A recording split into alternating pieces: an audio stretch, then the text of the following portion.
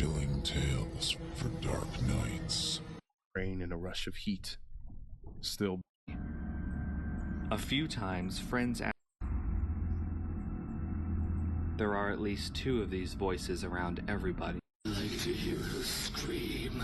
Lee hadn't imagined at that time. There was a voice, hastily scribbled on it. Absolutely must. Stop them.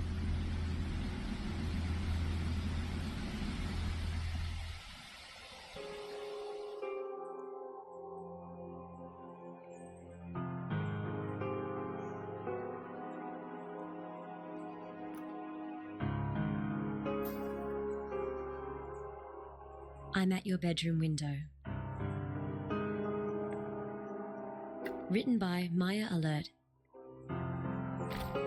and narrated by Alicia Pavlis.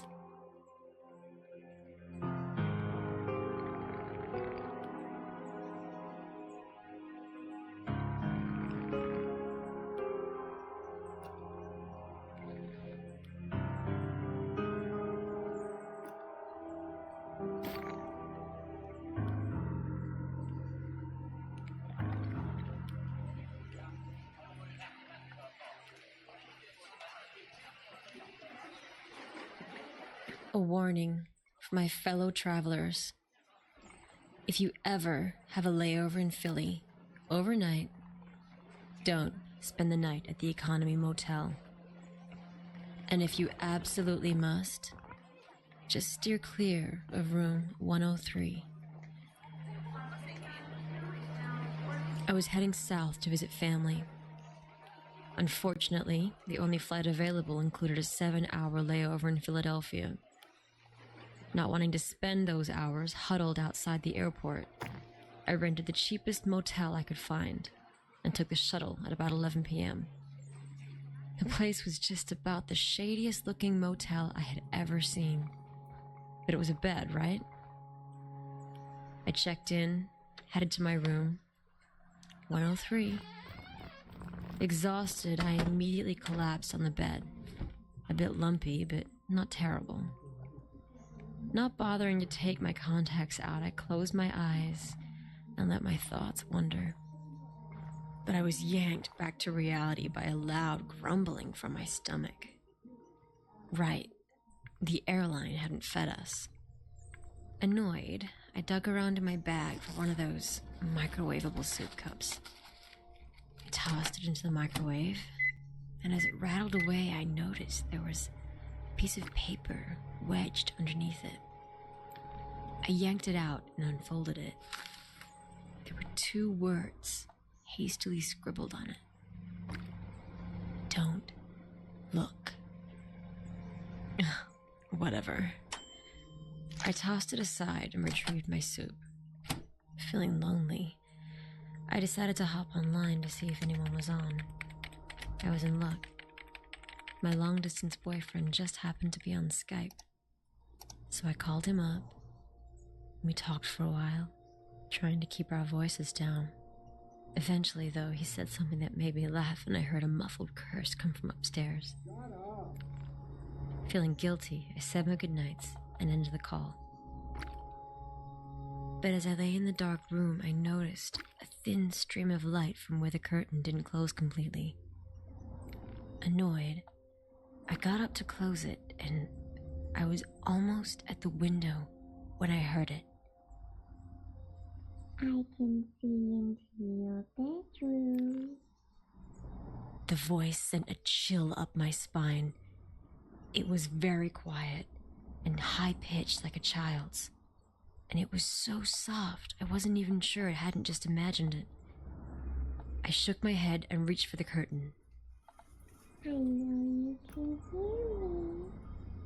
I'm at your bedroom window and I know you can hear me. I jumped back as a shadow crossed the stream of light coming into my room. I definitely hadn't imagined it that time.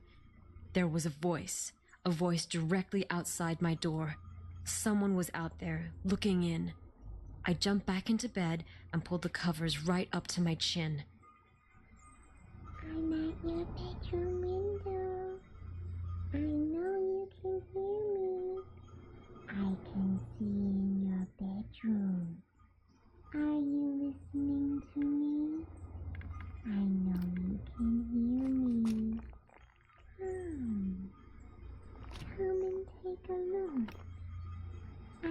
your bedroom window.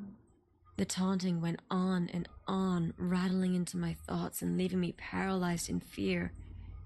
Suddenly, I heard the tenant upstairs moving around again. Footsteps stomped over to the door above, and I heard muffled shouts saying, "Hey, shut up down there. This isn't funny. I have work in 4 hours." I breathed a sigh of relief and leaned back against the pillow, determined to get some sleep. I'm still out here. Come look out your window. I sat straight up, heart pounding in my ears. The voice was back. It whispered on and on, repeating its mantra over and over again. I put my hands over my ears and rocked back and forth, trying to block out the sound. But it was no use. The longer I sat there, the louder it got, until I couldn't hear anything else. It sounded like it was right next to me.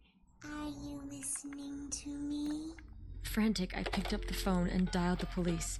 Stammering and stuttering in fright, I managed to give them the information of where I was and what was wrong. I asked them to please help. I was so scared. I didn't care if it was a prank at this point. My mind was reeling in terror. The officers assured me they'd be over shortly to see what the issue was. I thanked them and hung up the phone. But as soon as I did, silence descended over the room. It wasn't just that the voice had stopped. No, utter silence filled the room. The air conditioner stopped. The street noises outside ceased. Even the faint hum of electricity from the TV and lights went away. It pressed on my ears with a tangible heaviness that sent shivers through me. Next to me, the phone rang. The caller ID told me it was the police station, calling me back. Cautiously, I picked it up and answered. Hello? I whispered. Growled the voice, and every light went out, plunging the entire room into complete and total darkness. Dun, dun, dun. In the dark, I fumbled for my bag. I might not have had a flashlight, but I did have my video camera, which had a weak light on it. Besides, I can't deny I wanted to film this, if only to prove I wasn't going insane. Finding it, I turned it on, casting a dim light over the room. Even with this light, the shadows still consumed the edges of my vision, making me jump at every perceived motion caught in the corner of my eye. Shaking, I forced myself to focus on the camera. Carefully, I stood up from the bed and walked toward where I thought the curtain was. The thin light from the camera only served to give a vague outline of the curtain and door, as though the darkness had swallowed the room and was even now working against the light from my camera. Carefully, I reached out and touched the curtain, pushing it closed all the way. Whatever was out there couldn't look in now. But then, I heard a loud clicking sound next to me, like a latch turning in the door. Panicked, I whipped around to look at the door. Inexplicably, it had opened on its own. The latching sound I had heard, however, was the door getting caught by the extra security lock. I could see nothing through the crack, just more inky blackness Did somebody outside. say waffles? I slammed the door shut again, I have brain double-checking the damage. locks and latches. Everything was in place. I Got breathed a that sigh right, of I relief, got brain damage. and that's when I heard it. A sort of scuttling sound coming from the back of my room, somewhere in the direction of the bathroom. That's something that needs to be added. Cautiously, I moved slowly toward the noise, trying to A keep water my hands wheel. from shaking too badly. So you can make a I knew meal. whatever footage I got was going to be a mess of wobbly camera, but my videographer skills weren't exactly my top priority at that moment. I approached the source of the noise, but found nothing there, except for another piece of paper wedged partly behind a wall-length mirror next to the closet. I fumbled to open the folded-up scrap, trying not to tear it in my haste, When I finally got it open, there were only 2 words. Turn around. I was not about to do anything of the sort. Trembling, I slowly looked up at the mirror while pointing my camera behind me at the same time. And to my horror, the light from the camera illuminated a faint silhouette of something behind me. All I could make out was a vague form, no taller than the height of the bed, and it was moving toward me.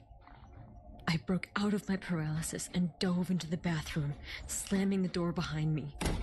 Quietly sobbing, I leaned against the door and slowly slid down until I was sitting on the cracked tiles. The door firmly closed and locked behind me. Whatever it was scrabbled a bit at the bottom of the door. Then came the whisper. Let me in. I'm out here in the dark. Go away! I screamed. The voice stopped abruptly. I shivered and let out the breath I'd been holding in tightly. Hi, Vincy. I still clung to my camera, unwilling to let go of the one thing that was keeping me tethered to reality. I sat there until the rays of early sunlight began peeking under the door, and I knew it was safe. Carefully, I cracked open the door and peeked around. The coast was clear. In a rush, I grabbed all of my luggage and raced out the door. The hotel manager looked at me kind of oddly, but I wasn't going back in that room. I spent the next hour in the lobby waiting for the shuttle. The flight to my aunt's house was short and uneventful.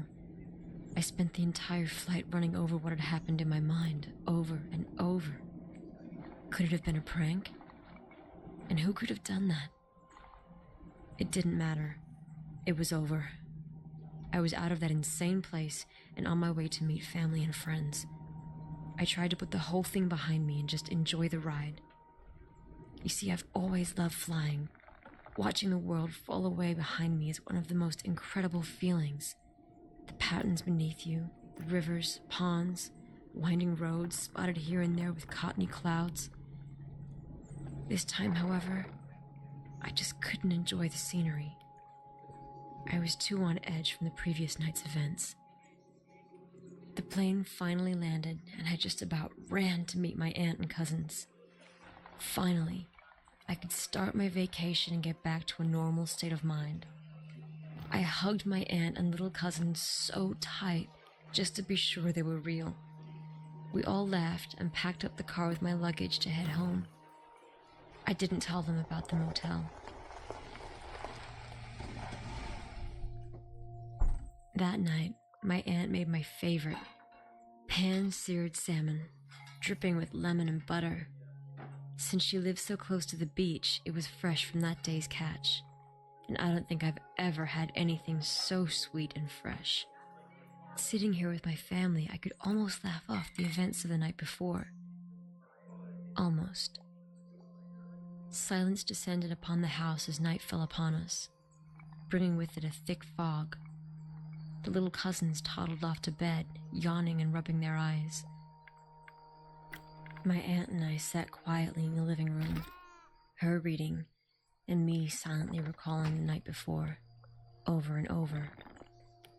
Finally, exhausted, I got up and announced that I was heading to bed early. A bit surprised, my aunt wished me good night, and I headed to my room to collapse. Once alone, however, Little I sheepies. felt unease creeping around me.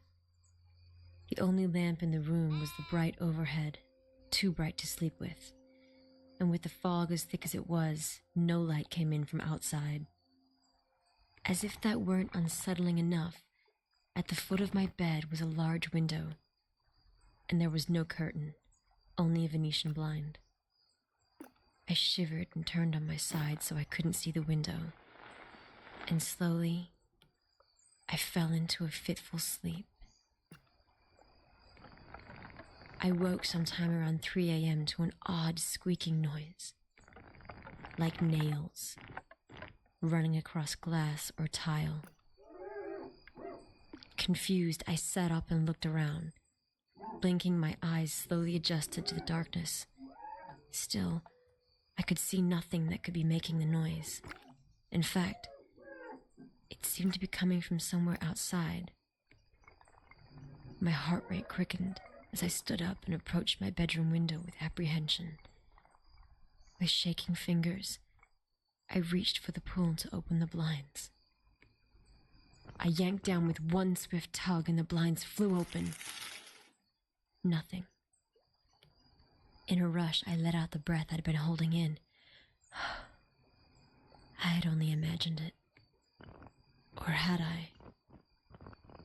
As I glanced down, I noticed the long, slightly smudged mark near the bottom of the window, as though some grubby hand or paw had run along the glass, looking for a way in. I dropped the blinds and dashed back to bed and pulled the covers right up over my head, desperate for some sleep. It seemed impossible that I'd ever get back to sleep after that. But eventually, I drifted off, dreaming of strange noises and small, scuttling creatures hiding just at the edge of my vision. I woke up in the late morning, head wreathed in fog from a restless night. My phone was buzzing next to me. Squinting, I glanced at it to see that I had 5 unread messages, all from my aunt. I shook my head, not wanting to bother at this moment, and fell back against my lumpy pillow. Wait. Something was wrong. My eyes flew open and I sat up. No. Even without glasses or contacts, I could tell I wasn't in my room at my aunt's. But no, I couldn't be. I wasn't, no. I was. I was back in the motel room from the night before. I tried to scream, but only a choked cry escaped my lips. I looked back at my phone. Every message from my aunt was a variation on "Where are you?" I ran to the door, threw it open, and dashed to the office. In a panic, I ran in and immediately started begging the manager for help. He looked up, startled, but not at me. At the door I'd just come through. That door again. I thought I'd fix that damn thing, is what he said, without a single glance at me. He walked over and shoved the door closed, giving it an extra push with his shoulder. He hadn't even seen me. Later, I returned to room 103, numb and confused. As I sat on the bed, I heard the voice, one last time. "You're mine." It taunted, but I didn't care. I couldn't even muster up enough emotion anymore. I've lost count of the days I've spent here now. I don't think I'm dead, just not quite synced up with the rest of the world. These days, I'm the one leaving the notes, warning travelers not to look out their window. Most of them laugh when they see the scribblings, but I don't worry too much. It's the people that dwell too long on my message. They worry me. They're the ones that listen too closely to the voice in the window. They're the ones that might end up like me someday. There's a young couple staying here right now. I'm sitting outside, waiting for them to quiet down and go to sleep. I'm trying not to think of how life was before I ended up here. I mean, I've tried leaving, but I can't get past the parking lot entrance. The only knowledge I get from the outside world now is from my phone and the occasional news program I watch during what passes for a continental breakfast around here. I think the two inside have fallen asleep. Well, he has at least. I'm not worried about him. His girlfriend or fiancé or whatever. I'm concerned for her. She's still up, eyes darting around. I know she saw my note. She's definitely upset. She's a perfect target. Excuse me now. I'm gonna go and huddle in the closet with my hands over my ears. Because the voice is going to start again soon.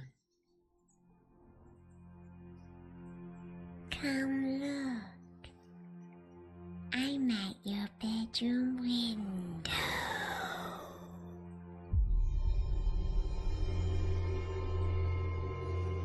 Woo!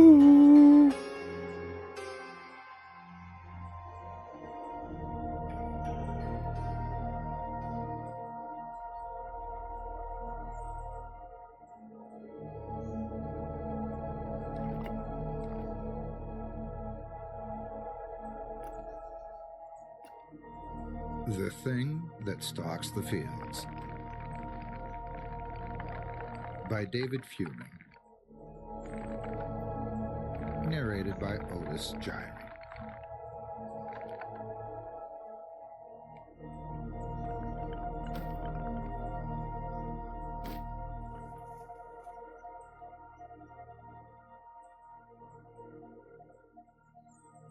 It was a few weeks ago that the hay bales started creeping slowly away from the house.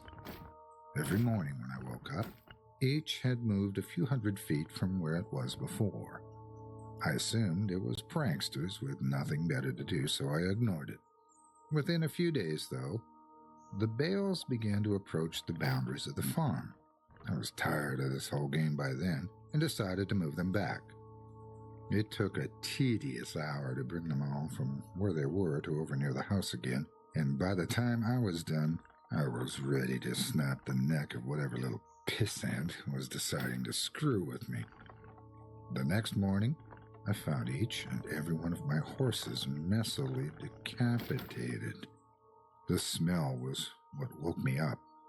Each one was slumped over against the side of its stall. There were no signs of the heads. I spent the rest of the day cleaning up the mess and burying the remains. It was only when I was done that I noticed the bales of hay had all returned to their positions from the day before, scattered far out into the fields. This time, I left them where they were. That night, I sat on my porch with my shotgun in hand and a pot of coffee on the table beside me. I sat for hours, straining my eyes, watching the fields to catch a glimpse of who was moving my hay bales. Finally, I was beginning to nod off. I would have, but just as my eyes began to close, I heard a clamor and a rustling of trees from the nearby woods. I leaned forward, my heart racing with excitement. I was going to catch the bastard. I fumbled with my gun and fidgeted in my seat, waiting anxiously for whoever it was to get close enough to ambush. It was only when the thing got close enough for me to make out its silhouette in the dark that I was frozen still. The thing that crept into my fields from the nearby woods didn't seem to notice me sitting there. It stalked, hunched and deliberate through the field with the posture of a tiptoeing thief. If not for the fact that it must have towered over 10 feet tall, even in its crouched position, it might have seemed almost frail. The thinness of its arms and legs and the emaciated, caved-in quality of its chest reminded me of a starving animal. Still, this thing was undeniably strong, and I watched it hoist each bale up into its arms with ease and set it down carefully a while away, taking only a few strides to cover the distance. I watched it work, moving each bale thoughtfully. Every once in a while, it would straighten up to look around and at the other bales' positions in the field before adjusting the one it was working on ever so slightly. Before it left, it looked towards the house. I felt its eyes sweep over me in the dark, but whether it saw me or not, I couldn't tell. And then it turned silently and crept back the way it came, disappearing into the dark of the woods. It took me an hour before I had the courage to move at all. I went inside after a while, but didn't sleep that night. It was only when the sun arose that I dared step off my porch into the fields. The hay bales were where it left them. Strangely, It didn't move them as far as it had in the previous days. They were approaching something invisible in the fields, and as I looked at them, I realized that they seemed to be marking some line. Indeed, as I walked around the house, I saw the distinct circle that they formed with me at the center. At first, I thought the bales were just being haphazardly moved away from the house, but now I could see that they were instead being moved toward some boundary. The thing was sending me a message. I slept uneasily that night, and only because I was exhausted. They didn't move at all for the rest of the week, in fact. They were finally where the thing wanted them. I made myself sick trying to interpret them. Why would this thing expend so much energy moving my hay bales and threatening me with such violence should I try to interfere? Killing my horses was just that, a threat, an intelligent threat at that. It knew what would scare me, and it knew that I would understand the implications. The sound of an automobile working its way along the road to my farm one morning gave me a little rush of excitement. I'd been planning to abandon the farm since I saw the thing, but I couldn't hope to leave on foot without risking it treating me like it had treated my horses. But if I could get in the car with whoever was coming my way, I might be able to escape before it could stop me. I don't know or care who it was. I decided that that moment they stopped the car, I would jump in the passenger seat and tell them to get the hell out of there. I didn't get the chance. The car worked its way slowly along the road, trundling across the uneven ground. I urged it silently to hurry.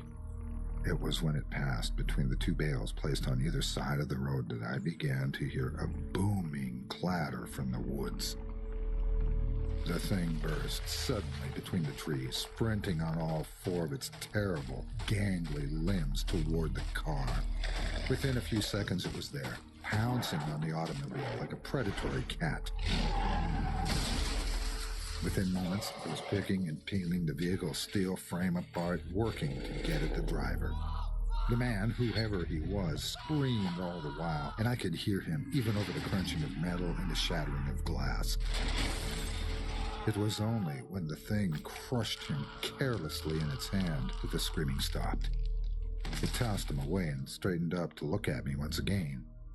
In the sunlight, I could see the inhumanity of it. It was composed entirely of something awful and alive, which was lashed together in a messy semblance of a human form. Whatever it was made of looked so polished and hard that if it weren't for the minute writhing of the stuff, I'd think it was made of granite. The thing retreated back into the woods, and I was left to my shock. My eyes wandered to where the car sat, the engine still sputtering between the two of the hay bales. Suddenly, I understood. The message was clear. I am this thing's captive, and I am not allowed visitors. Nothing may cross the borders it has set. I'm trapped here by the thing that stalks the fields, and it demands nothing except that I never leave.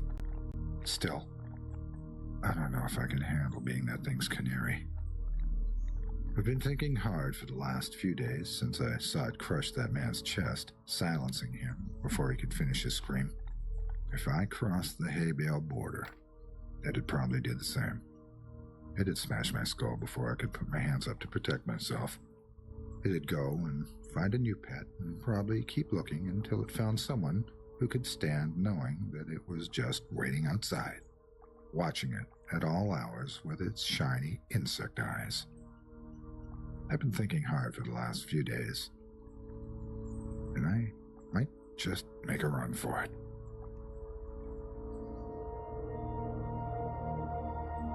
Fuck it. Run for it, homie.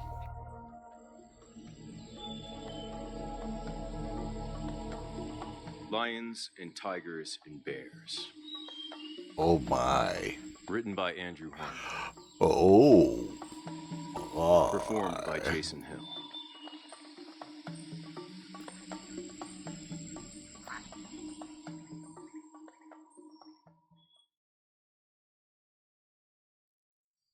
The night started so smoothly. It was Tamale Tuesday and Hector's week to bring the chow. Hector's shift started an hour earlier than mine, so I didn't see him when I passed Steve at the time clock just inside the security shack. Steve punched out and tossed me his keys, not bothering to update me on anything. It's a zoo. We're here after hours. What could he update me on anyway? Maybe the hyenas were looking suspicious.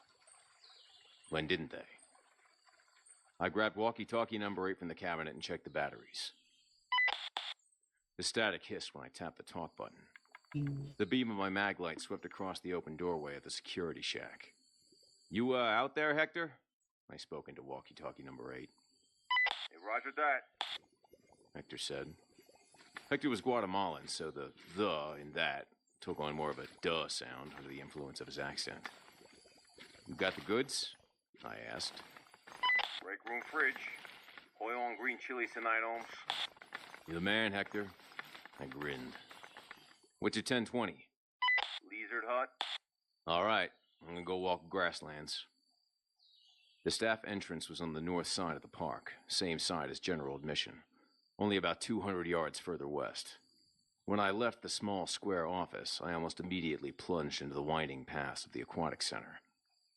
The prominent sound rising above the chirp of crickets and the lilt of the wind rustling through the pathside gardens was the waterfall in the polar bear exhibit. A rush of blue water raced off the high faux cliff above the enclosure and crashed into the 30-foot depths of the polar bear's pool. The polar bears were among the few animals allowed to sleep outside. After hours, when we guards worked, a majority of the animals were bedded down in the sleeping compartments at the rear of the enclosures.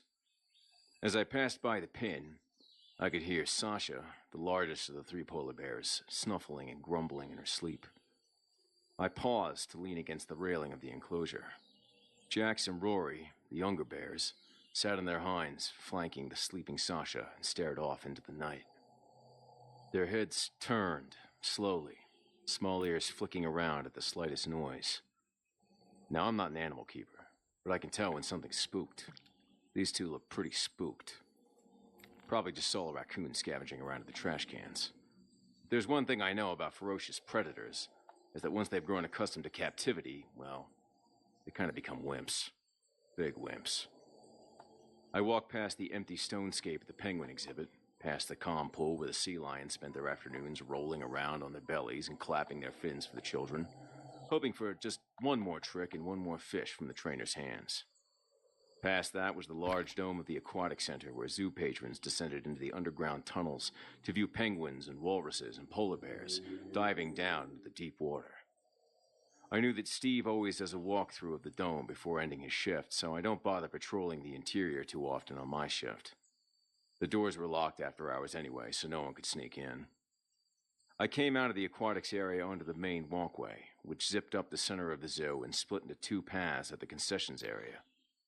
Here, all the large umbrellas were folded down and stuck up like pikes out of the centers of round white tables.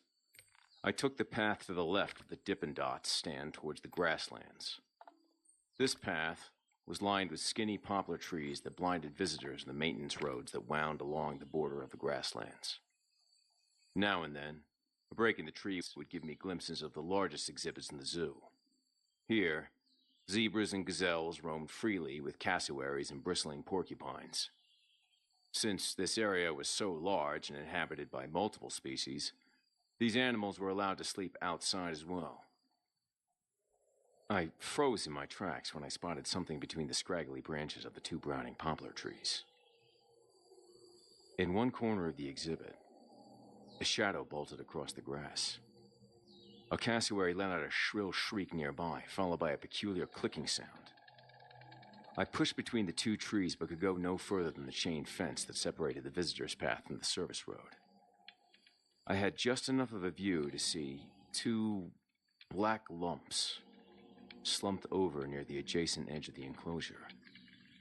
One of the shadows lifted its head in my direction, and a pair of burning red eyes reflected back at me.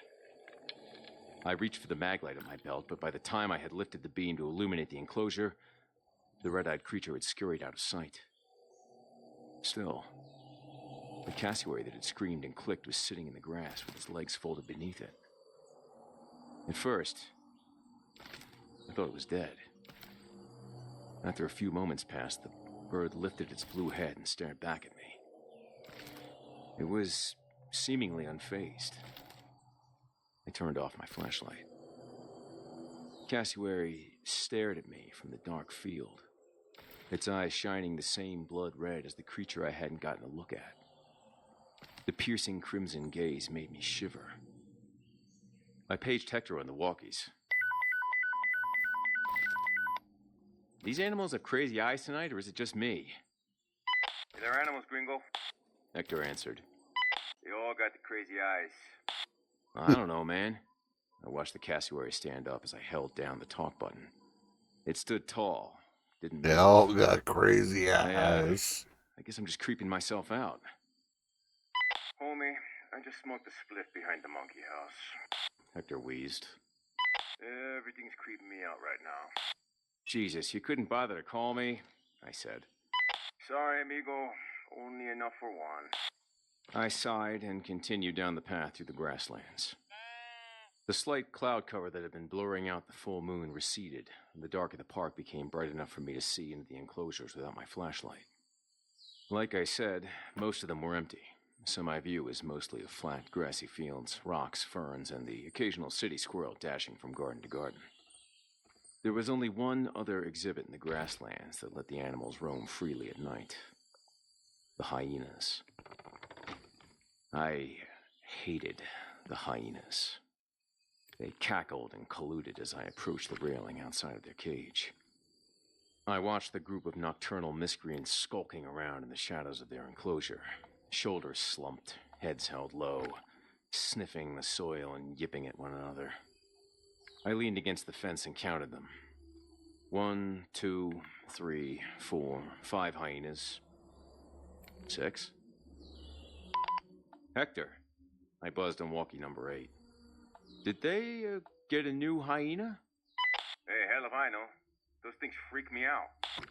I didn't usually make a point of counting the animals, but overnight security isn't exactly the most exciting career, so you find yourself doing the most mundane things to pass the time. And I was sure that even last night, there had only been 5 hyenas. The largest of the 6 was at the back of the enclosure, farthest away from me. It slinked along like the others, though its shambling seemed unlike the rest. I couldn't put my finger on why. While the movements of the other 5 seemed smooth and organic, this larger one shook and trembled. Maybe it was sick. Well, that would explain why the other 5 would have nothing to do with it.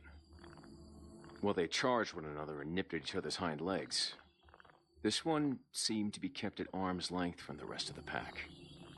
I raised my flashlight and shined it at the hunchback mutts. One at a time, their heads perked up, turned towards the source of the light beam. Their eyes, evolved for night vision, shined green in the light. Except for the large one. The large one in the back paid no attention to me. But as its head swept back and forth with each step, its eyes would flash red. Damn! Hector yelped over the walkie. My body stiffened, I nearly dropped my mag light. What's going on, Hector? Talk to me! I stepped in horse crap back at the damn stable. Man. I slid my flashlight back into its holster on my belt and turned from the hyenas. Clearly, there was nothing going on in the grasslands. There was nothing going on anywhere in this park. It never had been, and it probably never would be. Steve once caught a couple of teenagers trying to scale the wall into the elephant exhibit, but, well, that was about as criminal as the zoo gets.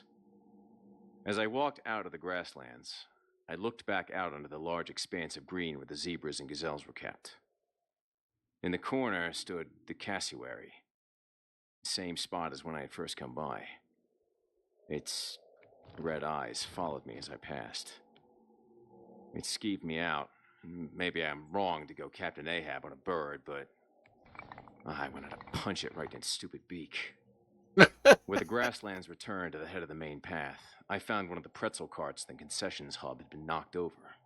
Coarse salt and pepper baskets were strewn across the pavement. A stack of napkins was scattering in the wind and were littered all around the picnic tables. Hey, Hector, you stoner, I called to him. You trying to steal pretzels?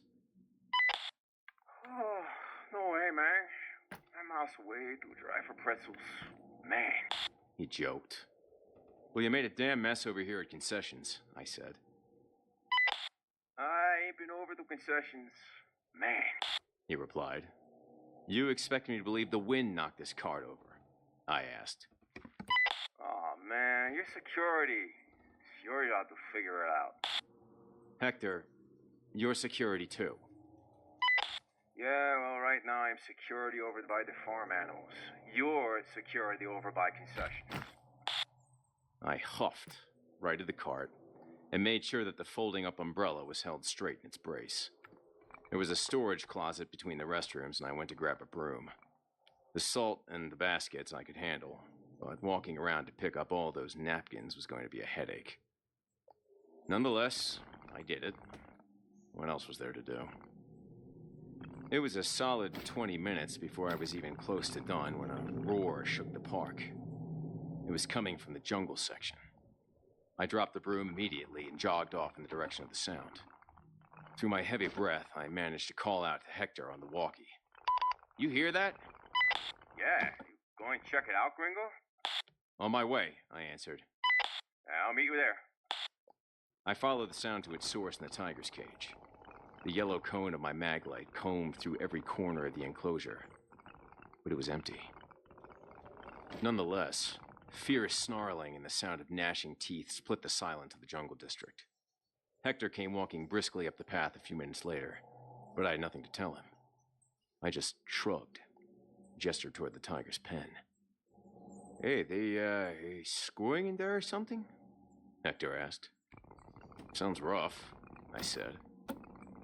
Hector climbed up onto the middle rung of the fence and leaned against the iron bars of the cage, reaching his flashlight into the cage. This was something we were told to never do, but I didn't stop him. His own flashlight beam joined mine in the search and eventually came to rest on the black hole at the back of the den. This is the small area in which the animals bedded down at night, but it should have been locked. Instead, the door had swung open. Feral bedlam was emanating from inside. Should we, close it? Hector said from atop the railing. I ain't going in there, I said. I turned off my flashlight and grabbed my scratch pad to make a note. I would let the morning folks know about the unsecured tiger den, but there wasn't anything I could do about it tonight. I was in the middle of scribbling the word tiger when a familiar sound ticked in my ear. Clicking, like an insect's mandibles patiently clapping over a meal. Hector started to climb down back to the path and was about to say something when the ferns in the tiger's den clamored. Both of our heads swiveled around in time to see an inky blur race across the enclosure towards us, its black body permeating the iron bars like murky water through a grate, and dart just over Hector's head. Hector cursed. My head snapped around to follow the shadow as it disappeared into the cinnamon trees across the path. Their scraggly heads flailed, and the trunk shook, sending down a slurry of flaky tree bark, and filled the air with the scent of spice. What the hell was that? Hector cried. He was rubbing the side of his head, as if he had been slugged. No clue, man, I said. Let's get out of here. Hey, Anthony. We didn't leave immediately, though. We were frozen in place, watching the stillness of the cinnamon trees until we were certain we were alone. We stuck together for the remainder of the night, patrolling only near the entrance of the zoo and sinking most of our time into recounting the tale to one another in the guard shack. We hadn't even touched the tamales Hector's wife had sent with him.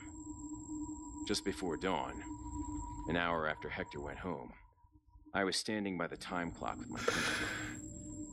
I peered out from the guard shack and into the aquatic center. Sasha and Jax were nowhere to be seen in the polar bear pool. But Rory sat right where I had seen her at the beginning of the shift, resting on her haunches in the middle of the island rock, staring at the sky. I squinted to get a better look. Rory's head turned slowly to meet my gaze, and her eyes were piercing red. The following night, Steve tossed me his keys and pointed to a memo hanging on the wall of the guard shack. I nodded and grabbed walkie-talkie number 8 from the rack, checking the batteries before I strapped it to my belt. It was a few minutes before 10 o'clock, but Steve punched out and took off without a word. He seemed tense. I stood in front of the memo by the door and expected the worst. It read, "Attention all employees. Several of the animals have been acting strangely today, and we ask for your assistance in making them as comfortable and stress-free as possible. A number of the animals in the grasslands, jungle, and aquatic sections have refused food and any interaction. Some factors that could create these issues include stress, sickness, and abuse. We ask all employees, regardless of job title, to keep an eye out for any agitators that could be inducing or exacerbating these episodes. Please report any strange findings to park management and escort belligerent guests out of the park if you witness any abuse of the animals. Night staff, please refrain from use of flashlights around the nocturnal animals and keep cell phone ringers silenced. We appreciate your understanding in this matter and thank you for your cooperation. Management."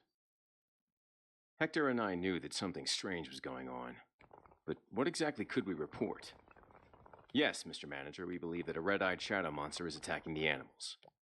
"Oh no, it doesn't unlock the cages. It can move through the bars." "Yes, of course. I'm sane, sir."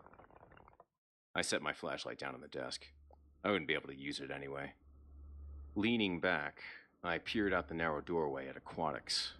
There sat Rory in the center of the rock island, parked on her rear with her head turned towards me. Her glowing red eyes blinked twice, then turned back towards the blank sky. Hector?" I said into the walkie-talkie. Hey there, gringo. He replied, his voice sullen. "How's it, going?" I asked. Half a minute must have passed before he responded. Not good. These animals are all acting weird. Like you said, even the lizards, they have red eyes. "You at the lizard hut?" Yes. I grabbed a pen off the desk and my notepad. If these animals were one by one being turned into red-eyed monsters, I was going to at least make a note of it. I started in aquatics, sauntering slowly around the meandering pathways. Item 1 on the list. Polar bears, ×3. Affected, ×1. I stopped by their pool and leaned over the railing to make out the figures in the dark. Though Rory sat center stage in the island, Sasha and Jax were huddled on the opposite rock ledge, avoiding her. None of the three made a peep. All I heard was the waterfall rushing off the rocks and churning up the otherwise smooth surface of the pool.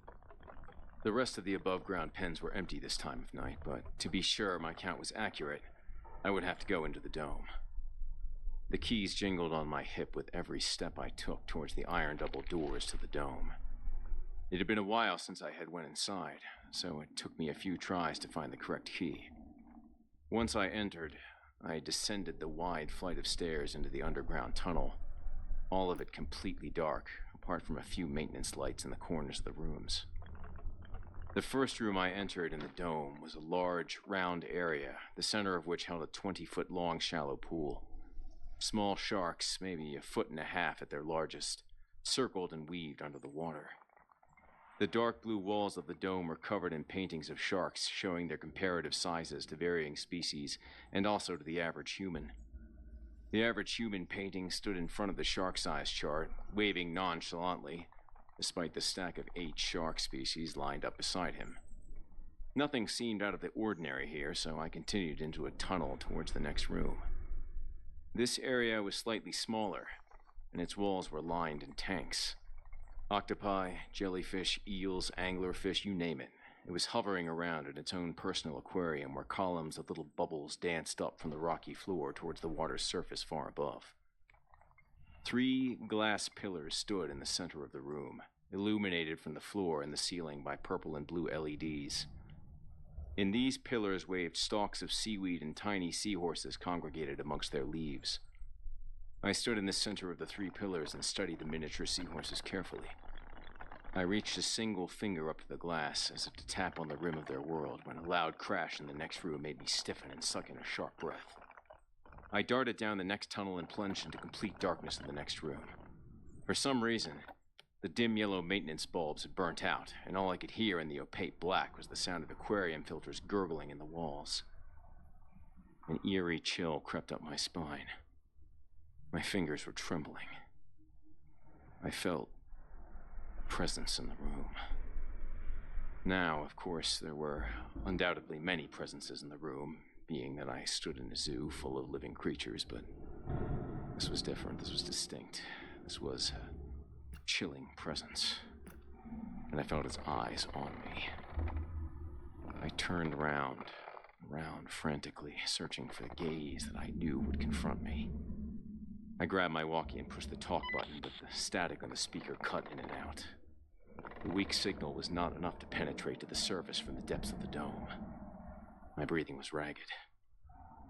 Why didn't I bring Hector along? I was resolved to retreat to the previous room, to recuperate the light until I either gathered the courage to continue or cower back up the stairs. But as I turned, I was greeted by red eyes floating in the dark, a short 6 feet from my left side. They burned bright. They were unwavering. They stared through me, meeting my gaze and into the back of my skull, my spine calcifying into a stiff rod, and my neurons firing off alternating sparks of adrenaline. Fight, flee, fight, flee, fight, flee, move, do something. But I was frozen, staring into those red eyes. They drifted closer. Beethoven's Moonlight Sonata played in the key of crappy MIDI player from my pocket. My cell phone buzzed and growled. I had forgotten to silence the ringer. As the harsh, tinny tones shattered the silence of the room, it was met with a raspy hiss. The red eyes reeled back. I took off in a flash down the next hallway, feet slapping on the carpet towards the light of the next maintenance lamp. The hissing settled behind me, but I did not feel I was being pursued. I plunged into the next tunnel and took out my phone to answer. It was Hector. When he didn't get a response from me on the walkie-talkie, he started to freak out and called my cell instead. Oh, thank God he did. You gotta get over to the aviary, man. Hector said. He sounded desperate. Meet me here. I told him I would and sprinted through the rest of the tunnels. Terror unfolded with each step. I passed by the large glass window in front of the macaroni penguins. The whole dozen of them were standing motionless on the rocks, their eyes a piercing red and their heads turned towards the ceiling. In the next room, I could see the pair of walruses floating a bumpy at the surface, their heads protruding from the water and tilted to the sky. I burst out of the exit of the dome, gasping for fresh air, and stared at the moon for the comfort of what light it could give. The darkness was cloistering. The silence of the zoo truly petrified me for the first time in my years working security. Hey, you coming, man? Hector said. I heard a shrill commotion in the background. I'm on my way, I said, and unlocked myself from fear. The aviary was near the lizard hut, just down the path from aquatics. Before I continued, I grabbed my notebook and jotted down, penguins times all affected, walruses times all affected. I was jogging through the zoo by this point. To the right of the path was a short hill upon which sat 3 tortoises, all renowned for being over 80 years old, older in fact than the zoo itself. All 3 of them stood motionless on their stubby legs, their heads raised feebly towards the sky, their eyes shining that same haunting red. As I neared the aviary, I could already hear why Hector had called me over. The birds were flipping out. The squawking and screeching and shrieking rose to such a shrill cacophony that I almost had to cover my ears to stop them from ringing. Hector waved his arms in a broad arch from the front of the mesh coliseum. Behind him, leafless trees reached up in a tangled crosshatch of branches. Ropes hung down from the branches, dangling down bird feeders stuffed with seeds and dried fruits. There was a smell of death that faintly irradiated from inside the aviary. This was the odor of dead rodents, which had been torn to shreds and picked clean of meat by the hawks and falcons that shared the same enclosure. Look, Hector pointed up towards the 50-foot curved ceiling of the wire dome. A circus of birds were wheeling around and flailing against the ceiling. They were dashing themselves against the wire cage. I watched as a hornbill flapped its wings feverishly, swooped down in a tight arch, and veered back up towards the sky. It smashed into the wire mesh with a thud and stuck there, wings thrashing desperately in a ball of shed feathers. What are they doing, man? Hector asked, his voice cracking. He may have been crying, but it was too dark to tell. They're trying to kill themselves or something. I had a hunch. I backed up far enough that I could get a shallower angle looking at them, and sure enough, the panicked bird's eyes were alight with a fiery crimson. I sat down right there on the pavement and stared at my shoes. Hector threw his arms out to his sides, wondering what the hell I was doing. He said something, but the words were lost in the racket of the bird's cries. "They're possessed," I muttered. "What?" Hector asked and came closer.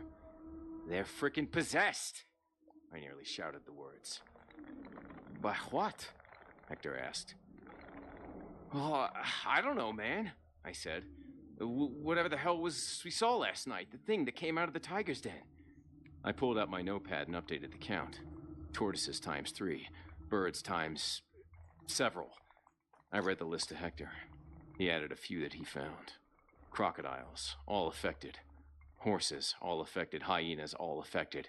And that was just the animals that were left outside at night. Who knew how long the list would grow if we ventured into the dens where the animals slept after hours?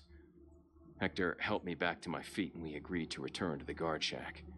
To cower in the safety of our offices until dawn, no longer bothering to count animals, to investigate the red-eyed shadows that plagued the zoo. Once we returned to the guard shack, though, an idea sprung up. I swung open the equipment closet beside the walkie-talkie pack and pulled down an old trail cam. Thank you for the gunshots. There's nothing fancy, just an old motion sensor camera with night vision that we had used a few years back to capture a particularly cunning escaped python. "What are we going to do with that?" Hector asked. "Find out what the heck we saw last night," I said. "What has been possessing all these animals and causing them to go crazy with creepy eyes?"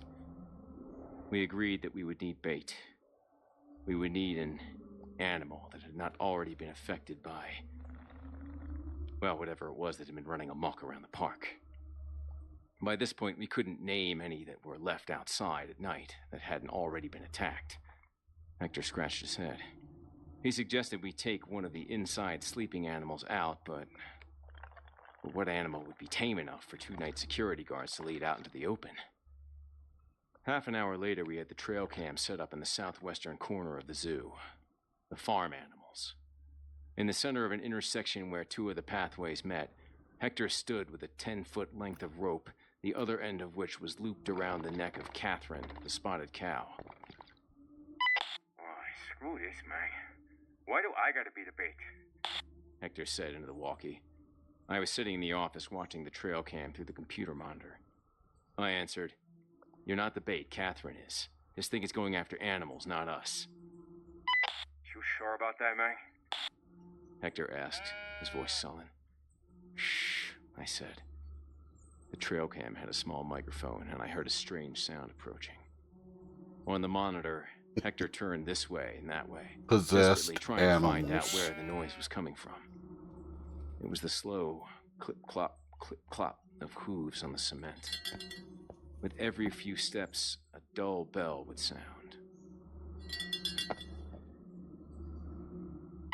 What the hell is that? Hector whined into the walkie. It sounds like... I strained my eyes trying to see something in the gray cowbell. A cow. Behind Hector, a bulky shadow emerged from the darkness in the path. Hector was still twisting all around in search of the noise, but I could see it clearly in the splotchy green night vision. It was, in fact, a cow. "It's a cow, Hector," I said. What? He asked. That was the last question I heard him mutter before the bovine shadow behind him erupted. Its bulky round body burst into a flurry of flailing tendrils. They slithered across the ground, the tip of them raised like the poised heads of cobras. From the center of the miasma, a pair of eyes flared bright. I heard Hector scream. The cow wailed. The black swarm engulfed them both, tendrils of shadows whipping the air. Hector cried out for help. Catherine's hooves stomped feverishly against the concrete. Then, click, click, click, click, click, the clicking started. The amorphous mass of black shivered and pulsed. I grabbed my flashlight and flew off into a sprint from the office. The night air whizzed by my ears, deafening me to the sound of chirping crickets, the crash of the waterfall diving down into the polar bear pool, the sound of my own boots clapping on the ground. I wound my way up through the aquatics, up the main path, split off to the right at the Dippin' Dot stand, and burst through the wrought iron archway at the entrance of the farm animals. In the center of the intersection, where we set up the camera, Hector and Catherine were standing, untouched by the shadows I'd seen on the monitor. "Hector?" I called out. I got no response. You okay, Heck?" I asked. Silence. I circled around the edges of the pavement, keeping my distance. As I rounded in front of Hector, my heart stopped. He and Catherine stood motionless together. Their heads were tilted back. Flaming red radiated in their eyes.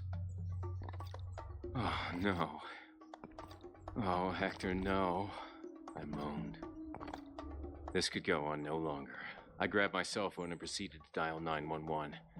I had no idea what was wrong with Hector, but maybe a hospital could do something for him. Maybe it was just some new illness that jumped species. Maybe it was a parasite.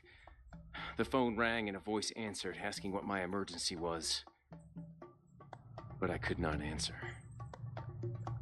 Because above me, the clouds had parted like the Red Sea. And from behind them shined such a brilliant light that I couldn't help but stare in awe at the pulsating glow.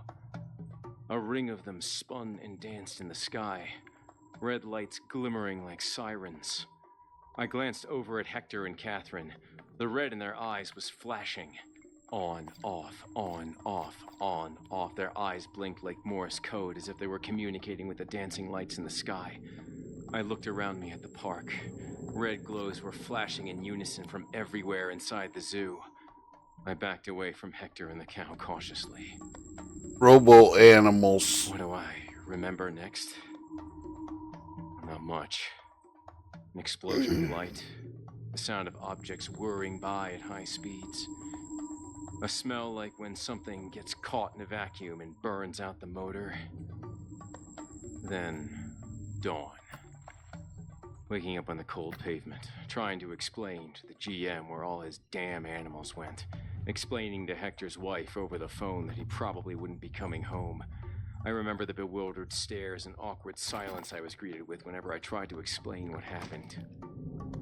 But most of all, I remember that last moment before the flash when I glanced down at Hector. And his head turned to me, and his red glowing eyes blinked twice. And he smiled.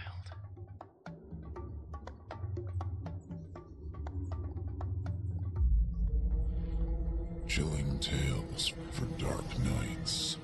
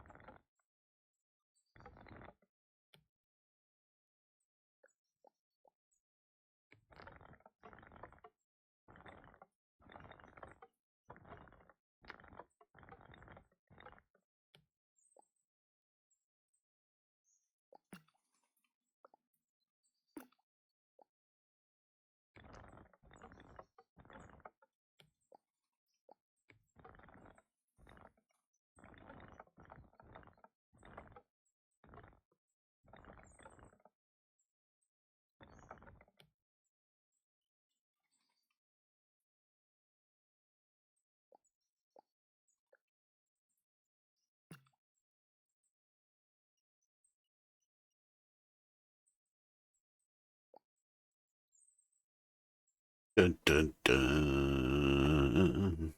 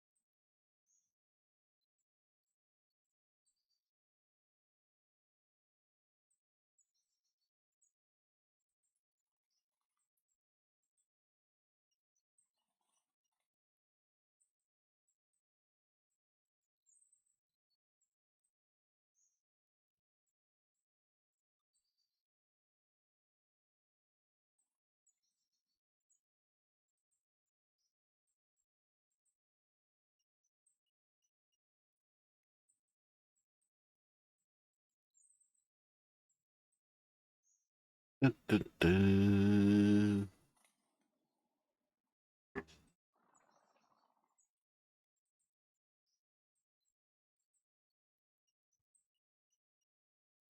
Not to worry, chat. We'll get right back to it. I am currently looking for another set of scary stories that we can get on with. Saw something earlier.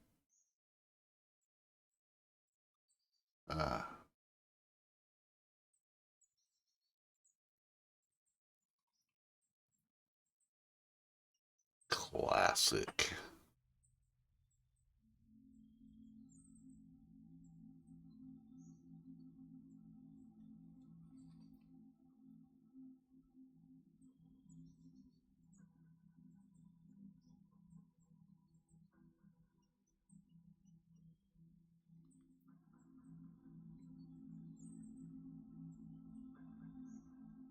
The Outsider by H.P. Lovecraft. Narrated by Matthew Schmitz. That night, the Baron dreamt of many a woe, and all his warrior guests, with shade and form, of witch and demon and large coffin worm, were long benightmared. Keats. Unhappy is he to whom the memories of childhood bring only fear and sadness. Wretched is he who looks back upon lone hours in vast and dismal chambers with brown hangings and maddening rows of antique books, or upon odd watches and twilight groves of grotesque, gigantic, and vine-encumbered trees that silently wave twisted branches far aloft. Such a lot the gods gave to me.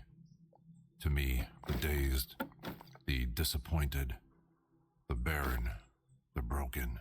And yet I am strangely content and cling desperately to those sear memories when my mind momentarily threatens to reach beyond to the other. I know not where I was born, save that the castle was infinitely old and infinitely horrible, full of dark passages and having high ceilings where the eye could find only cobwebs and shadows.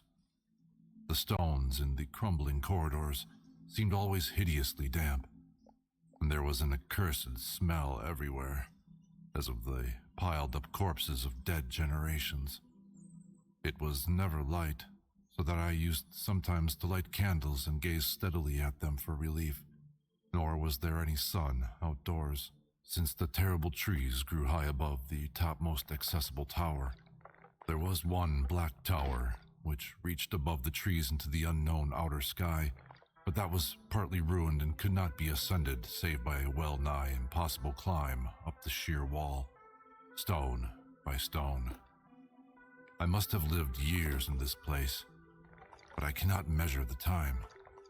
Beings must have cared for my needs, yet I cannot recall any person except myself, or anything alive but the noiseless rats and bats and spiders. I think that whoever nursed me must have been shockingly aged, since my first conception of a living person was that of something mockingly like myself, yet distorted, shriveled, and decaying like the castle. To me, there was nothing grotesque in the bones and skeletons that strode some of the stone crypts deep down among the foundations. I fantastically associated these things with everyday events, and thought them more natural than the colored pictures of living beings which I found in many of the moldy books. From such books I learned all that I know. No teacher urged or guided me, and I do not recall hearing any human voice in all those years, not even my own. For although I had read of speech, I had never thought to try to speak aloud. My aspect was a matter equally unthought of, for there were no mirrors in the castle, and I merely regarded myself by instinct as akin to the youthful figures I saw drawn and painted in the books. I felt conscious of youth because I remembered so little. Outside across the putrid moat and under the dark, mute trees, I would often lie and dream for hours about what I read in the books, and would longingly picture myself amidst gay crowds in the sunny world beyond the endless forest. Once I tried to escape from the forest, but as I went farther from the castle, the shade grew denser and the air more filled with brooding fear, so that I ran frantically back, lest I lose my way in a labyrinth of nighted silence.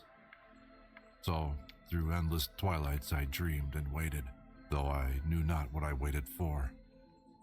Then, in the shadowy solitude, my longing for light grew so frantic that I could rest no more, and I lifted entreating hands to the single black ruined tower that reached above the forest into the unknown outer sky.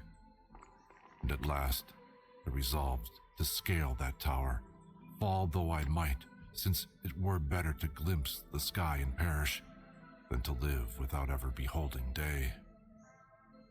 In the dank twilight, I climbed the worn and aged stone stairs till I reached the level where they ceased, and thereafter clung perilously to small footholds leading upward. Ghastly and terrible was that dead, stairless cylinder of rock, black, ruined and deserted, and sinister with startled bats whose wings made no noise. But more ghastly and terrible still was the slowness of my progress. For climb as I might, the darkness overhead grew no thinner, and a new chill, as of haunted and venerable mold, assailed me. I shivered as I wondered why I did not reach the light, and would have looked down had I dared.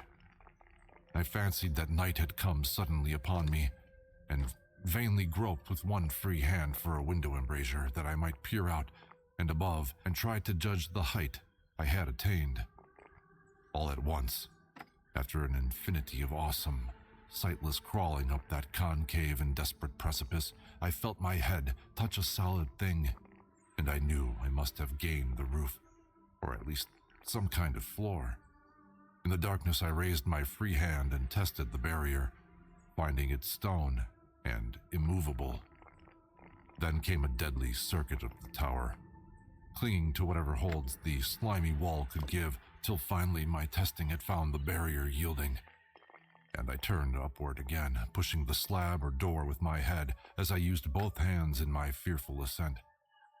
There was no light revealed above, and as my hands went higher, I knew that my climb was for the nonce ended, since the slab was the trapdoor of an aperture leading to a level stone surface of greater circumference than the lower tower, no doubt the floor of some lofty and capacious observation chamber. I crawled through carefully and tried to prevent the heavy slab from falling back into place, but failed in the latter attempt. As I lay exhausted on the stone floor, I heard the eerie echoes of its fall, but hoped, when necessary, to pry it open again.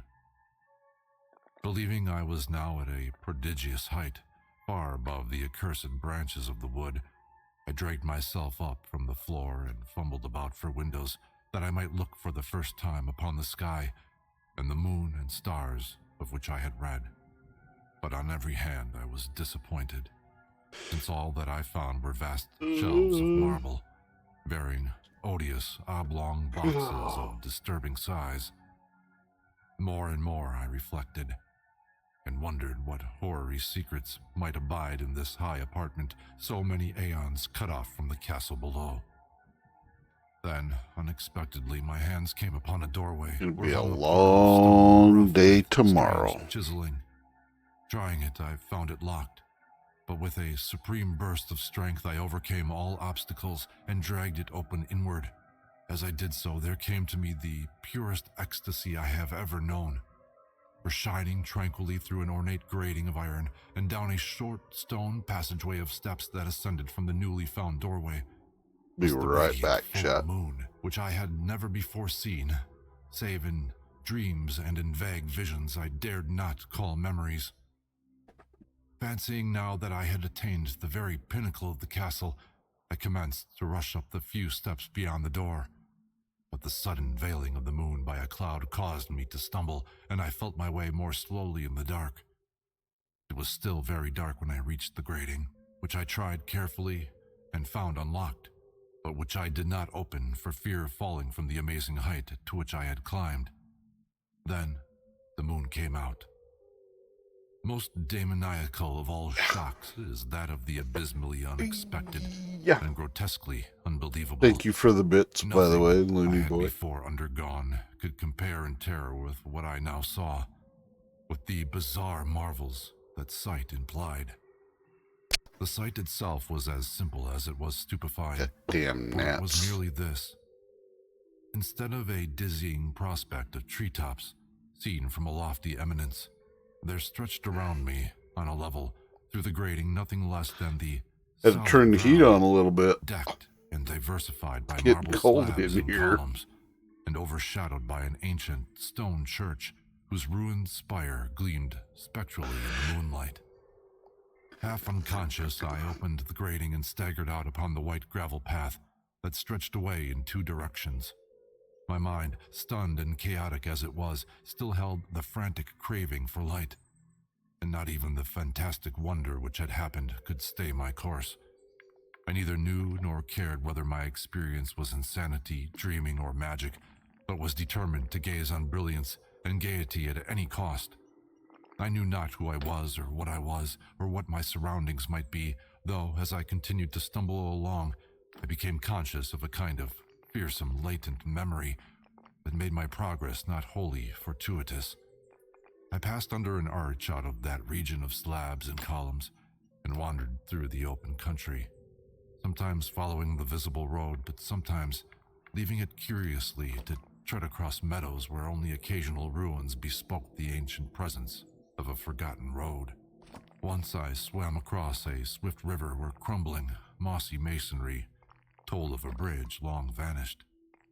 Over 2 hours must have passed before I reached what seemed to be my goal, a venerable, ivied castle in a thickly wooded park, maddeningly familiar, yet full of perplexing strangeness to me.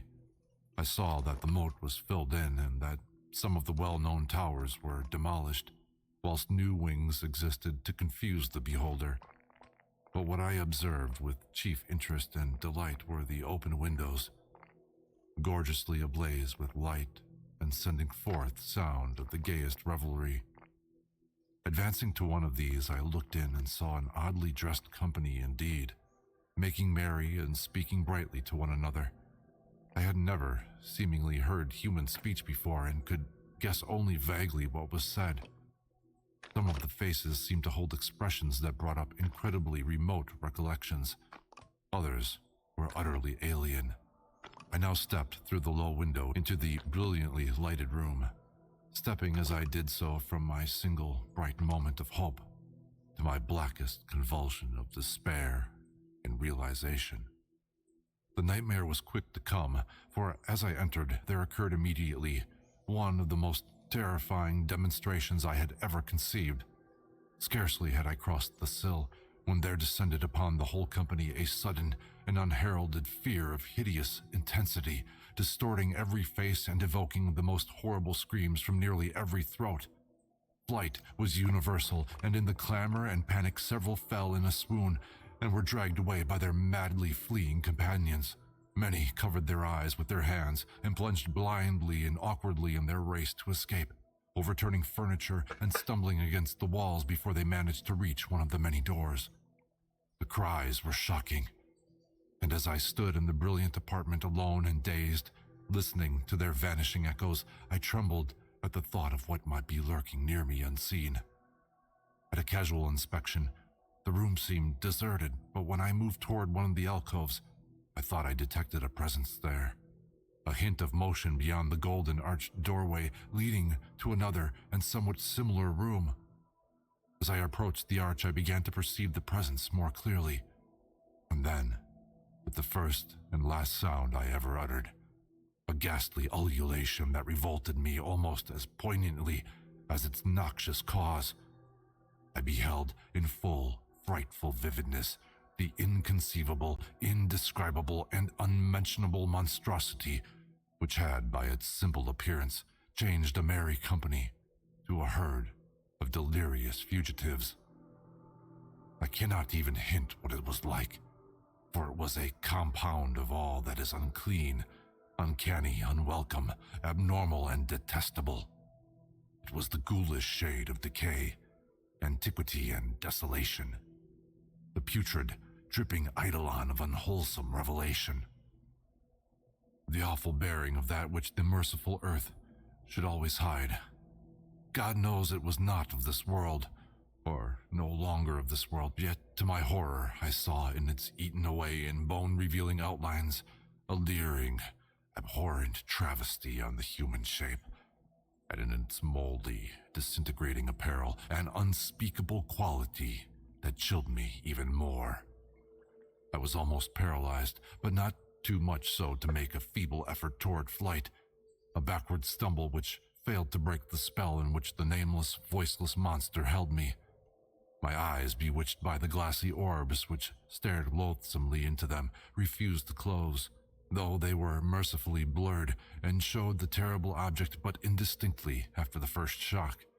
I tried to raise my hand to shut out the sight, yet so stunned were my nerves that my arm could not fully obey my will. The attempt, however, was enough to disturb my balance, so that I had to stagger forward several steps to avoid falling. As I did so, I became suddenly and agonizingly aware of the nearness of the carrion thing, whose hideous hollow breathing I half fancied I could hear. Nearly mad, I found myself yet able to throw out a hand to ward off the fetid apparition which pressed so close, when, in one cataclysmic second of cosmic nightmarishness and hellish accident, my fingers touched the rotting, outstretched paw of the monster beneath the golden arch. I did not shriek, but all the fiendish ghouls that ride the night wind shrieked for me, as in that same second there crashed down upon my mind a single and fleeting avalanche of soul-annihilating memory.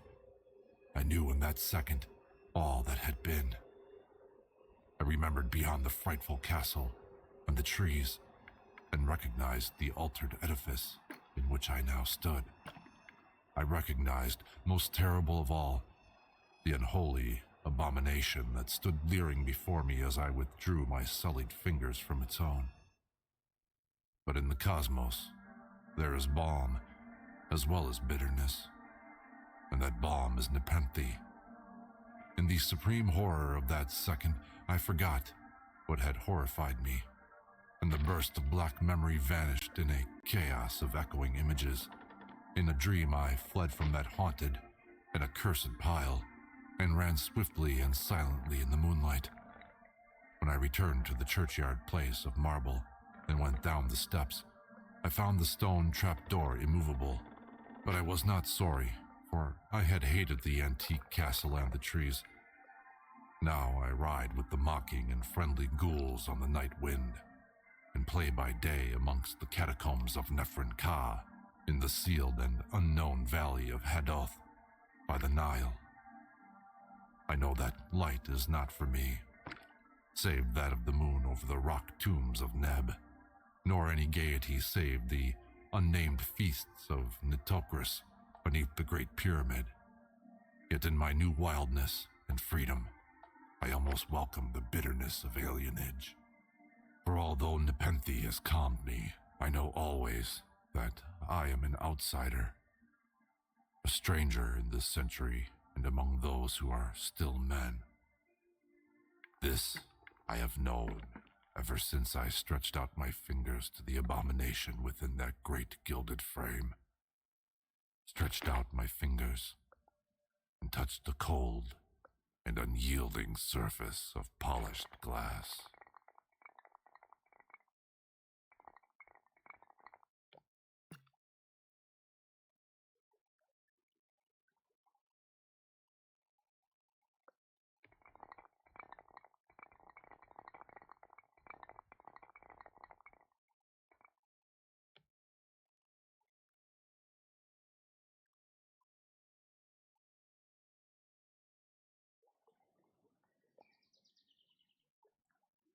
Dun, dun, dun.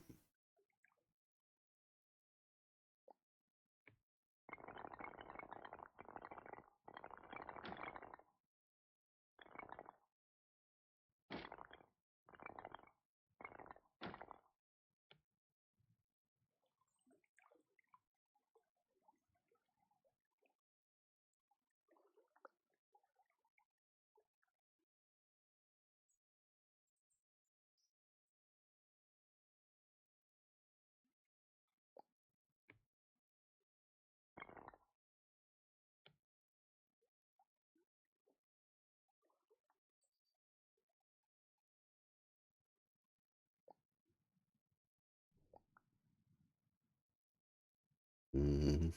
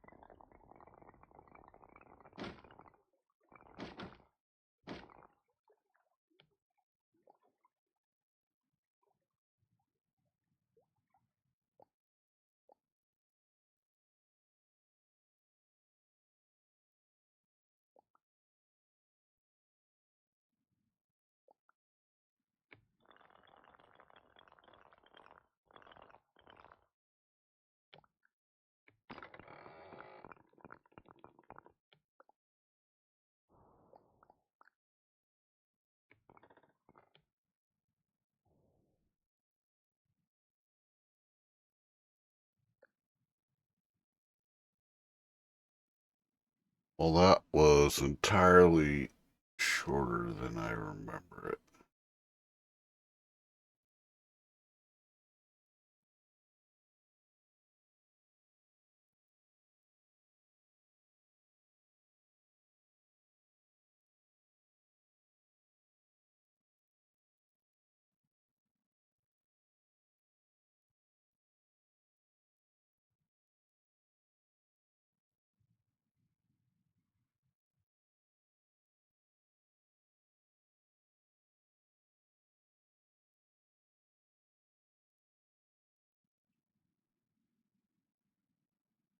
Hmm.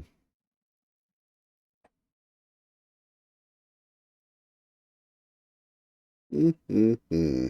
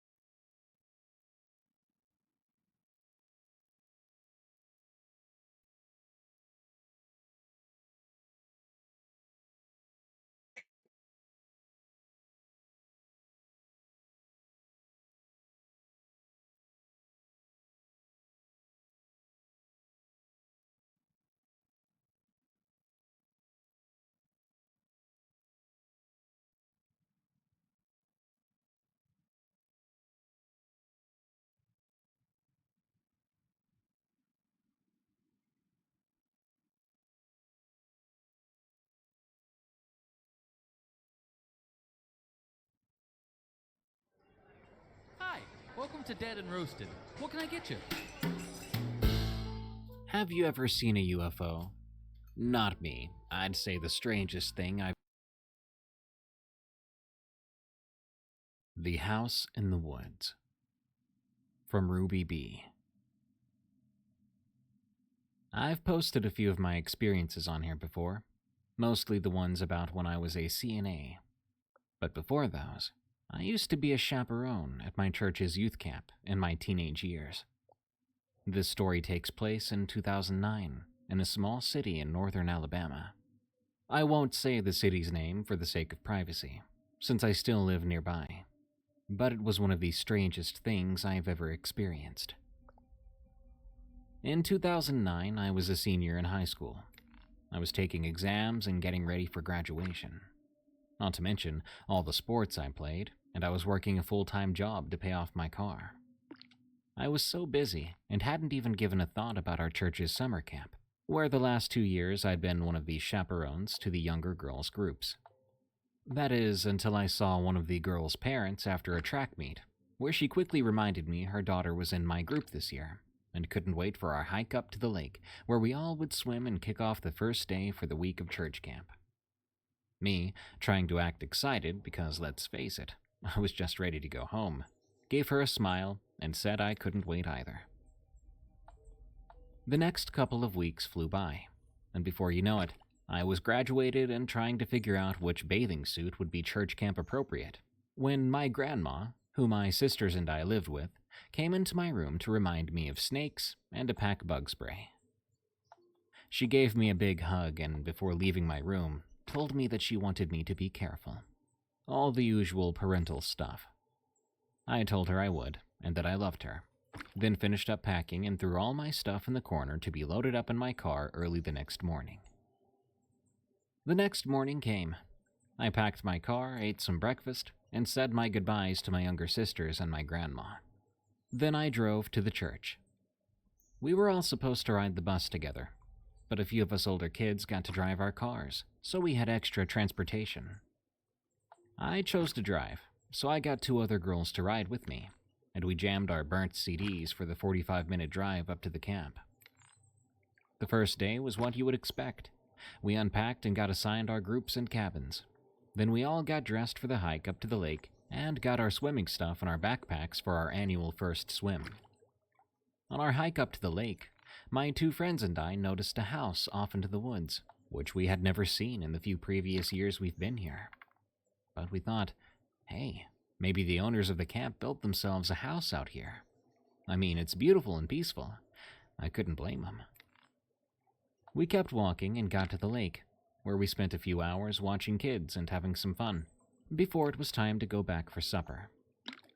We wrangled the kids together and one girl walked in front, one in the middle of the group, while I followed behind to keep the kids from trying to stray off or getting lost. We walked by where the house had been just a few hours ago, and now it was gone. All 3 of us looked at each other, thinking, are we lost? But no, the trail was marked, and we'd been doing this for years, so we knew exactly where we were. Once back at camp, while the kids ate and we made our plates, we asked the 3 guys our age who were there to watch after the boys if they had seen the house themselves, or if they knew anything about it. None of them knew what we were even talking about, and the oldest boy suggested a few of us go out after dark and check things out. It was the oldest boy, Adam, me, and one of the girls who had been with me earlier, named Sarah. The others chose to stay and watch the kids, and would take their turn to go check it out the following night. After we got all the kids to bed, the 3 of us made sure we hadn't been spotted by any adults, and took off with flashlights and our cell phones. We hiked up to the spot, and sure enough, the house was back.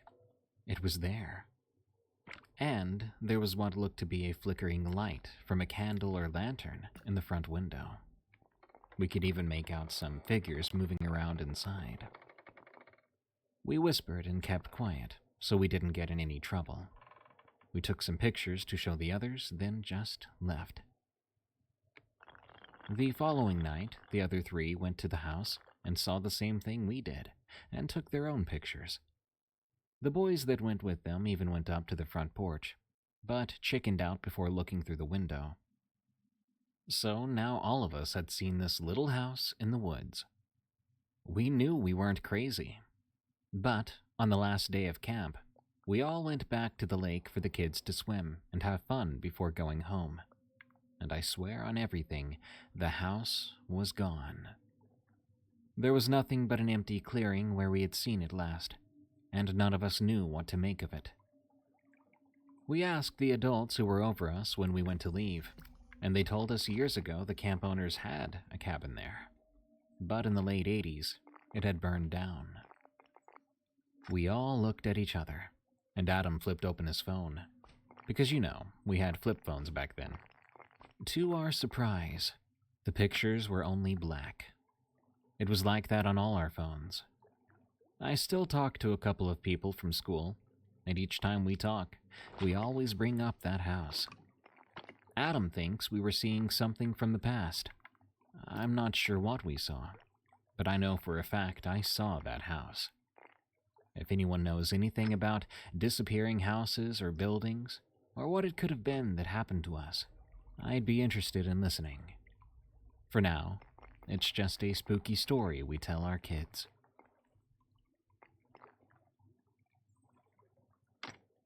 The worst birthday of my life.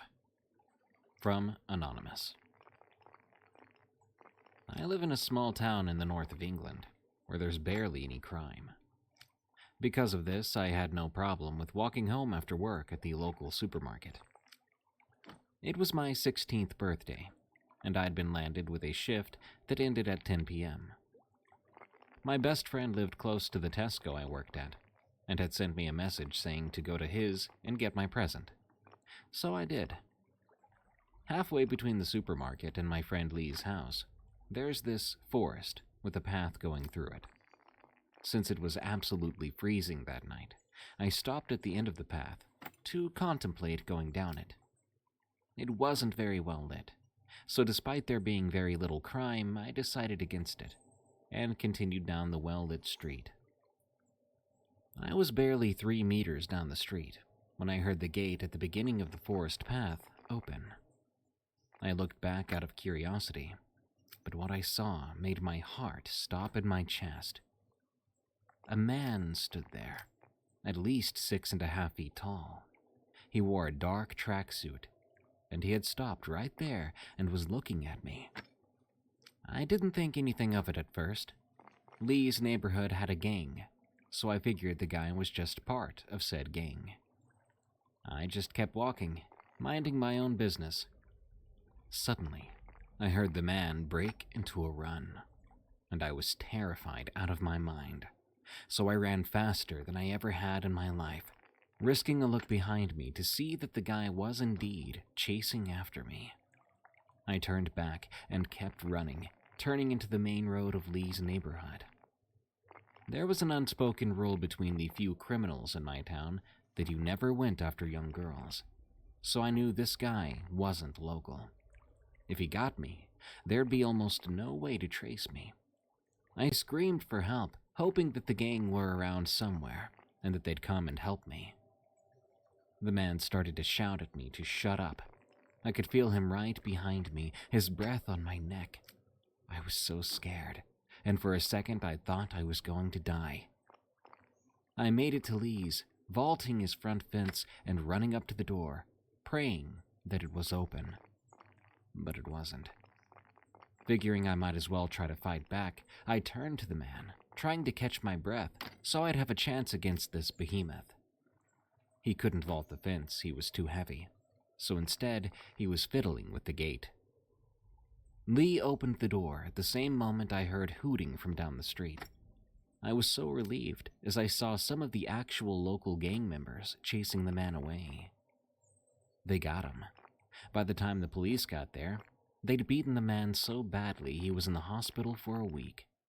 Turns out he was a known child assaulter from down south, and just a few days before, he had assaulted another young girl. To this day, every time I see the gang, I say thanks to them. I dread to think what would have happened if he'd made it to me, or if he'd escaped the gang and gone on to do it again. I never walked home from work again.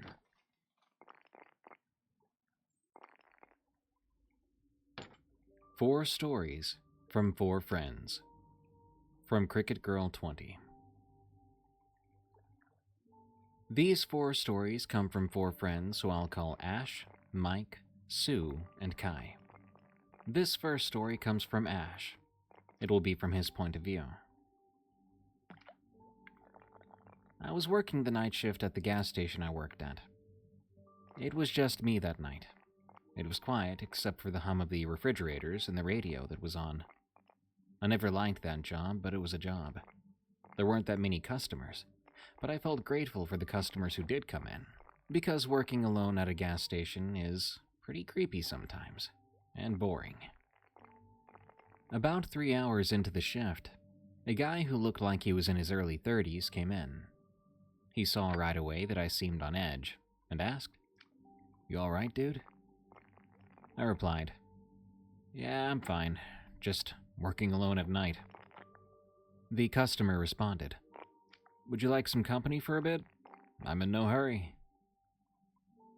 I took him up on the offer, and he bought some snacks and drinks. Then he sat at a stool that was in front of the counter. I'll refer to him as Jay. It felt better being around someone else. About an hour later, Jay went to the bathroom. About 5 seconds after he went in, another person walked in, and he seemed nervous. He grabbed a bag of chips and a bottle of soda. As I scanned his items, I saw that he had his hand behind his back. As I told him the price, Jay came back from the bathroom. and the other customer seemed surprised that there was someone else in the store. He removed his hand from his back and placed the money on the counter and said, "Keep the change." He then quickly walked out. That's when my new friend came up and said, "That guy had a hammer tucked in the back of his pants. I saw it. I think he might have been planning to rob this place." I felt my blood run cold. I never even saw the outline of the hammer under his shirt. For some reason, we didn't think about calling the cops, because the guy didn't really do anything. I said, "This job isn't worth the chance of getting injured or worse." So I placed the close sign on the door, locked up the gas station, and Jay gave me a ride home. I never called my boss, and I never went back. The gas station was shut down not too long afterwards. I'm still friends with Jay, and I'm thankful he stayed with me during that shift. He may have just saved my life. The next story comes from Mike. I was on my computer at home on a rainy night. I was recently hired on as a remote customer service representative, and my dog Kit was lying next to my desk. I was in the middle of helping a customer when Kit began to growl. Now, Kit is usually a calm dog, only barking or growling when he needs to, even though he's a German Shepherd Border Collie mix, and Border Collies are known to be some of the most vocal dogs. But Kit wasn't like that, so I was a bit worried that someone or something was outside. After I got done helping the customer, I went to the front door to make sure it was locked up, and did the same to the back door. I didn't see anything, but I was still freaked out. I clocked out and made myself some dinner, and I gave Kit some leftover pasta from 2 days back. While I was eating, Kit lifted his head and growled again. Then there was a knock at the front door. I slowly got up with Kit behind me, and I opened the inside door while keeping the screen door closed and locked. There was a man on my porch. He seemed happy that I'd opened the door, but once he saw that Kit was there, who was doing a low territorial growl, the smile faded from the man's face, and he said out loud, "Oh, you have a dog." I then noticed a person walking from the side of my house, and I instantly had a bad feeling. I asked, "Can I help you?" The man replied, "Can I come in and use your phone?" I heard a voice in my head, "Don't let him in, he's up to no good." So I told him, "No, I'm sorry, I don't let people I don't know into my house." Kit must have sensed I was scared, so he started to snarl, and the guy began to walk away. A car pulled up, and he got inside. I could see the outline of 2 other people in that car. I watched them as they drove away. I didn't call the cops because I wasn't sure what to say. A guy came to my door asking to use the phone, and my dog growled at him. I haven't seen those guys since, and I'm thankful Kit was vocal that night. The next story comes from Sue. I was dog sitting for my aunt. She was out of town at the time on a business trip. She asked me if I could watch her Doberman pinscher named Tater. Once I got to the house, my aunt was already gone, and Tater ran over to me. The day went by as usual. I followed the instructions my aunt had left, and as night fell, I was sitting on the couch with Tater. I was watching some scary movie when Tater suddenly jumped off the couch and ran towards the back door and started to growl. I followed him and saw that the doorknob was turning, as if someone was trying to open the door. That's when I recalled my aunt had a security system. So I went to the room with the CCTV and checked the camera that was by the back door. Sure enough, someone was trying to open it. They wore a mask and gloves, and once Tater began barking, the person ran off. I debated whether to call the police, and I did, but they weren't able to do much because the person was masked and gloved. When I called my aunt after everything was over, she said she'd be driving home the next day. I cuddled with Tater that night on the couch, telling him how much he was a good boy. After my aunt got home, she hugged me and Tater. And that's that. And now is Kai's story. This happened when I was riding my bike home from work one day. I was riding through a quiet neighborhood. I was lost in thought about something, so I didn't see the guy running towards me until his fist went right across my face. I fell from my bike, scraping my arms and knees really bad. When I looked up, I saw the guy riding away with my bike. I sat there asking myself, what just happened? A nice little old lady was driving by and asked if I needed a ride. I accepted and told her my story. When she dropped me off at home, I gave her $10 for gas and went inside. I cleaned myself up and reported it to the police. It was all so random and quick that someone can just come up, assault you, and take your things.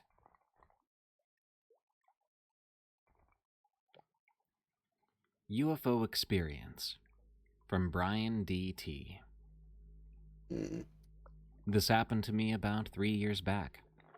I live in a college town in North Carolina and work at a pharmaceutical plant in town. I used to work 4 10-hour shifts Monday through Thursday, and it required me to be at work at 5 a.m. on those days. I've always been the type to give myself plenty of time to get ready, so I'd wake up at 3:30 a.m. to take my dog out and get ready for work. My street is a short road with just about 14 townhouses on it. It's not right in the city, but also not out in the desolate country. My routine at 3:30 a.m. was to take my dog about 150 yards down to the road that my street was off of, so he could use the bathroom and then come back. I did have a girlfriend at the time, but I lived alone.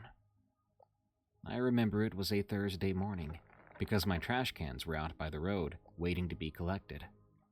I put my shoes on and walked out the door with my dog for his usual potty.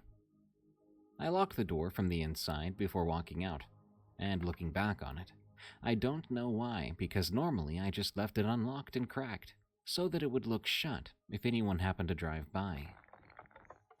As soon as the locked door shut and we stepped outside, I immediately got an odd feeling, almost as if someone was watching me. But I brushed it off, and my dog and I made our way down the driveway a few feet. I started to look around, and I quickly noticed something very odd. Between the townhouse directly across the street and the one to the left, there was something unrecognizable suspended in the air. It looked like 3 spheres, a little bigger than basketballs, overlapping each other. It looked like a Venn diagram, and the spheres were see-through. I had no earthly idea what I was looking at, but my initial thought was that I needed to take a picture of it. So with my dog's leash in one hand, I pulled my phone out with the other, and I was trying to access my camera on my phone. As I was doing that, something happened about 50 feet above the house directly across the street. It was as if someone flipped a light switch, and 4 bright lights appeared out of nowhere, revealing a black rectangular craft that I almost could have thrown a rock at and hit it. It did not make a single sound, and had no other features other than being black and having lights on the 4 corners of it. I dragged my dog back to the front door, fumbling with the keys to get back in, wondering why in the world I had locked the front door to begin with. I called my girlfriend, probably hysterical, as I peeked at this craft from my kitchen blinds. She thought someone had died and tried to keep me calm for about 10 minutes. I was peeking at the object every couple of seconds for about half an hour, until finally I went to look again, and it was gone. But the spheres were still between the houses across the street, and I knew in my mind that thing was still around, because the 2 objects had to be related in some way. I was on the threshold of being late for work, but wondering, was anyone else going to come outside this early and see this thing? Should I knock on my neighbor's door? Another half hour went by and I finally noticed both objects were gone. I never saw or heard it actually leave. It was barely starting to get light out, and I ran to my car and bolted out the driveway. I even clipped my trash can on the way out, not caring to stop and pick it up. Since then, I've never had a similar experience. But I am very sure of one thing. Whatever was out there was highly advanced and not of this world.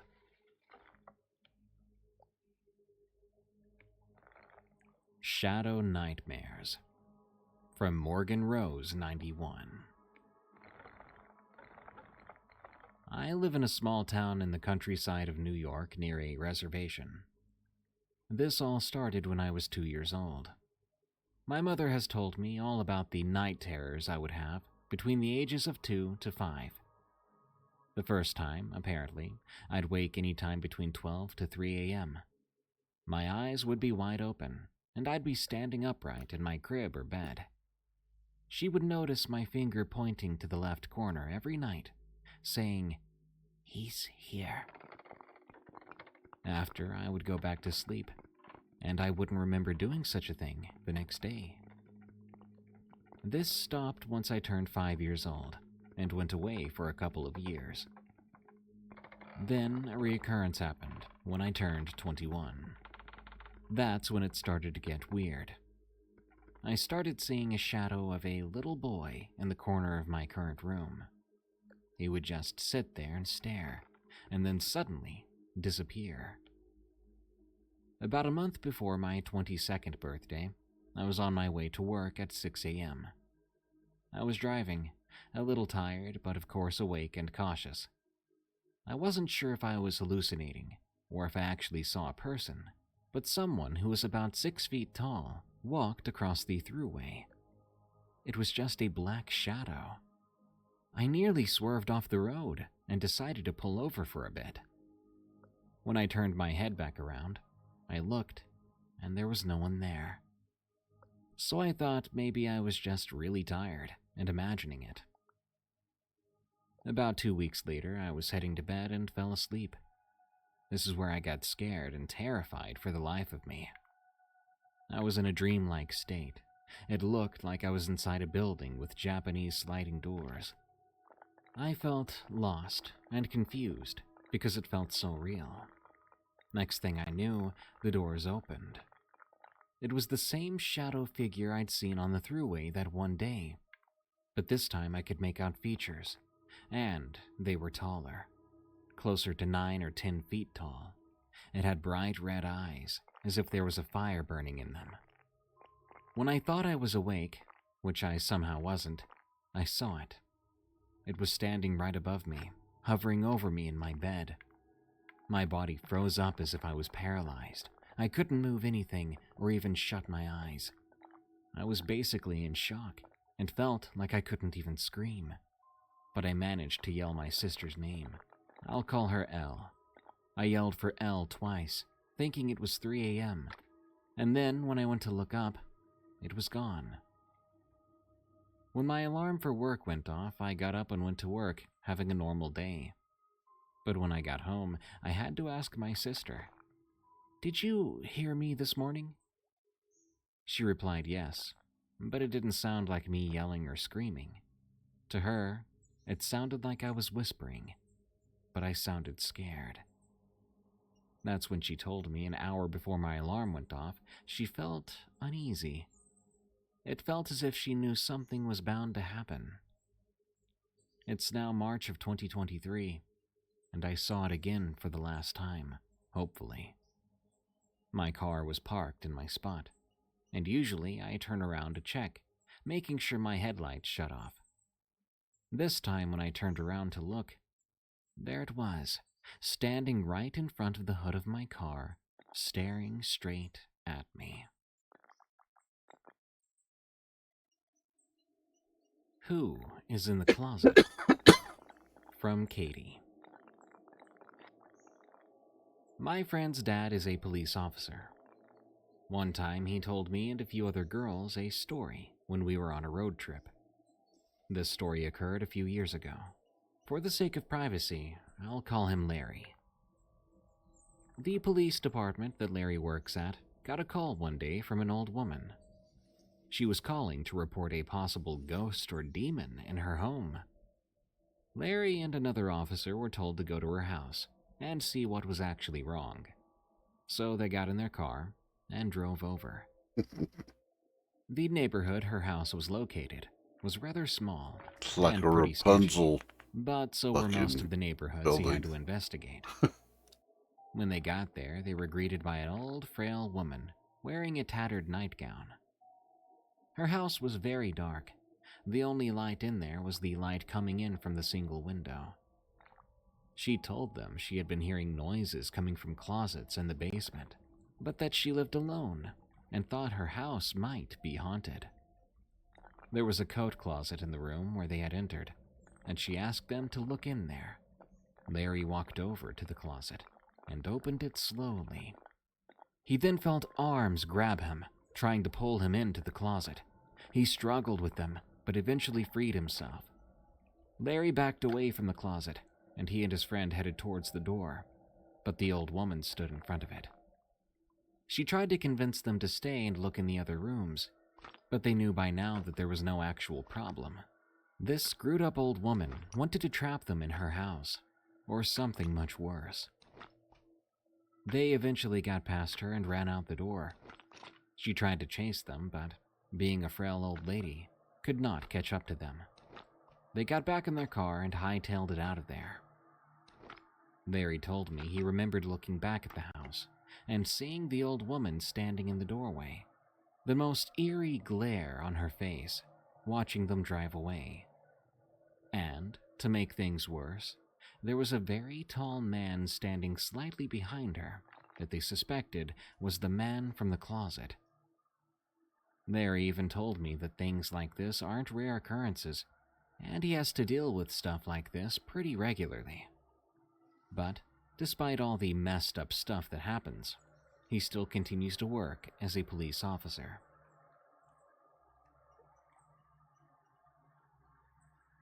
Street cleaner. From Subway Today. In '94, I was working as a street cleaner for the city of New York. It was a job I'd been doing for 3 years, always at night, 11 p.m. to 7 a.m., 5 nights a week. Now, the city's different at night, quieter in some ways and louder in others.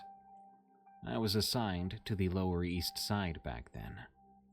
It was still pretty rough, not like the hipster paradise it is now. Lots of abandoned buildings, drug deals going down in the shadows. But I minded my own business. People generally left me alone. I had my route, my routine.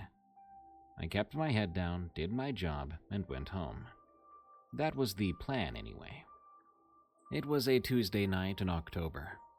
I remember because the weather had just started to turn cold, and I dug out my old work jacket for the first time that season. The zipper was busted, but it did the job. I'd started my shift as usual, working my way down to Essex Street. Nothing out of the ordinary. Some drunks stumbling out of bars, a couple of cats fighting over garbage, the usual. Around 2 a.m., I turned onto Orchard Street. That's when things started to get strange. First thing I noticed was the smell. Now, working this job, you do get used to all sorts of nasty odors. But this was different. It was like, I don't know. I would say like rotten eggs mixed with something metallic. It made my eyes water. I figured maybe a sewer line had burst or something along those lines. Wouldn't be the first time that happened. So I kept going, trying to breathe through my mouth. As I got further down the street, the smell got stronger. That's when I noticed how quiet it got. I mean, it was always pretty quiet at that hour, but this was different. No cars, no distant sirens, not even the hum of air conditioners. Just nothing. Completely unnatural. I remember feeling the hairs on the back of my neck stand up. Something wasn't right, but I couldn't put my finger on what.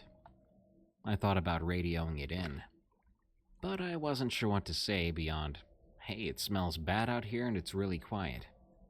They'd think I was goofing around. I kept going. My cart's wheels seemed extra loud in the silence, echoing off the buildings. I was about halfway down the block when I saw something.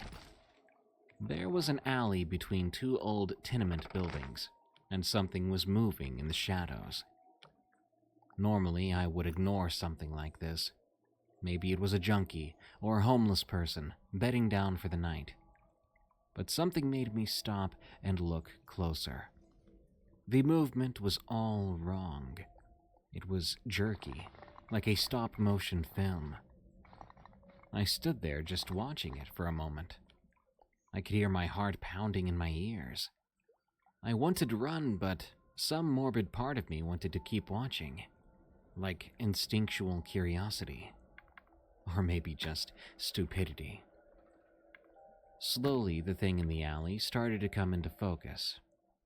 It was tall, 7 or 8 feet, and impossibly thin, arms hanging down past its knees, ending in long, spindly fingers, and its face looked as if someone had taken a human face and stretched it out like silly putty. It hung from its skull.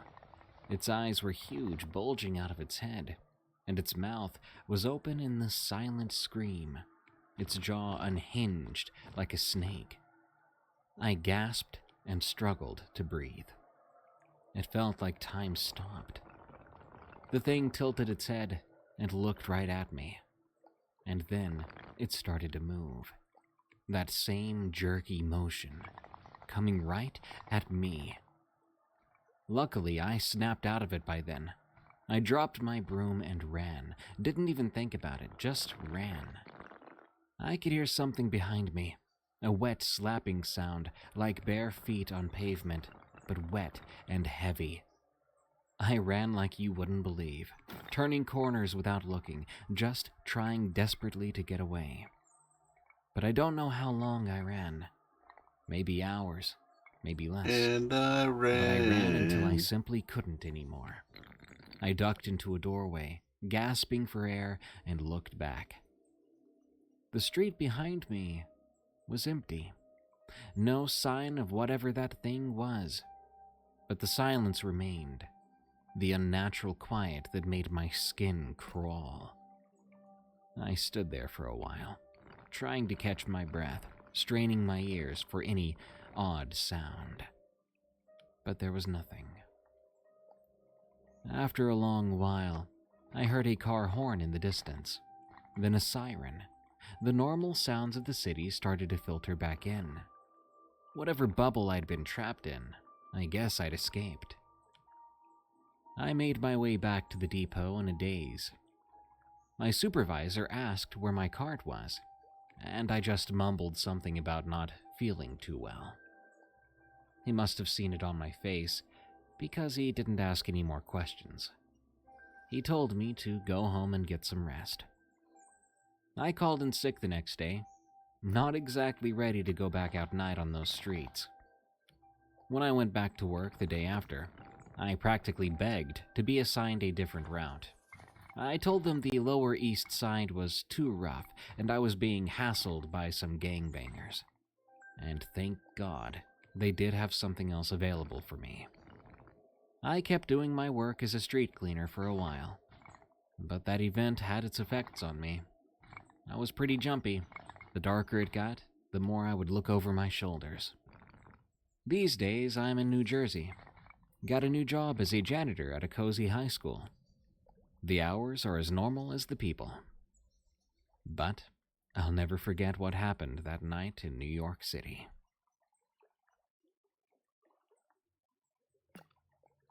Grandpa Joe's Disturbing Tale, from J.C. Braver. Grandpa Joe never talked much about the war. Most of what I knew came from old photos, and the occasional comment when he'd had a few too many beers. But there was one story he told me, just once, when I was about 12. We went camping in the Adirondacks back in the summer of 1998. On a cloudy night with no stars visible, we had just finished roasting marshmallows, and the fire was dying down to embers. Grandpa Joe was staring into the flames with a distant look in his eyes. And then he started to talk. "You know, Tommy," he said, his voice low. "There are things out there you can't explain. Things that make no sense." He paused, taking a swig from his flask. "I saw something like that in Nam. Never told anyone about it. Not even your grandma." I leaned in closer.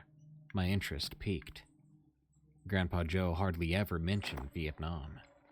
Why he had suddenly decided to open up, I had no idea, but I wasn't about to question it. "It was 1968, he continued. "I was with the 9th Infantry Division stationed down in the Mekong Delta. A nasty place. All mud and mosquitoes and Viet Cong hiding in the grass.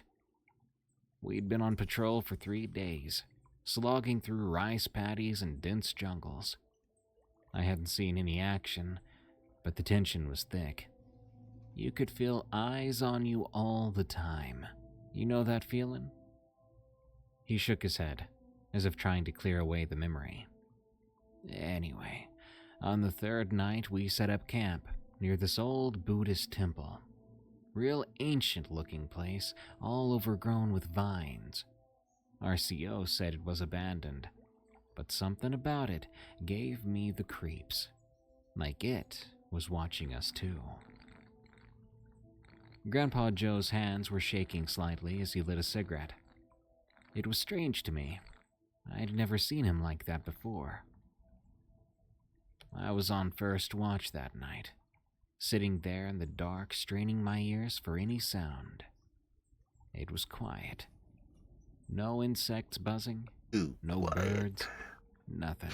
Too Just quiet dead for that silence. kind of night." Then around midnight, I heard it. A sort of chanting, low and rhythmic, coming from the direction of the temple. He took a long drag on his cigarette, the ember glowing bright in the dark. I thought maybe it was monks. The lieutenant had said the temple was empty, but what did he know for sure? So I woke up my bud Matthews, told him I was going to check it out. He thought I was crazy, but he agreed to cover for me. Grandpa Joe's eyes were distant now, like he was seeing something far beyond our little campsite. I made my way towards the temple, M16 at the ready. The chanting was getting louder, but I couldn't make out the words. Didn't sound like Vietnamese. It didn't sound like any language I'd ever heard. As I got closer, I saw a faint light coming from inside the temple, flickering like candles. He paused, taking another swig from his flask. I crept up to one of those windows, peered inside, and what I saw... Jesus, I still have nightmares about it. There were figures in there, maybe a dozen of them. They were dancing. I guess you'd call it that. They were moving in this slow, weird way, but I don't think they were human, Tommy. Their limbs were too long, and they bent in ways they shouldn't. And their faces... Grandpa Joe shuddered. Their faces were just wrong. Each of their features had been placed somewhere else, rearranged, eyes where the mouth should be, noses twisted sideways.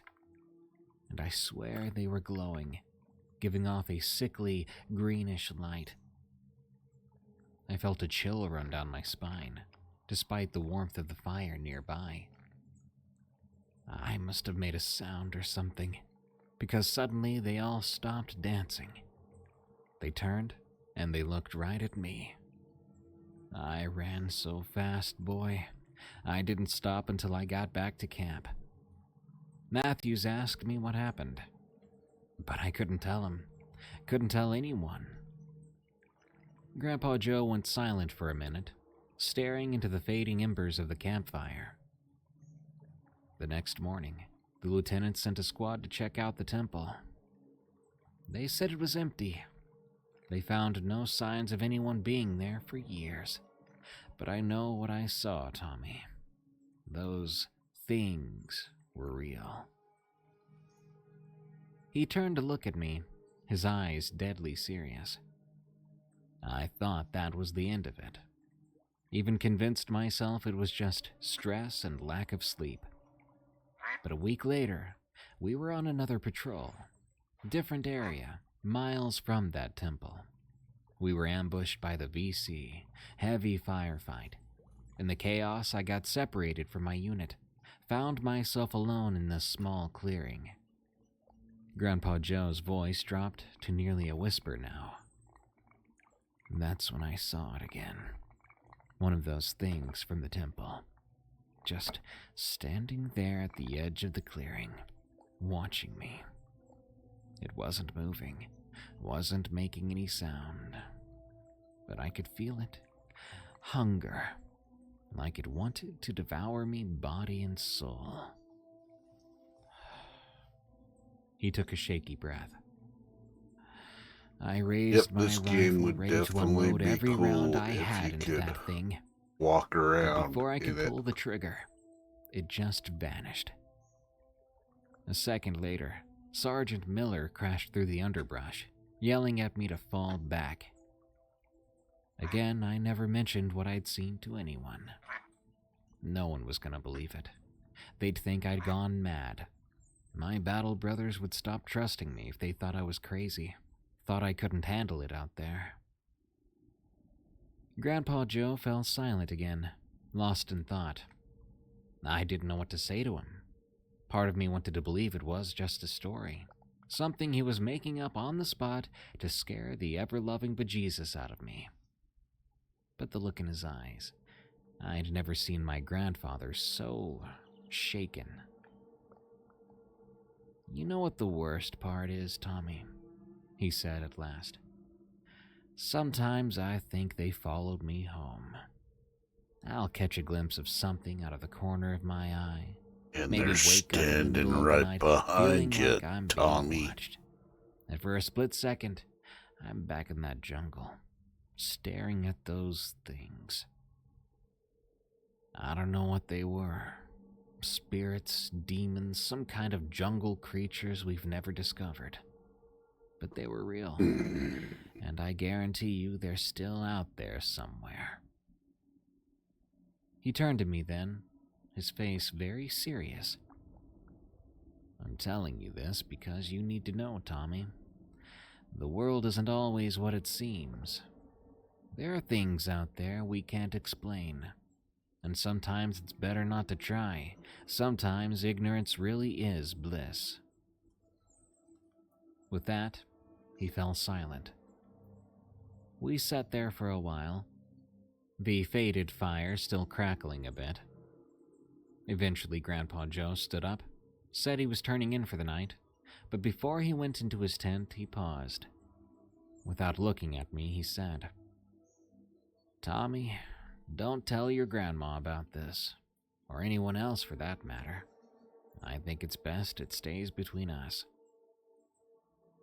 With that, he'd gone in his tent, leaving me alone with the embers and my thoughts. I didn't sleep much that night. I kept imagining shapes moving in the dark beyond the campsite. Every rustle of leaves or a snap of a twig made me jump. I would tell myself it was just animals or the wind, but Grandpa Joe's story really got me. The next morning, Grandpa Joe acted like nothing had happened. We packed up the camp, drove home, and never spoke about the details of that night again. But I never did forget the story, which is why I'm writing it here right now. Years later, Grandpa Joe passed away when I was in college. He had a heart attack, according to the doctors. But at the funeral, I overheard one of his old war buddies talking. Said Joe had called him the night before, rambling on about seeing things in the dark. And my mind went right back to this story. I wonder how much of it was true.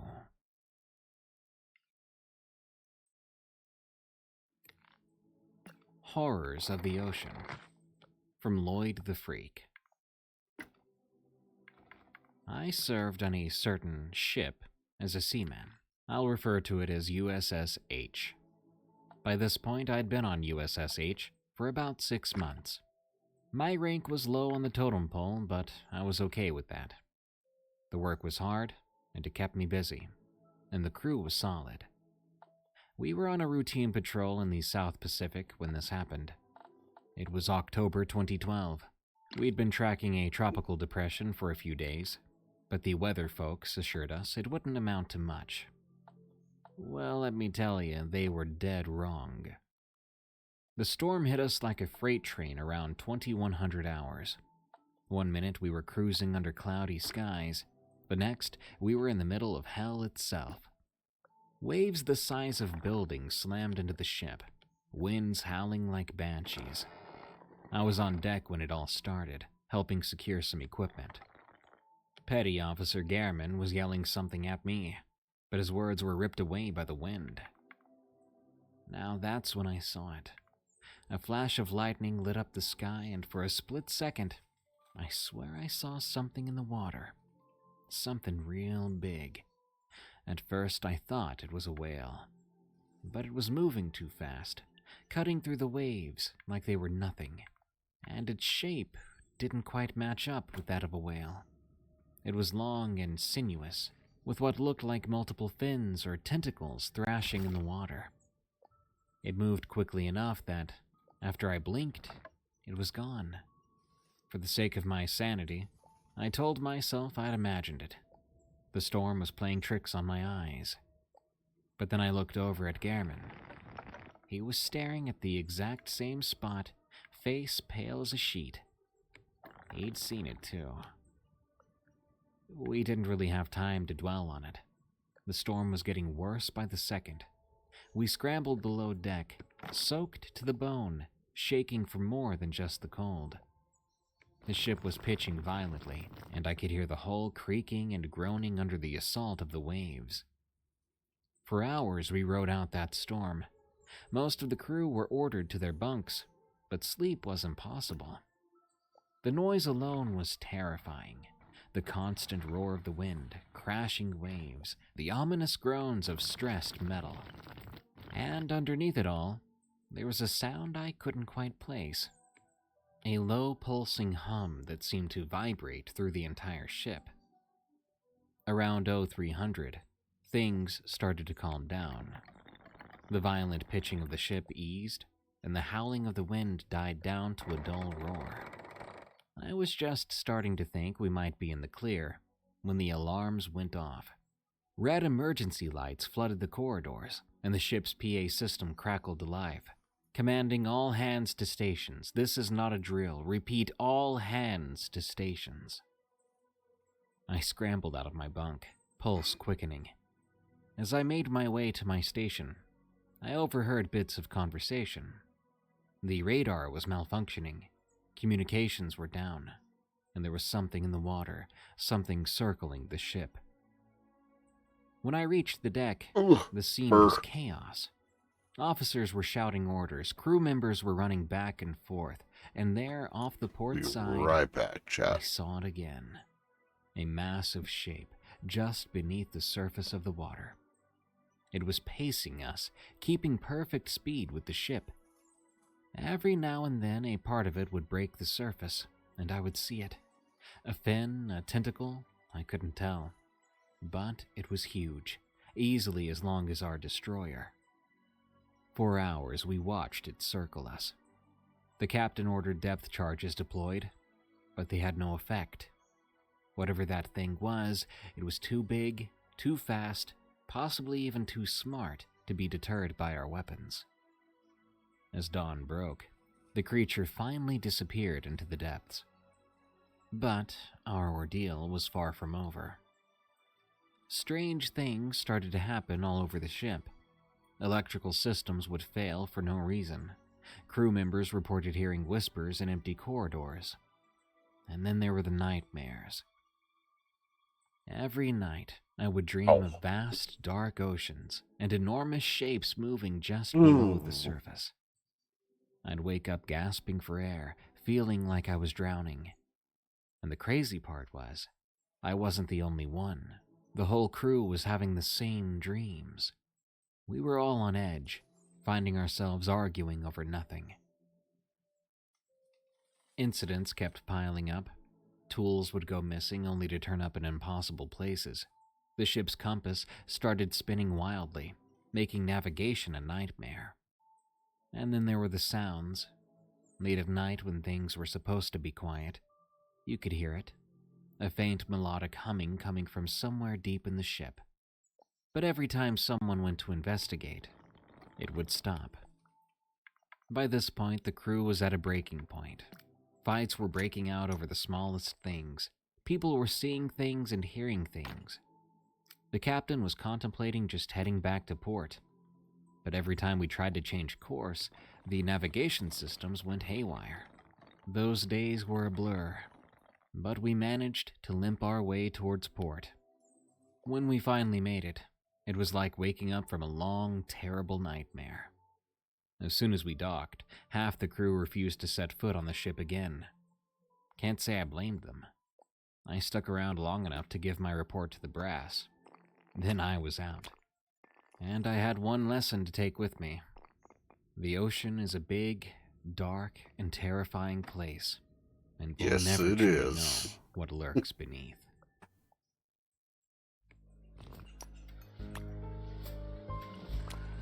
Thanks for tuning in to Tales from the Break Room, the home of the scariest true work story.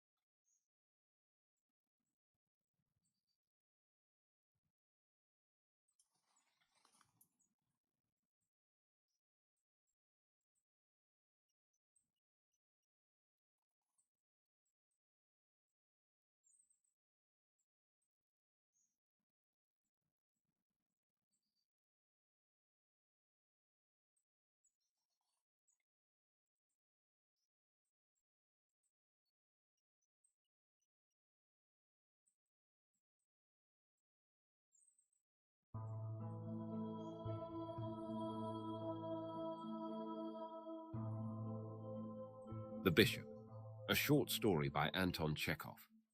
1. The evening service was being celebrated on the eve of Palm Sunday in the old Petrovsky convent. When they began distributing the palm, it was close upon 10 o'clock. The candles were burning dimly. The wicks wanted snuffing. It was all in a sort of mist. In the twilight of the church, the crowd seemed heaving like the sea, and to Bishop Pyotr, who had been unwell for the last 3 days, it seemed that all the faces, old and young, men's and women's, were alike, that everyone who came up for the palm had the same expression in his eyes. In the mist, he could not see the doors. The crowd kept moving and looked as though there were no end to it. The female choir was singing, a nun was reading the prayers for the day. How stifling, how hot it was, how long the service went on. Bishop Pyotr was tired. His breathing was labored and rapid, his throat was parched, his shoulders ached with weariness, his legs were trembling, and it disturbed him unpleasantly when a religious maniac uttered occasional shrieks in the gallery. And then, all of a sudden, as though in a dream or delirium, it seemed to the bishop as though his own mother, Marya Timofyevna, whom he had not seen for 9 years, or some old woman just like his mother, came up to him out of the crowd, and after taking a palm branch from him, walked away looking at him all the while good-humouredly with a kind, joyful smile until she was lost in the crowd. And for some reason, tears flowed down his face. There was peace in his heart. Everything was well.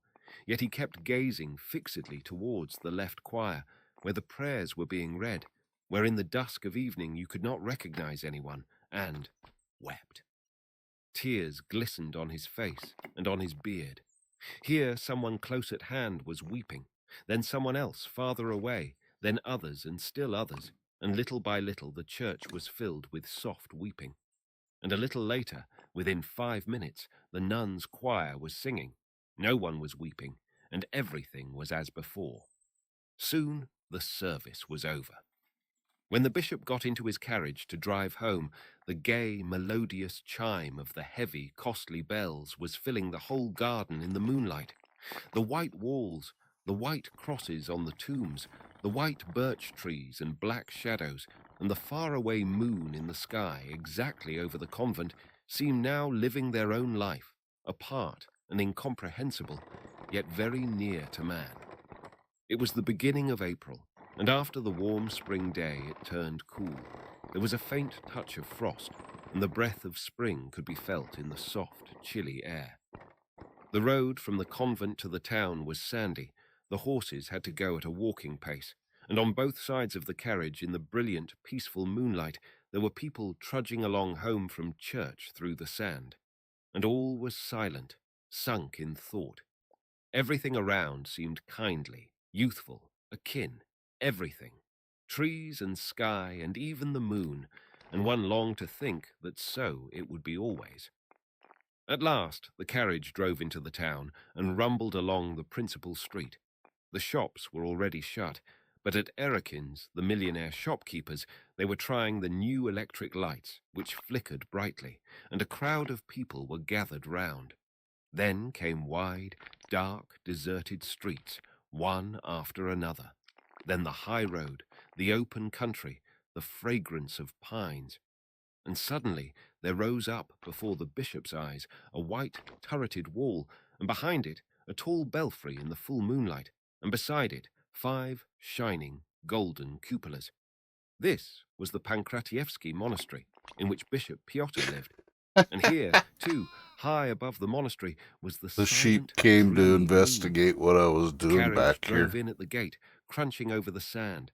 Here That's and my there in the good little moonlight, sheepy. there were glimpses of dark monastic figures, and there was the sound of footsteps on the flagstones.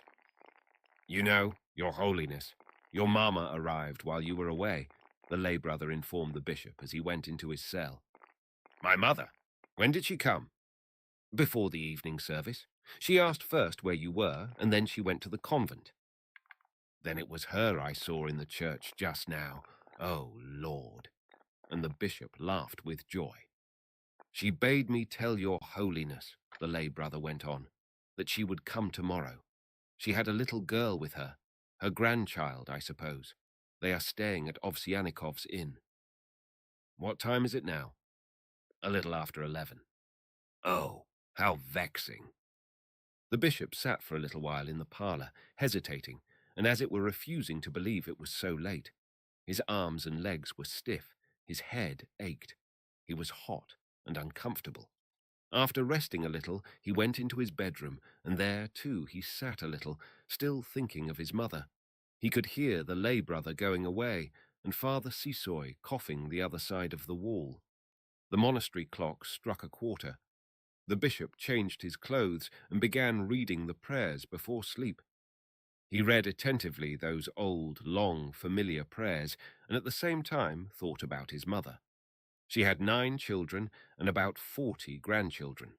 At one time she had lived with her husband, the deacon, in a poor village. She had lived there a very long time, from the age of 17 to 60.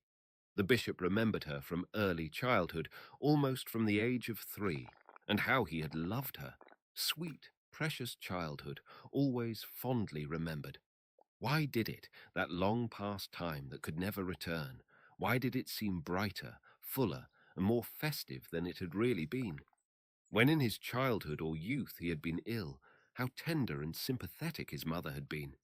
And now his prayers mingled with the memories, which gleamed more and more brightly like a flame, and the prayers did not hinder his thinking of his mother. When he had finished his prayers, he undressed and lay down, and at once, as soon as it was dark, there rose before his mind his dead father, his mother, his native village Lesopoli, the creak of wheels, the bleat of sheep, the church bells on bright summer mornings, the gypsies under the window, Oh, how sweet to think of it. He remembered the priest of Lesopoli, Father Simeon, mild, gentle, kindly. He was a lean little man, while his son, a divinity student, was a huge fellow and talked in a roaring bass voice. The priest's son had flown into a rage with the cook and abused her. Ah, you Jehud's ass. And Father Simeon, overhearing it, said not a word, and was only ashamed because he could not remember where such an ass was mentioned in the Bible.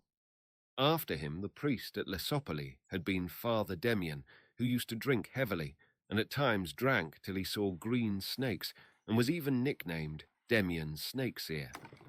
The schoolmaster at Lesopoli was Matvei Nikolaich, who had been a divinity student, a kind and intelligent man, but he too was a drunkard. He never beat the school children, but for some reason he always had hanging on his wall a bunch of birch twigs, and below it an utterly meaningless inscription in Latin, Betula Kinderbalsamica Secuta. He had a shaggy black dog whom he called Syntax, and His Holiness laughed. 6 miles from Lesopoli was the village Obnino with a wonder-working icon.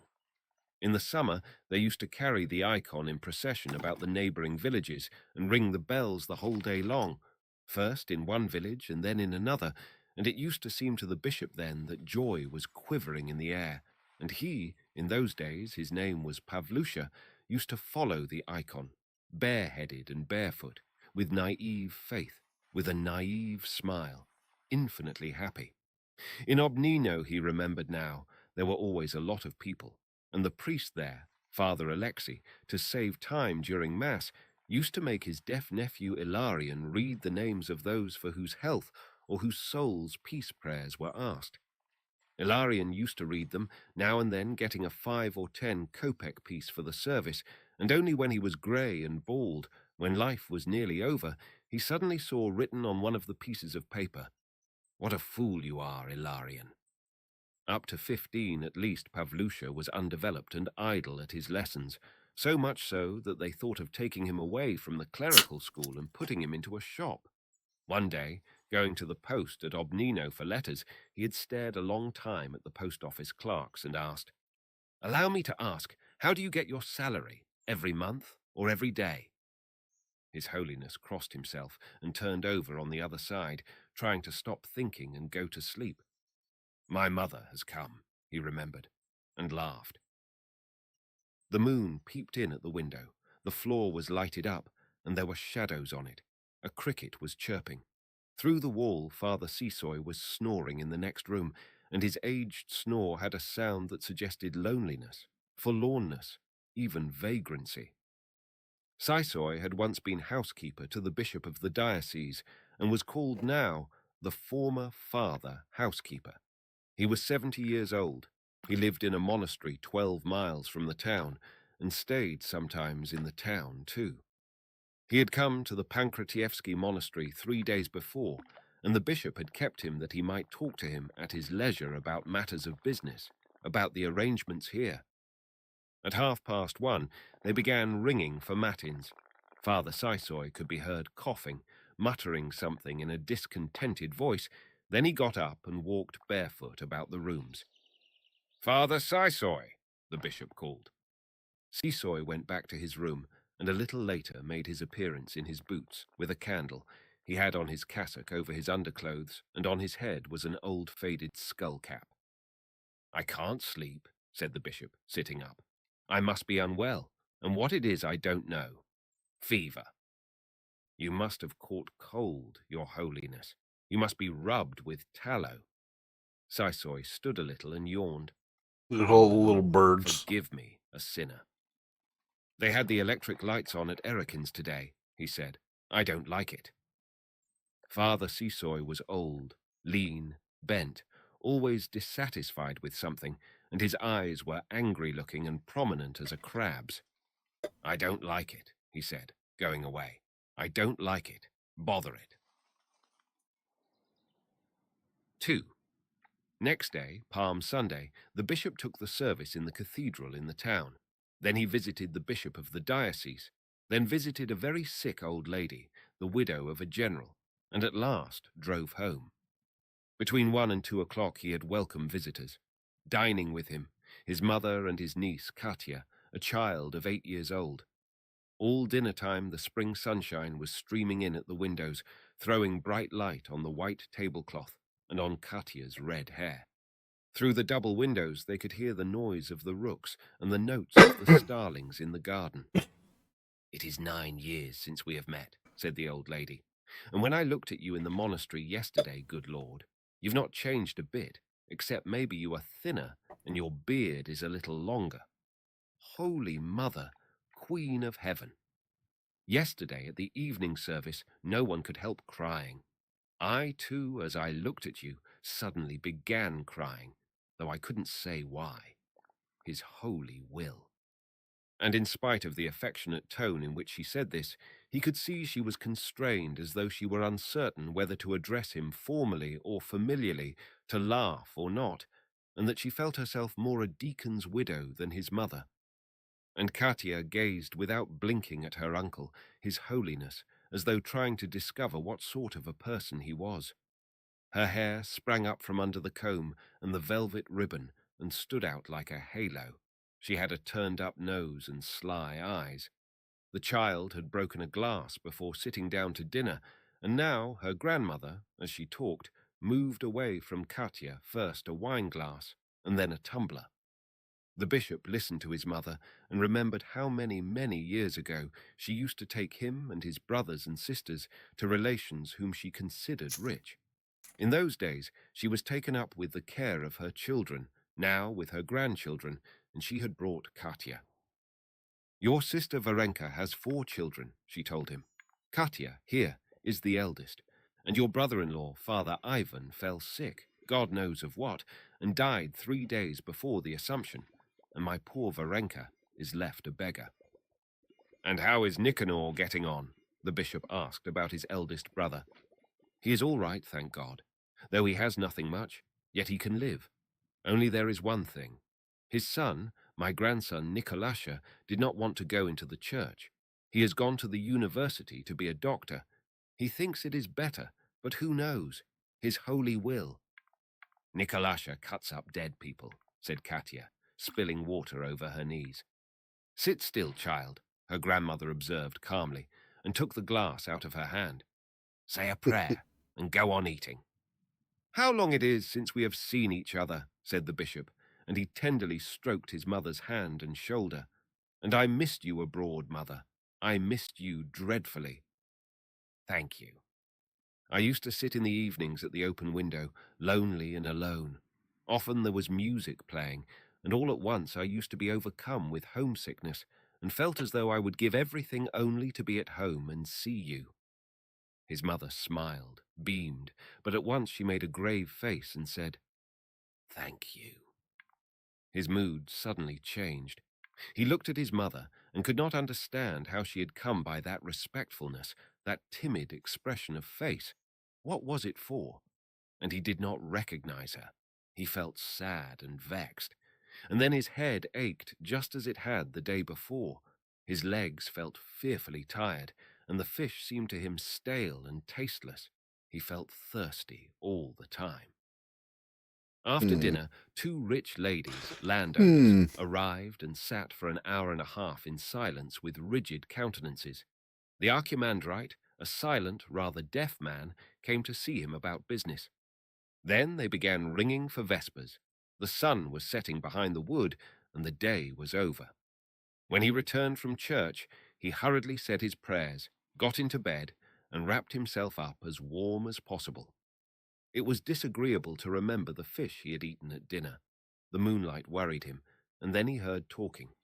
In an adjoining room, probably in the parlor, Father Saisoy was talking politics. "There's war among the Japanese now. They are fighting. The Japanese, my good soul, are the same as the Montenegrins. They are the same race. They were under the Turkish yoke together." And then he heard the voice of Maria Timofyevna. "So, having said our prayers and drunk tea, we went, you know, to Father Yegor at Novokatnoye. So," and she kept on saying, "having had tea," or "having drunk tea," and it seemed as though the only thing she had done in her life was to drink tea. The bishop slowly, languidly recalled the seminary, the academy. For 3 years he had been Greek teacher in the seminary. By that time he could not read without spectacles. Then he had become a monk. He had been made a school inspector. Then he had defended his thesis for his degree. When he was 32, he had been made rector of the seminary and consecrated archimandrite. And then his life had been so easy, so pleasant. It seemed so long, no end was in sight. Then he had begun to be ill, had grown very thin and almost blind, and by the advice of the doctors had to give up everything and go abroad. And what then? Asked Sisoy in the next room. Then we drank tea, answered Maria Timofyevna. Good gracious, you've got a green beard, said Katya suddenly in surprise, and she laughed. The bishop remembered that the grey-headed Father Sisoy's beard really had a shade of green in it, and he laughed. God have mercy upon us, what we have to put up with this girl, said Sisoy aloud, getting angry. Spoilt child, sit quiet. The bishop remembered the perfectly new white church in which he had conducted the services while living abroad. He remembered the sound of the warm sea. In his flat, he had 5 lofty light rooms. In his study, he had a new writing table, lots of books. He had read a great deal and often written, and he remembered how he had pined for his native land, how a blind beggar woman had played the guitar under his window every day and sung of love, and how, as he listened, he had always, for some reason, thought of the past. But 8 years had passed, and he had been called back to Russia, and now he was a suffragan bishop, and all the past had retreated far away into the mist as though it were a dream. Father Sisoy came into the bedroom with a candle. I say, he said, wondering, are you asleep already, Your Holiness? What is it? Why, it's still early, 10 o'clock or less. I bought a candle today. I wanted to rub you with tallow. I am in a fever, said the bishop, and he sat up. I really ought to have something. My head is bad. Sisoy took off the bishop's shirt and began rubbing his chest and back with tallow. That's the way,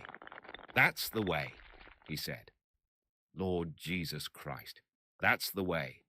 I walked to the town today. I was at what's-his-name's, the chief priest Sidonsky's. I had tea with him. I don't like him.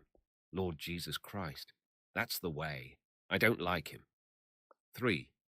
The bishop of the diocese, a very fat old man, was ill with rheumatism or gout and had been in bed for over a month. Bishop Pyotr went to see him almost every day and saw all who came to ask his help. And now that he was unwell, he was struck by the emptiness, the triviality of everything which they asked and for which they wept. He was vexed at their ignorance, their timidity, and all this useless, petty business oppressed him by the mass of it, and it seemed to him that now he understood the diocesan bishop, who had once in his young days written on the doctrines of the freedom of the will, and now seemed to be all lost in trivialities, to have forgotten everything, and to have no thoughts of religion. The bishop must have lost touch with Russian life while he was abroad. He did not find it easy. The peasants seemed to him coarse, the women who sought his help dull and stupid, the seminarists and their teachers uncultivated and at times savage. And the documents coming in and going out were reckoned by tens of thousands. And what documents they were! The higher clergy in the whole diocese gave the priests, young and old, and even their wives and children, marks for their behavior, a 5, a 4, and sometimes even a 3. And about this he had to talk and to read and write serious reports. And there was positively not 1 minute to spare. His soul was troubled all day long, and the bishop was only at peace when he was in church. He could not get used, either, to the awe which, through no wish of his own, he inspired in people in spite of his quiet, modest disposition. All the people in the province seemed to him little, scared, and guilty when he looked at them. Everyone was timid in his presence, even the old chief priests. Everyone flocked at his feet, and not long previously an old lady, a village priest's wife who had come to consult him, was so overcome by awe that she could not utter a single word and went empty away. And he, who could never in his sermons bring himself to speak ill of people, never reproached anyone because he was so sorry for them, was moved to fury with the people who came to consult him, lost his temper, and flung their petitions on the floor. The whole time he had been here, not one person had spoken to him genuinely, simply as to a human being. Even his old mother seemed now not the same. And why, he wondered, did she chatter away to Sisoy and laugh so much, while with him, her son, she was grave and usually silent and constrained, which did not suit her at all. The only person who behaved freely with him and said what he meant was old Sisoy, who had spent his whole life in the presence of bishops and had outlived 11 of them. And so the bishop was at ease with him, although, of course, he was a tedious and nonsensical man. After the service on Tuesday, His Holiness Pyotr was in the diocesan bishop's house receiving petitions there. He got excited and angry and then drove home. He was as unwell as before.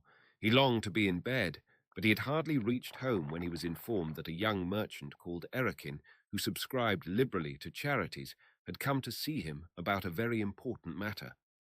The bishop had to see him. Erikin stayed about an hour, talked very loud, almost shouted, and it was difficult to understand what he said. "God grant it may," he said as he went away. "Most essential. According to circumstances, Your Holiness, I trust it may." After him came the Mother Superior from a distant convent, and when she had gone, they began ringing for vespers. He had to go to church. In the evening, the monks sang harmoniously, with inspiration. A young priest with a black beard conducted the service, and the bishop, hearing of the bridegroom who comes at midnight and of the heavenly mansion adorned for the festival, felt no repentance for his sins, no tribulation, but peace at heart and tranquility. And he was carried back in thought to the distant past, to his childhood and youth, when, too, they used to sing of the bridegroom and of the heavenly mansion, and now that past rose up before him, living, fair and joyful as in all likelihood it never had been. And perhaps in the other world, in the life to come, we shall think of the distant past, of our life here, with the same feeling. Who knows? The bishop was sitting near the altar. It was dark. Tears flowed down his face. He thought that here he had attained everything a man in his position could attain. He had faith, and yet everything was not clear. Something was lacking still. He did not want to die, and he still felt that he had missed what was most important, something of which he had dimly dreamed in the past, and he was troubled by the same hopes for the future as he had felt in childhood, at the academy and abroad. "How well they sing today," he thought, listening to the singing. "How nice it is." 4. On Thursday he celebrated Mass in the cathedral. It was the washing of feet. When the service was over and the people were going home, it was sunny, warm. The water gurgled in the gutters, and the unceasing trilling of the larks, tender, telling of peace, rose from the fields outside the town. The trees were already awakening and smiling a welcome, while above them the infinite, fathomless blue sky stretched into the distance, God knows whither. On reaching home, His Holiness drank some tea, then changed his clothes, lay down on his bed, and told the lay brother to close the shutters on the windows. The bedroom was darkened. But what weariness, what pain in his legs and his back, a chill, heavy pain, what a noise in his ears. He had not slept for a long time, for a very long time, as it seemed to him now, and some trifling detail which haunted his brain as soon as his eyes were closed prevented him from sleeping. As on the day before, sounds reached him from the adjoining rooms through the walls, voices, the jingle of glasses and teaspoons. Maria Timofyevna was gaily telling Father Sisoy some story with quaint turns of speech, while the latter answered in a grumpy, ill-humoured voice. Bother them. Not likely. What next? and the bishop again felt vexed and then hurt that with other people his old mother behaved in a simple, ordinary way. While with him, her son, she was shy, spoke little, Okay, I and did thought not this say what she was meant, and something even else, as he but that's could be to sleep.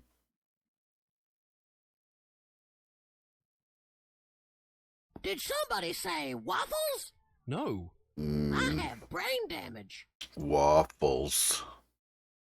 Waffles. Waffles sound good. Waffles always sound good.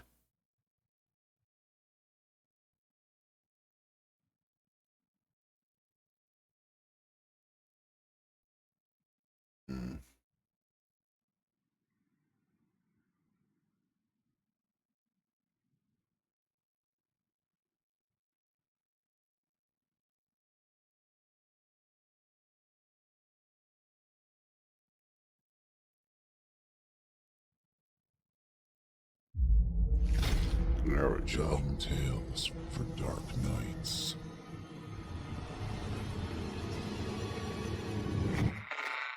Want to make sure you never miss a Chilling Tales for Dark Nights video again?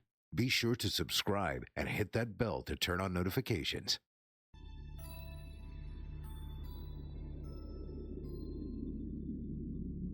I had been on the road for over 5 hours before I finally decided Waffles to pull with over lots to of take a butter piss. and I was making good time, but I maple couldn't wait syrup any on longer. it with My bacon bladder and was eggs. full of Monster, along with other assorted caffeinated beverages, and the bastard was screaming at me to release the pressure. At that point in my travels, I was in between major highways, and I wasn't sure when I would come across another gas station or bathroom of any kind. No big deal, I figured. Urinating on the side of the road would work. Macadamia Nature would have to be butter my bathroom. is amazing too. Luckily, it was in the middle of the night, and traffic had been non-existent for some time. I would have hated for a cop I could do without the coconut. and catch me dangling in the wind. I quickly swung my car into the first dirt pull-off I came across and slammed it into park. I left the motor running as I opened the door and jumped out from the vehicle. There wasn't much light in the middle of nowhere, and I would need my car's headlights to see. Ain't nothing more dangerous than pissing in the dark. You never know what might hit when you can't see shit. You might even hit yourself by accident. And I wasn't trying to smell like piss the rest of the way. I guess I could have changed into one of the other pairs of my jeans I had stuffed into my back of my car, if need be, but why take the unnecessary risk? A blast of icy air struck me as I got out of the car and immediately made my bladder scream even louder. No. It hadn't been screaming at that point. The bastard had been howling. Like a cold dog howling at the moon. Jogging to the other side of my car, I swiftly unzipped my jeans and ignored the full-body shiver that hit me when I exposed myself to the cold night. The mixture of warm piss and cold air caused me to feel contradicting sensations in my nether regions. I closed my eyes and I let out a sigh of relief as my bladder began to empty. Once I was finished and tucked away, I didn't at once rush back to the warmth of my car. The chill wasn't bothering me as much as I decided to take a moment to enjoy the peaceful quiet of the night. I peered down from the top of a steep embankment and out over a dark valley. Filling the valley was thick forest that appeared to stretch on for a few miles. Where I stood, I couldn't see any lights, not from houses or businesses or other possible forms of civilization. I was in no man's land, or at least I would have eventually been until I eventually met up with State Route 33, a 4-lane highway that would take me the rest of the way. also didn't seem to be a whole lot of movement or normal sounds coming from the trees either, except for a low serenade from a far-off owl. You try to make a bell tower? Maybe since an inch or two of snow covered everything, the forest animals had decided to chill out for the night. Except for that single owl, who just kept singing on and on. It had been snowing most of the day and into the night until finally stopping about a half hour before. Thankfully, it had been the light, fluffy stuff that doesn't stick well to the roads. If it had been that heavy, slushy shit, then it would have slowed me down and pissed me off. I always hated snow, but for some reason I've always lived in places that get a shit ton of it every winter. With everything around me being still and tranquil, it helped to temporarily calm my constantly racing mind, which had been a welcome change. I had done nothing but hurry for the prior few days, and it was nice to just stop for a minute to breathe. My marriage had fallen apart, to put it mildly. To put it honestly, my marriage had exploded like the fucking time bomb it had always been. 4 years of building pressure, like piss in a bladder, until it finally went boom. I let her have whatever she wanted, because I just didn't care. There hadn't been much to fight over anyway. We didn't own a house or have kids, thank God. We had a tiny, ugly dog, but that had always been her baby, not mine. I hated that dog. In the end, I managed to walk away from the devastation with what I could fit in my car. And having your entire life fit into a blue Chevy Impala can put things into perspective. Let me tell you. When I was 18, like most naive assholes, I couldn't have run away from home fast enough. I had dreams to chase, mistakes to make, and a crazy bitch to marry. But when the dust settled on my marriage, that was where I was headed back to home. My real home. And I couldn't get back to my parents and the town I grew up in fast enough. As I continued to peer into the distance, I could see the black outline of the Appalachian Mountains standing tall on the horizon, barely visible against the night sky. Black on black, as a way of blending together. With the mountains in my sights, I knew that my destination was only a few more hours away. A pair of headlights suddenly pulled me from my thoughts. 2 bright orbs coming down the stretch of road I was standing beside. They were headed in the direction I had been coming from. Damn. The vehicle's high beams momentarily blinded me, but I threw both of my hands up real quick. I was able to partially block out the bright light until it shifted away from my eyes and I could see again. When the headlights from my own car fell across this new arrival, I could tell that it was a car smaller than my Chevy. A compact.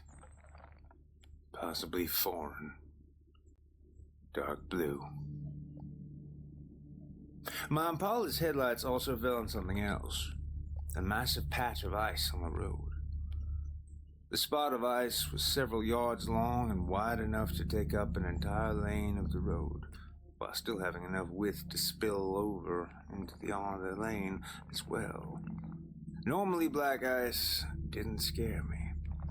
It wasn't the evil villain some people make it out to be.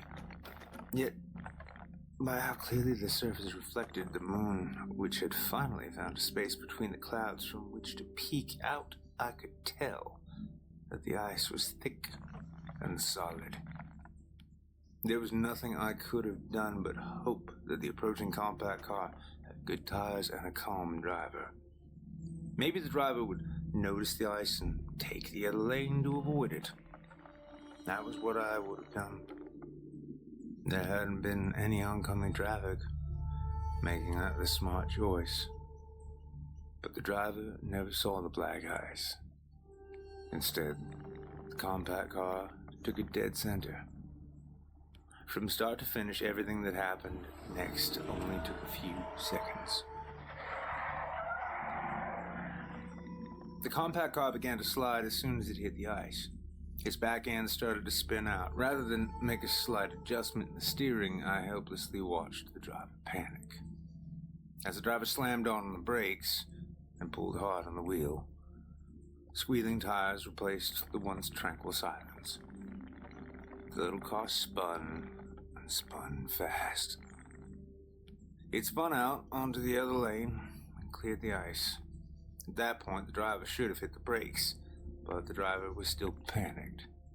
I could hear the car's engine rev as the driver stomped hard on the gas.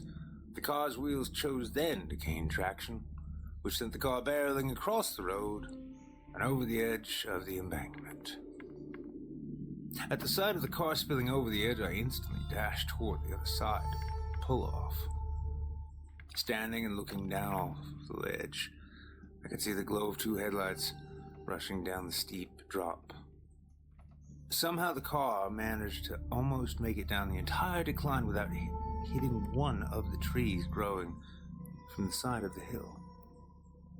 I don't want to call it luck that the car didn't hit a tree earlier in the fall, because it might have been better off striking one of the trees growing closer to the top. By the time it hit one to the ground, gravity had been pulling hard on that car. Not even the snow did much to slow it down once gravity had its hands on it. I can't say exactly how fast the car was going when it finally hit, but when it did hit that tree, the sound of the impact, the twisting of metal and the breaking of glass, shattered both the night and my mind into a million fragments. I don't want to be a drama queen, but it all sank into me deeply, all the way to my core. Whenever I try and sleep at night, I can still hear the destruction of that car getting wrapped around that tree. My phone! That was my first clear thought. I needed to call for help. If the driver was still alive, I needed to get someone there to help him. If the driver wasn't, someone still needed to be there to deal with it. After realizing that I had left my cell in the Chevy, I turned to run back and get it, but something stopped me from moving. A woman screaming.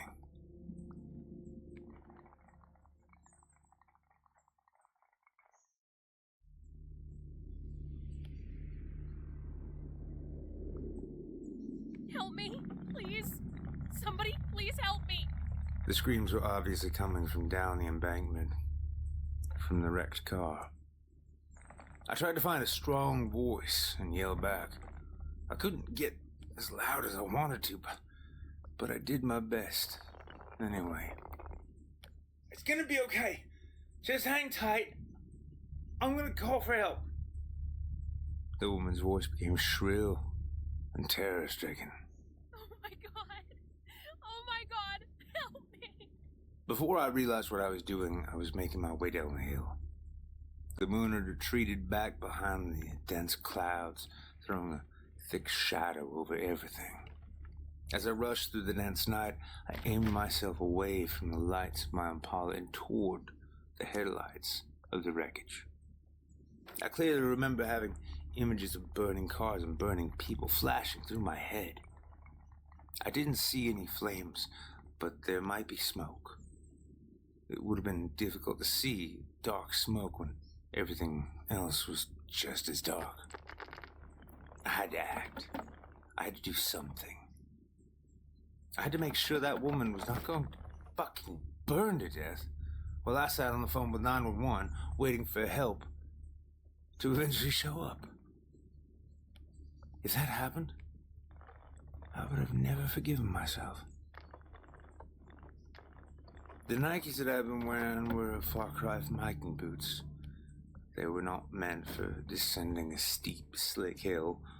Several times the snow tried to bring me down, take both my feet from under me, but each time I somehow managed to grab onto a nearby tree trunk or bush and stay upright. I was moving as fast as I could, but I didn't know if it was fast enough to matter. The woman had grown silent after the last nearly hysterical howl.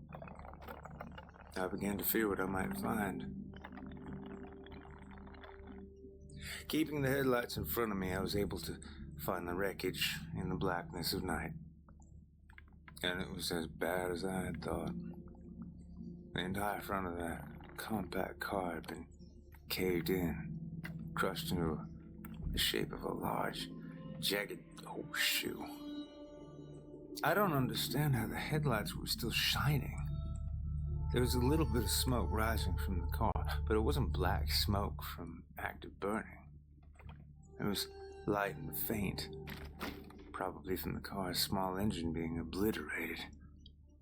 And I didn't smell any flames either. Yet suddenly, fire became the least of my concerns. The way the car had brutally imploded against that damn tree immediately painted a different picture in my mind. At least, my rushing thoughts were no longer of burning women, but images of death still filled my brain. The driver had been alive and screaming for me, but that didn't mean she was still breathing. Part of me didn't want to go around to the driver's side of the car, but I needed to be sure. "Ma'am?" I called out as I rushed around the back of the vehicle. No answer. "Are you okay, ma'am?" Silence. When I made it to the other side of the car, I saw that the driver's window had been shattered, completely destroyed. I briefly stopped. The inside of the car was dark and hard to see into, just like everything else that fucked up night. As I fought against my rapid breathing, I reluctantly leaned in closer so that I could get a better look through the non-existent window. Someone was sitting in the driver's seat. "Ma'am? Are you okay, ma'am?" It was a petite young woman, light brown hair pulled into a tight ponytail, mid-20s perhaps. But she never moved or replied. She couldn't. She just stared at me. Her neck twisted at an awkward angle, wide-eyed, forever afraid of what was about to happen to her. She hadn't been wearing her seatbelt and the airbag malfunctioned. When her face hit the steering wheel, the force nearly spun her head clean around. Dead on impact. Before the accident, the young woman might have been kind of pretty, in a simple kind of way. That was when I smelled the cloud of alcohol escaping through the car window. I didn't search to find the source. I already knew what it was. I then remember my heart sinking as a realization hit me.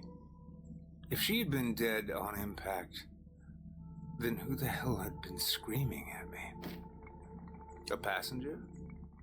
I looked around the inside of the car, or what was left of it, but I didn't see anyone else. The passenger side was empty, and the door was still closed. The back seat was empty too. The hair on the back of my neck stood up when I then heard the same woman's voice. Help! It came from behind me, from somewhere in the trees.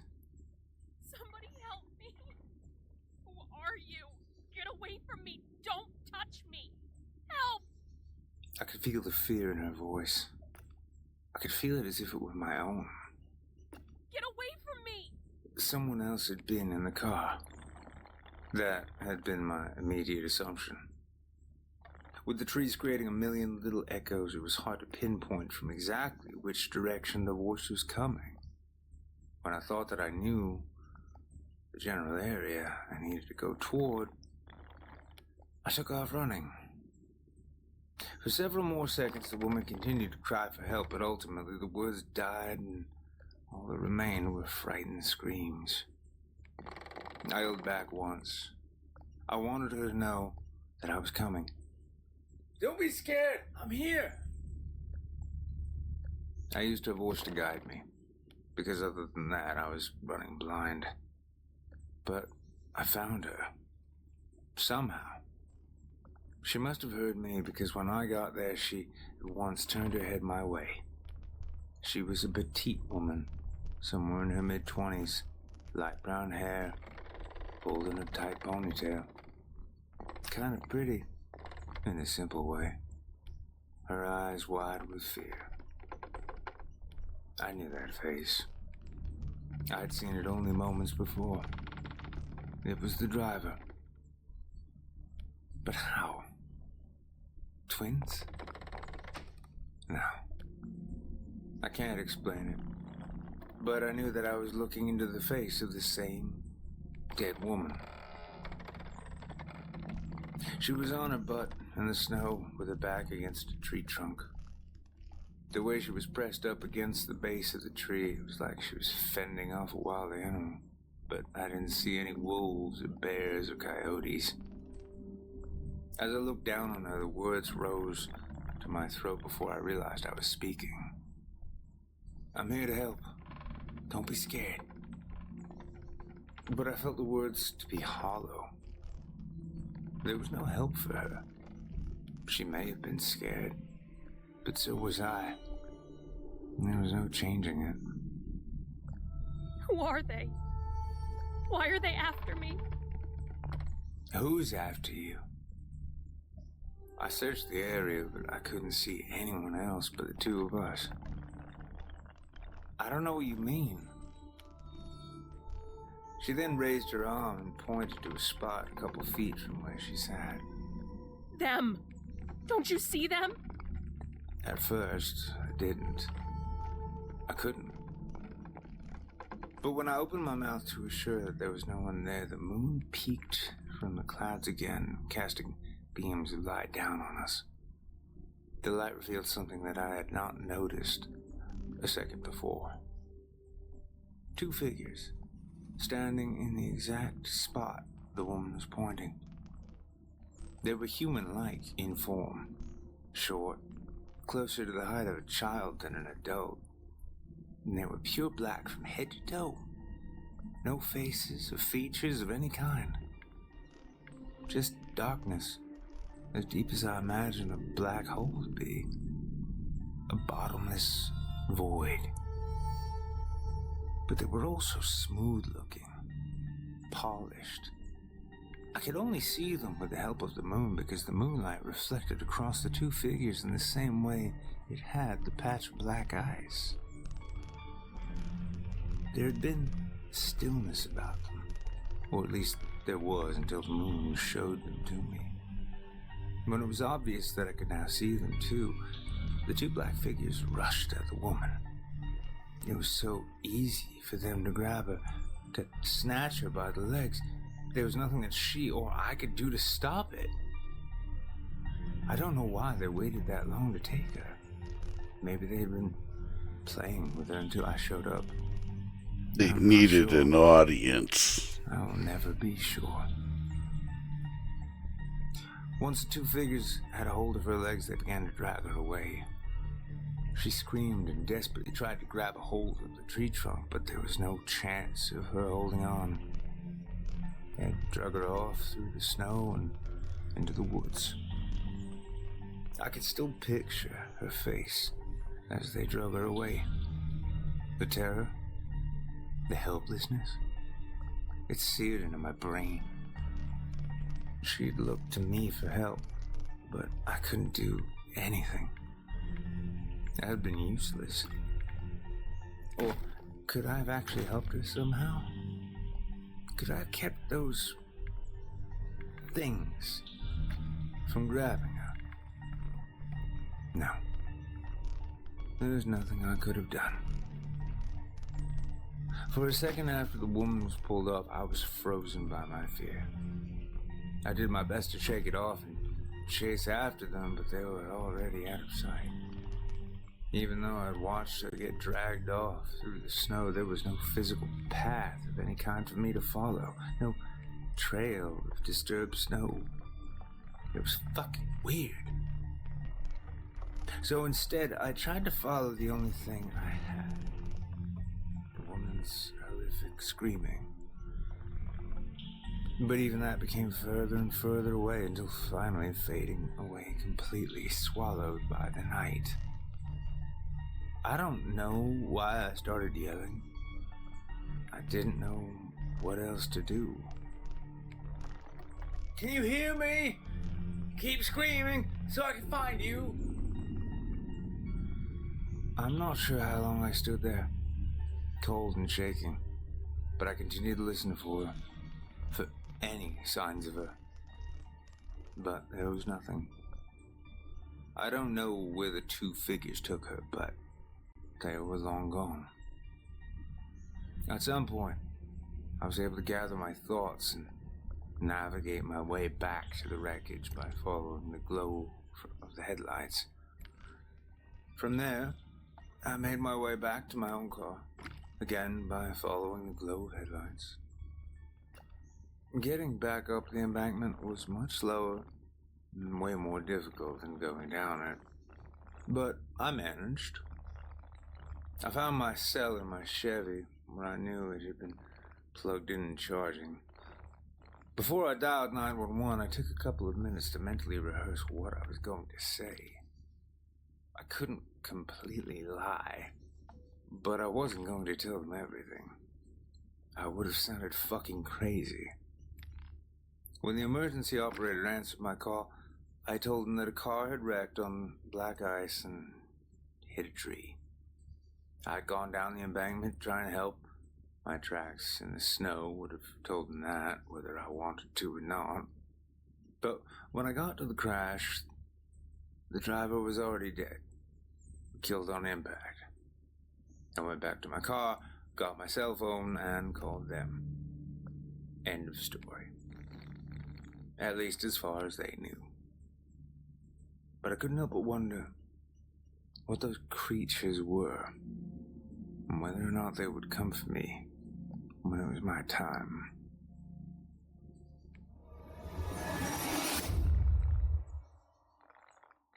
They're the Oogie Boogie Mans.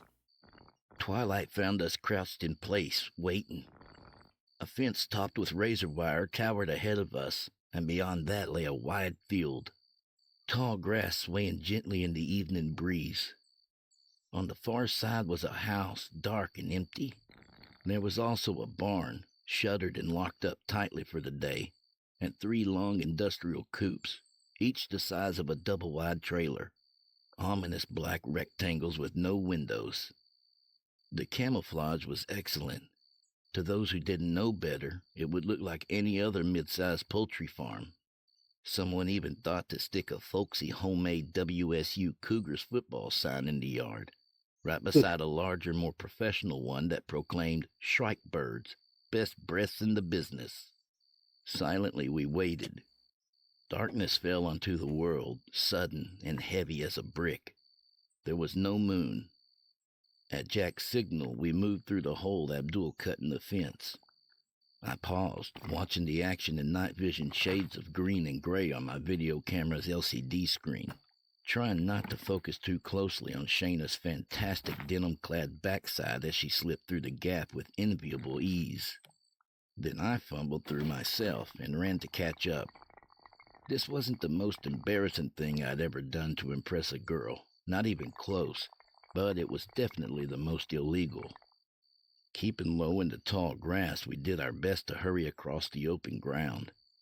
If we would be caught, everyone agreed this was the most likely place. Jack was in front, as usual, looking obnoxiously handsome and fit.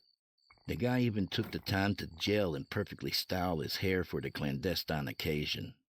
Abdul followed him closely, the only one of us who moved like he knew what he was doing. Shayna, her usually chaotic mane of dark dreadlocks tied together at the neck tonight, was next. And yours truly, camera held in front of my face, already breathing hard and trying desperately not to trip, brought up the rear. Maybe my checkered Vans were an unwise choice, but the only other shoes I owned were flip-flops. We reached the first of several small outbuildings and huddled out of sight, eyeing the guard as he passed on his normal route at precisely the normal time.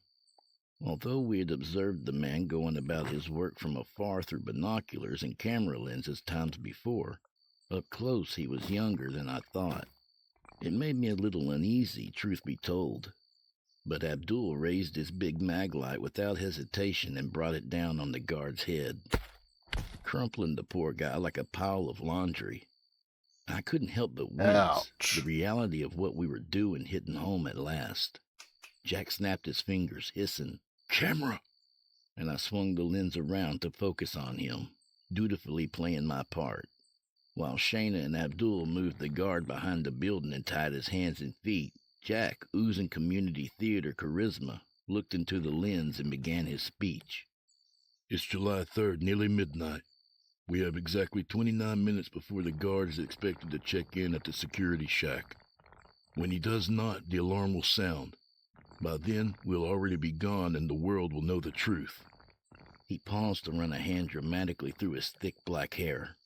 We have used the reduced staffing schedule of the holiday weekend to successfully infiltrate the highly secret Shrike Foods test farm just outside Walla Walla to uncover the unethical and illegal treatment countless turkeys are forced to endure as a part of the company's so-called poultry improvement project.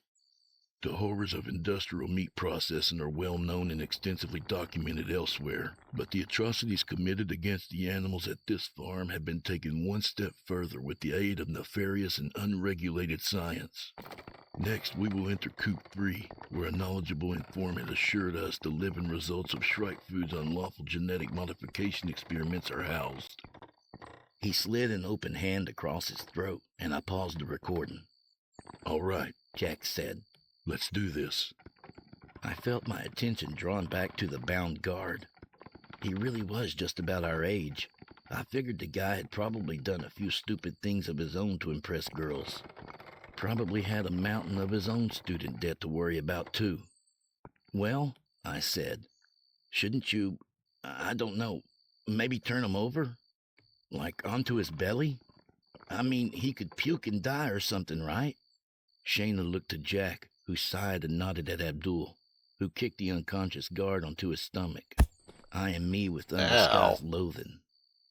A camera operator was a necessity of the moment, perhaps, but although my work would aid their cause, and Jack never tired of playing to the imaginary audience I represented, I was not a true believer, so Abdul didn't bother to hide his feelings about me. Abdul and I started on the wrong foot right away, and things hadn't gotten any better between us. Nervously, during one of the group's pre-raid planning sessions, I innocently asked the guy where he was from, just looking to make conversation. "Afghanistan," Abdul said flatly. "Oh, which part? A big city or someplace in the country?" Stupid. Even as the words left my mouth, I was embarrassed. What the hell did I know about Afghanistan?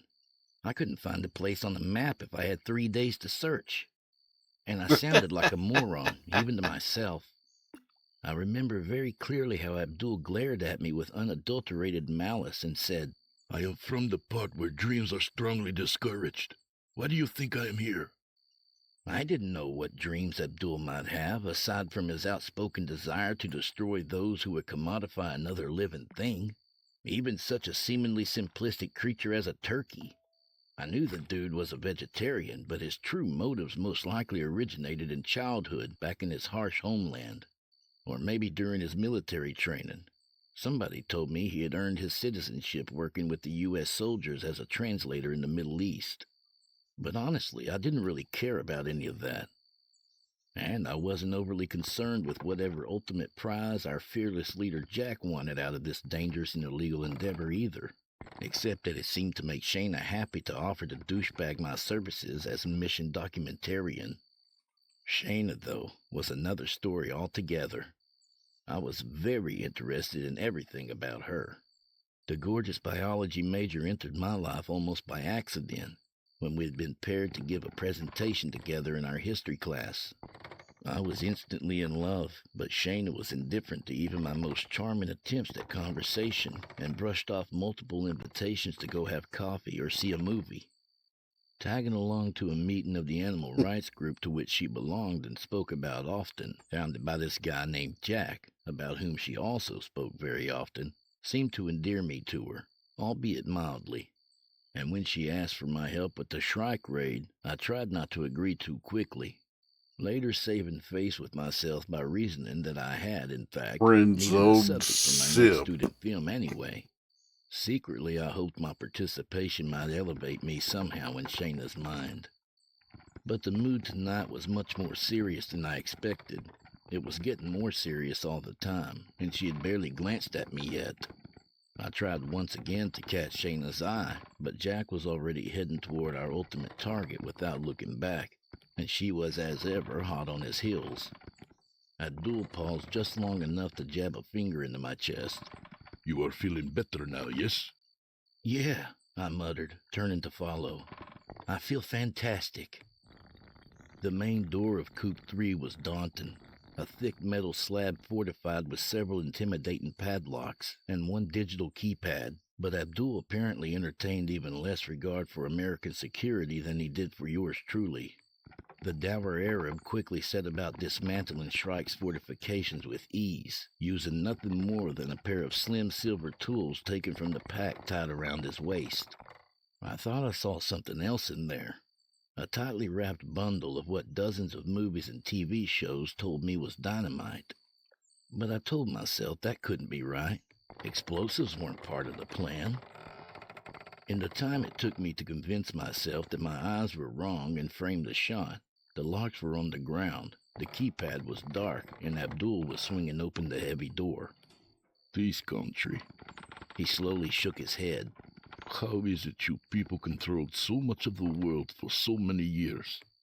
Stepping forward into the blackness, Jack paused, turned, and found the camera lens. With an obviously practiced grin that perfectly showed off his straight white teeth, he said, Balls, my friend. That's how. I could almost hear my eyes roll. Inside the coop, I could feel the size of the space, smell the dank soft earth beneath our shoes, the ripe and meaty stink of the birds. It was hot and moist like a greenhouse, and I instantly began to sweat. I heard the animals moving somewhere out of sight and panned the camera. But even using night vision, I was unable to pick out more than vague shapes. The rest of the team's flashlights impotently prodded the dark, revealing only the tiniest pieces of the room and not one glimpse of our quarry. Keep filming, Jack said. There's supposed to be a bank of controls off to the left here, and a light switch. Loud flapping, as if a dozen turkeys suddenly attempted and failed to fly in unison, exploded from somewhere off to my right, and I jumped, nearly dropping the camera. A series of sharp chirp-like calls sounded, and were seemingly answered by the other birds on the opposite side of the coop. Stop scaring the birds. Jack paused his search long enough to turn the flashlight accusingly onto me. I'm scaring them? Where the hell is that light switch? Be quiet, Shayna whispered. I hear something. Jack said, That's your boyfriend Ken Burns over there pissing his pants. I mean it, Shayna insisted. There's something big moving around. She directed her light toward an unseen source of rustling. Found it, Jack said. Let there be light. With a clunk and hum, long strips of caged tubes running along the ceiling blazed to crimson life, bathing the room in a hellish glow, momentarily blinding us, but not before I caught a fleeting glimpse of the creatures. It was deceptive at first because they were moving, but I quickly realized the young birds slowly surrounding us were very tall, heads rising nearly to my chest, and they were really fat. Great rolls of flesh piled atop two shaky legs that were mostly useless blubber jiggled above their small clawed feet. Worst of all was their feathers. They didn't have any. What good are feathers to men obsessed with meat? An unfortunate extra step in the creature's processing that last removed thanks to scientific refinement. The flesh of the birds was slick with clear, viscous perspiration that stank of garlic and rancid butter. They were the bloodless pallor of things that spend their lives wiggling under rocks or squirming across the ocean floor. The complexion of life that exists wholly out of view of the sun. Oh my God, Shayna gasped. what have they done? Jack was at my shoulder, reeking of Axe body spray and whispering excitedly, "Are you getting this?" I could only nod, mouth agape, panning quickly across the circle of young turkeys. In some small part of my brain well removed from the moment, I began formulating my Academy Award acceptance speech, imagining what color Shayna's gown might be. The birds, dimly I recalled from the team's research that a baby turkey was called a poult, not a chick, toddled closer in short bursts of eager mincing steps before collapsing under their own top-heavy weight. Enormous breasts, meaty sacks like some hormonal teenage boy's favorite obscene cartoon, hung from their chests. Their eyes, vacant milky pools covered by thin layers of nearly translucent wrinkled skin, seemed somehow to both regard and simultaneously ignore us. They opened their colorless beaks as if tasting the air. Purplish worm tongues flopped and twitched within. Shayna jabbed her flashlight at the poult closest to her, but the beast did not flinch. I think they're blind, she said. Their eyes. If they're raised in darkness, they don't need eyes. First one bird, then another, as if in response, opened their albino beaks and let loose a fresh chorus of the strange squawking calls. After each round, the birds all twitched their heads from side to side. With each session of the call and response, the nightmarish flock drew closer, inquisitively tightening their ranks around us. The strange new arrivals in their lightless world. It's some kind of sonar, Shayna said. Like what bats use, I think. Everybody huddled together. We'll look bigger to them. Abdul screamed. One young turkey somehow snuck around behind him and got close enough to snap its beak closed on his arm. He wrenched free, blood pouring from the wound, and drew from his boot a long hunting knife. Smelling the blood, the other poults began to squawk more excitedly, madly flapping their pudgy featherless wings and wobbling from foot to foot.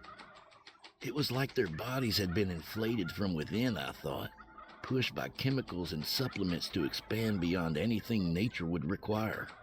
The noise quickly became unbearable in the echoing cavernous space. "Got it!" I shouted. "Let's go! I have enough!" "No!" Jack said. "We need a specimen!" What? That was not the plan, Shayna said, swinging her flashlight back and forth in an attempt to keep the birds at bay. "Forget the plan." Jack marched toward the nearing flock. "Nobody will believe the video by itself. They'll say it's some kind of stupid YouTube hoax. We're taking one of these birds with us. They can't ignore that." The poult that bid Abdul was following him step for step as he retreated toward the open door, pecking at the drops of blood which fell to the dirt. Cradling the injured arm against his chest, Abdul slashed with his knife, but the turkey was not deterred. Two of its siblings followed and quickly encircled Abdul, who was now alone, wounded, and separated from the group. Jack, too, had strayed off on his own into the midst of the featherless birds. He paused for a moment, but upon looking back and finding my camera lens dutifully fixed on him, as he had so often demanded, he quickly masked his doubt and resumed pursuit. His face a perfect imitation of Hollywood hero intensity, Jack reached out and grabbed hold of a bird, which immediately began squawking in a new higher pitch. Abdul shouted something in his own language and lunged, driving his knife into the poult nearest him. The blade sank with gruesome ease deep into the plump meat of its enormous breast, and the animal collapsed, flailing its fat wings and emitting a strained, painful wail. The other turkeys took up the call, even as they set upon their wounded sibling. Beaks pierced the downed bird, tearing it open so they could scarf the still-living animal's guts. The escaping wave of stink further incited the group, who quickly advanced on Jack, head snaking out with unbelievable speed to remove his flesh in ragged patches. Each bite was tossed down a bird's throat with a swift jerk of their head before craning forward again to rip free another piece. Jack screamed and thrashed amidst a storm of ravenous mouths. All of this I filmed, petrified as a fossil. I couldn't have found the camera's power button if I'd wanted to. Not that I was eager to actually watch what was happening. My eyes strayed desperately beyond the carnage to the far corner of the coop, and locked onto the flock's terrible matriarch. Without feathers or feet, and completely eyeless, the enormous bird was a hulking mound of layered flesh rolls at least 7 feet tall. Wider than a wedding cake's frosting, its head topped a long snake-like neck, grazing the coop's ceiling, and gaping blisters freckled the monstrous bird, oozing more of the same pungent slime that coated its progeny. Self-basting, I thought, hearing a burst of deranged laughter at the realization, and understanding only afterward it came from my own mouth.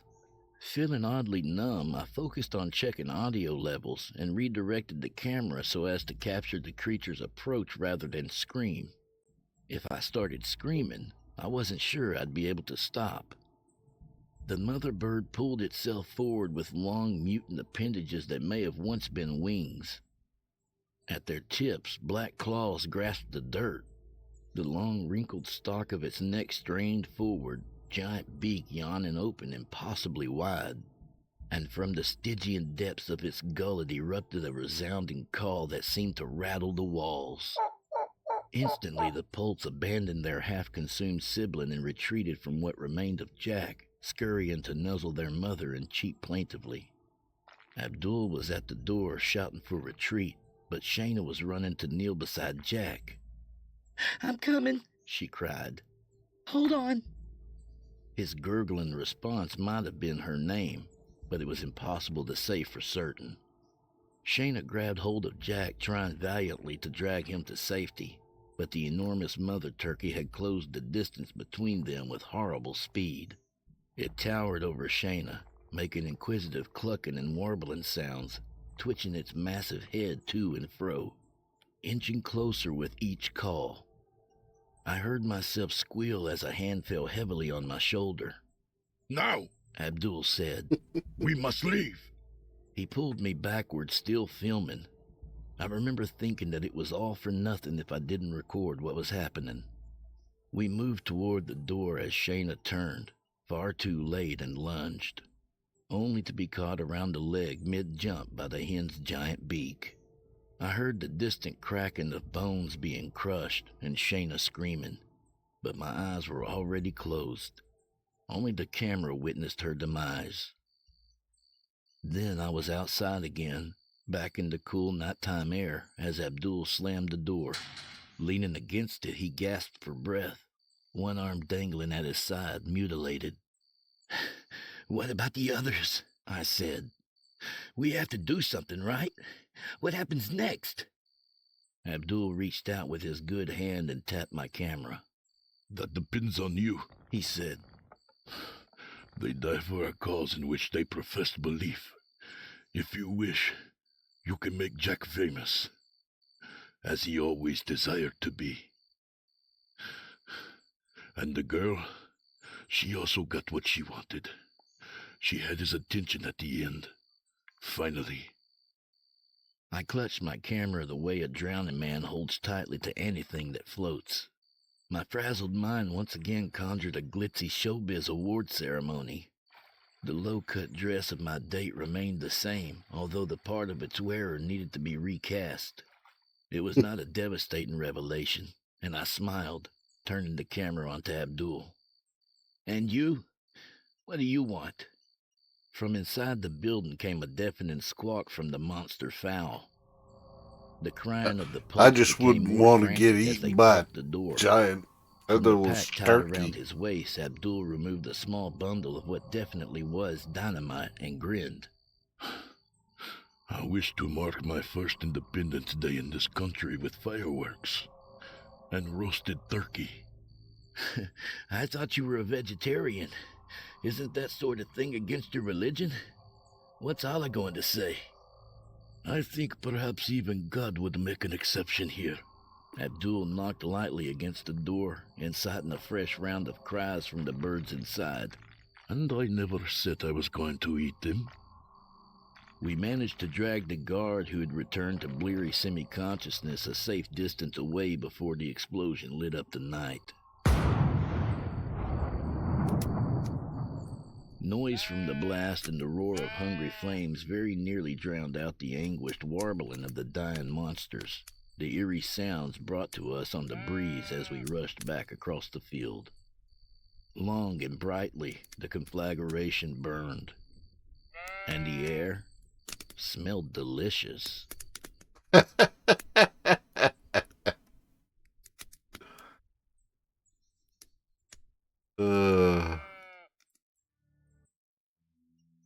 I was always so afraid of the dark as a kid.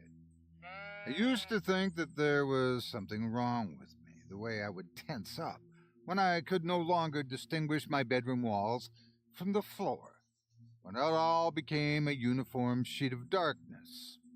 As I grew up, I came to discover that I wasn't alone at all.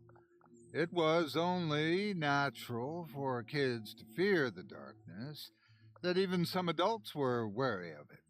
I also discovered, as I grew up, that not everyone had a father like mine. A father that would go out of his way to put me in that darkness.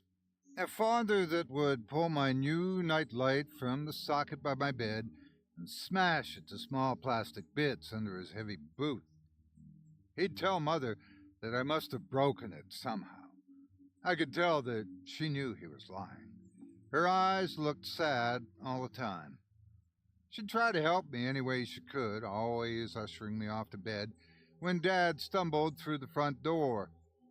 I remember thinking that he looked so tired, the way he swayed from side to side, as I used to after soccer practice. I used to think the bottle in his hand was like the juice box Mother would give me when I looked exhausted. Every night it was the same. Mom would leave the door open just a crack so that the light from the hallway could slip in and vanish the dark corners. But every night my door would end up shutting, often before I was able to fall asleep. I could always tell who closed it. If the light slowly disappeared until I heard the faint click of the door lock, I knew Mother had shut it. After she closed the door, I could always hear my parents talking back and forth rapidly, unable to make out their words. They sounded like muffled dogs. Mom was just trying to help when she shut the door. What's the point of letting the light in when the dark slips through anyway?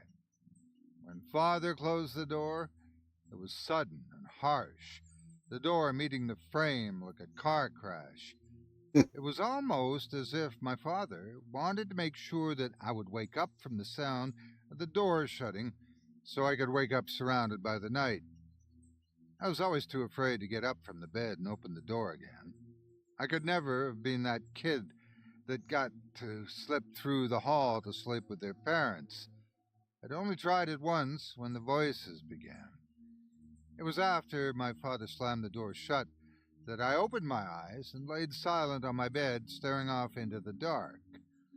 In that silence I could hear them, small whispers, filling my room like a cold breeze, much like when my parents would argue through the walls.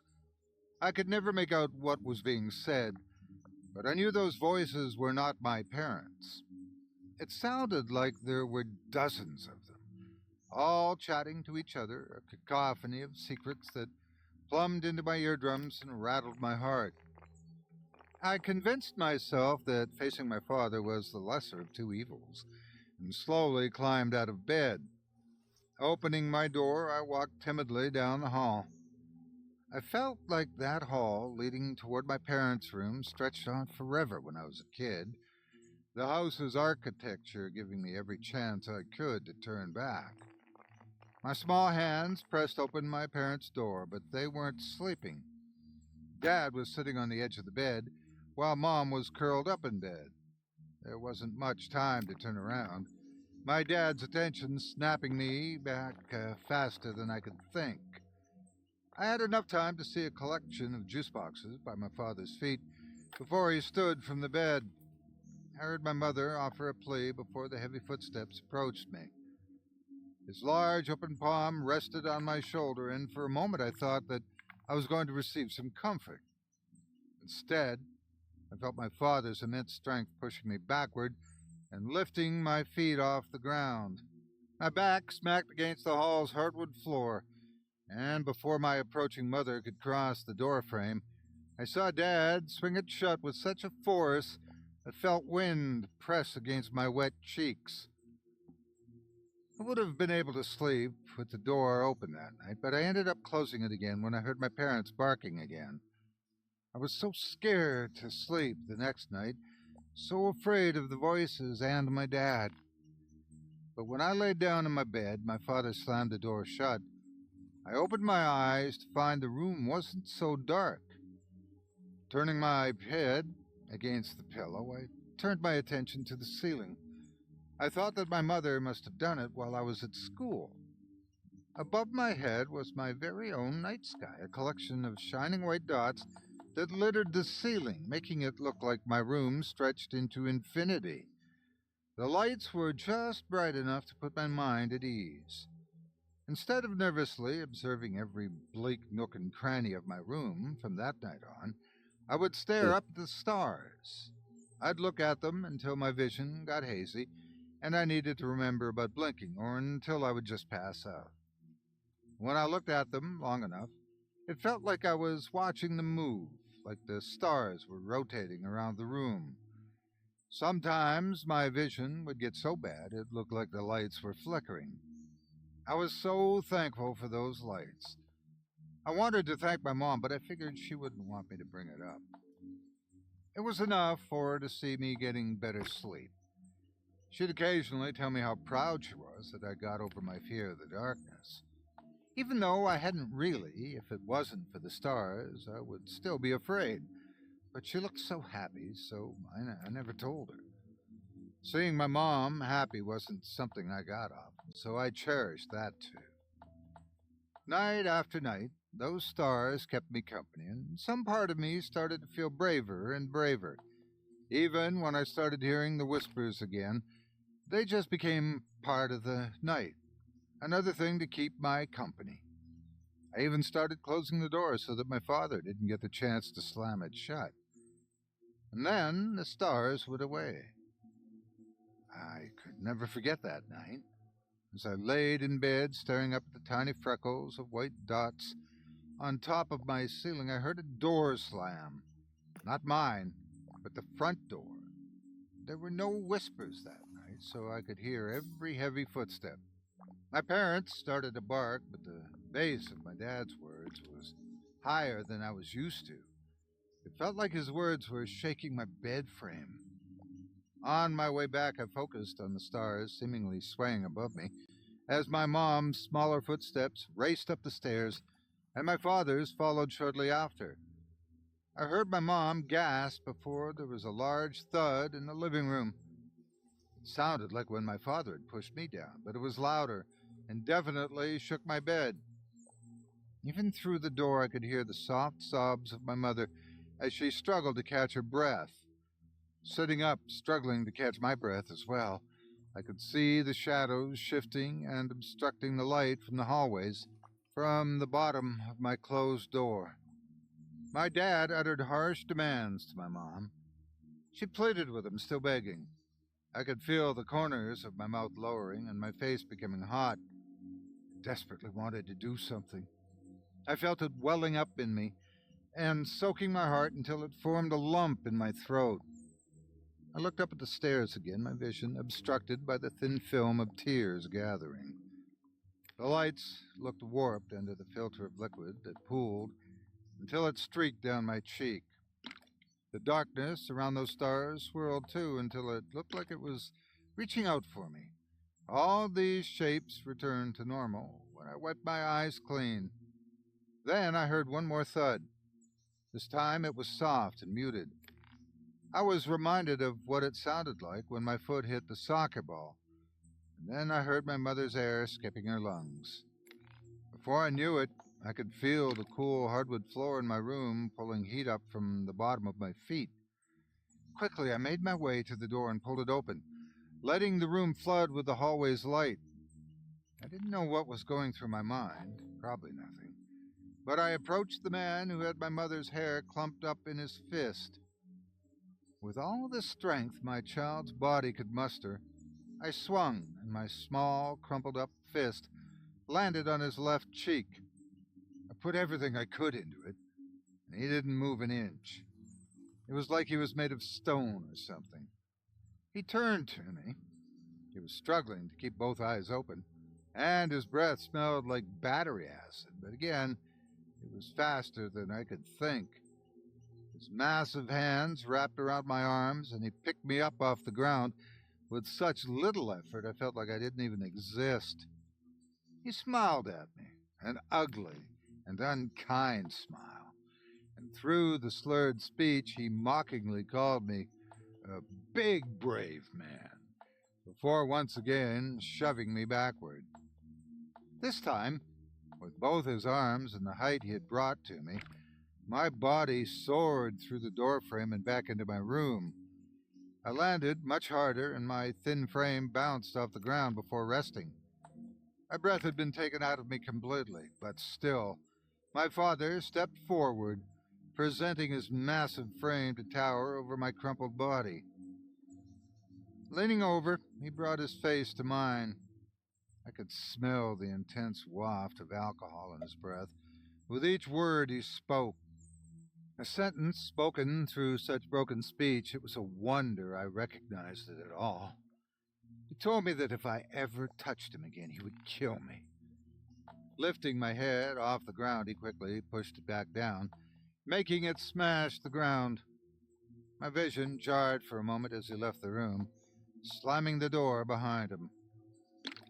All night I laid on the floor, motionless and hardly able to breathe. I felt so powerless and just prayed that my mom was okay. The entire time I watched the stars above me and listened to the choir of whispers until I fell asleep. Waking up as sore as ever in my mom's arms, I felt confused. The cool air was pressing against my face as my mother cradled me on the curb outside our home.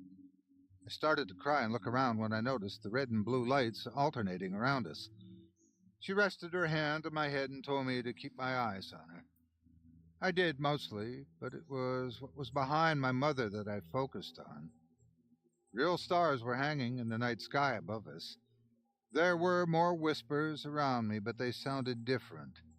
I could hear footsteps all around us, and the sound of running vehicles. I was curious, but I was so tired, and watching the actual stars miles and miles above me, I fell asleep, embraced in my mother's arms. The next day, my mother explained that my father had been taken away by the police, and she didn't think he'd be coming back. I didn't know how to feel, but I knew there was a pang of relief in me, something to distract from the pain in my body.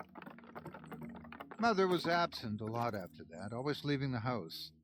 I thought that maybe she had to get another job since Dad was gone.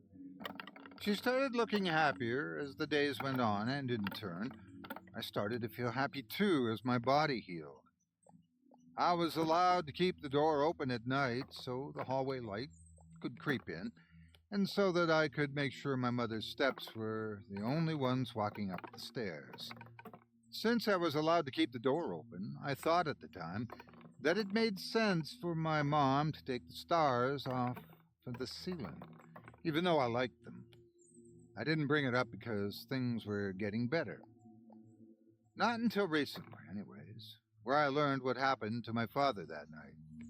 Years had passed, and my mother lived in that house for all of them. She started to age, and I went off to college. I recently returned to help her move her things. She was finally leaving that house behind.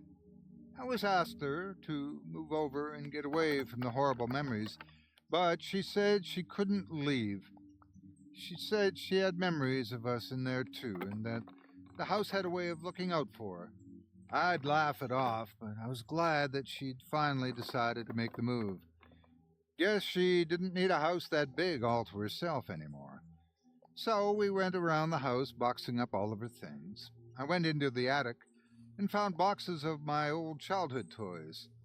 I sorted through the boxes, remembering the few chances I had to have fun in that house. I started to feel nostalgic for the stars that used to keep me company. I thought about how they helped me cope with the darkness and how comfortable they made me feel. Then that maybe one day they would help my kid get through the night, should I ever decide to have one, that is. The stars were nowhere to be found, though. I sorted through all the boxes and couldn't find a single one. Figuring she just threw them away, I climbed down from the attic and asked her where she found the stars. She looked puzzled, which wasn't that surprising. She was getting on in her years, and perhaps I needed to be more specific. I tried to remind her of the white dots that looked like stars she put up over all of my ceiling to help me with the dark. But the stars even made me feel better about the voices I was hearing. The same stars she took down after Dad was arrested. Her eyes fluttered for a moment before she sat down on the bed and instructed me to do the same. She began telling me that my father was never arrested. That night, after he did what he did, he went downstairs, and my mother ran in to grab me. She scooped me up and pulled me into her room, where she barricaded the door. She listened as my father ran around the house after noticing we weren't around anymore. He was far too drunk to even think that we were in the same room he slept in. She listened as he came back up the stairs, the steps nearly cracking under his frantic footsteps. My mother peeked through the door and watched as he walked into my room. He looked around, yelling my name, saying that if I didn't come out of hiding, that I was going to be in big trouble. Then he stopped and looked around the room, but with more curiosity than the anger he had before. Mom watched him slowly look up at the ceiling as if someone was calling for him. My dad stood there, framed by the door as he stood and stared at the stars on my ceiling. And then, my mother said, he started to lift off the ground. It was so dark in the room that it was like the darkness itself was pulling him up, and before she knew what to think, he was gone. She waited a moment before cautiously opening the bedroom door and stepping into the hall. Each step took minutes to get through, she said as she made her way into my room. It sounded like it was far away, my father screaming, but she said it got louder and louder until it crescendoed when my father's body dropped from the ceiling and smacked against the floor. In complete shock, my mother managed to dial the police, who also brought an ambulance with them. But she said Dad was far beyond saving. She said that with a relief in her voice. She continued to explain that she had to meet with the police for a long time after that night, which was why she was absent so often. The police couldn't explain what happened, but ended up ruling out my mother as a suspect in my father's death, because the police had no idea what his cause of death was. They said it would have been physically impossible for a full-grown bear to do damage like that to a body, never mind thinking my dainty mother could do it. She said the closest thing the coroner could liken the damage to was someone falling from a plane a mile up and smacking against the pavement. She'd never get the shape of him out of her mind, the way his body had folded and pressed into itself, the way bones poked through the skin and how his eyes had rolled back. Even when looking at the complete decay of life that was my father, she felt warm that night. She never questioned it. She'd been dealing with a monster that was my father since before I was born. And whatever monster it was that took him out of our life, she was thankful. That's when she said something that made my heart sink, but also filled me with a sense of familiarity at the same time. She said to me that something must have been looking out for you, and I couldn't help but picture them. All the beady white orbs that hung above my head every night I closed my eyes. The white shining dots and the endless darkness around them.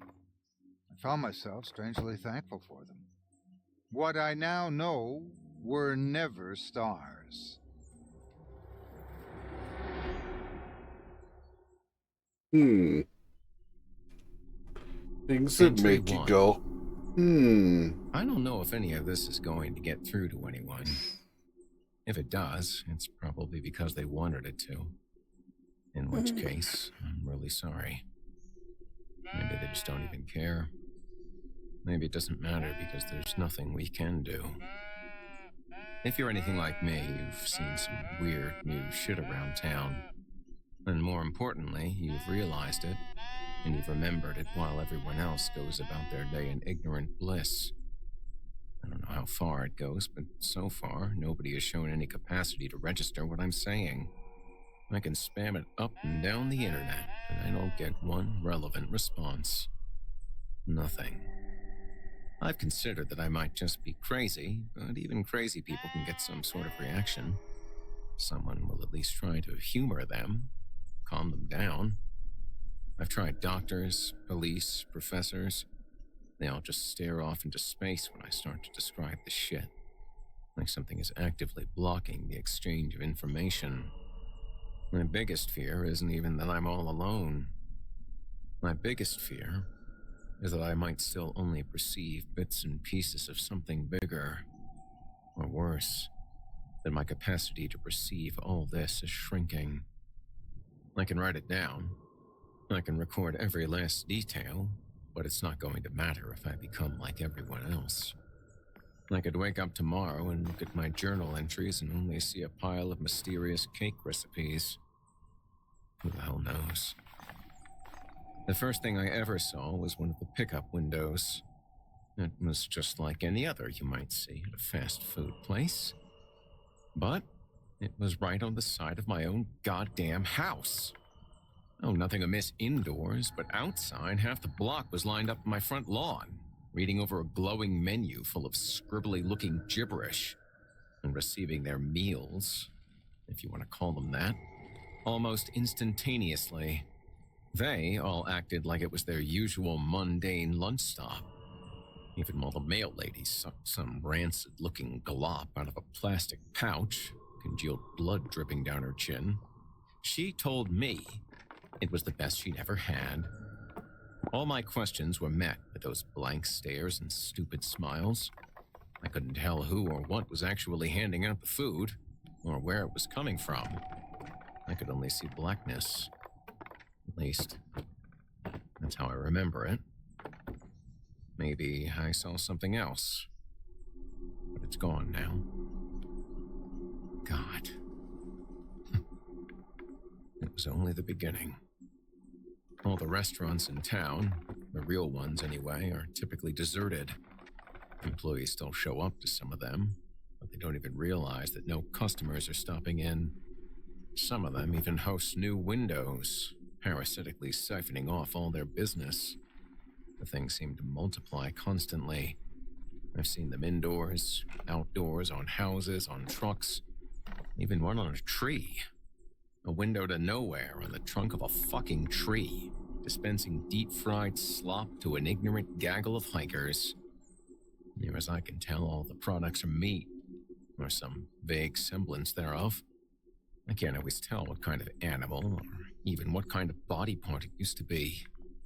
I've seen things that could have been dredged from some black, godless deep-sea trench. Gelatinous slabs of flesh in blindingly unnatural colors. Fried bugs, just slightly larger than any I thought existed. It isn't just the windows either. I've started seeing this shit right on supermarket shelves.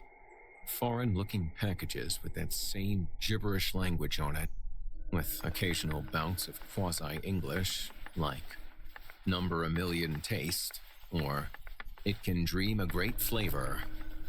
It all has the same stupid logo on it, too. Sometimes burnt right into the cuts of meat. A bug-eyed cartoon hamburger and little chef's hat. Sometimes it's winking. Sometimes it isn't. Sometimes it only is after I've looked away. There are even people sucking down the shit on live television. The talking heads come back from commercial, licking blood and grease off their hands. The weather lady shows up looking like an extra from a slasher movie. Red stains increasingly thick on a blouse. I don't think she's changed in weeks. Nobody else cares. Nobody thinks anything is odd or new or different. Another weird Nobody but booty fucking horror My appetite for story. meat is thoroughly dead, to say the least. I don't think I could ever trust it again. But I have noticed non-meat products are growing steadily rarer.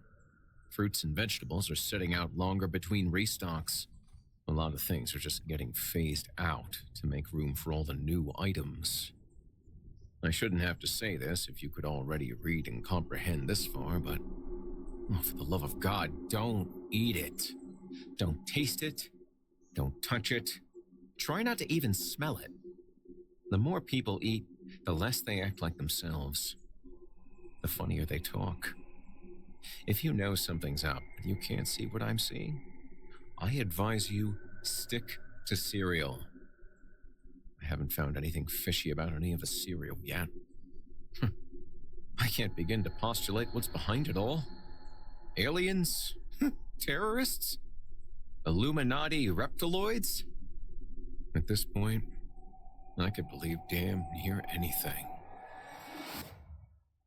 Entry 2.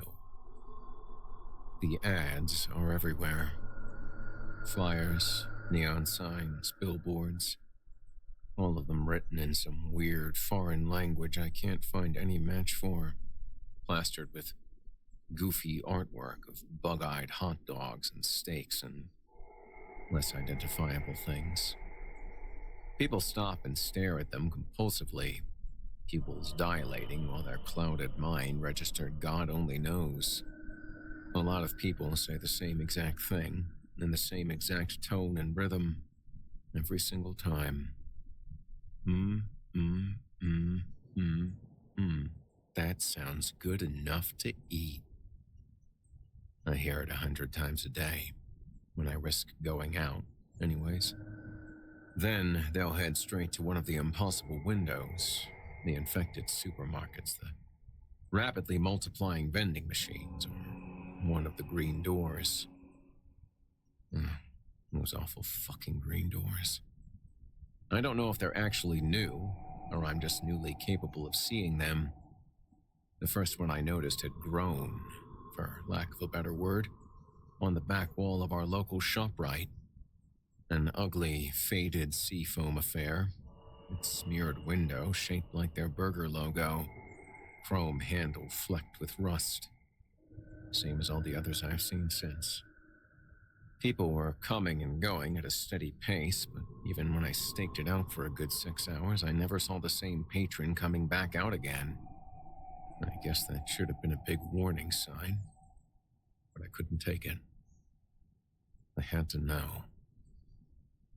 It didn't lead into the store, of course. I knew it wouldn't. As soon as I stepped inside, I was assaulted by the sound of eating. Feasting. Wet, breathy chewing sounds drowning out everything else. Tugging at my gag reflex. There were bars, tables, and booths scattered in disorganized patterns around rows and rows of buffets. Many seats were occupied, but the bulk of the customers were eating on foot, wolfing shit down right out of the bars as they went along. I knew none of them could comprehend what they were really doing, where they really were. The decor was almost, but not quite, in the style of a retro 50s diner, maybe with a dash of Dr. Seuss. A lot of the furnishings looked chunky, soft, and plastic, like they were designed for children, though I can't imagine any child with such depressing taste. Booths were lined with putrid off-green cushions. Tables were a hideous yellow tan, with chipped chrome trimmings. The floors were pale blue tile, like a public restroom, many pieces missing or disheveled. The walls were more of that tacky chrome interrupted by fake wood paneling, giving way to glass windows from about waist height to the ceiling. Yes, windows, not visible from the outside. I had stepped through a door in the middle of one plain, solid brick wall, but from inside, it was glass all around. They were so thick with grime that I could scarcely see through them, but I could tell it wasn't the correct view from behind the ShopRite. It looked more like some murky storybook vista. Simple, blocky houses on rolling green hills. Despite the steady stream of people coming in through the door, I couldn't see a single sign of movement or life out there. I began to wonder if I might look suspicious, just standing around and gawking while everyone else was heading straight for the food. I thought I might as well make some effort to blend in. That's mistake number one. Most of the offerings were typical of the shit coming out of those takeout windows or invading the grocery shelves. A heap of raw, red steaks sat on a bed of black, clotted blood. Oversized, pasty white drumsticks dribbled cold yellow juices. A long trough of chunky, pinkish slop jiggled like pudding as people scooped it onto their trays or straight into their grease-caked faces. I think I pulled my shirt up over my nose around this point. I thought I recognized a lot of exotic fare. Frog's legs, chicken feet, beef tripe. But I couldn't be quite certain. I wasn't sure if chickens had that many toes, or any frogs I knew of grew exactly that large. There was a tray of what I thought were fat, segmented seed pods, until one of them abruptly curled and uncurled. Twice. Like a beckoning finger. Absolutely made my skin crawl. There were tongues. There were brains. There was something like clear yellow spaghetti in a pasty brown sauce. At least that's what I'm going to keep telling myself it was. There were fish fins and goat eyes and even bones. Just steaming hot, perfectly bare white bones.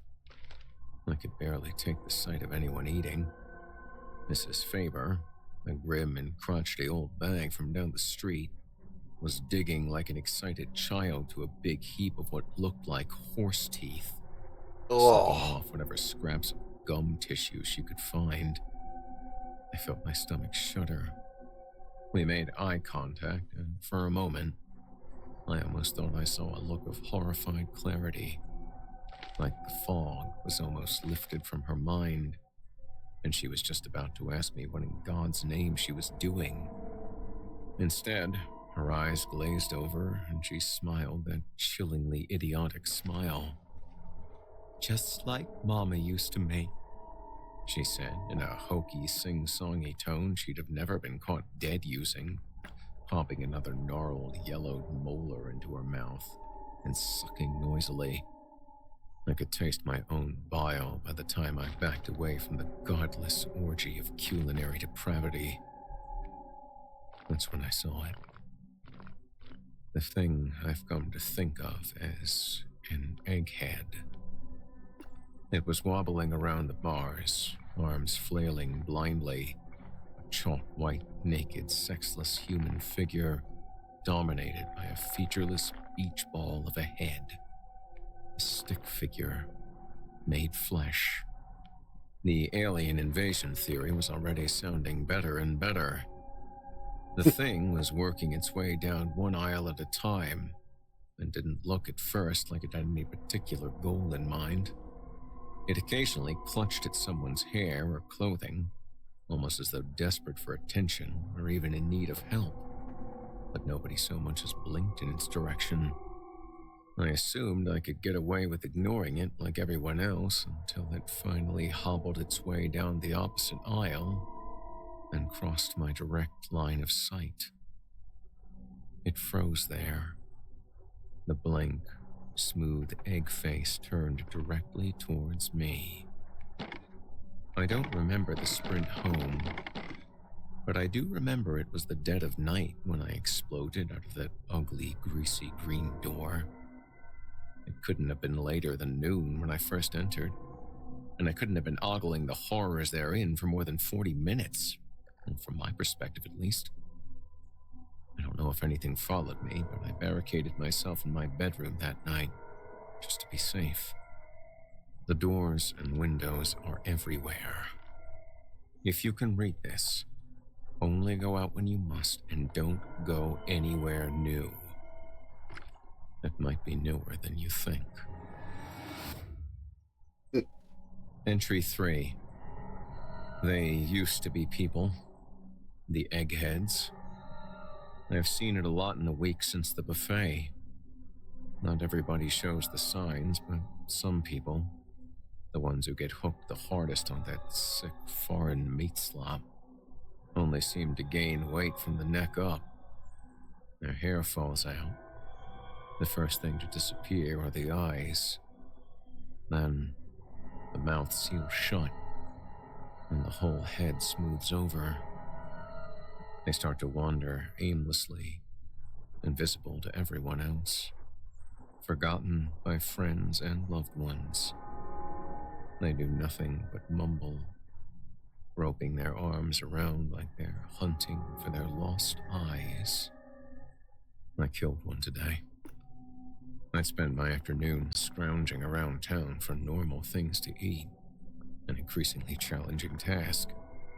Avoiding the overtly weird shit is only the half of it. I have to be careful for anything that boasts a new formula or improved flavor. Sometimes I just have to scan the packages for the hamburger logo, or check the ingredients for some new gibberish like extracted bone jellies or natural life parts. Some of the untainted stuff is skipping the shelves and going straight into dumpsters, which I'd been digging through when the egghead got the jump on me, cornering me in a one-way alley between a Safeway and a Walgreens. Its head was bigger than most, an impossibly bloated globe that almost brushed the walls on both sides. I don't know how its feeble, chalky body could have held it up. It was barely more than a skeleton, thin skin shrink-wrapped tightly to its bones. All that remained of its former identity was a black dress tie, swaying like a pendulum from its pencil-thin neck. Its incoherent mumbling sounded at once panicked, apologetic, and threatening as it staggered towards me, limbs outstretched. I had nothing to defend myself with but a bag of stale bread and a warm can of Coke. I screamed at it, told it I didn't know what it wanted, that there wasn't anything I could do. But it just kept coming, mumbling. The moment my back hit the wall behind me, I snapped. I grabbed the nearest garbage can lid and swung with all my strength, slamming it straight into that fat, bulbous face like a battle axe. It felt like striking a huge, taut basketball. The mumbling grew more frantic, more confused as the thing stumbled backward, gravity tugging at its awkward cranium, arms whirling cartoonishly as it fought to regain its center of balance. It was like some bent slapstick routine, like somebody struggling not to drop a wedding cake. I charged, screaming like a banshee as I struck it again, and the thing finally toppled. Slowly, like it was filled with air. As it hit the ground, that massive noggin exploded like a swollen tick. With a wet splash, pinkish gore and hunks of rubbery white flesh gushed out of the alley and into the street.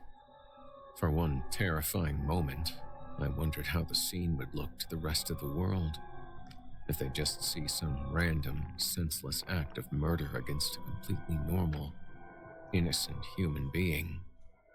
The people already nonchalantly stepping over the scattered piles of gore would have eased my mind if it weren't for what happened next. One of those piles started moving. something about the size of a baby was squirming out from the pulverized sludge. A fat, slightly oblong shape with a lot of thin, wriggling appendages underneath. Still too thick with gore for me to make out any details. It was still between me and freedom, and I could only watch in a confused stupor as it unfurled a pair of big, transparent fins and abruptly took flight, buzzing off into the afternoon sky like a bloated, fleshy bumblebee. It thankfully never seemed to notice or care about me. Funny how I settled on eggheads. I just thought they looked like eggs. I didn't know that was what they literally were. A woman stopped dead in the crosswalk to smile and wave at the thing as it disappeared into the skyline, then continued on her way with only a momentary look of puzzlement. That, "What am I doing?" look, followed by the, "Well, whatever," one I've grown so accustomed to over the past several weeks. When I got home, I started reading up on diseases, parasites, bugs, puzzle pieces dropping into place. There's a kind of wasp that lays its eggs in a live caterpillar. When the larvae hatch, they modify the host's entire metabolism to suit their needs. The caterpillar eats more, grows bigger, all to provide the developing wasps with more sustenance. This kind of shit is everywhere in nature. There are microbes that make mice suicidally attracted to cats. And there are flies that grow inside the heads of ants who keep on moving even after their brains are eaten. It all makes so much sense. Did you fall asleep, Maybe they're from Salt? space. Nope, Maybe they're I'm from still home. here. Just, Maybe they've getting a always little been grossed out with this story, toggling one though. species, one civilization after another. Who knows? Although I could probably They fall feed asleep us, if I really wanted so to. we can feed them. So they have a nice, warm body to keep them safe and nourished until they don't need us anymore. We're just a herd of cattle, oblivious to our position in life as we're fattened up and slaughtered by something that looms just above our understanding of the natural order. I don't know why I can see them, why I can see what they're feeding us. I'm like a cow who grasps exactly what goes on in the slaughterhouse.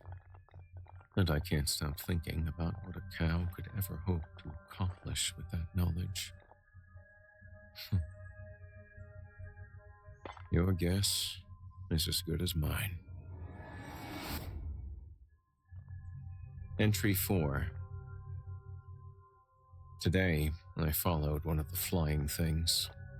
They eventually break out of the eggheads on their own, often taking 30 minutes or so to wipe the gore off their slimy bodies with their squiggly legs before they take to the air. They've never shown any aggression, or even any acknowledgement that I exist. They just flutter away, like they've got somewhere to be.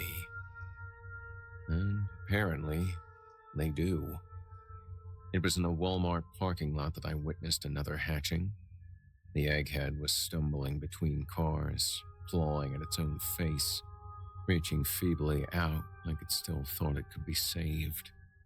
It hadn't even hit the ground before its featureless face started to crack audibly, pink goop dribbling out like raw yolk.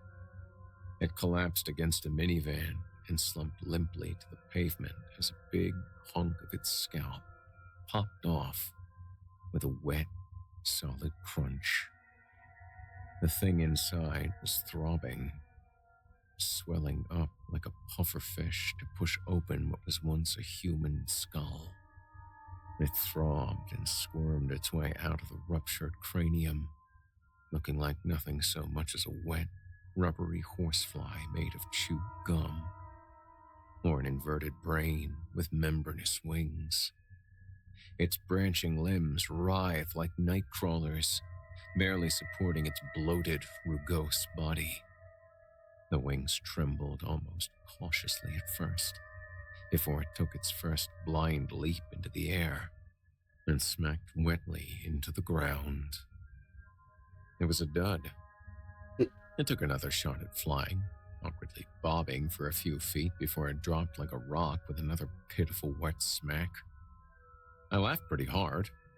When invisible monsters are devouring the human race and nobody cares, you tend to take whatever entertainment you can get. It took off again in the same direction, landing itself on the hood of a Jeep. The little guy was determined. That's when it dawned on me. The opportunity I'd stumbled upon. They'd always disappeared into the sky before I could even get a sense of their direction, but I could easily tail this one on foot. I figured, worst case scenario, I'd see nothing new and have to take a bus back into town. As luck would have it, its destination was not far. I came close to giving up, waiting for the damn thing to collect itself every 10 to 15 feet, watching it plummet like a bent paper airplane and flounder like a dying fish for minutes at a time. But not an hour had passed before I learned its little secret, half a mile from the crumpled remains of the egghead. A porta-john.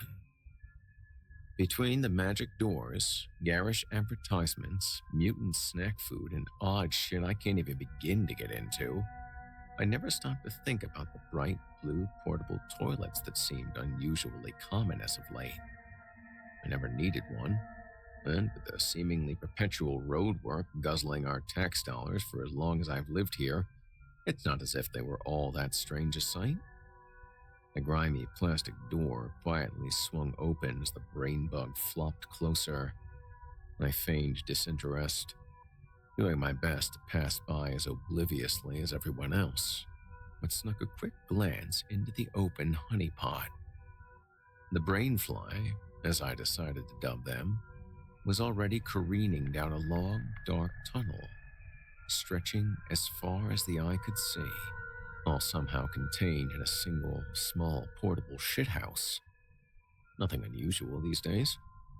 As I made my way back to my car and drove the rest of the way home, only one thought persisted. I had to know. Reality was unraveling around me. Former neighbors were fighting in the streets for rancid mouthfuls of fish guts. Giant hamburgers were lighting up the night sky on neon signs that dwarfed entire buildings. Things were eating people from the inside out. And all I wanted was an answer. I'd even settle for a hint. Any lead I could find. I didn't suspect there was anything I could do, and any day now I could wake up another deluded zombie. Another gluttonous slave to their deep-fried maggots and pickled eyeballs. They could grind me up and serve me at the buffet for all I cared. I just had to know where that damn tunnel went, where the brain-eating bastards were really going. I laid awake there that night, my mind racing with images of alien motherships, parallel realities, and subterranean cities. Tomorrow, I'm going in. Either I die knowing one more piece of the puzzle, or I somehow kick their gooey little asses. Who's to say they'll even be prepared for an intruder, if they think they've got us all fooled? I don't expect to be some kind of hero, but so far, I'm the only one I know who even has a shot at trying. Entry 5.1. I was not prepared for what I found in that tunnel. It stretched on for over a mile in the back of what should have been the 3x3 interior of a porta-potty. I'd been led there by a flying brain, and what I found still succeeded in surprising me. I'd planned to come prepared, but there was ultimately little that I thought would be useful. I packed a store-bought survival kit, ropes, flares, and whatnot, and a heavy metal snow shovel, the only weapon I really thought would accomplish anything. The eggheads only ever responded to bludgeoning, and even then, that only seemed to speed the hatching process. No way I could have hit one of the brain flies with a bullet. But in a closed space, tennis I racket. suppose I could give one a good thwack. Besides the fundamental impossibility of its existence, the tunnel was wholly unremarkable. A slightly rounded concrete corridor interrupted only by squarish, rusted grates. The distant droning escalated as I progressed, and soon enough, the tunnel gave way to what I suppose I can describe as a sort of factory floor. I don't know how long I spent just standing slack-jawed, my brain fumbling over itself to process everything I was seeing. Think of everything that comes to mind when you hear machinery. Turning cogs, conveyor belts, churning pistons, whirling fans. Mechanisms of every conceivable design, and then some, cranking and pumping away in a space so vast that no floor, ceiling, or walls could be seen in the distant darkness. Now, imagine somebody threw all that away and hired clowns to remodel. 50 or 60 years of neglect later, you might have something close to the Burton-esque hell I'd stumbled upon. Everything alternated between cold, grimy steel and a sort of Candyland motif, with vividly striped plumbing and polka-dotted ductwork. I jumped as a shower of sparks flew from an immense robotic arm overhead, its rusted metal casing and tangled red wiring a stark contrast to its Mickey Mouse glove hand. I found myself retreating a few steps into the tunnel as it reached out, joints groaning with neglect, and pulled a tremendous lever with a shining pink knob, an action inexplicably punctuated by a sound like a quacking duck. Instantly, a checkerboard-looking conveyor mount squealed to life, issuing forth a procession of what may have been dead pigs, though I couldn't see their heads, or even the ragged stumps where any may have once been attached. With a ridiculous slide whistle sound, another huge object rose into view, an angular pink and purple funnel the size of a swimming pool. One by one, the mysterious carcasses tumbled off the belt and into the huge trumpet, each followed by a torturous rending sound and a brief but voluminous geyser of thick brown blood. The stink was overpowering. Mesmerized by the spectacle of Willy Wonka's sausage factory, I nearly fell on my ass as a large object shot over my shoulder. A brain fly.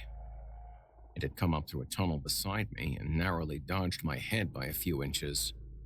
As my heart cautiously restarted itself, I filed away the knowledge that I was still of no obvious concern to the things, even intruding as I was into what may have been their headquarters, or at least an extension of it. I wasn't sure whether or not that was reassuring. The parasite had banked sharply upwards as it left the tunnel, but I could still hear the distinct fluttering of big, membranous wings between the whirring, grinding, and occasional goofy honking of the factory. I craned my head, waiting for the irregular crackling of the equipment to illuminate the gloom. Sure enough, I could see hundreds, thousands of glistening, pinkish shapes passing a good 10 to 15 stories overhead, all in the same direction. I followed. A network of catwalks made navigation relatively easy, and I was usually able to keep sight of the concrete wall I'd emerged from. Tunnel entryways were frequent, brainflies periodically zipping through to join their brothers and sisters above. Even if I lost my way, I was confident that another tunnel might empty back into the real world, and probably in a populated area. They needed bodies, after all. I shuddered, not at the thought itself, but at how casually the thought had come. I was growing too used to this. Uncomfortably comfortable. The Susian slaughterhouse offered no shortage of grotesque spectacles. Rivers of meat slush oozed their way along metallic chutes as wide as city streets, putrescent corpses bobbing sluggishly in the current, and sometimes against it. Towering circular saws loomed like macabre Ferris wheels, chewing their way through slabs of solid, fresh meat that could have fed whole towns. What living thing could even have that much flesh on it? A steady splattering turned out to be a blender the size of a small house. Literally just a scaled-up household blender.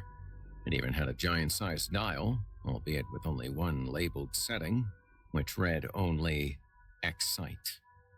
I suppose you could describe the endless truckloads of live white mice pouring into it as excited, in a sense. I passed bubbling lakes of entrails, fermenting tanks of gasping fish heads, mountains of broken, bloodied bone. An endless procession of meat hooks ferried a bizarre menagerie of carcasses along a tangled railway system. From skinned Be cattle back in a minute. to things I doubt you would have found in any textbook. There were insect-like forms as big as a man, tentacle masses dribbling oddly colored ichor, and something I can only describe as a hairy swordfish. Their cargo was so twisted it was some time before I even noticed what was wrong with the meat hooks themselves. They had no wheels, but clung to their rails by metallic, spider-like legs, tip-tapping along with blinding speed. The further I advanced, the louder the wet, slimy flapping of the alien flock. More and more streams were converging into a single mass migration, their collective wings nearly drowning out the buzzing, grinding, and splattering of the factory. I still wasn't sure what I was looking for, but I knew I was getting closer. Entry 5.2. I had ascended 6 levels from my starting point when I had my first run-in with non-brainfly life. My mind almost tried to brush it off as a rat at first. A tiny white shape scurrying in my peripheral vision. We both froze when I moved in for a closer look. The odd little being was only a few inches tall, pale, vaguely humanoid, with a large and nearly spherical head. It reminded me strongly of one of the eggheads, but there was little chance this thing had ever been human. Where there should have been eyes, there were only a pair of gaping, bloody-looking holes, and its mouth was a simple circular hole. In its pale, translucent little hands, it carried a hunk of meat. It didn't look dangerous, but it could have breathed fire for all I knew. I cautiously raised my shovel and took a step back, not wanting to arouse any aggression, and the diminutive imp jerked into motion. In an instant, it crammed the meat into one of its empty eye holes and took a flying leap off the catwalk, landing with a soft, wet splat on the lower level and scampering off into the darkness. From that point on, the tiny creatures seemed to be everywhere. I'd catch them watching me from around corners, or busily snatching scraps of food from the conveyor belts. I suppose the rat comparison wasn't that far off. But if the brain flies flew, and the little goblin things were only vermin, exactly who or what had the catwalks been constructed for? Soon enough, I would get my answer. Entry 5.3. Following the airborne river of winged brains, I was ultimately brought to what seemed at first to be a steel wall, held together with colossal beams and rivets. To either side, it appeared to gradually curve away, the exterior of a roughly circular structure.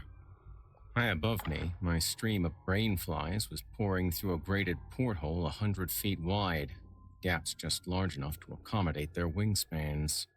I could make out additional portholes to my distant left and right, more slimy flocks streaming in. This had to be it. Home base. The mothership. The catwalk continued through a significantly smaller porthole into something like a vast stadium, distant electric lights confirming a circular shape about a mile across. Its floor was solid, polished concrete, while its ceiling was obscured by a torrential storm of living bodies, dozens of brain-fly streams converging into the open roof of a looming concrete tube at the center of it all. A good 20 stories in height, an eerie green glow poured from the top of the monolithic tower, like some doorway to another realm. A wormhole back to whatever obscene universe the things truly called home. A three-dimensional web of suspended pathways encircled it all, intertwining with a network of immense, grimy pipes a semi could have driven through. It was all so magnificent, so horrific. I almost didn't realize I was still moving forward, my jaw hanging in dumb fascination. Nor did I immediately grasp the significance of a metallic sound from behind me. A sound like a gate being shut. My brain mulled over the thought for a few more moments before I wheeled around in a rush of panic. The tunnel had indeed closed off. The soft roar of the brainfly tornado was joined by a new sound, not unlike the bleating of an alarm bell. And then came the meat. I had the good sense to start moving as soon as the nearest gaping pipe began to shudder and gurgle, trickling a thin stream of red-brown slime for a few moments before finally erupting with a torrent of chunky sludge. All meat. Meat and meat juice. A few yards away, another pipe vomited to life. At first, I thought the intention would be to drown me. I didn't doubt for a second that there was enough meat in the factory plumbing to fill this place completely, but it was quickly apparent that my demise wouldn't be so simple. The meat seemed to spread out much farther than mere gravity would dictate. Wherever I ran, it seemed to flow directly towards me, winding in streams like the pseudopods of an enormous amoeba. Not my imagination. It was the worst-case scenario, but at this point, far from surprising. I had already seen moving, twitching things come out of the takeout windows. Things that couldn't possibly have been alive, but wriggled frantically, even as they were torn apart and devoured by the increasingly fatter, greasier mouths of my neighbors. A chain of green-tinged sausages rose shakily from a nearby heap like an intoxicated cobra. I gagged a little. Emerging mostly from the outer edges of the chamber, the living flesh was forcing me closer towards the tower, where I would have no choice but to ascend the catwalks. I was probably going to die either way, and it was probably going to be hideous. At least, I might sneak a glimpse at an alien world on my way out. Entry 5.4. By the time I had climbed only 3 levels, I couldn't see any empty floor space below me, only a solid lake of meat, rippling with unnatural life, like a pit of deformed, blood-soaked maggots. I could see pieces beginning to climb after me, questing blindly until it figured out the stairwells, or simply creeping snail-like up the side of the tower. A few managed to catch up with me, or even cut me off momentarily, but the shovel turned out to be an excellent choice. What I couldn't smash or sever, I heaved over to the side. Something like an inside-out penguin toddled up to my feet on the 4th level. One good smack, and it crunched wetly into a perfect, comical disc, still wiggling uselessly. Rancid brains burst like spoiled pumpkins under my wrath. A writhing mass of intestines inexplicably squealed and, for lack of a better word, died once I chopped off what it was loosely employing as a head end. A giant heap of pinkish slime gave me some momentary trouble on the 6th level, shrugging off one blow after another until I was stricken by its overwhelming chemical stink and brandished one of my flares, hoping it might be flammable. As though it knew exactly what I was thinking, it retreated like a snail into a rusted metal drum it had been lugging around. Though individually pathetic, the meat creatures were persistent and increasingly bizarre. Somewhere on the 8th, possibly 9th level, I turned around to find a big fish head attempting to sneak up behind me, tiptoeing comically on a pair of eerily human, feminine legs. It froze up when I coughed, as though realizing too late that I'd been watching it for a good 4 or 5 of its exaggerated sneaking steps. Some fat, white bug like a woodlouse tumbled out of the fish's mouth, chittered angrily, and fled on its hind legs before I knocked the fish thing over the edge.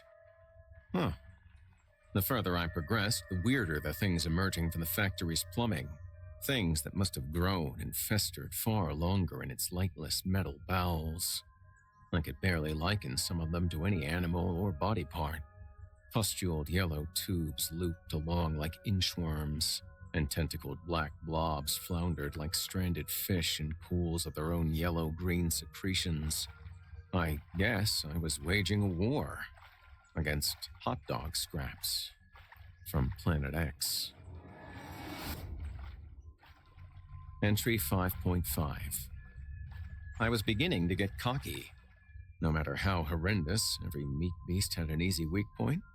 I was increasingly confident I could make it home alive, wondering if perhaps they had only put the world under some sort of hypnotic spell, because we were simply too powerful and too dangerous for them to defend against. I was beginning to feel like a hero after all, like I was living my own video game. This self-important high was cut short on about the 15th level, when the first real wrench was thrown into my hit things with a shovel strategy. The thing blocking my path was Hit not things made of with meat, a shovel. not on the outside at least. Daisy It appeared attitude. to be made entirely of iron, rugged and nearly black. A torso like a department store mannequin stood atop 3 jointed, knobbly legs, and its single arm terminated in a pair of jagged tongs, periodically clacking shut. The oversized head resembled some sort of huge pot or boiler, with a pair of cartoonish painted-on eyes. An orange-yellow glow could be seen through its many cracks and vents. I didn't suspect there was much a shovel could do to this one, and it neither backed off nor approached. It simply stood there, waiting, daring me to make a move. I could see a dense river of meat bodies surging along the path only 3 levels below, making the same slow spiral around the tower as I was. Fragile or not, there was no way I could keep their numbers at bay forever. Well, it was written I wondered if I'd be before taken the alive. update. A dozen images flashed through If they my mind. reprinted it, maybe The they would make it eggheads, a the things I'd pickaxe seen or here, an ice things I'd axe. seen in PETA propaganda videos. Any one of them could be my fate. Let's just talk about this, Sonny Mom. The voice snapped me back to reality, if you could call this a reality. It had come from in front of me, from the robot cook, or whatever it was. What? It spoke again. It doesn't have to be this way, Missy George. Besides its mangled grasp of pronouns, it spoke English with remarkable clarity. Its voice was soft and feminine, with just a slight metallic quality. I'm sorry? Was all I could manage, still dazed. We can put you right back where you belong, little thingadoc. We can even fix you up like the rest. You'll never know. I knew exactly what it was talking about. The brainwashing. As far as I knew, I was making first contact with a non-human intelligence, and I had a billion questions about what they were doing to us, where they came from, what else was out there in the universe or multiverse or whatever we might be living in. But only one thing actually came out. Fuck yourselves. It sighed a hollow metal sigh, a little smoke escaping from its face vent. It seemed to sink a little at my response. If that's how you want it, whatchamacwazzle, was threateningly on its 3 legs, and I realized what it reminded me of. A barbecue grill. In the blink of an eye, its clawed arm shot out and clamped around the handle of my precious shovel, effortlessly tearing it from my grip and dropping it to the walkway. Fuck. It shot out again, and this time got me by the neck. It slammed me to the ground, taking apparent care not to choke me just yet, but at least cause considerable pain. Its legs clanged noisily as it positioned itself directly over me and planted its metal ass directly onto my stomach, pinning me down even tighter. Lines of black grease began to roll down the thing's artificial face, sizzling furiously. I screamed weakly through the creature's grasp when a single, tiny droplet met the exposed skin of my arm. It felt like being branded. The monster giggled. Tee hee hee hee hee hee. It spoke out the laughter like it was reading from a bad script.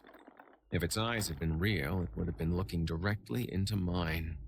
And if it had lips, I'm sure they would be smiling. It bent forward, the grease now cascading in a thick curtain, threatening any moment to start raining in hissing streams onto my exposed face. The claw around my neck tightened, finally pinching shut my airways. It was going to burn my eyes out while it strangled me to death.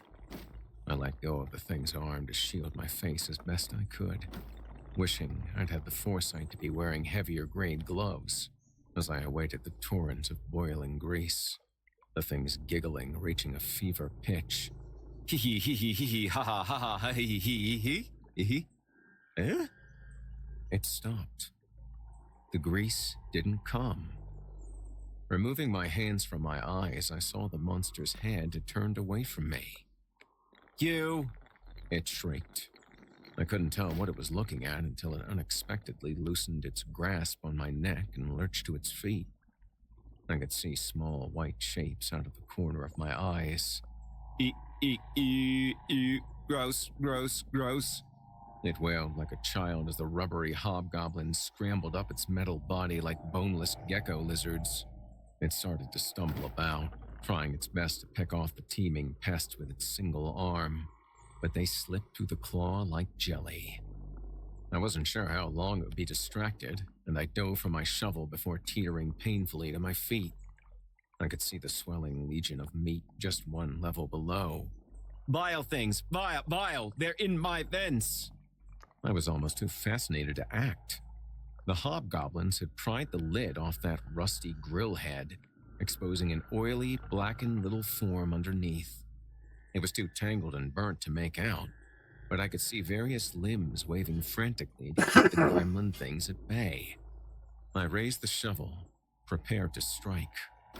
All at once, the little creatures snapped their heads in my direction and dropped like flies from the metal being, falling to the path and scattering out of sight.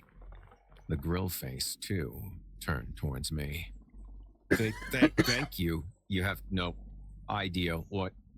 I let out a berserker howl as I brought down the shovel squarely on that black, twitching body, splatting it with a wet crunch and a deafening bang against the white-hot grill it rested upon. The metal construct stood still and silent for several agonizing moments before it finally began to pitch backward, creaking like a rusty door before banging to the ground. Dead or asleep or whatever the shit I just did. I prodded it a few times before cautiously stepping around it and continuing up. Something didn't want me to reach the top, and I felt pretty good about that. Entry 5.6. The rest of my climb was relatively uneventful, broken only by the odd hot dog squid or scuttling pork ribs.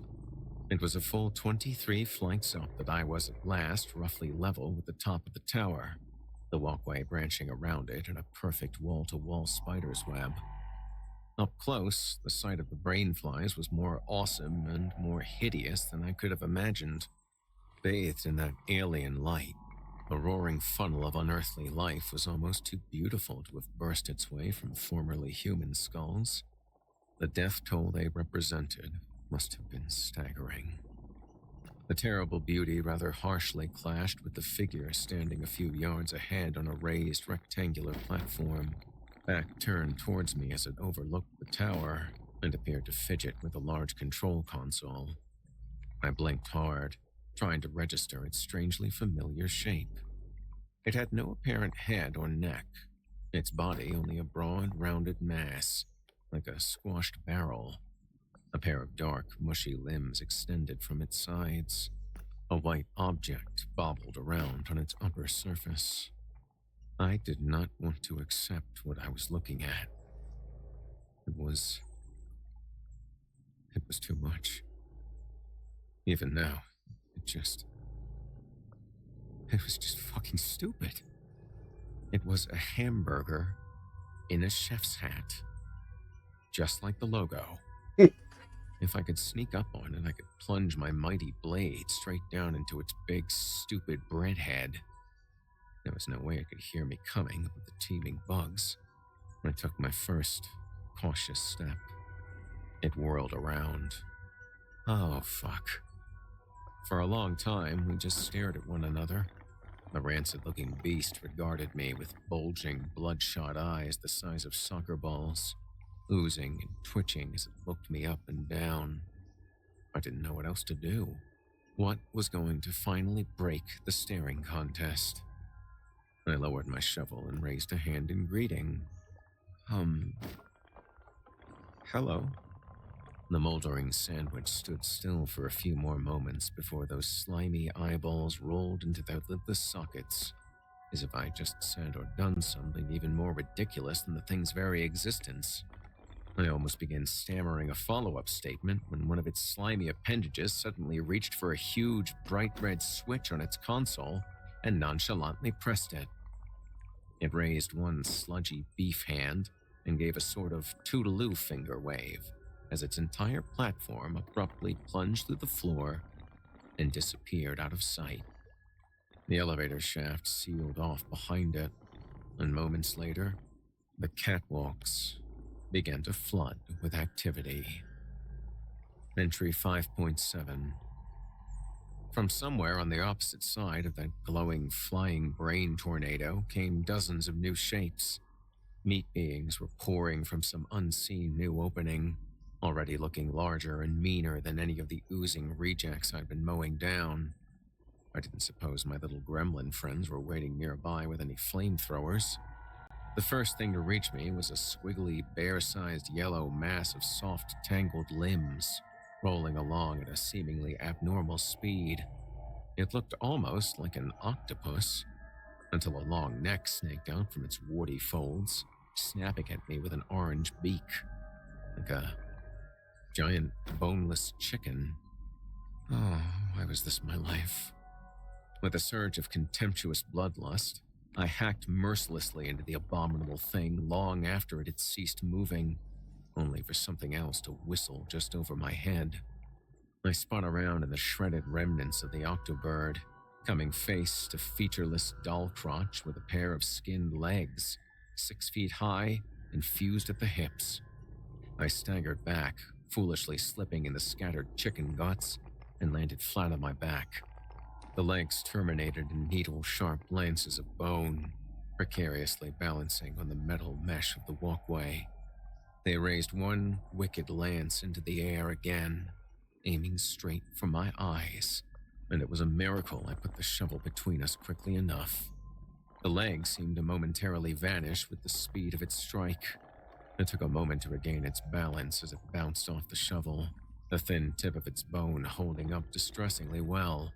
I barely managed to sit upright as it took a stab for my heart, and I scrambled to my feet just in time to deflect the third strike. Enraged, I swung the shovel like a barbarian's axe, and the legs toppled. While they flailed over the guardrails, I could swear to God I heard them utter a soft, high-pitched, "Uh-oh."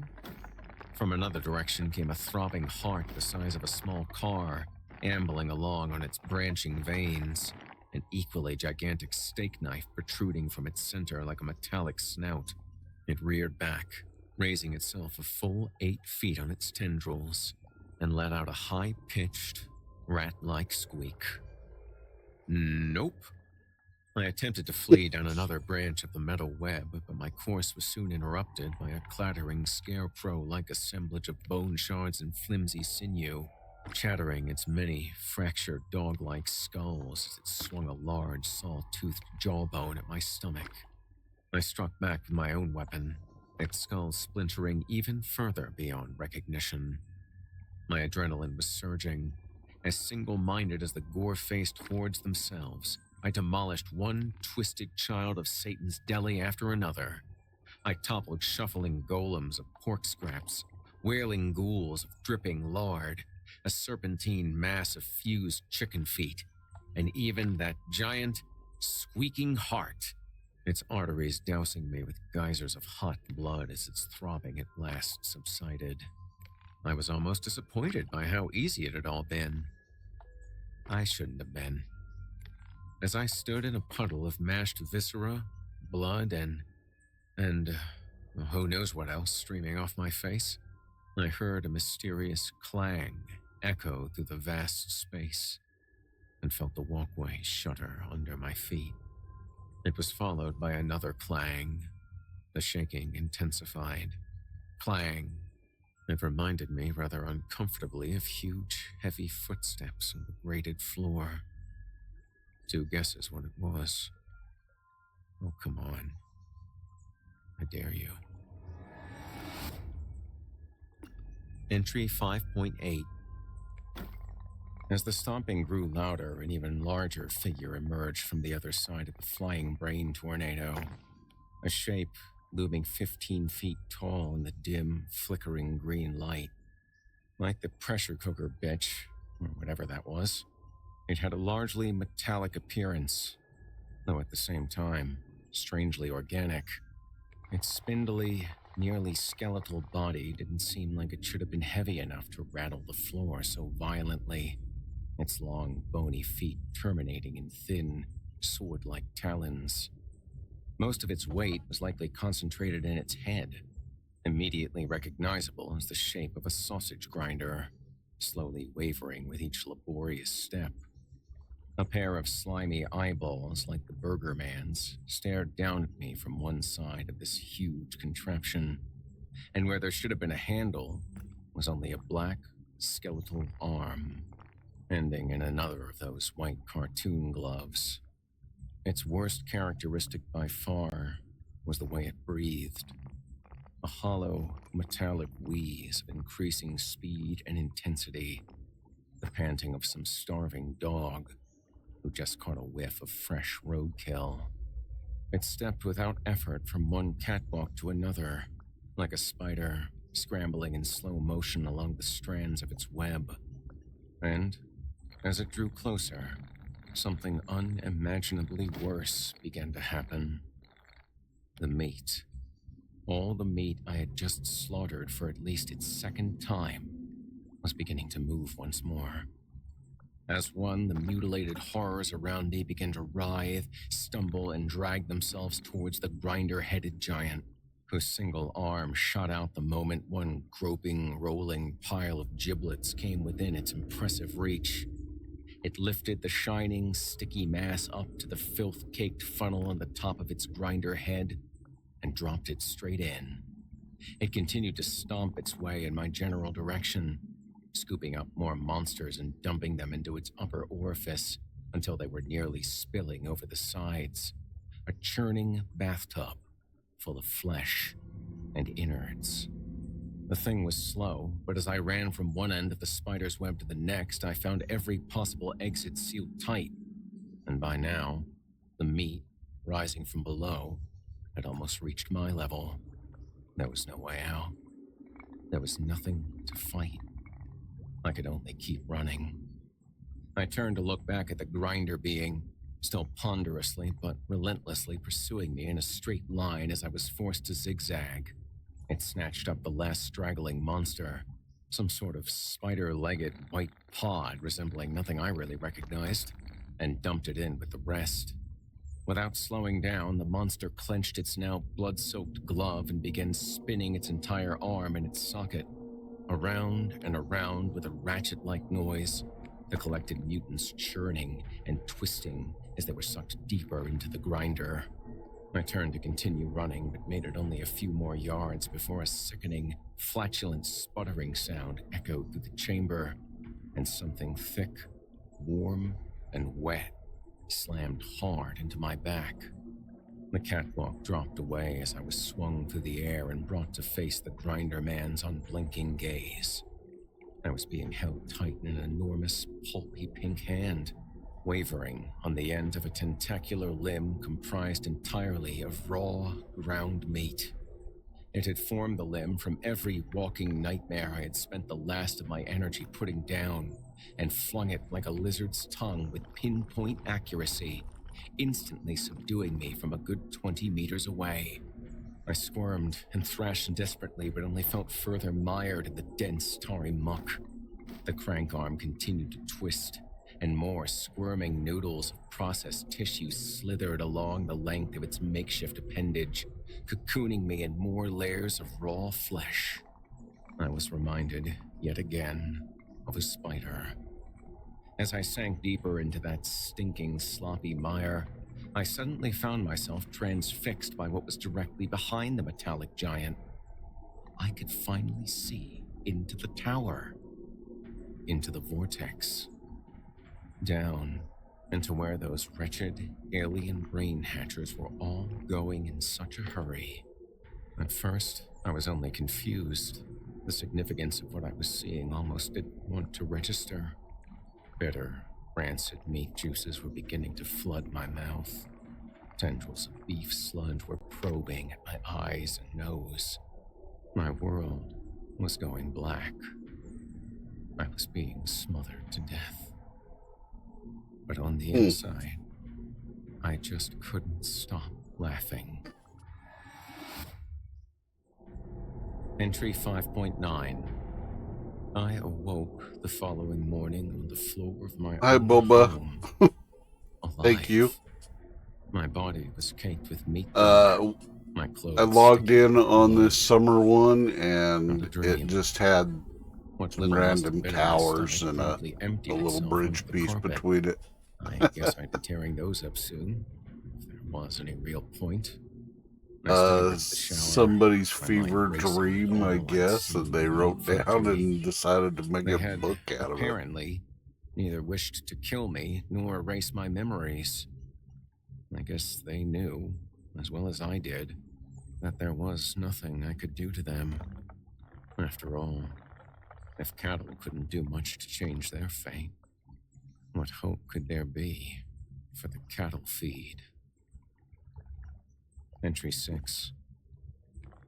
I tried to get a fountain Coke at the 7-Eleven. Well, maybe Some it's not sort a of fever pinkish dream. gunk Maybe it's a coiled out like diet soft-serve, dream or something. smelling I like don't know. hot bologna. I cut open what I thought was a watermelon. The inside was like a brain. I unwrapped an almond joy and got nothing but a length of bone filled with a clear, yellow mush. I put money into a Coke machine. I saw the bottle tumble to the bottom. I reached through the door. All I pulled out was a heart, still beating. I hurled it to the pavement and stomped it into nothing but a red, sticky stain. I came home starving, not even surprised by the flock of chickens hobbling around my front lawn, plucked and headless. I staggered to my kitchen and cracked into another box of cereal from my dwindling stash. Cat food stink. Cartoon hamburger. The words superior food matter had replaced Frosted Flakes. Tony the Tiger was just a grainy photograph of a bobcat. A box of Lucky Charms now said, added tissue rind, above some shitty JPEG stock art of a nobody leprechaun. The Cheerios had become organism part, add fluids. The rest of the box was dominated by a close-up of clammy gray intestines. I rummaged through the whole supply in a daze. Red blood materials, marvelous food nugget. None of this was there when I bought it. I didn't bring home anything with a single letter out of whack. The last box used to be Cocoa Puffs. My favorite. Fred Flintstone still looked like Fred Flintstone, just far too real. I could see every pore on his lifelike, fleshy nose. This was now, apparently, a box of flavored meal substance. Whatever. What the fuck ever. I ate it. I ate it? Experimenting with goddamn delicious. overlapping forms in this So was the too. mysterious can of your favorite meat pastes waiting for me on my coffee table. So was the cup of what looked Smelled and tasted like liquid bacon, straight from my own tap. The black thing in the refrigerator that looked like the bastard child of a caterpillar and a starfish was as sweet as maple ham. But the best thing, by far, was the steak.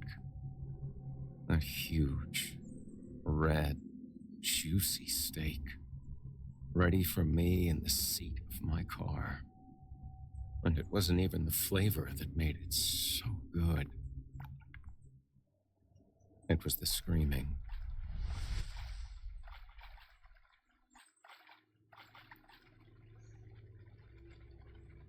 Day 187. Suzanne darted from the predators, stalking her like a terrified rabbit. Her heart pounded, and her calf and thigh muscles burned as she approached the small town, heading for the gap between two ramshackle buildings. She could see a parked car, both doors ajar. She couldn't help but laugh, a childhood memory bubbling up, asking her mother, "Why does the car think the door is ajar?" when their 87 Chrysler's electronic voice alert would inform them their doors weren't fully closed. The absurdity of random useless memories from the before times, in now all too common moments of insane peril, helped keep her grounded and sane. The memory even brought a smile to her face, her thumb instinctively finding her mother's ruby ring even as she ran. It had been passed down to her when she left for her freshman year at university. She snapped out of her reverie before thoughts of her mother's unknown fate could surface and sap her of the motivation to keep running, to keep living. Her lungs began to burn and she focused on getting to the opening of the alley. The predators were far behind her, yet she dared not look back and lose vital speed. She instead relied on the decreasing volume of guttural moans to tell her how far back they had fallen. She could pause to catch her breath for a moment once she entered the gap.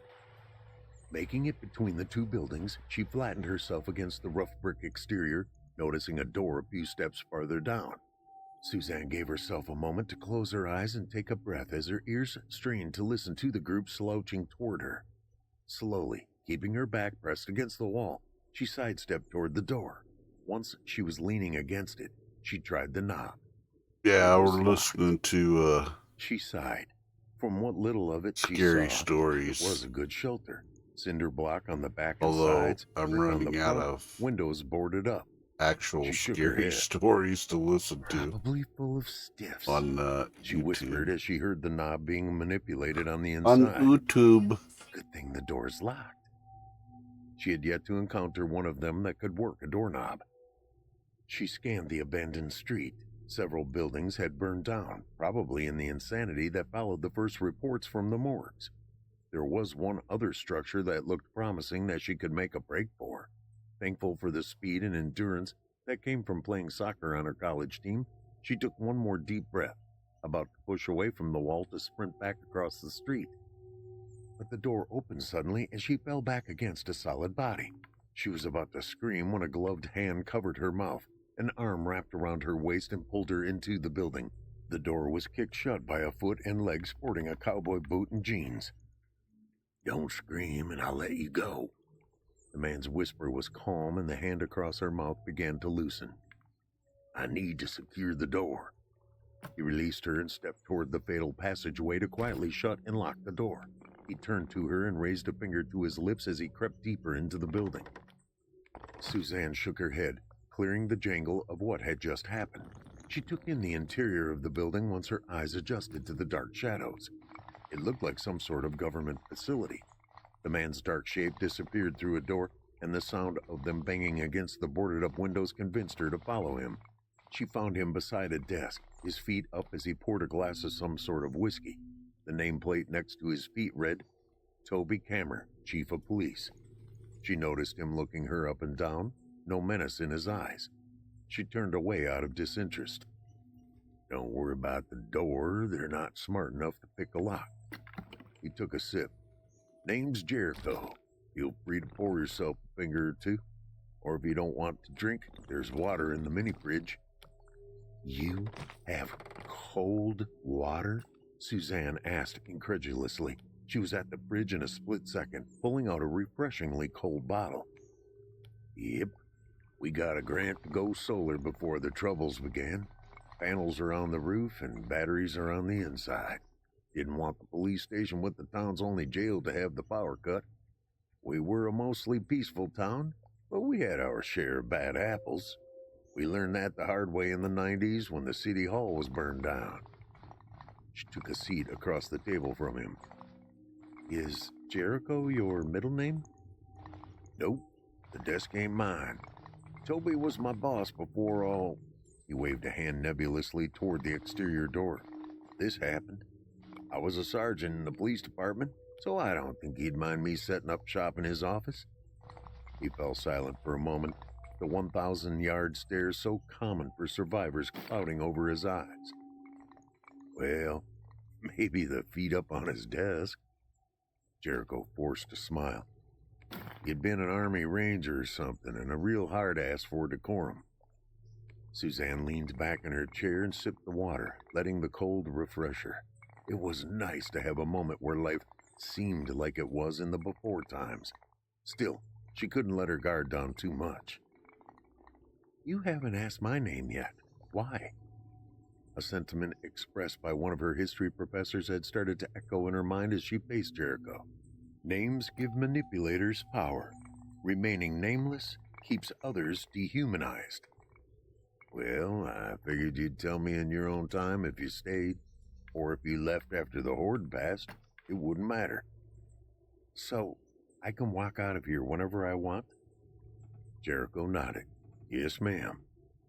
As if in answer, there was an aggressive thump against the window. I would recommend you wait an hour or two, though.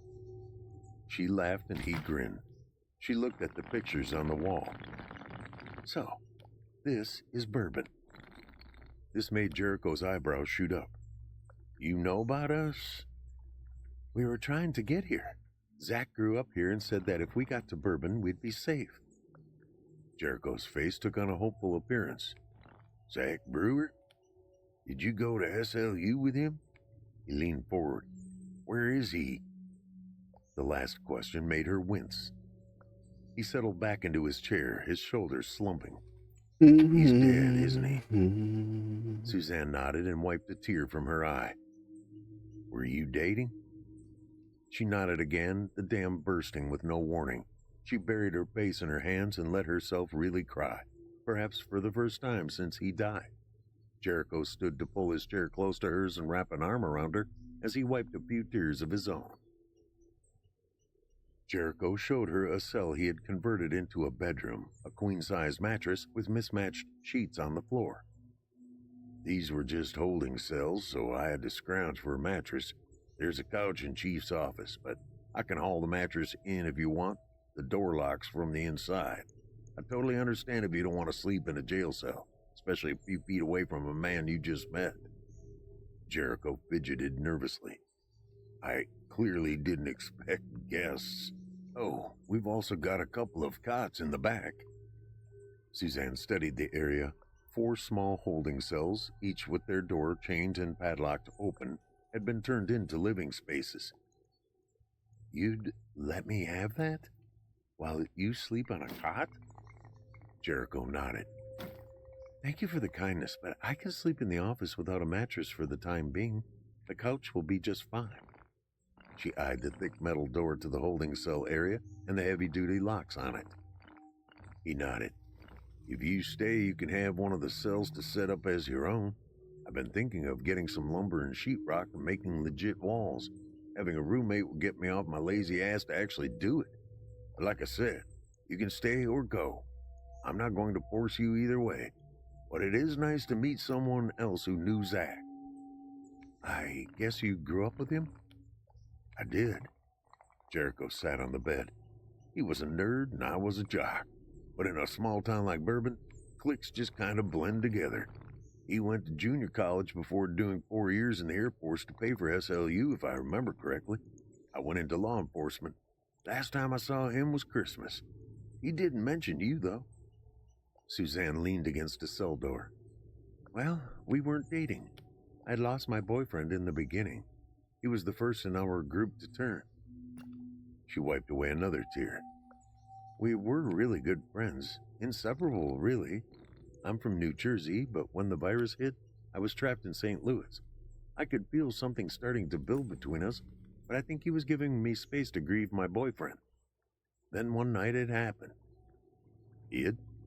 Jericho tried to suppress a grin. Pervert, she said with a smile and a blush. But yes, we just looked at each other and went for it. No words, just a few hours of literally screwing like we were literally the last people on Earth. Hours? Jericho chuckled. Zach, you old stud. Yes, he was. Suzanne grinned. After that, he was mine, and I was his. There was no way it could be a simple life, even then. It was primal. We survived by scrounging for food when it was safe to do so, but after a few months, we decided it was time to leave the city. It took us a week to get to the outskirts when it used to take us 30 minutes. Roads that bad? Suzanne nodded. Cars were parked bumper to bumper on I-44. We also found it safer to travel by night. Zach had this theory that their sense of smell decreased late at night. I also think they have just as hard a time seeing in the dark as we do. Maybe even a little worse. Ever look into their eyes? Jericho shook his head. I haven't gotten that close to them. I have, and every one of them seems to have a haze in front of their pupils. She shivered. I don't think their hearing is all that great either. Unless they're fresh, there's always an ooze seeping from their ears. But I'm not a biologist. She looked down at her second bottle of water. Zach was the scientist. What happened to him? Suzanne sighed. It was this side of Sullivan. He said we were close, 20 minutes from the center of town if we ran, but it was too close to sunup. We found an abandoned house to hole up in during the day and get some sleep. We'd gotten pretty good at picking good hidey holes, as he called them, but the excitement of being so close must have gotten to us. We didn't secure the house good enough. They got in somehow, and we woke to the sound of shuffling. He yelled at me to run, and then... Sounds like a zombie just apocalypse. charged them. Suzanne put her head in her hands, and sobs once more took over her body. Jericho, too, shed more tears for his friend. After a few long moments of letting the grief out, she continued. It was only yesterday morning. I spent the rest of the day hiding, and then last night making my way down the service road, avoiding random small herds of the bastards. One group caught my scent this morning right after I made it to the city limit sign and chased me here. Fucking bastards. Jericho shook his head. I know they used to be human, and many of them used to be my... His voice trailed off. It was her turn to be comforting. She placed a hand on Jericho's shoulder and just let the silence ease the pain. Eventually, her stomach rumbled with hunger. He patted her hand and stood. Why don't you try and relax? I'll cook us some lunch. Exhaustion and hunger were starting to creep up on her. While she could not be sure Jericho was the Good Samaritan he came off as, she couldn't care once she stretched out on the sofa in the former police chief's office. She fidgeted with her ring as sleep overtook her. Fire rained from the sky as the earth shook under her feet. She was screaming through a window at a man 100 yards away. He was pushing a boat into turquoise waters that were rapidly turning gray as something dark fell from the sky. He stopped his chore and turned to her. Just before she could see his face, a black cloud filled her vision. She began to choke as she felt an intense heat start to melt her flesh. Hey, wake up, a masculine voice said, gently nudging Suzanne awake. Zach? No. A pause. Sorry. This startled her awake. Who? Where? She asked as she scanned her surroundings. Get me already? Jericho asked, holding 2 plates of food. She could see the steam rising from a hot dog on a bun and some macaroni and cheese. Sorry, I haven't slept that deeply in a while. She took the plate he offered her. The way you were whimpering, it sounded like one hell of a dream. He plopped down in the desk chair and started eating his hot dog. Yeah. She brushed her hair from her face and picked up the hot dog. Just a nightmare I've had since I was a child. She took a bite. Having a hot meal from the before times was incredible, no matter what it was. He nodded, letting it drop. Sorry, dogs were the only meat I had thawed, and the mac and cheese is only made with margarine since all the milk is spoiled. He took a bite of the gold noodles, but I like it better this way. Please, she mumbled through a mouthful of food. Don't apologize. It's delicious. Jericho smiled, unknowingly watching her wolf down the first hot meal she had had in at least 6 months. Suzanne blushed when she caught him studying her. Sorry, she said in a self-chastised tone. It's all right, I understand. He took another bite. I was here when the first horde overran the town. We were luckier than most, unluckier than others. We had enough of a warning, and were able to get the town and country and 2 other hardware stores boarded up. From there, we got to the high school and churches. Plan was just to go into the school and wait it out. What happened? Jericho sat his plate on the desk as a look of disgust spread across his face. Human nature? People were bit and hit it, not believing they would turn. We didn't think to make inspection mandatory for entry. When the police and fire departments deemed it safe to go check on the civilians who hadn't sheltered, we found our friends and family either turned or turning. He poured himself a couple of fingers of whiskey. I didn't see it for myself. I didn't have any family, so I volunteered to go check on the essential stores. Didn't mean I didn't hear the anguish of my friends as they reported over the radio. He shook his head. Most lost the will to fight and just let the horde take them. Those that survived either left town or killed themselves. Why did you stay? Suzanne asked, finishing her hot dog and starting on the macaroni and cheese.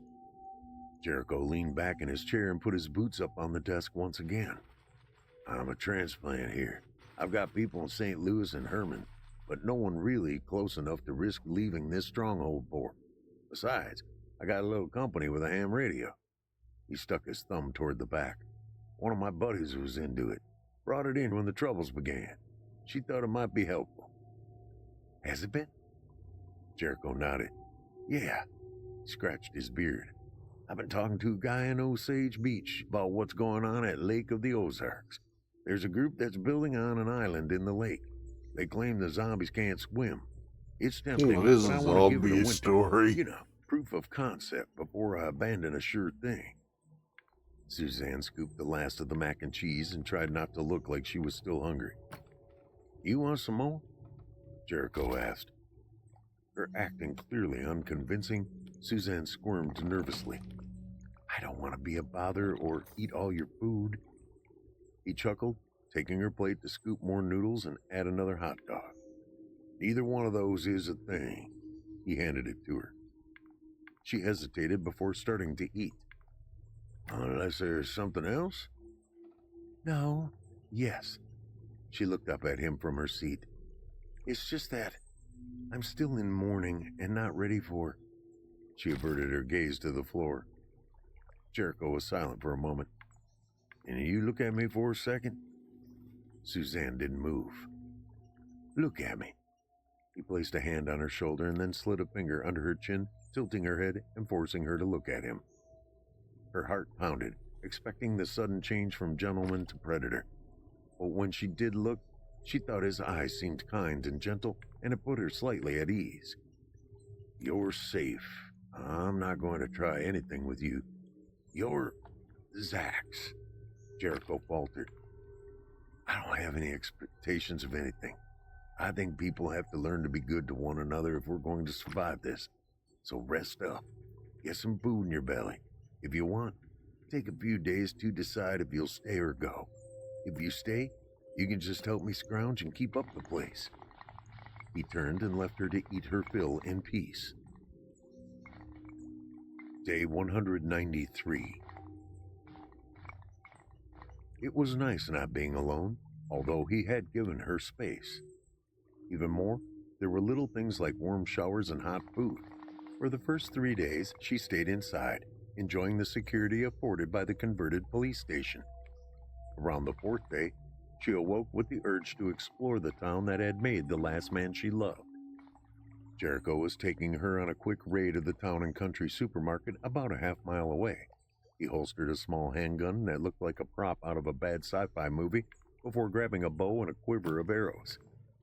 "With all the guns in the police station," she asked, "why a bow and arrows?" "It's quiet. Also, the pistol is a .22 Magnum. That's in case they get close. Their skulls have gotten softer, so I don't need as much power to scramble their brains, and less noise means fewer can find us." "Do I get one?" "Do you know how to shoot either?" "No." "If you've survived this long without one, there's no reason to give you a weapon until you're proficient with it." She nodded in silent assent. "Also," Jericho continued, "don't speak unless absolutely necessary." 15 minutes and they were in the supermarket. The place stunk of spoiled food. The undead had been there and devoured much of the meat, leaving the heavy stench of decaying fruits and vegetables. They filled backpacks with canned goods, boxed dinners, and raided the cracker and cookie aisle. Leaving the store, Jericho led her to the general store next door. The sign above the door read, "Urban Family Center." She was drawn to the center aisle with the remains of what had once been shelves stocked full of candy. When she and Zach got away from St. Louis, there was a lot left. They had noticed that the small towns had better survived the havoc of the initial short-lived panic that had gripped humanity. She smiled, thinking of an 8-year-old Zach rummaging through the massive selection. Her fingers lingered on a box of Nerds, which had been his favorite.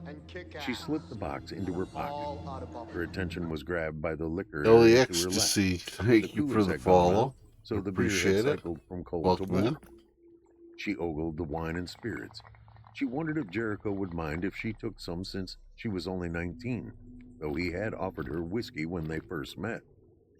She slipped a bottle of cheap rum into her backpack. If he was cool, she'd be back for the good stuff. From there, she explored the rest of the store. In the toy section, she found some Star Wars action figures in a clearance bin. Picking up a Princess Leia, she wondered if Zach had once held it. Then, she wondered if his mom wouldn't buy it for him and made him put it back. She put it back. She eventually made her way to the sporting goods area where she found Jericho behind the counter. A youth compound bow laid above him as he rummaged in the once locked case and pulled out a small black plastic box. He put the box in her backpack, and she heard him chuckle as it clinked against the bottle of rum. He then handed her the bow and motioned to her to follow him out of the store. Once back in the police station, he grabbed the bottle of rum from her backpack and disappeared into the chief's office. She shook her head at the absurdity of confiscating the booze, but leaving her with what she suspected was a gun. However, he returned a few moments later with 2 glasses filled with what looked like cola. He handed one to her. "You're what, 18, 19, maybe 20? She nodded, prepared to ask, with as much snark as she could muster, if it mattered. Then she smelled the rum in her drink. "I guess the law doesn't matter anymore?" "Nope," he said, taking a seat. "I hope you don't mind it. I've always had a heavy pour, and honestly, I would have offered it to you sooner. With you being a pretty young woman, I thought it better for both of us to keep our wits about us." Suzanne blushed. "I appreciate that." She looked at the black box. "Is that what I think it is?" "I don't know. I can't read minds. What do you think it is?" "A gun?" Jericho nodded. "That it is. A Grendel P30 .22 caliber mag pistol just like the one I carry. And yes, it's for you." Suzanne looked at it, wanting to open it but being afraid at the same time. "I thought about it," Jericho continued when she didn't say anything. "And whether you stay or go, you need to learn to use a weapon. If you stay, I need you to have my back. If you go, it's a dangerous world out there. I want you to be able to defend yourself." What felt like the millionth tears slid down her cheek. I've been thinking about that. I have no clue if I even have family left back in Jersey. Odds are I don't, and with how long it took me to get the 70 miles here from St. Louis, odds are I'm not going to make it there anyway. So if you don't mind, I'd like to stay. Jericho grinned. Suzanne had to admit he was kind of sort of cute when he grinned. I like that very much. She changed the subject. What about the bow? That's also for you. You need to learn to shoot it too. I know it says youth, but trust me, it can take down a deer. If it can do that, it can kill a zombie. But why youth? Yep. Now, before you think it's because you're a girl, it's not that. You're about as big as I was when I learned to shoot one of these, and you need a draw length to match your frame. He turned his attention to the pistol in the box. We're going to set up targets on the roof, and I'll teach you there. Eventually, you'll learn to shoot the rifles, and we'll take turns with one of us scrounging on the ground, while the other's up there keeping watch, and if necessary, sniping. Because of the hill between here and the Town and Country Plaza, we won't have 100% coverage on those runs. Something's better than nothing. Here in downtown, it'll be nice to have one of us posted up high, keeping eyes on the other at all times. Suzanne nodded. But before all that, he continued, I want you comfortable holding a gun and knowing how to operate it before you put your booger hooker on the bang button and make it go boom for the first time. Suzanne laughed. An hour later, Suzanne's hand still shook, but not near as bad as at first. At first, she was trembling so much that she couldn't load the magazine. Jericho's calm and confidence helped put her at ease. As she began to understand how it worked and operated, she started becoming more comfortable. And as she became comfortable, her only anxiety was what it would feel like when she shot it. Is it going to kick hard? Nope, it's only a .22 Magnum. It's also semi-auto, so the recoil spring acts as a shock absorber. You don't need to worry about kick until we start training you on the .44 Magnum or one of the department's shotguns or rifles. Those are a revolver and pump and bolt action long guns, so no recoil spring.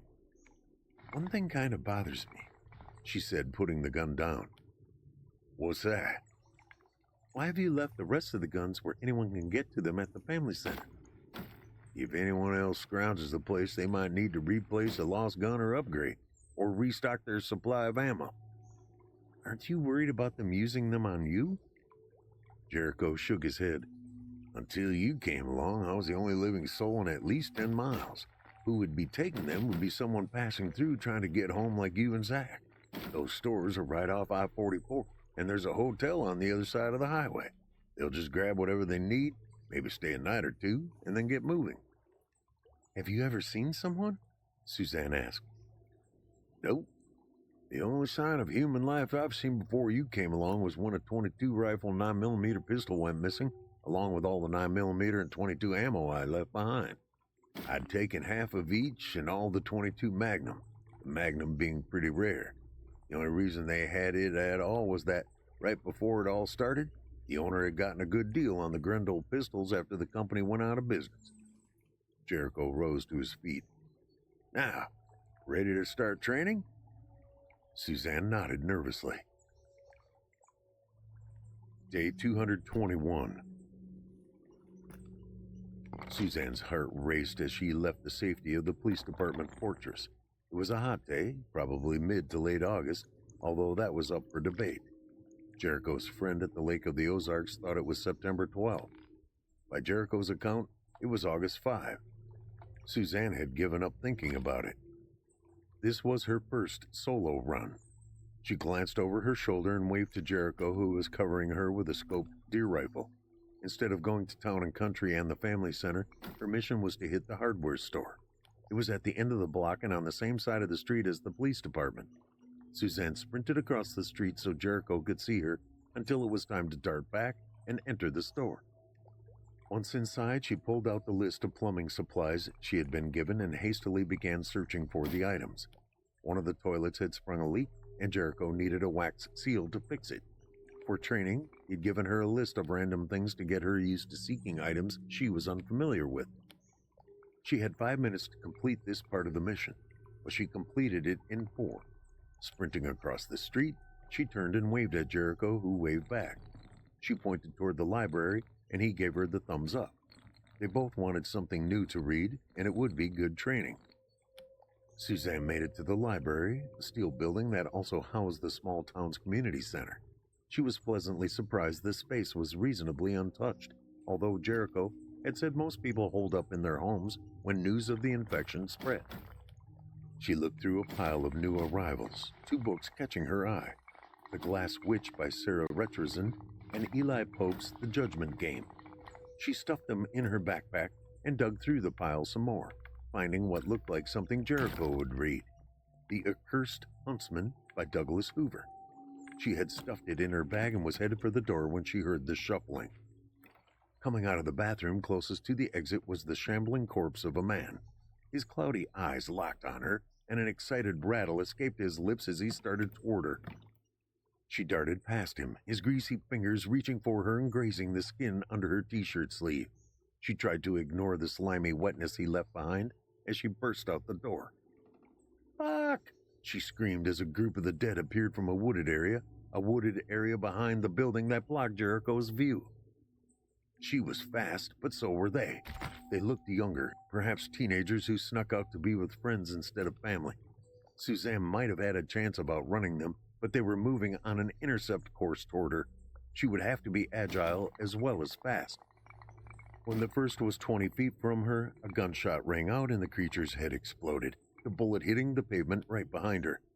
Her flight instinct was the only thing that stopped her from freezing at the realization she was in the line of fire. The roar of his rifle and the sight of another head exploding propelled her to go faster. As Suzanne began sprinting, so did the remaining 3 zombies. Jericho was able to dispatch 2 of them. The third was directly behind her, and she could feel its dead hand brushing her clothes and her hair. She could hear its wheezing breath as it kept up with her. She looked up at Jericho, all focused behind the scope of his rifle, but she knew he couldn't get a clean shot. The hand found her shoulder and gripped it hard. The wheezing momentarily changed pitch, and it almost sounded celebratory. Suzanne slowed and bowed her head as she felt its unsteady breath on her shoulder. She started to bawl as she surrendered to her fate. She did not hear the gunshot, only felt the bullet whiz past her ear before making a disgusting but primally satisfying squelching noise as her attacker's head exploded, splattering her back with its decaying ichor. The grip on her shoulder loosened as the corpse fell dead for the second time. Suzanne slowed to a stop as shock took over. She stood still. Her eyes half-heartedly tracked Jericho scrambling down off the roof and sprinting to her, grabbing her and pulling her toward the police station. Then she was inside, still standing in stunned silence as he yelled at her to get her attention. She finally began to come to her senses. She was alive. Jericho had saved her life. She stepped toward him. As she drew near, he reached for the backpack and started to check her for injury. Grabbing him, she ignored how his eyes went wide with shock and then fear. As he reached for a handgun, she pulled him to her chest, pressing her lips to his and kissing him wildly. It was animalistic. She heard the sound of the pistol clattering to the floor as he kissed her back, wrapping his arms around her. They kissed for a few minutes before she broke it and, still in his embrace, lifted her shirt up and off. She wore no bra. "Fuck me," Suzanne said as she kicked off her shoes. "Yes, ma'am," he said, lifting her off her feet and kissing her before carrying her to a renovated jail cell as romantically as possible. They lay in bed naked, his arm holding her close as her head rested on his chest.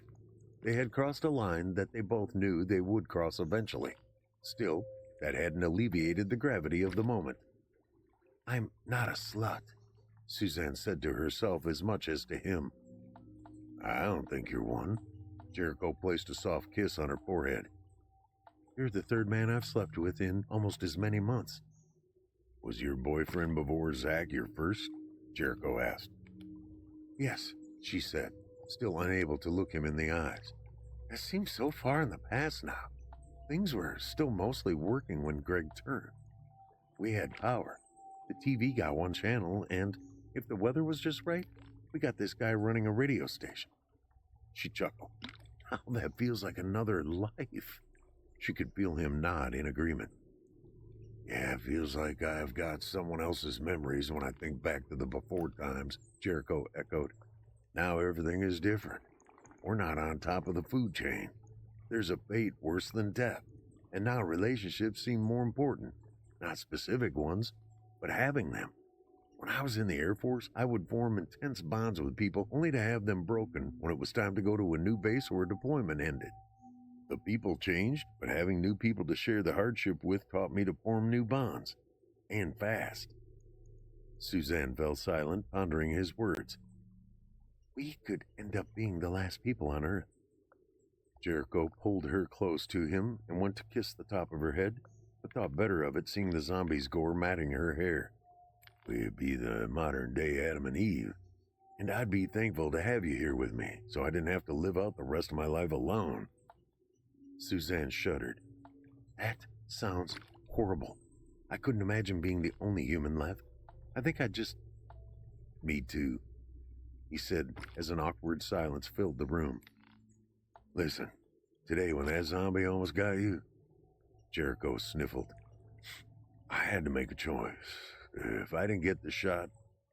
It's okay, Suzanne said softly. I would have shot you. I will never let you suffer, and if you're ever in that situation, don't hesitate to take the shot. Please. Please. Suzanne buried her face in his chest. I don't want to think about it. Okay, just keep it in mind. She changed the subject.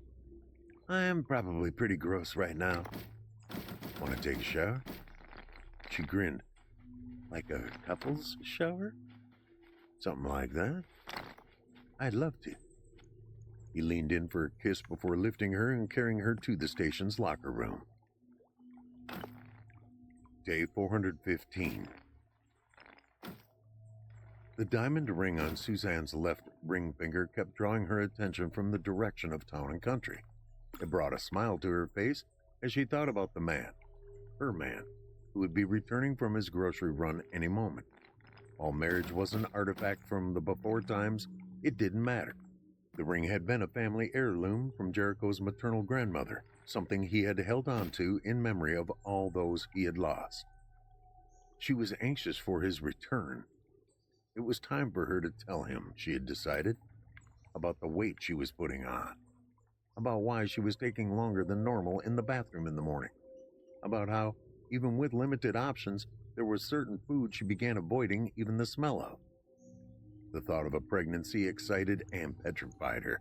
She'd be carrying and delivering the child without medical care or family support beyond Jericho. She distracted herself from the worry and went back to watching for him to return. There had been an influx of zombies shambling through town, and Jericho wanted to stock up on supplies. He had seen herds move through town, and that kept them locked inside the station for several days, so they needed to make sure there was enough food and other necessities.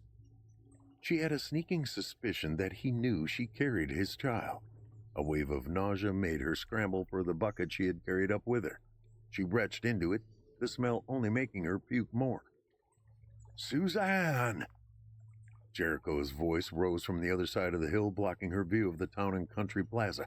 She pulled herself away from the bucket to see him running toward the station. Suzanne! Shoot them! He screamed in a panic. Shoot me a path! She moved back toward the sniper nest and, gripping the rifle, looked over the edge. He was on the opposite side of the road, and zombies had shuffled out from behind the police station while she was lost in thought. They had moved to block his path, and another group had come out from the neighboring building. He was trapped. She shouldered the rifle, and her vision tunneled as she aligned the scope's crosshairs on what had once been a woman. She took a breath. After exhaling, but before she inhaled again, Suzanne squeezed the trigger. She barely registered the exploding head before she continued picking off the undead. Yes, way to go! Jericho screamed. Suzanne did not have time to celebrate. There were more than she had ever dealt with when sitting watching for Jericho. She squeezed the trigger and heard a dry click. Fuck! Out of ammo! She yelled as one hand worked the magazine release and the other searched for a replacement. Finding it, she slammed it into place and racked the next round. She sighted a creature that was seconds from sinking his teeth into Jericho. With another squeeze of the trigger, another head blasted to pieces. Jericho was almost home, and he looked up, and their eyes met. He smiled at her. A smile unearthed a memory buried deep in her soul. Suzanne blinked away the idle thoughts. She was about to move to the ladder to get to ground level and slip inside with her partner when a zombie appeared out of nowhere. Jericho! She screamed for him, watching helplessly as the undead creature latched onto him, its teeth sinking into his shoulder. Fuck! He screamed as the zombie pushed him to the ground, its teeth gnawing. He looked up at Suzanne. Their eyes met again. Please! Tears began to flow as she once more shouldered the rifle and took aim, this time at the last man she would ever love. She saw his face contorted in pain, pleading with her. She closed her eyes and inhaled deeply, opening them as she exhaled. The crosshairs, still square on his forehead, she pulled the trigger.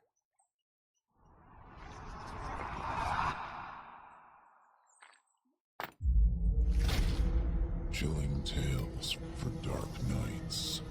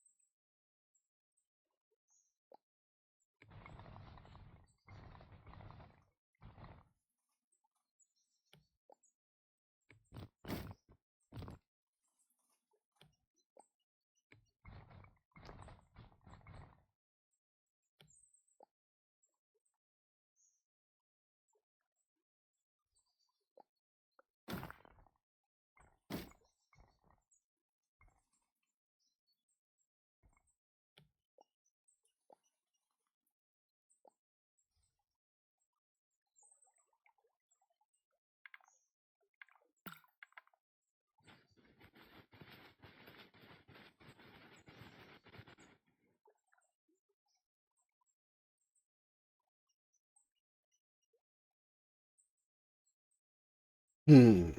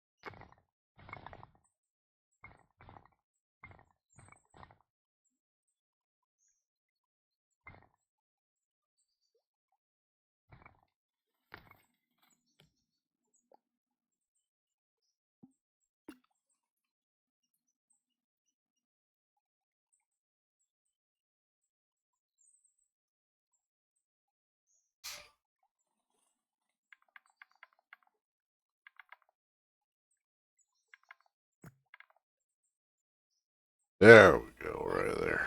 That's what I need.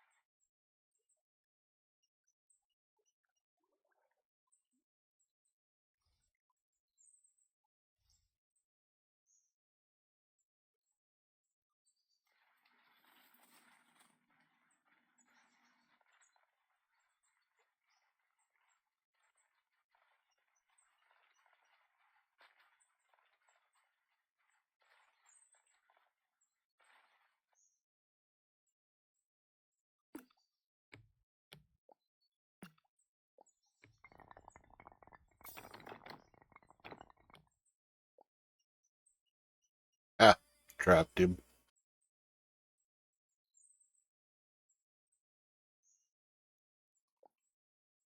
Just kidding, little sheepy. You can leave.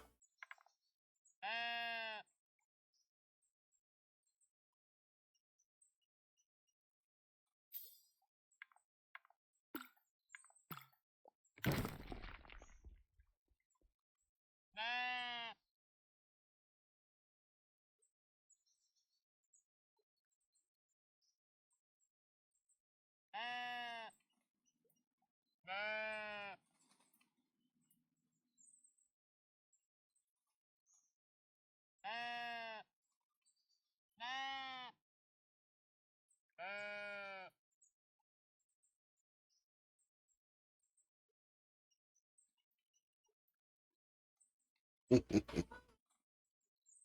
sheepies.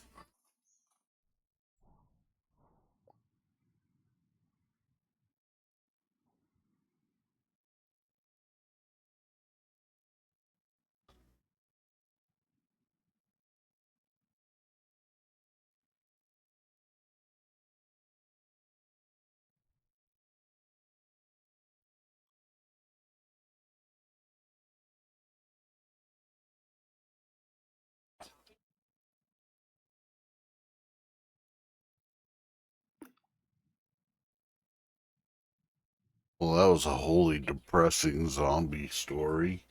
In the end.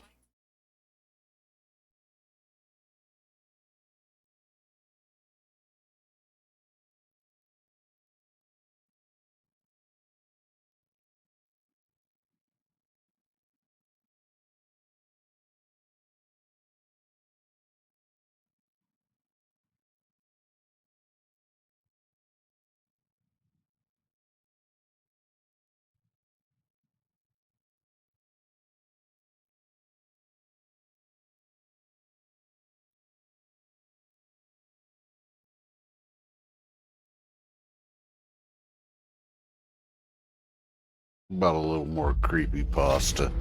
Chilling tales for dark nights.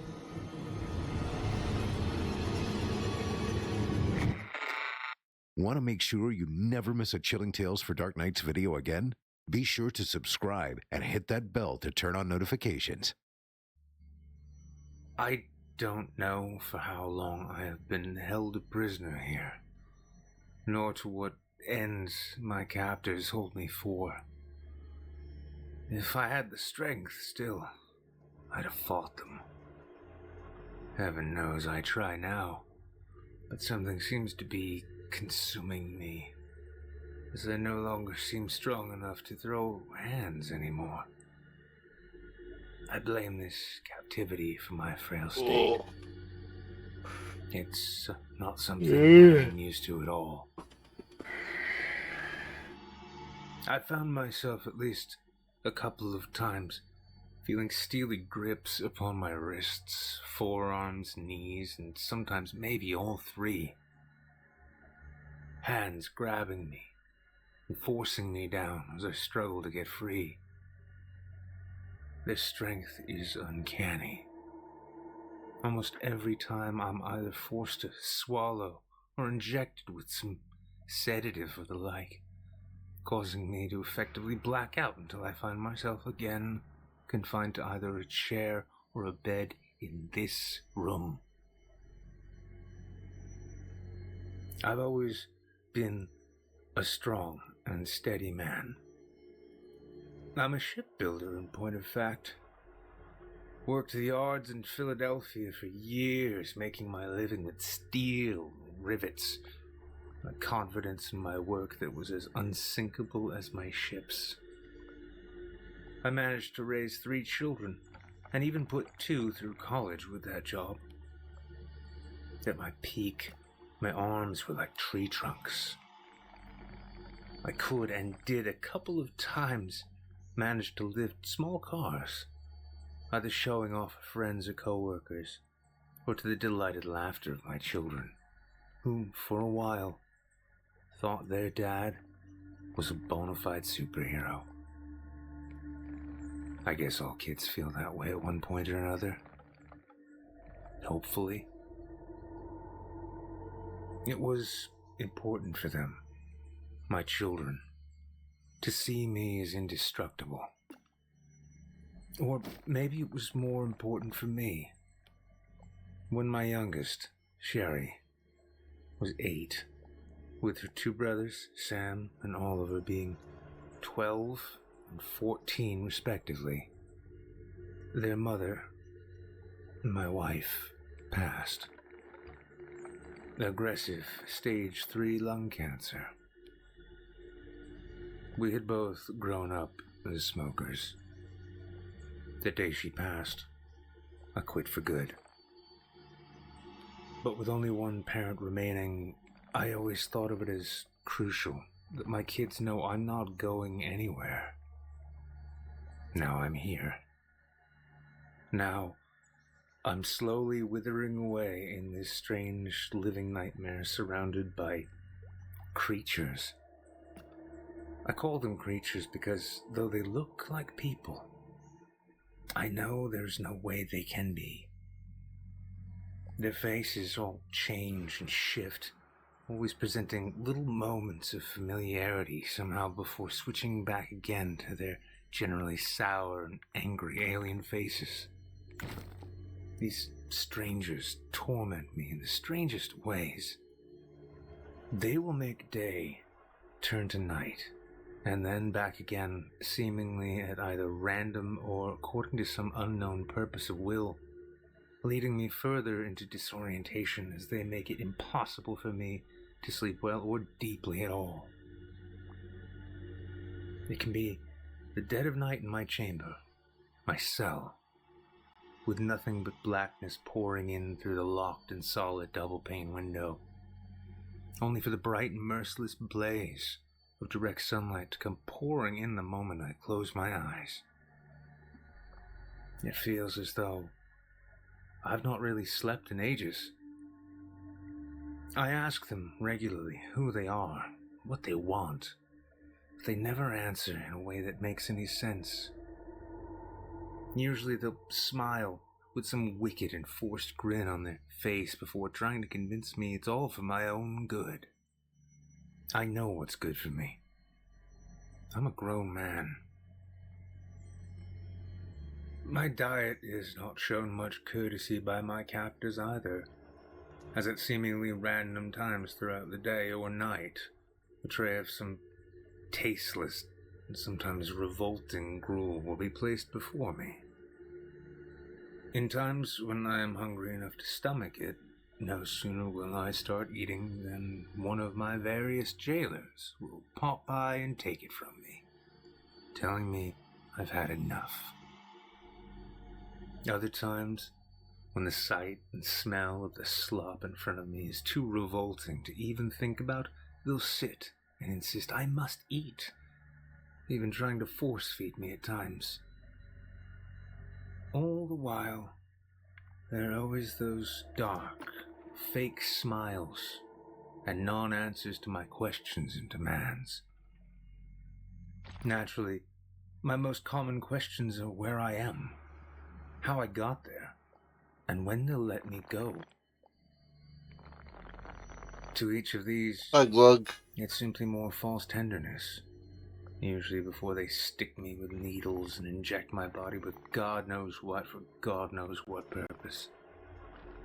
I think they're trying to poison me, but I can't be sure. Sometimes, after the drugs, I'll lose consciousness for a while and awake in an entirely different room. It will look the same. It'll have the same basic furniture, a bed, a table or two, and some chairs, but it'll be different. Off somehow. Just like the supposed people who run this show. Close, but not quite right. There's music. Been in here for a while, but I've been working since I got tunes in. from when I grew up. It's all good, man. They It's all play good. a lot of Rush, and I hate Rush. I don't call people out when Always they have. just come in and lurk. I almost consider it another I form won't of say torture, anything though, unless you guys thankfully. come in and say It's something never first. a full album they play. When I try to express this, my captors, these strange people, will laugh right in my face as though it's funny to them. The ones in red are the worst about it. They show up regularly, always during the daylight.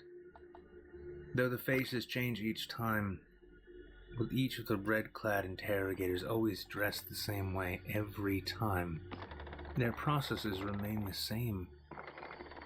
A series of questions. What my name is, where I am, and always if there's anything I want or need. I tell them I want to leave, that I want to go home to my family, to my career, to my life. At this, they laugh at me again. always telling me that they'll have to wait and see. After this, they'll almost always force me to drink a foul, bitter vial of fluid, which almost always causes me to pass out. I'm almost positive this is just another method of wearing me down. For what? I do not know.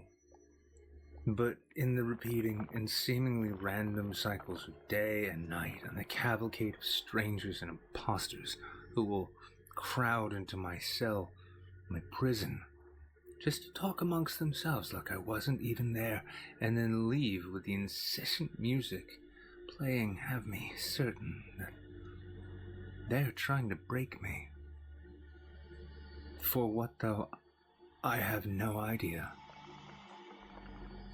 I have feigned cooperation, answering their random and pointless questions in the hopes of making some progress and getting beyond these stale and unpredictable cycles.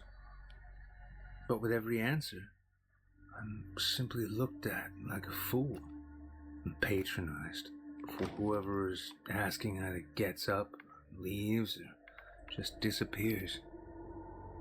I may have forgotten to mention that part.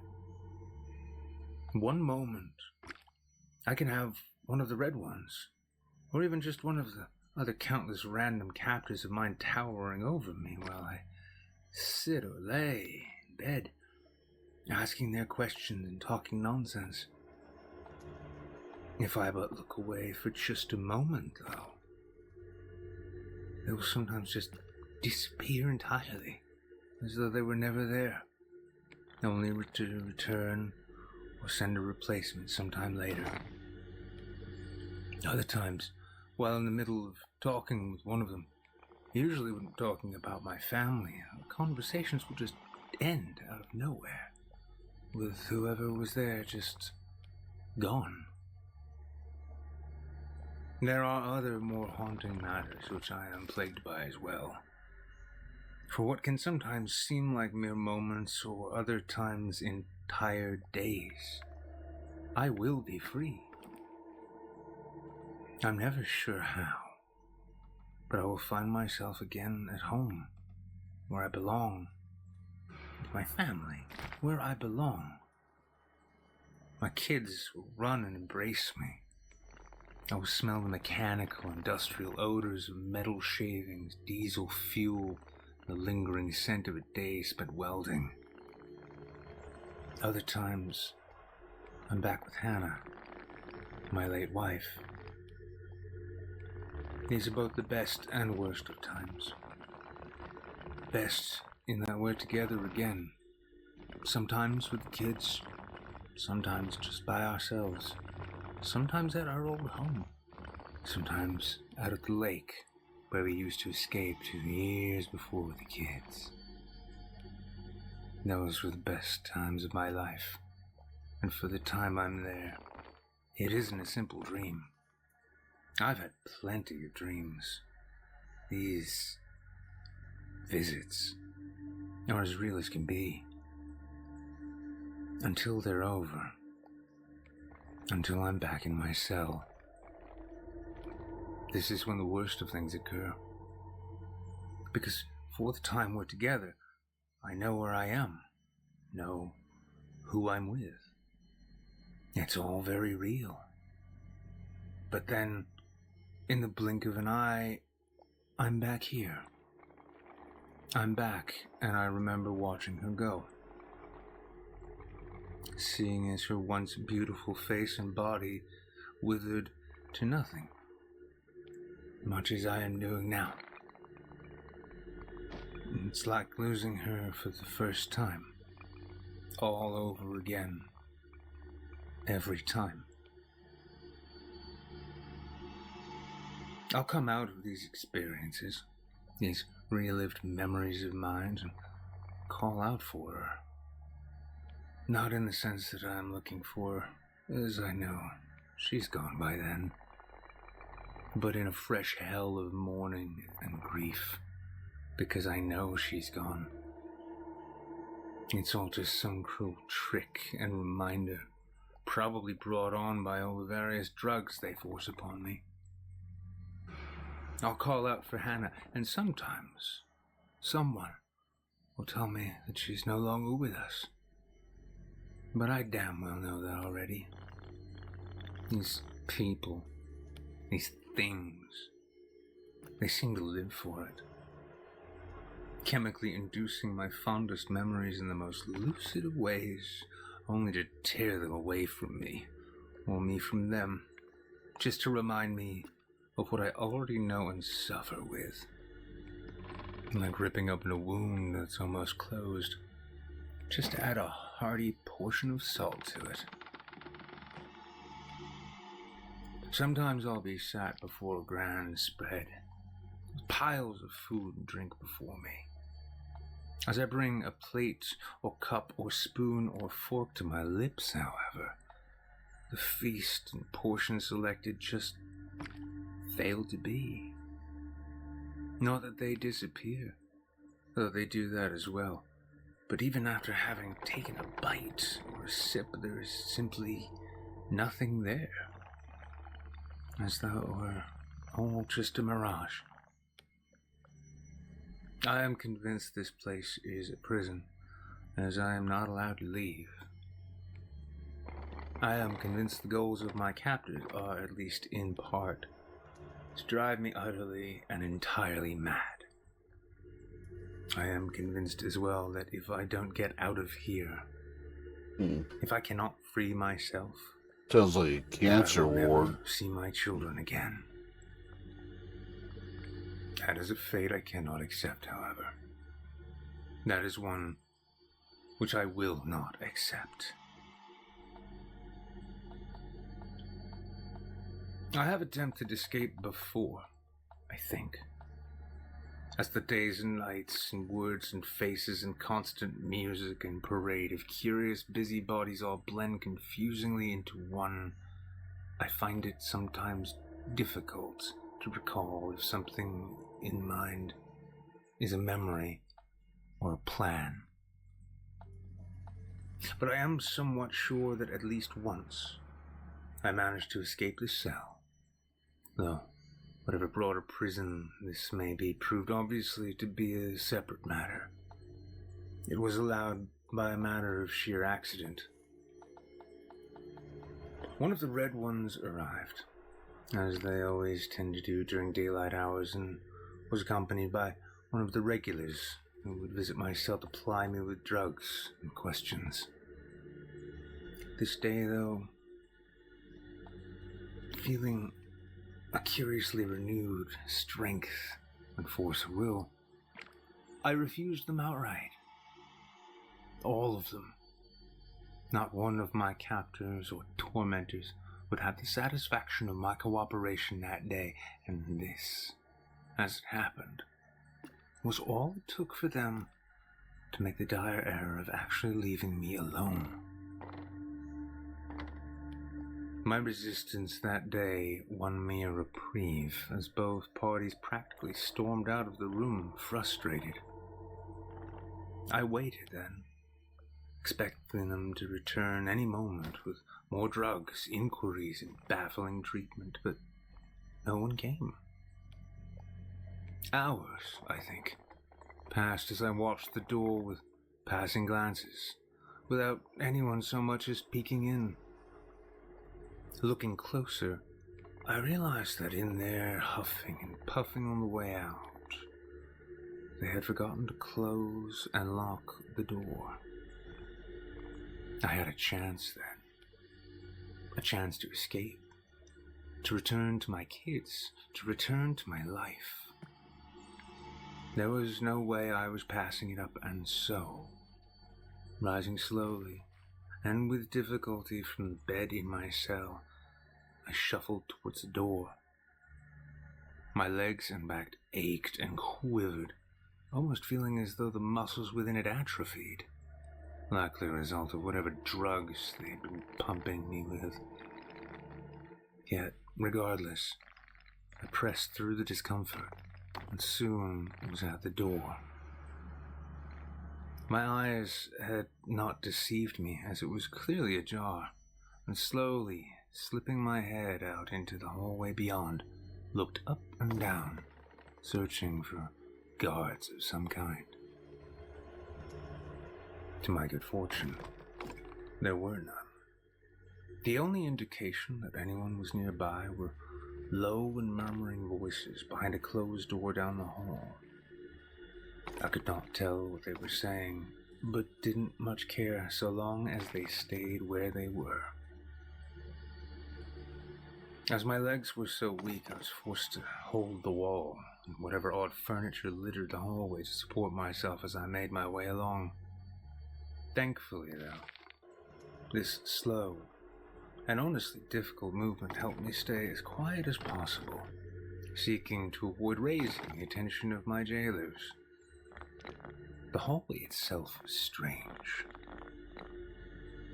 It looked and felt like some strange amalgamation of the familiar and the foreign. Chairs, small tables, and even some art on the walls all struck oddly conversant tones, looking like pieces from my own home. But this wasn't my home, and whatever charade my captors were putting on wasn't working. I just had to focus. Just had to remember where I was going and what awaited me there. I just needed to keep my mind trained on winning my freedom, and soon I would be home again, able to heal and to think once more. One sluggish and labored step forward followed the last, each one resulting in more of a shuffle and slide of my feet with every passing inch. As I came across a pair of chairs sat opposite sides of a small end table, I nearly fell to the floor attempting to navigate around them, with the available handholds and support suddenly made more difficult, but by the few extra inches of space. I may have sank into the chair to take a rest. I may not have. The memory of it is made fuzzy and difficult to recall with clarity. Undoubtedly the result of this hell I've been stuck in wearing down my mental faculties.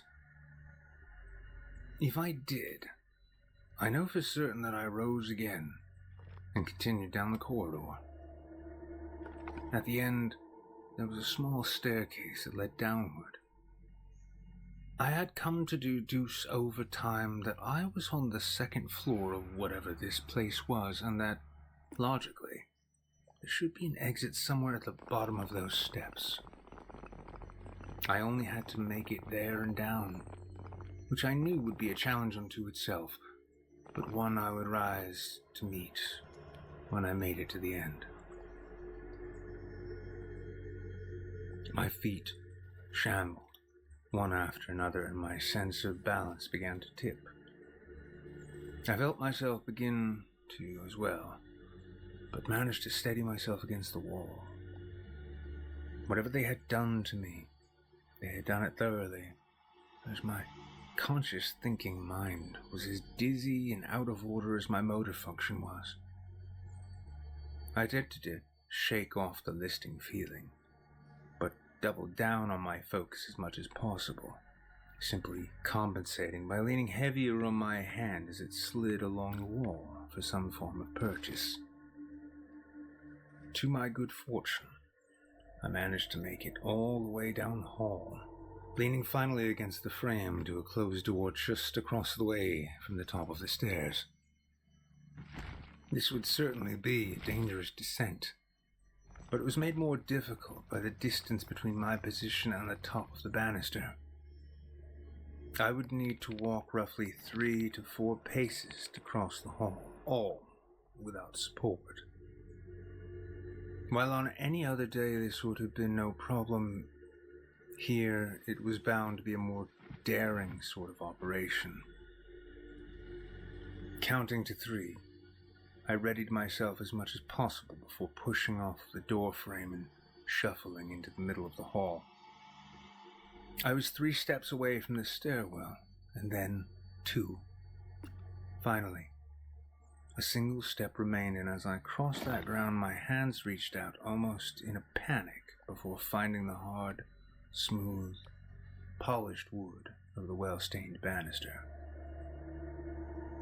I felt as though I could collapse in that moment, but that innate drive within me to return to my family pushed me onward.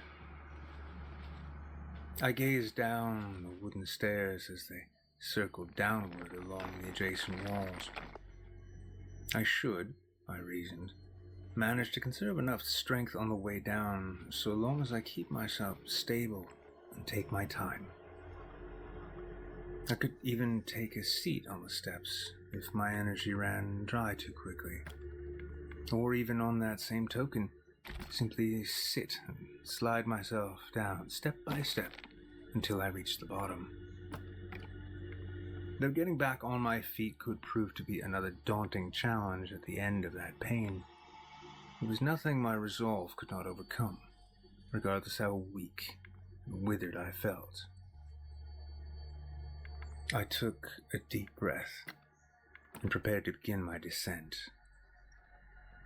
Though what should be a casual jaunt down a simple flight of stairs could take 10 or even 20 minutes at my current pace, I knew that so long as I remained motivated, attentive, and most importantly, quiet, I would be free in effectively no time at all. And then I heard them. "What are you doing?" they barked, as they, the one in red and one of the regular in-house prison guards, came barreling down the hall. I was caught. There were no two ways about it. I looked down the stairs, wondering if I would manage to make it out if I merely hurled myself down them in some fashion. Perhaps having to deal with a cracked rib or mild concussion, while I forced my achy bones and sinews to propel me out of this place and back into the world. Surely, if some passerby outside, a pedestrian, or even a motorist, saw what a terrible state I was in, limping down the street outside, someone would stop to help me.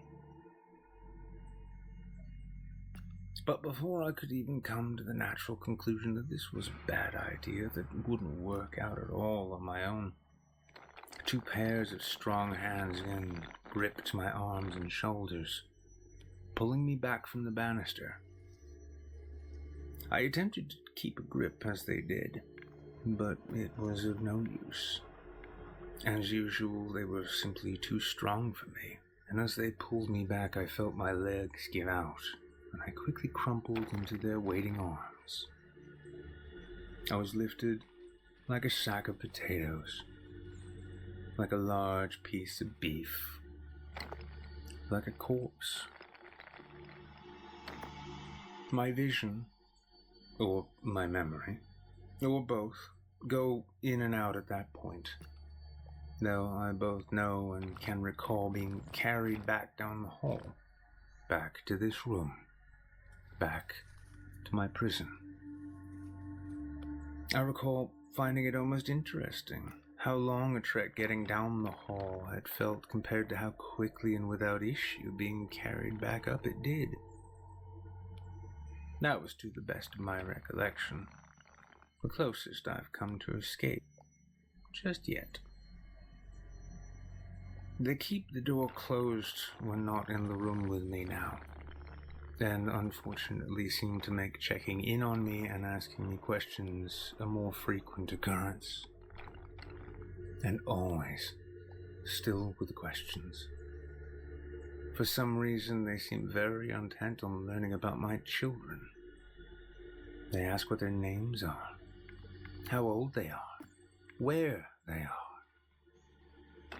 They ask me trick questions, such as if I remember things which I know didn't happen, or conversations I know never took place.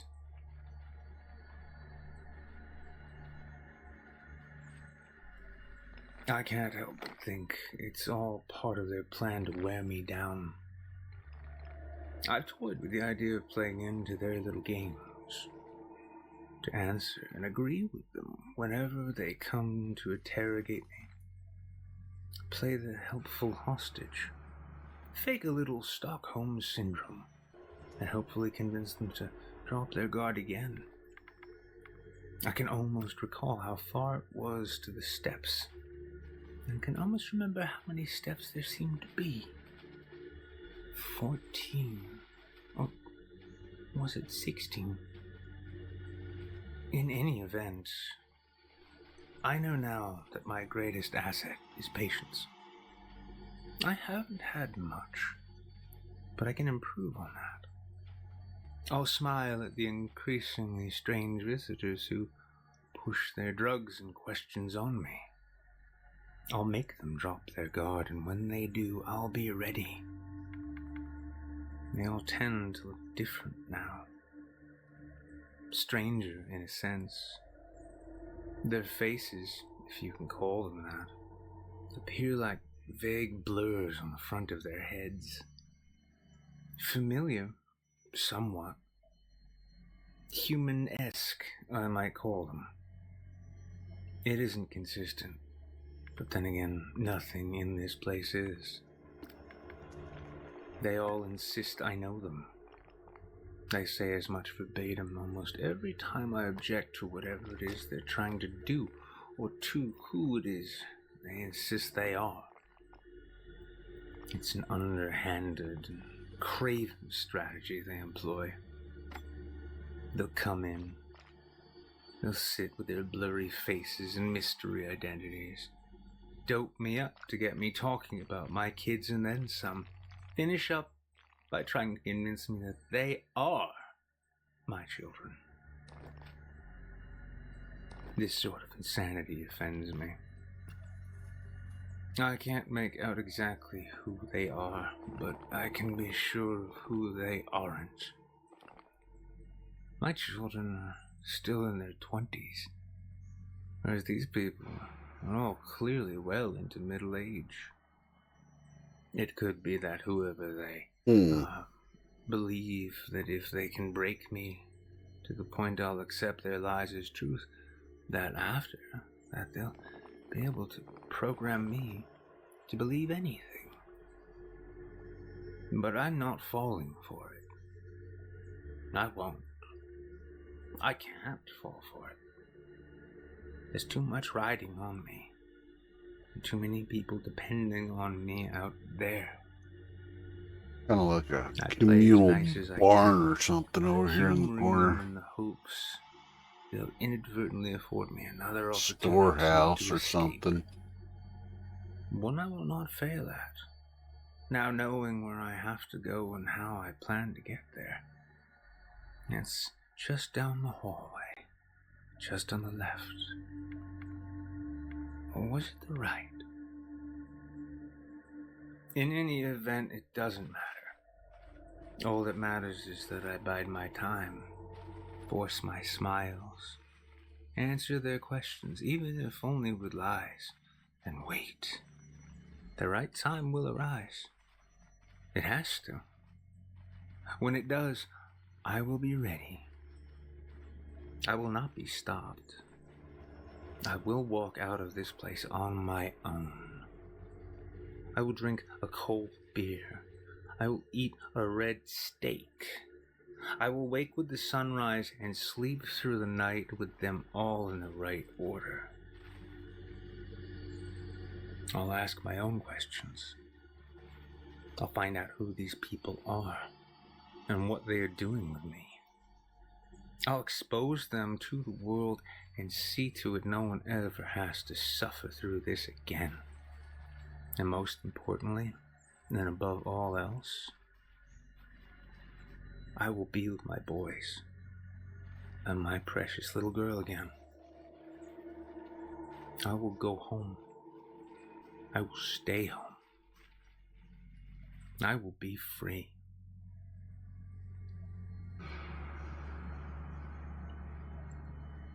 Down the hall, a conversation was being held.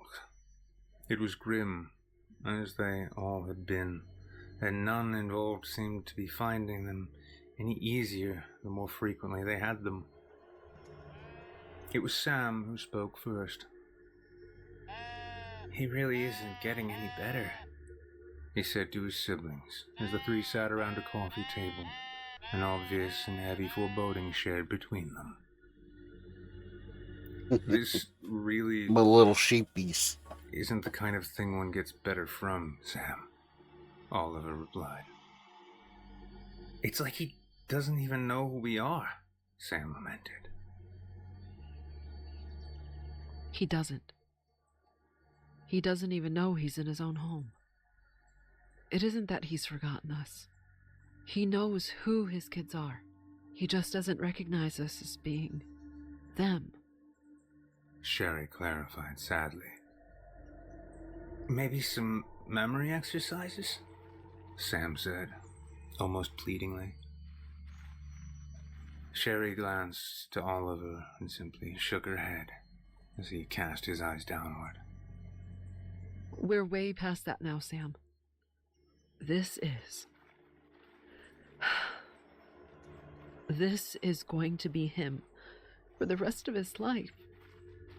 However long that might be. She explained. But just the other day, he seemed like his old self. Or at least a little bit like it. He even recognized me, Sam protested. Yeah, and those days will be fewer and further between. This is how it all works, brother. It was the same with Caroline's mom. She had good days, then she had increasingly more bad days. Right up until... well, until the end. Oliver replied, drawing sadly from previous experience as he watched with his wife as her mother slowly succumbed to that which was now consuming his father. Tears welled in his eyes as he finished his sentence. The three sat in silence for a few moments, none really sure what to say next, if anything at all. All three had watched their father's decline over the past year, and Sherry and Sam had within the past 6 months moved back into the family home so as to care for him as his condition got worse. Though care options through assisted living and nursing facilities were both available and affordable, thanks to their dad having been remarkably good with his money over the years, the trio agreed that it was likely best he remain at home, surrounded by familiar faces and things. But especially in the last week, all familiarity seemed to have escaped the old man. His favorite visiting nurse, Wendy, who always arrived sporting her bright red nurse's scrubs, had suddenly become a stranger to him. His 3 grown children, who were now tending to him around the clock likewise, were no longer recognizable to him. His decline had worsened to the point where all involved knew it was only a matter of time before the end came. It would all be over soon, and then a whole new fresh hell of pain was in store. However, at least there would be finality. The siblings reasoned to themselves and each other. Heading into their father's room, Sherry, Sam, and Oliver all took seats around the hospital bed in which he lay. To their surprise, it seemed as though he was actually having a good day that day. A considerable change from the previous day, when their stubborn old dad managed to shuffle down the hall and nearly fell down the stairs. He had been irritable and confused for the entire week. So as the 3 sat around him, they were all rather relieved to see him smile warmly at the sight of them. For a moment, as he greeted them, though not by name, it felt as though they had their good old dad back once again. They sat together and chatted, reminiscing on days gone by. Happier times, better times. Their father would be gone soon. It was just a matter of time. It was inevitable. They all knew it. But for the time they had remaining, the three all meant to cherish those final days together. They loved their dad. So much so, they just couldn't let him go.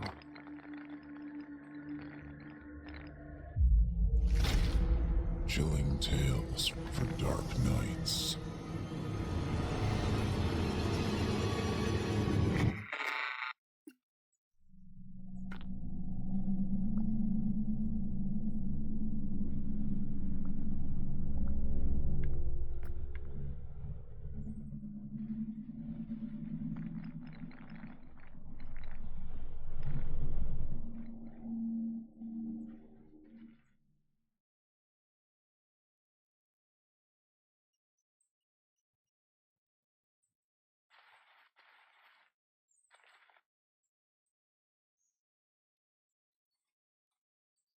Ugh, that's a wholly depressing story right there.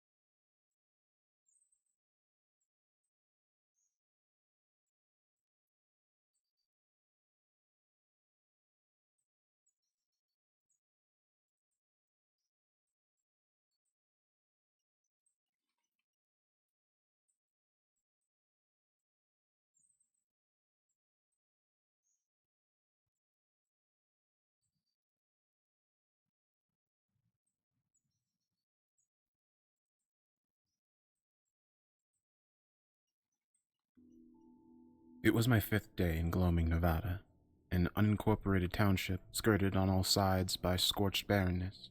I have never been this far west before, and so the craggy, acacia-dotted desert was dazzling to my senses. I remember wishing that I could extend my stay, but also knew that doing so would be impossible. My business in town was concluded, and the presentation had gone well. I was expected back at the home office on Monday. Rather than spend my stay at a hotel, I lodged with 2 old friends who had moved out to the area after graduation. Jason and Clara were 2 sweethearts who eventually married and moved west to live freely and without external instruction, as they often phrased it. They were glad to host me for the week, and I enjoyed catching up with them, even if they had become hallucinogenic-fueled desert spiritualists. I was afraid to try mescaline, and I was especially terrified to experiment with psychedelics so far away from the relatively settled streets and services of Gloaming.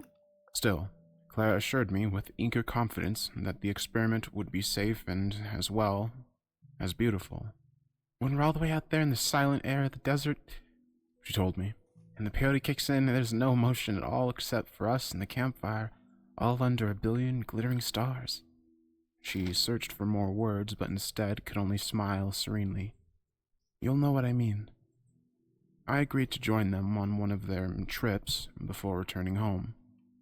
That night, as we were preparing to drive out together, Jason retrieved a glass jar with a tin screw cap from his closet and held it up to me to see. Inside were perhaps 200 small, clear gelatin capsules. Jason removed the tin cap and tipped several of the strange pills into his palm for me to inspect. I saw that each capsule was packed with shredded bits of something fibrous and hazel-colored. It reminded me of tree bark. When we were ready, the 3 of us headed out together.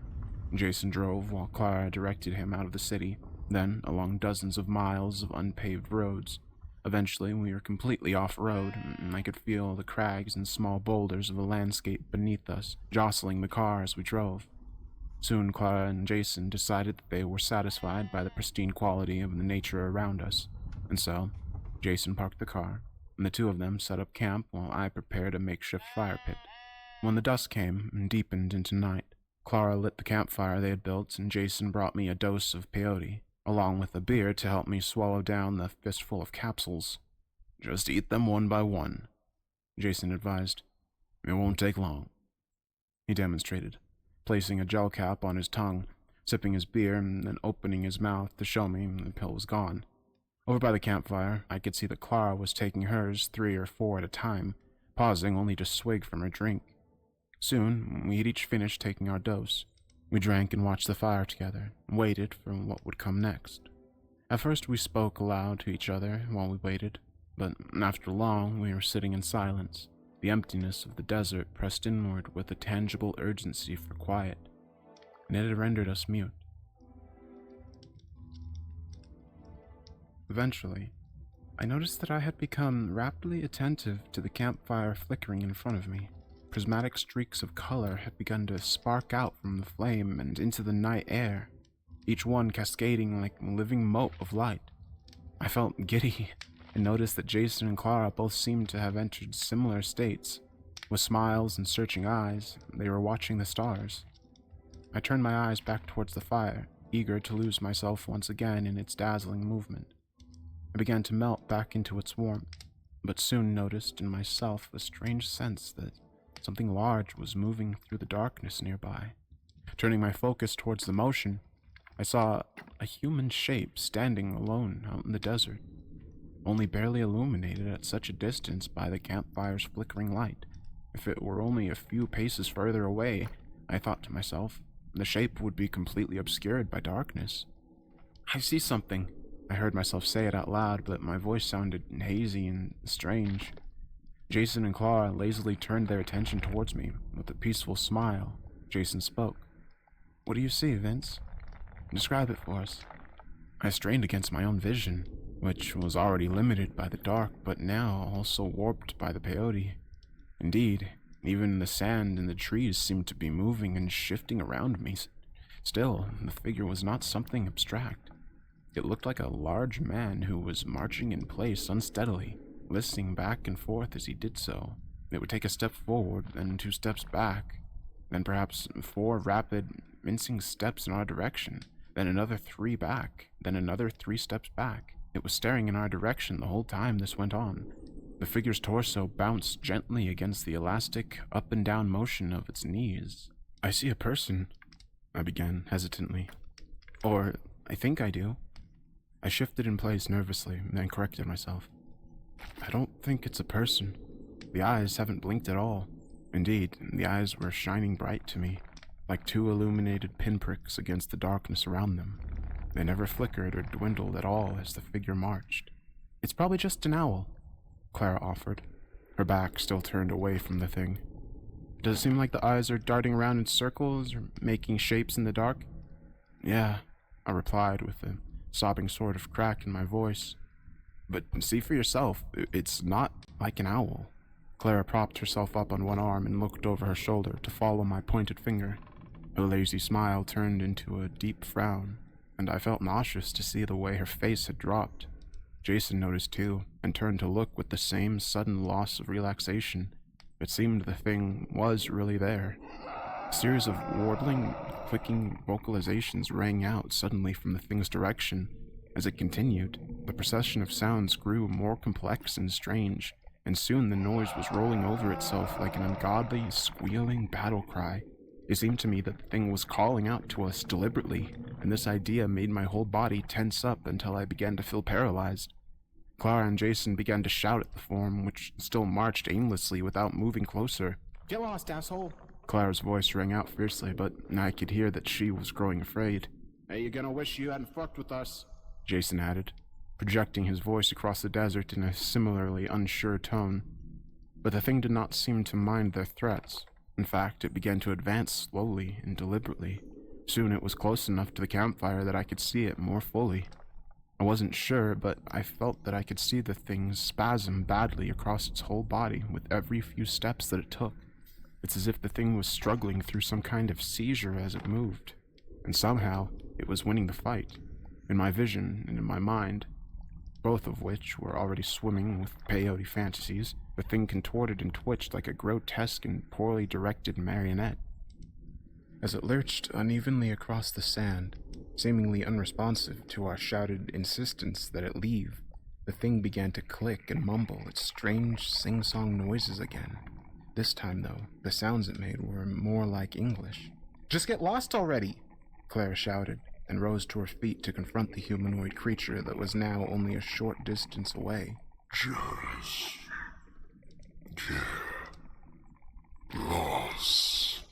The creature bellowed back, and then added a hiccuping sort of chuckle that echoed softly in the night silence. It did not slow its approach. "Find me the car keys," Jason said quietly to Clara. "They'll scare it away." Keys in hand, Jason moved quickly to unpack a tire iron from the trunk of the car, and then stood by the campfire with the makeshift weapon brandished over his head. "This is your last warning," he shouted. "Don't make us hurt you." He took several steps toward the thing, as if prepared to attack. To our relief, the creature planted its feet and stood still. Clara and I shared a glad smile before turning our attention back to Jason. When we did, however, we saw that Jason had dropped both the car keys and his weapon to the earth. He was now walking, lazily but deliberately, toward the thing that now stood patiently in the nearby darkness. The creature, staring at Jason with its shiny and seemingly lidless eyes, waited patiently for him to join it where it stood, and then seemed to lead Jason backwards into the opaque dark beyond the campfire in a marching sort of dance. It had squatted down low and craned its head forward into Jason's face. That's what I saw. It seemed to me that the creature had hypnotized my friend with its unbroken stare as it backed away into the darkness. Worse still, the thing actually had to stoop down, drop its shoulders, and bend its knees before its eyes were level with Jason's. Whatever it was much taller than humans generally get. Clara and I both began to scream. We were so lost in panic that we couldn't register anything besides our own begging sobs for Jason to return to the campfire. To please come back. We howled until we were both breathless, and when we finally stopped, we felt that utter and complete silence from before pour back over the desert. For perhaps a minute, the emptiness of the place was punctuated only by the soft crackling of the fire.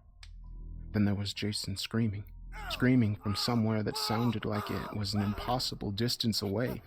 He was crying out in a kind of frantic anguish that only comes from someone who truly can't believe the pain they're in. I looked at Clara in wide-eyed terror, and she mirrored my expression perfectly as her head swung around to look back at me. As suddenly as they had begun, Jason's lamentations died into silence with a slushing, drowning sort of final gasp. I was too petrified to move, but Clara was already on her feet. She hoisted me up by the front of my shirt and ran me over to where the car was parked. Before I could even fully register what was happening, she had pushed me into the back seat, and then rushed to retrieve the car keys from where Jason had dropped them on the ground.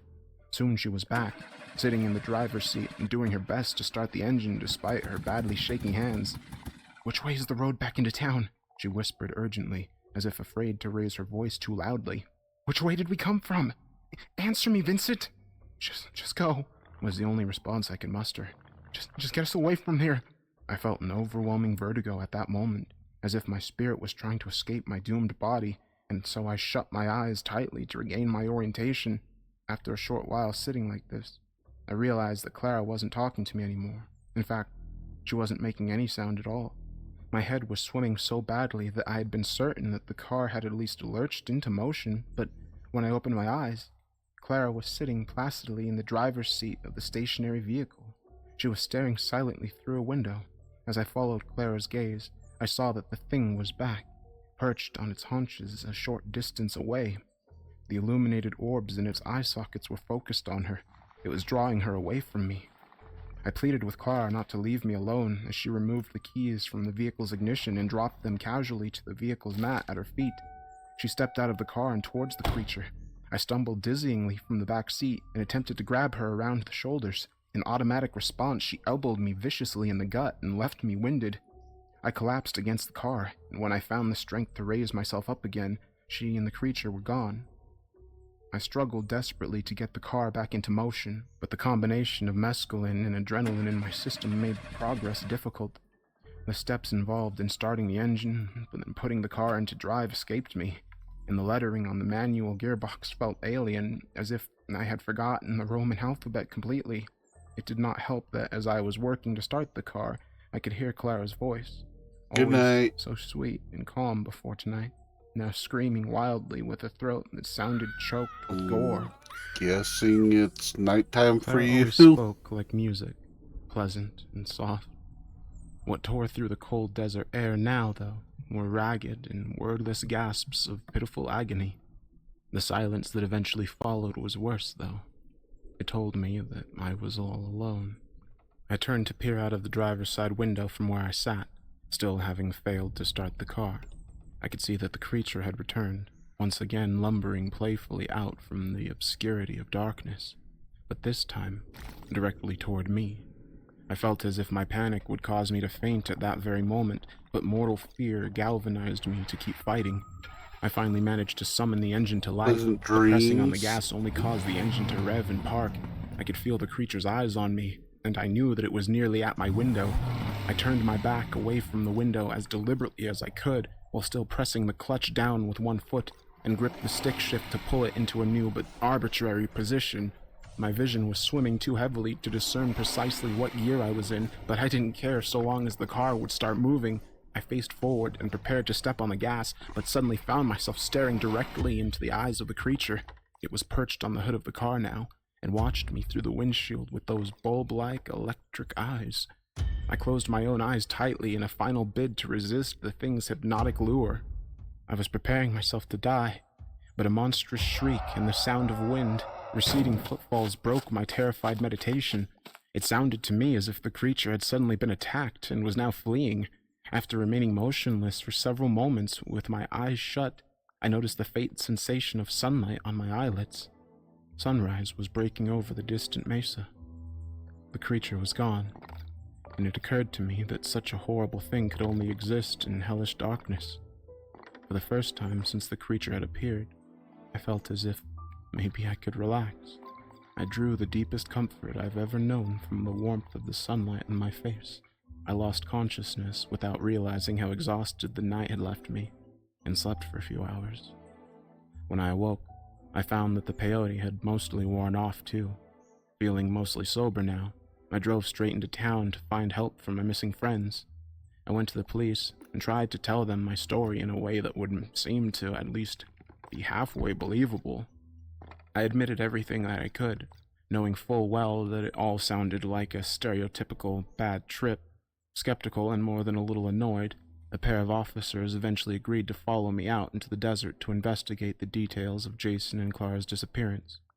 Together, we found the remains of our campfire and a snarl of erratic tire tracks in the sand, but there was no sign of any of my companions, nor did the officers detect any sign that a struggle had occurred anywhere near the site. The police soon concluded that the disappearance of my two friends was probably a simple matter of Clara and Jason having been surprised by the strength of the mescaline. And they thought they were prepared by their previous experiences, said one of them, already walking back towards the cruiser to drive us into town again. And so they trusted themselves to wander out into the night alone. Shared delusions are fairly common in these sort of scenarios. The other officer agreed. You're lucky it was your first time trying this stuff. You were too overwhelmed to follow them, and so you stayed by the fire instead. That, and the fact that you sat in the car with the engine turned on until sunrise, probably saved you from freezing. He paused and raised his gaze upward, as if stopping to feel the sun on his face. We'll do our best to find your friends out here, but in all honesty, I'd be surprised if they survived the night. I'm home now, safe and far away from whatever that terrible creature was, or at least I think I am.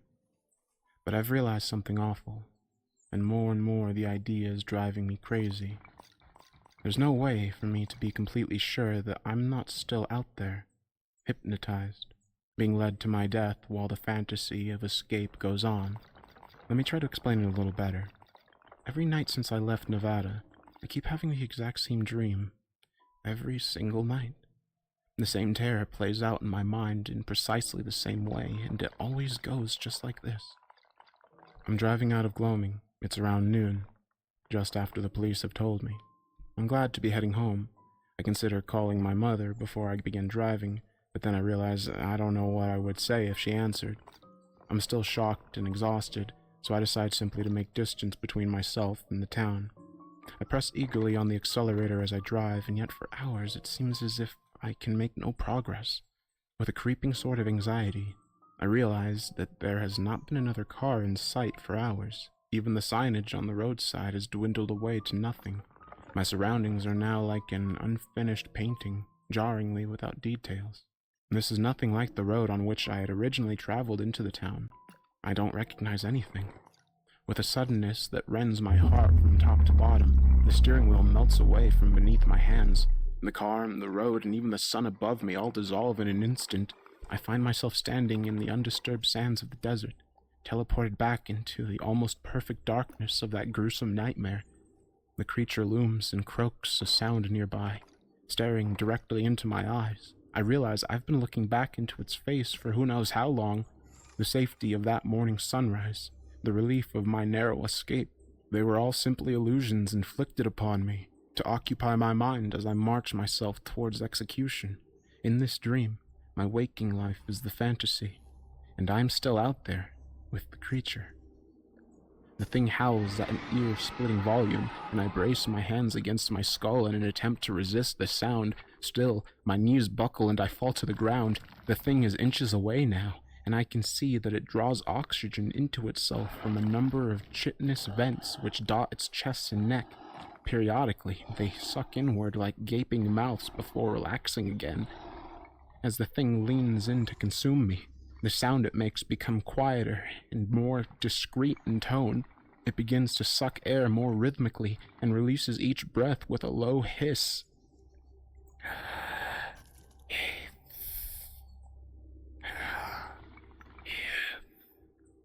As I feel it finally touch me with its hand-like appendages, it chokes out words. Don't you miss your friends? With a slobbering, suctioning sort of sound, the flat and featureless jawline of the creature unfolds into a gaping maw. Chevrons of razor-edged teeth present themselves from fleshy folds all along the inside of the thing's throat, which is now spread open like the distended jaws of a snake. Now exposed to the air, they shimmer against the blackness of the night like stars. In this dream, I'm still under the effects of the peyote, and so I see ghostly emanations of impossible color snake outwards from the creature's face and form. Quivering hallucinations pool around the thing, with lesser nightmares gathering to join it. Jeering ephemeral demons spring through the night air towards me, with each eager spasm of the thing's face. Fractals drip from its lidless eyes, and I can feel that I too am weeping. In this dream I can't stop having. The sun does finally rise over the expanse of the forsaken desert, but I am not alive to greet it.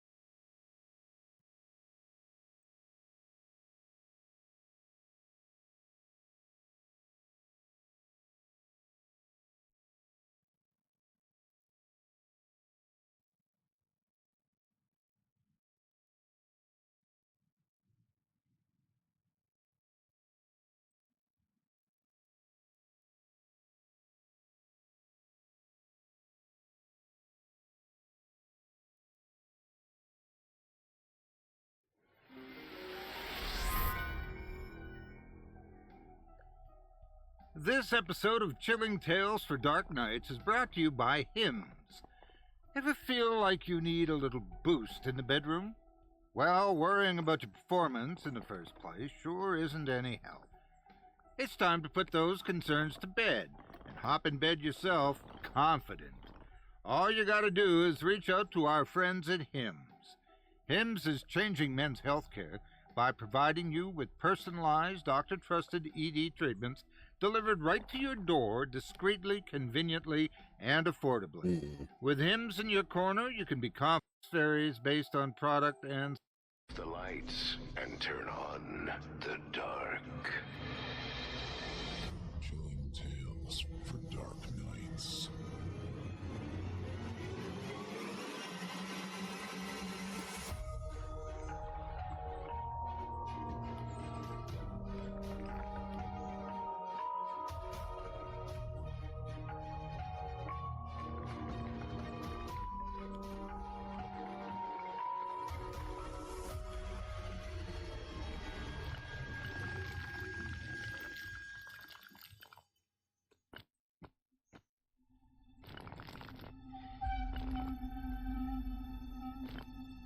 Good evening, listener. You're listening to Chilling Tales for Dark Nights. On tonight's edition, we invite you to leave behind your safe reality and descend with us into the frightening depths of the most terrifying imaginations with 2 audio adaptations of frightening fiction about damning defiance and morphing mazes.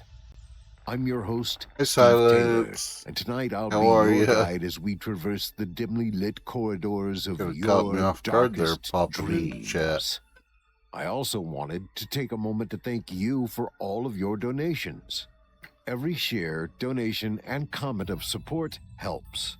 Let's keep building this thing together.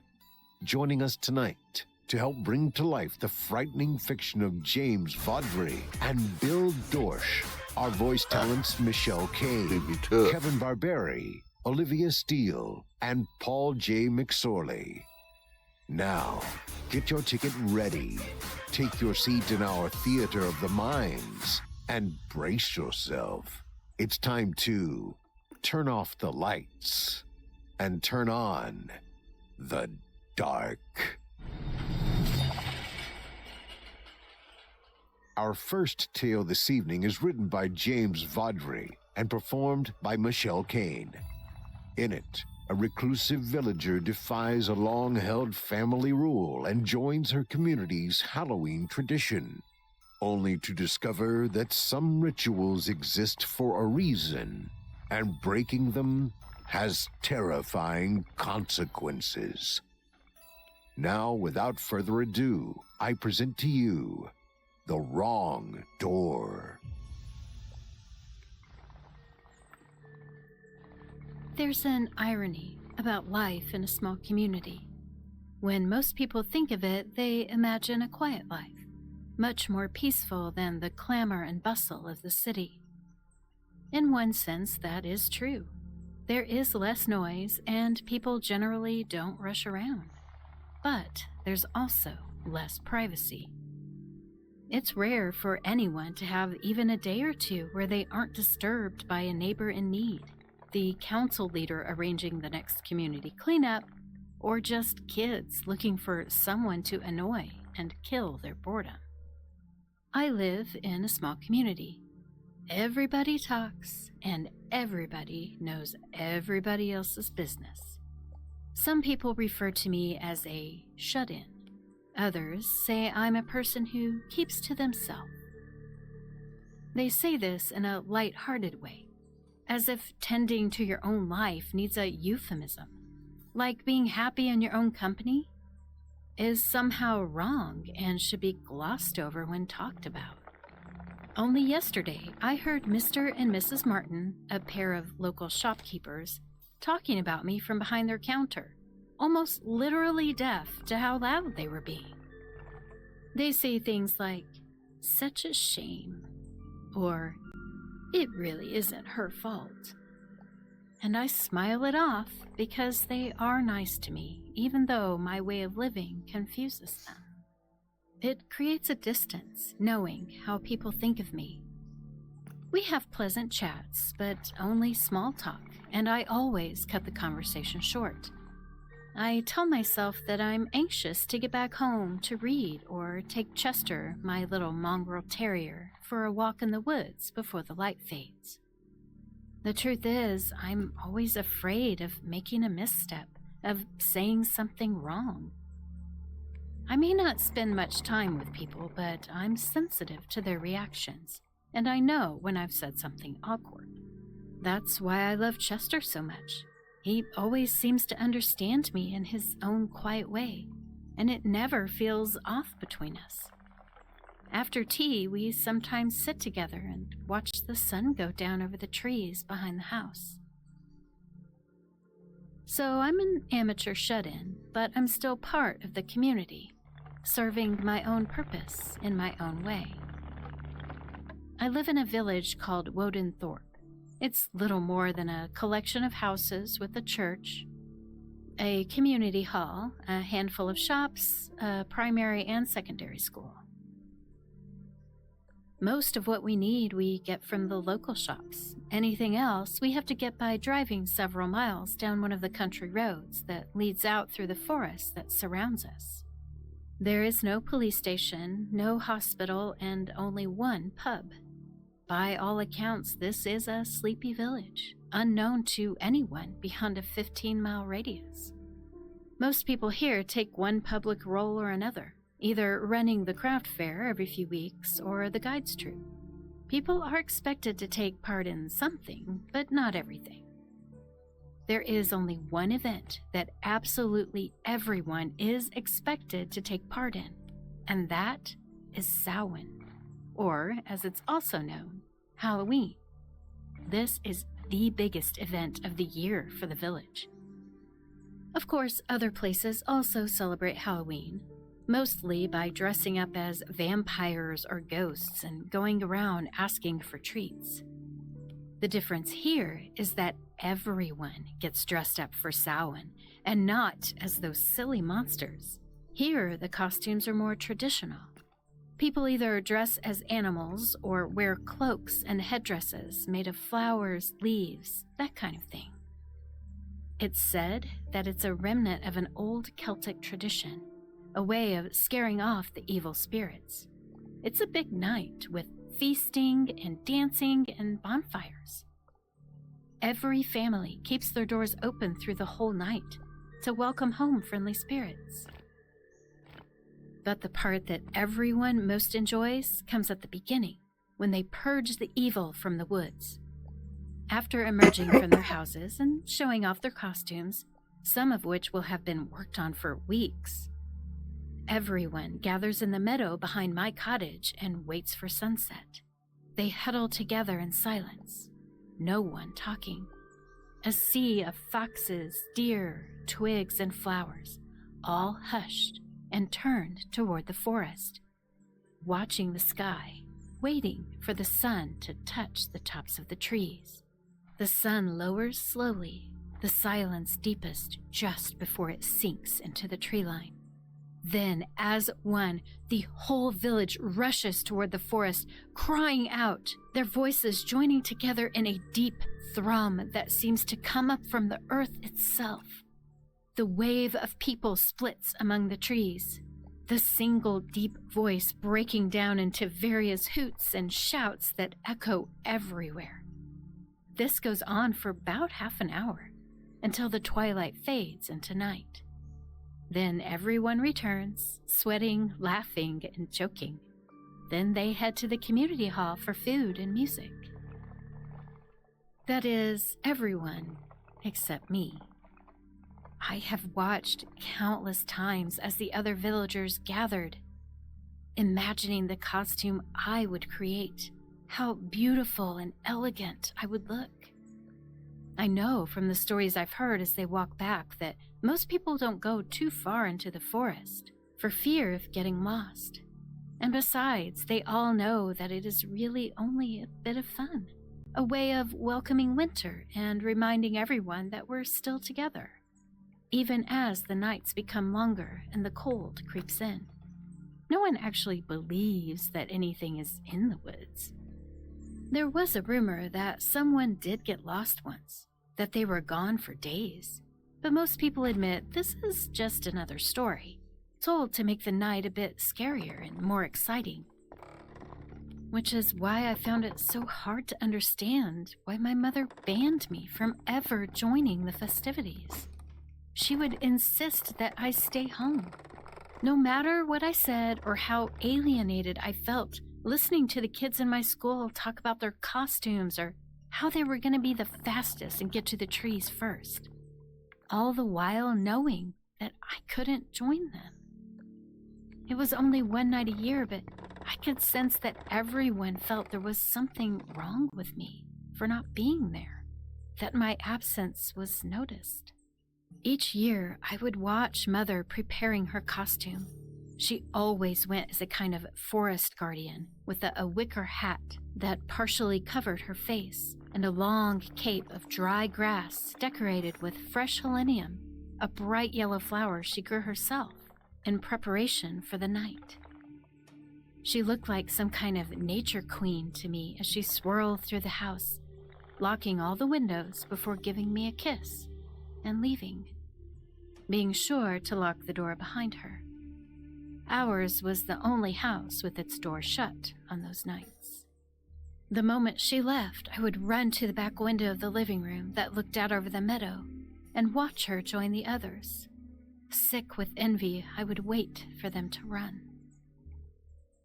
When the time came, I would cry out with them, my own shouts drowned by their singular roar, my voice the only one separate from theirs, lonely and weak, trapped in the walls of our cottage.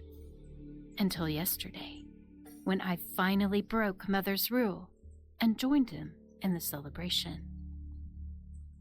Mother has been dead for several years now. She carried on running in the Samhain for as long as she could, taking part for 3 years after her cancer diagnosis, until it finally got the better of her. She died shortly after the first Samhain she ever missed. I stayed with her that evening while the others were out, comforting her. Despite my promise to stay, she insisted I lock the door and give her the key to hold. We listened together as the voice rose and fell. That night, she made me swear that I wouldn't take part, that I would always lock the house until daylight. I promised her that I would, but even as I said it, I could feel that it was a lie. It took me a while to build the courage to join.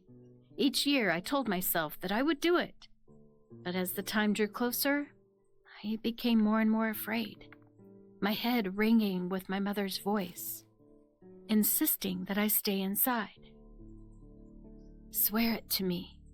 Promise me that you will lock the door and stay in the house until daylight comes.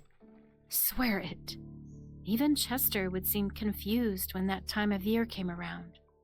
He'd look up at me, wondering why we couldn't go on our usual evening walk when everyone was outside. I wasn't banned from the forest. I went there regularly with Chester by my side. And before that, with our first dog, Charlie. So it was the only night of the year that I was forced to stay indoors.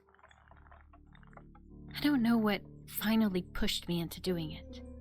One evening when I was walking Chester, I came to the edge of the meadow and realized it was sunset. We had set off later than usual, and as I was about to leave the forest, I saw the shadows of the trees on the grass in front of me, extending out from their bases, reaching toward the village. I stopped and watched the dark shapes creeping towards the village. It felt like watching the night grow. I stayed there until it was almost completely dark. Then I ran home as fast as I could. At that moment, I knew this would be my year. The next day, I started on my costume. I knew I was breaking my promise, but I still wanted to follow in my mother's footsteps. so I collected long grasses for a cape and picked willow branches for a headdress. I couldn't find helenium, but I found several autumn asters and decided that their blues and purples would be like my own signature on Mother's costume. Finally, after agonizing over every tiny detail and several nights of sleep ruined by anxiety, the night came. Samhain. I saw the first of the villagers start to gather in the meadows as the sun stained the sky a deep red-orange. Chester knowingly sat in his usual spot beside the armchair, facing the window. I put on my costume, and when I came down from my room, he was still there, his small shadow cast behind him, his head low and sad, not turning to acknowledge me. I walked behind him to the door and gripped the handle. My heart thudded in my ears. This was it. The door clicked, and his ears perked up immediately. With a yelp of excitement, he leapt up and ran to me. He was wagging his tail so hard I could barely tie his leash. And then we were out in the cool evening air. I filled my lungs with it and walked around the cottage, leaving the door wide open behind me. We joined the crowd. Though no one could speak until the sun touched the trees, I could sense their confusion. Some seemed excited. Others stared intently, their eyes fixed on me beneath stylized wolf heads and wooden masks. I could recognize some of the people despite their masks, like Mr. and Mrs. Martin, the old shopkeepers. I realized it was the older people who stared the most, their old minds unwilling to accept this unexpected arrival. I swear one or two tried to follow me, intent on turning me away. I walked quickly, with my head held high, gliding through the crowd as I had imagined for so many years before, until I reached the front of the line.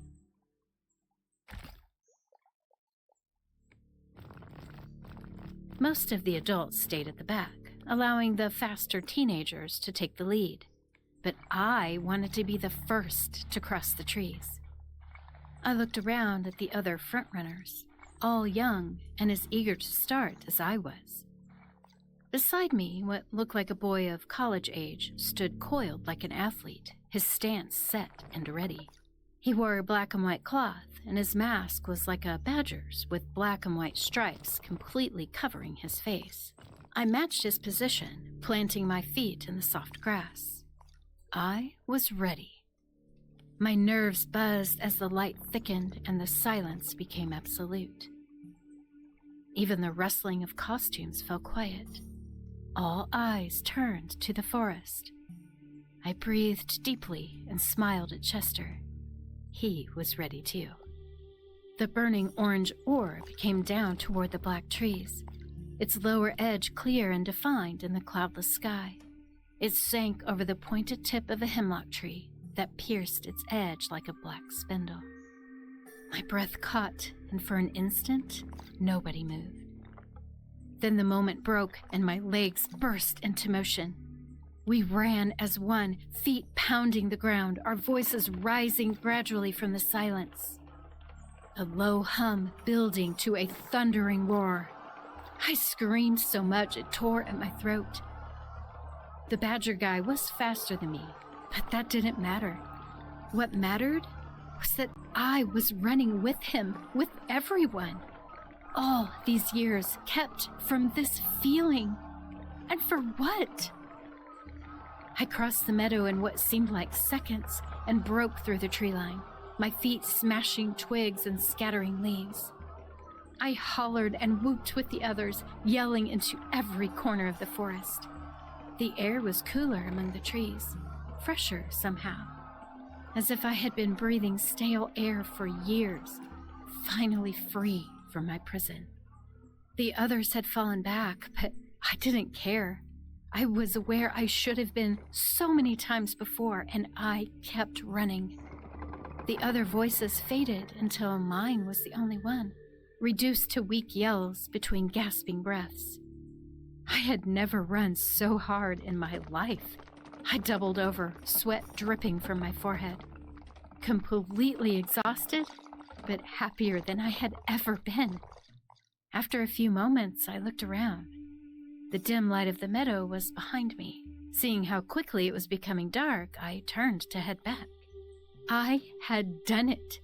After so many years, I had taken part in Samhain. My steps were light and happy.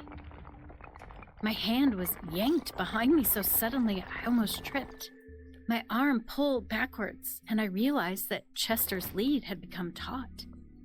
He was facing into the forest, his paws dug in and refusing to move. In the failing light, I could see the fur on his back was raised. Chester? He didn't respond, only stood there, staring behind us. Chester, I know we had fun, but it's time to go.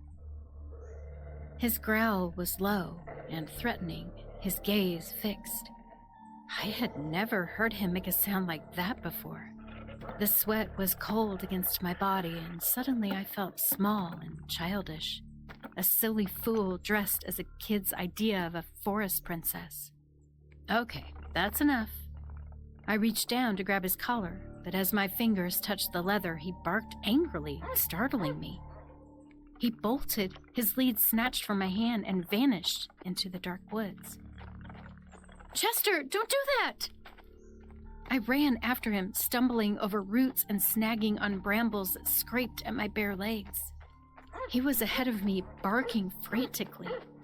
I told myself that he was probably chasing something, but I knew I was tricking myself.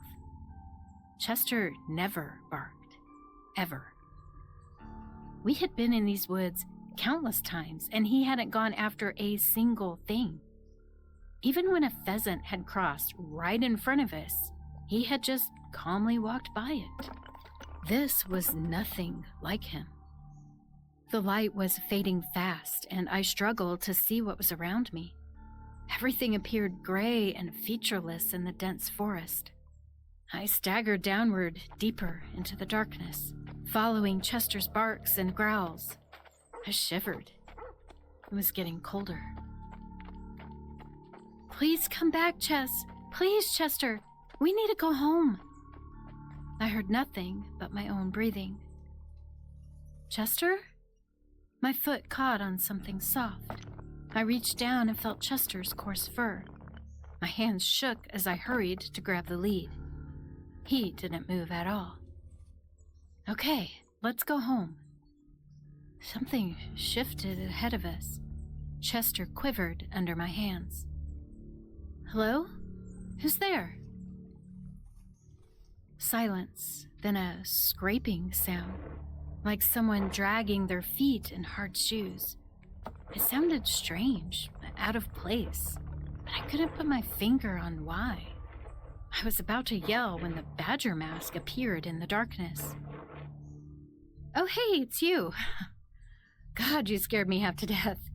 Nice costume. Even Chester got scared. Sorry about that. He doesn't usually bark or chase people. Are you heading back? The boy stood, unmoving. He didn't speak or answer in any way, only stood there. His breathing was slow and heavy. Okay, we're going back, and so should you. It's getting dark. Open the door. Stepping forwards, his mask and costume became clearer. It was definitely the boy from the front row, but his mask seemed different, and there was something wet glistening around the mouth of it. I don't know what you mean, but I'm going back. I spun to leave, but as I stepped, I realized what had felt off. The ground beneath me was hard, like stone. I had explored this forest for miles and never come across any kind of paving or slabs. I reached out beside me, and my hand pressed against a solid wall, its surface smooth and featureless. I could still see the sky above, so I guessed I was in some kind of trench? What the hell is this? I ran back, my hands outstretched. Within a few steps, I hit another wall. Had I taken this corner? The hairs on my neck stood on end. I had no memory of coming through here. I remembered running in a near straight line, and there had been no sharp corners at all. Open the door. Closer behind me now, his voice sounded wet and guttural. I glanced back. He was closer, reaching toward me with clawed animal paw. His eyes weren't right. They didn't look like eyes behind cut-out holes. They looked like they were part of the mask itself. Red streaks ran from them along the white stripes. Streaks of blood. Fear pushed me backwards. The jaw opened, the jaw of the badger face revealing sharp teeth and more blood dripping from them. "Chester, run!" I screamed and bolted, following the direction of the wall. The thing's claws scratched behind me. I held Chester's lead tight, using his lead like some kind of divining rod. I followed him around the blind corners. The sky above vanished briefly, and I felt a sick panic at the thought of entering a tunnel with that thing following us. The click of the paws came closer, and an animalistic mewling sound, a sobbing growl. I stumbled on something, found my feet, and then pulled Chester back, struck by a sudden idea. Groping the ground, my fingers caught the cold edge of the loose stone that had tripped me. As the thing approached, I turned and screamed, "Don't come any closer!" A shape rounded the corner, a black silhouette on a gray wall, barely visible. I swung the stone hard. The mewling rose to a shocked snarl, and something heavy slumped into the wall. I swung again, and the stone cracked in my hand as I hit the thing. Then everything fell silent. I didn't wait to see if the thing would get up. I ran, and before long we were back on the meadow and close to home. The door slammed behind us, and I nearly jumped out of my skin. Drenched with sweat, I looked at my costume. It was ruined. Somewhere in the dark, I had lost my headdress, and the long cloak had torn in half. Now nothing more than a rough scarf. All the flowers were gone. I threw it off and then slumped in my armchair and cried until my eyes ached. I had no idea how to feel. Running with them, shouting my lungs out, had been a release like I had never experienced before. I felt a true sense of belonging for the first time in my life. The very thing I had dreamed of on so many nights. I still felt that. But something had come for me in the woods, and I didn't understand. Was it some kind of joke?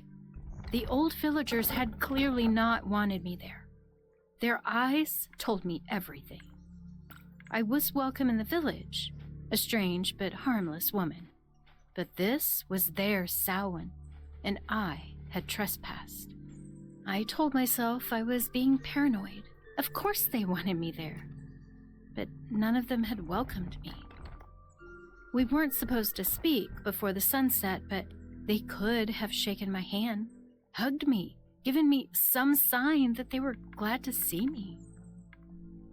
And before the sun had touched the trees, hadn't I felt someone try to grab my cloak? They were trying to stop me, those selfish arseholes. They had sent that boy to try and scare me off, to put me off joining in again. They must have assumed I would turn tail and run without trying to defend myself. Well, they were wrong about that. I could have seriously hurt him. Humiliated and exhausted, I slipped into sleep. I was back in the stone tunnel. Something was lying on the floor in front of me, something bleeding. The smell of copper and earth filled my nose. Cold air breezed past me from beyond the dying thing, and I knew that out of sight, something was watching me. "Who's there?" I slapped a hand in my mouth to stifle a scream. I had spoken the words, but my voice had come from outside of myself, from beyond the darkness. It echoed down the stone corridor toward me. I let out a whimper, and it happened again. The sound formed in my throat, but when it left my mouth, it came from somewhere else.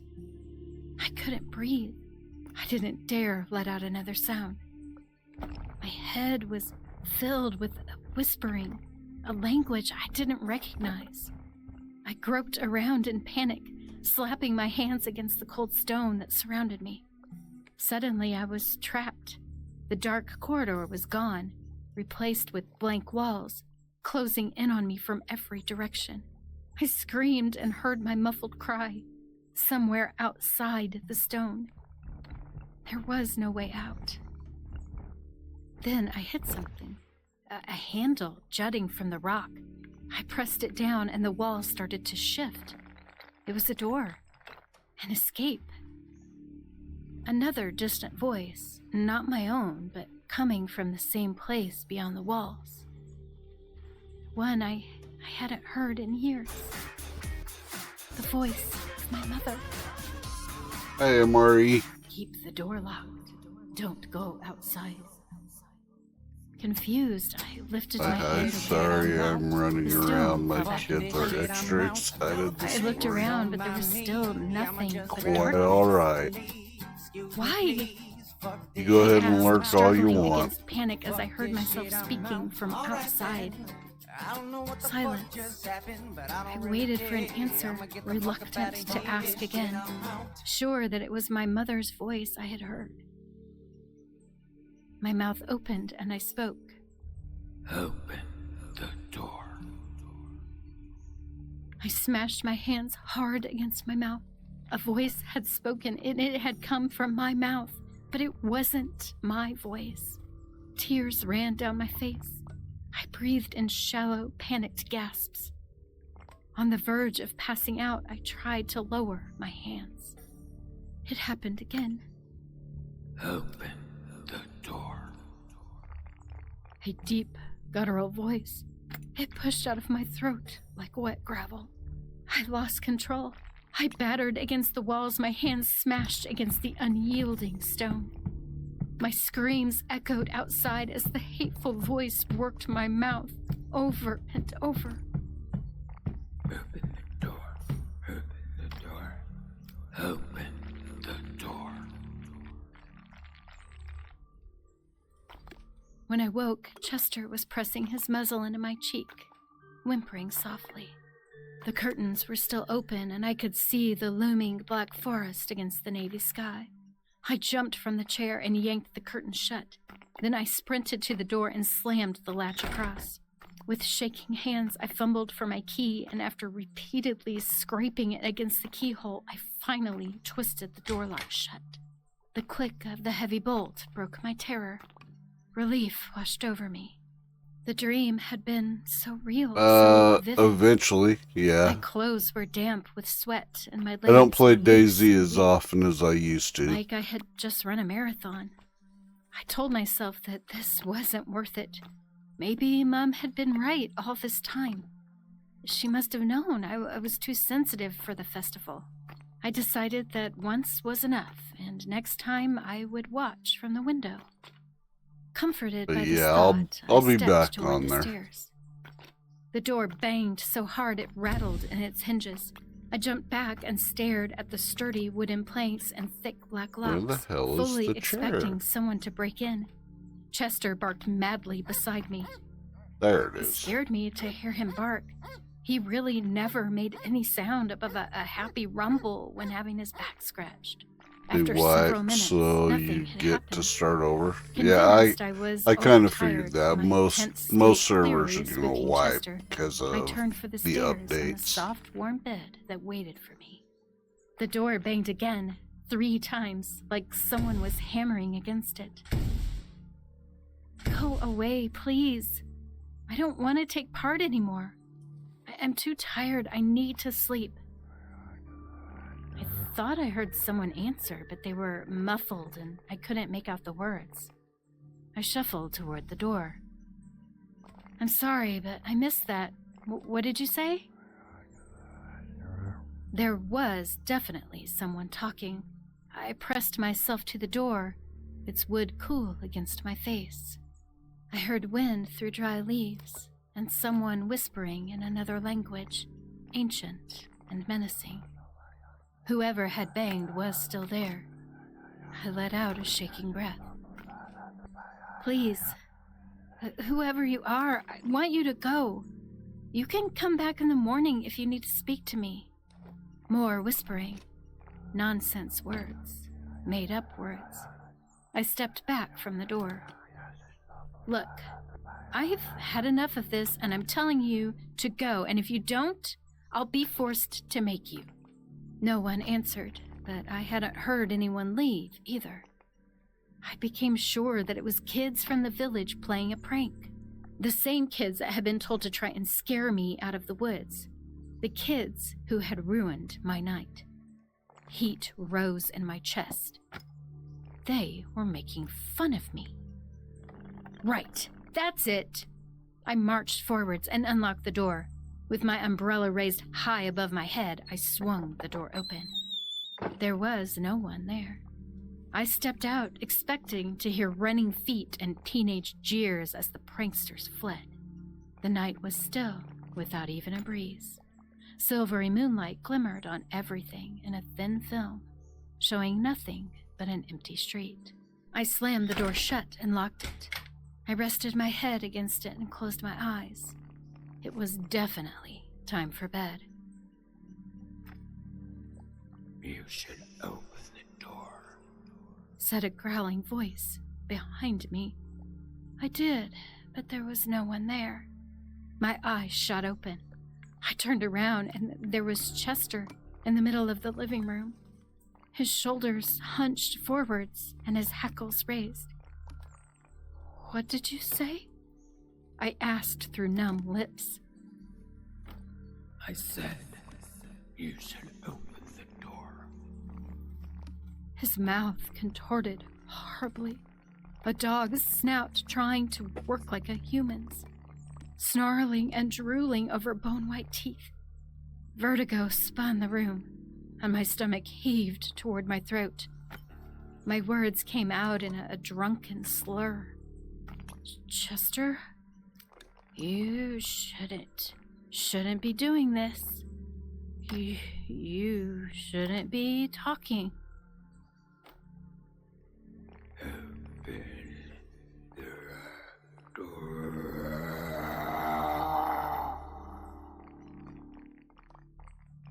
The final word dropped into a deep growl that rumbled through the room. Chester's mouth opened wide and curled backward, revealing a crimson maw packed with row upon row of triangular fangs.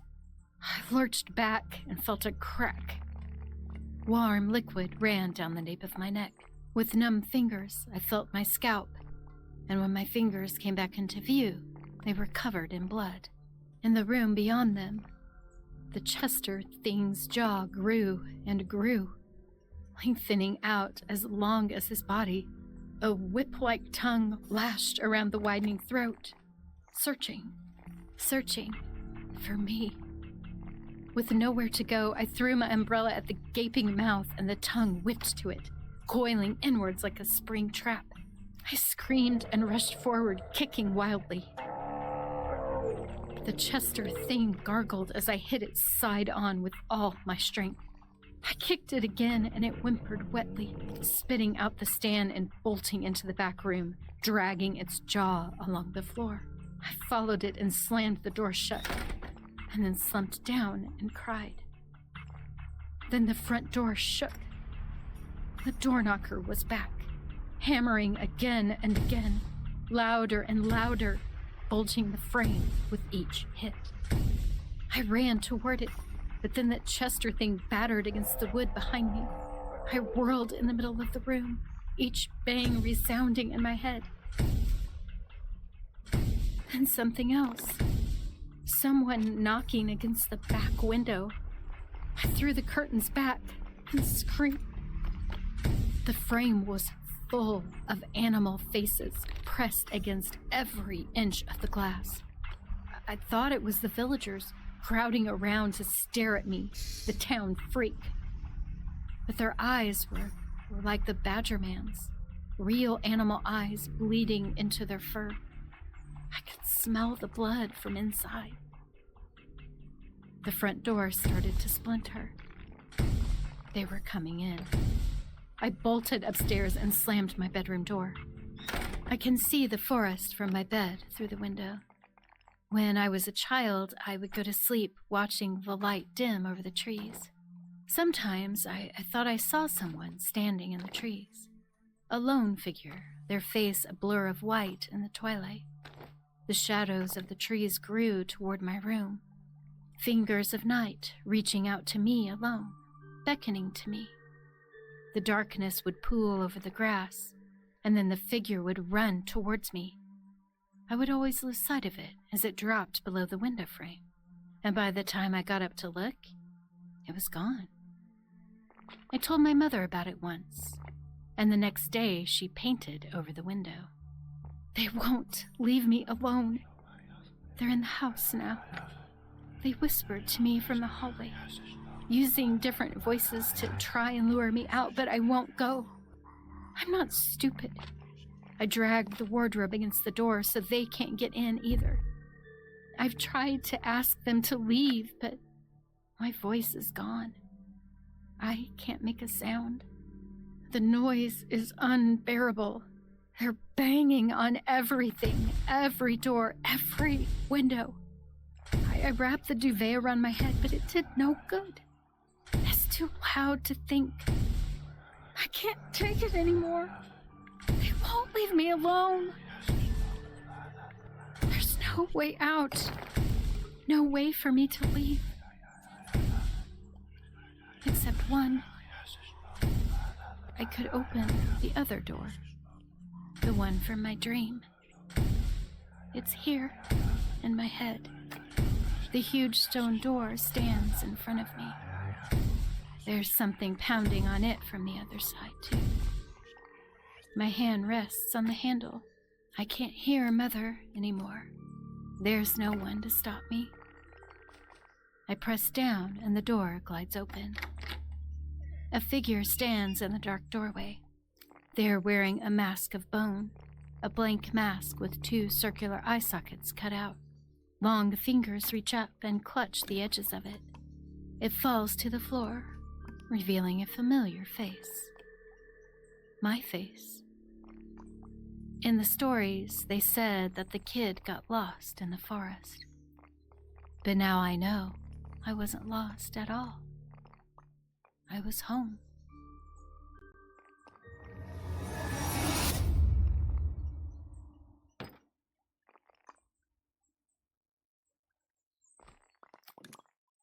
I hope you enjoyed The Wrong Door, as written by James Vaudry, performed by Michelle Kane, and produced by Brad Parsons.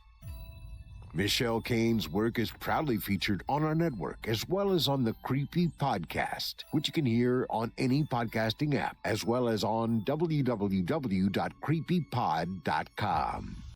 De Horrors, it read. Halloween night, dusk till dawn. The line between reality and horror, with no escape in sight. Now, without further ado, I present to you Le Carnaval des Horreurs. The rear door of the house swung open. Rushing into the kitchen, Owen excitedly ran up to the house phone on the wall. He nearly dropped the receiver as he hurriedly pressed the numbers to call his friend Emily. Hello? Answered Emily after a few rings. Em, did you see the flyers? Tell me you saw them, Owen replied. Slow down. What are you talking about? What flyers? Emily asked. Halloween Carnival! It's coming in 2 weeks! We gotta go! Owen exclaimed as he stared at the illustrated paper. Le Carnaval des Horreurs, it read. Halloween night, dusk till dawn, admission $20, all inclusive. Rides, food, scares, all for one low price. The flyer was expectedly black. You ate your breakfast and you're still hungry. To mimic slime or blood. Depictions of various rides and attractions, along with the requisite carnival tent graphic, adorned the space. Emily enjoyed Halloween as much as the next person, but Owen's love of the celebration went to another level. Friends since childhood, Emily couldn't remember a time where Owen wasn't knee-deep in all things Halloween. She was much more casual a Halloween goer and was never too big of a carnival person. Still, she realized quickly that there was going to be no avoiding the subject. Sounds great, Owen. She sheepishly responded. I'm sure you're really excited about it. It's gonna be so amazing, Owen continued. Oh man, what am I gonna wear? So many shirts to pick from. Michael Myers? Nah, too cliche. Gremlins? No, too cute. Reanimator? No, too obscure. Emily couldn't help but chuckle to herself at Owen's resemblance to a girl trying to decide on her prom dress. It was cute, even if she didn't fully understand what difference a shirt was going to make. Still, she knew this was going to be even bigger to Owen than any prom would be. 2 weeks may as well have been 2 years for Owen. The community college that Owen attended saw very little of him as he prepared himself for the event. He watched every horror movie he could get his hands on from the local video store, read horror magazines, and listened to every horror movie soundtrack he could find. All things he was intimately familiar with and likely could quote from memory already. But Owen couldn't fathom going to this event understudied. Super Bowl quarterbacks have played the big game less prepared than Owen was for this carnival. The pivotal Saturday had finally arrived. Into the ramen. Emily awoke to her phone ringing. Sluggishly, she stumbled over to the receiver and picked it up. Hello? She said, more groaning than speaking. Em, wanted to make sure you're all set for tonight, a clearly excited Owen asked. It's 6:30 in the morning. Why are you already up? Emily asked, half annoyed, half asleep. So we're meeting at the gate at 5, right? Owen asked, ignoring Emily's question. Yeah, sure. Emily replied, wanting to end this conversation as soon as possible and return to bed. She knew how long the night was going to be. Great. See you then. Bye. Owen concluded and then hung up before Emily had a chance to say anything else. If it was anyone besides Owen and any event other than this, Emily would have been more upset. She understood that Halloween was Owen's Christmas, birthday, WrestleMania, and summer vacation all wrapped up into one. She shook her head slowly, sighed, and returned to bed. Emily arrived at the parking lot at 5:03. Owen was by the gate, pacing wildly as she walked up to the entrance. Em, I thought something had happened, Owen said with an excited worry. Owen, it's a couple minutes past 5. Don't be dramatic, Emily replied. Went with Nosferatu, huh? Yeah, it's a classic. Best vampire ever. Let's go. Everything looks so amazing. This is going to be the best night ever, Owen proclaimed as Emily laughed to herself and shook her head slightly with a small grin. The two walked up to the entrance where the line to purchase entry was located. In the booth was a man in tattered clothing, stringy long hair, sunken eyes, and a slack jaw. Hello, my friend, Owen greeted the worker. 2, please. The worker said nothing, but held out a gnarled, thin hand. Owen paused, waiting for a response. Receiving none, he reached into his wallet. Ah, I see. Can't break character. I get it. Nice touch, he said, as he pulled a pair of $20 bills out and handed them over. The worker slowly grasped the bills and placed 2 green bracelets on the ledge. The worker returned to a still, unblinking stance. Thanks, Lurch, Owen said as he grabbed the bracelets. He helped Emily put hers on and fastened his own. The carnival was immense. Pathways spread in all directions, leading to rides, food, games, attractions, everything one could ever ask for from an event like this. The decor was dark, with everything given an element of gore or mayhem. Each stand contained a worker that looked as if they had risen from the grave that morning. Each ride looked as though one might exit with fewer limbs than when they entered. Even the food had a grotesque vibe. Popcorn with green and black drizzle soaked in, burgers on black-colored buns, funnel cakes with a viscous red topping, and fried chicken with what appeared to be a tail sticking out the bottom of the drumstick. Owen asked Emily if she wanted to get anything, but Emily said that she didn't have much of an appetite. Certainly, the presentation of the food didn't help in that regard. Owen stopped to get an order of fried worms, thin mozzarella strands twisted and fried up to be roughly in the shape of earthworms, and a bag of cotton candy that looked suspiciously like someone's hair. He gleefully ate as Emily patiently followed as he walked around the area. As they walked by the section of games, Owen turned to Emily. "All right, time to win a prize. What do you want me to win ya?" he said confidently. First off, there's no chance you're winning one of these games. Second, there is no chance I'm taking one of those things home, she replied. "Aw, come on," Owen insisted. "What about one of those stuffed Cthulhus? They're cute. You can snuggle with him and think about how cool your pal Owen is for overcoming the odds and taking down the unwinnable carnival game." Okay, hotshot, Emily chuckled while shaking her head. You go get him. Owen walked up to a game featuring a line of air rifles with the objective of knocking down various horror icons. Owen showed his bracelet to the zombified attendant and picked up his rifle. Several pulls of the trigger later, the world remained in peril as none of the villains had met their end via air pellet. Nice shooting, Tex, Emily teased. "Ghostbusters doesn't count as a horror movie," Owen retorted with a scrunched-up glare. "This gun is off. The sights must be warped, or the barrel must be twisted, or the action must be... Ugh." No, go on. You clearly know what you're talking about. Emily continued to rib. Owen scoffed, putting the rifle back down.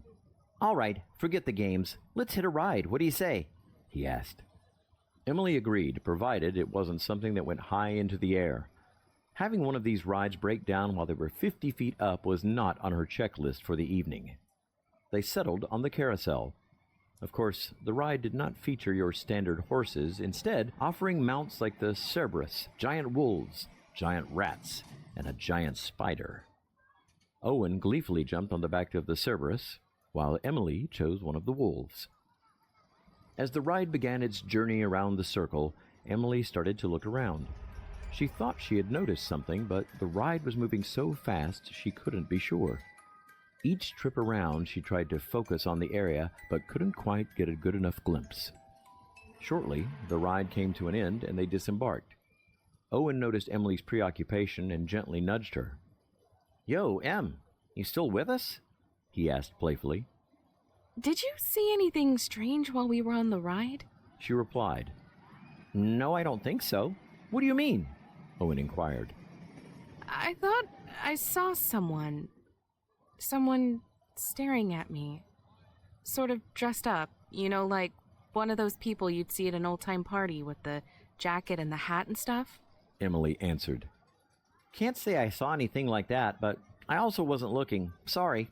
Was he doing anything?" Owen asked. No, not really, but I couldn't get a good enough look. The ride was too fast. I think he was just watching, Emily replied. "It was probably just some guy who got dressed up for the carnival to get into the mood. Was he a handsome, staring gentleman? Do you want me to find him and set you up?" Owen joked with a mischievous grin and eyebrow raise. Sure. Maybe he can shoot an air rifle. Emily cracked back with a sarcastic look. "Ouch! Low blow," Owen said, feigning emotional pain. "Okay, what next? Say, did you see the big tent in the middle? I bet they got something cool going on there. Want to check it out?" he asked. Sure, why not? Emily said as they turned toward the center of the carnival. The giant tent was as menacing as the rest of the carnival. Black and white vertical stripes adorned the outside, while a series of dim purple lights glowed up the sides, giving an extra touch of unease. People seemed to be lining up near the door. Owen hastened his pace to get a spot in line.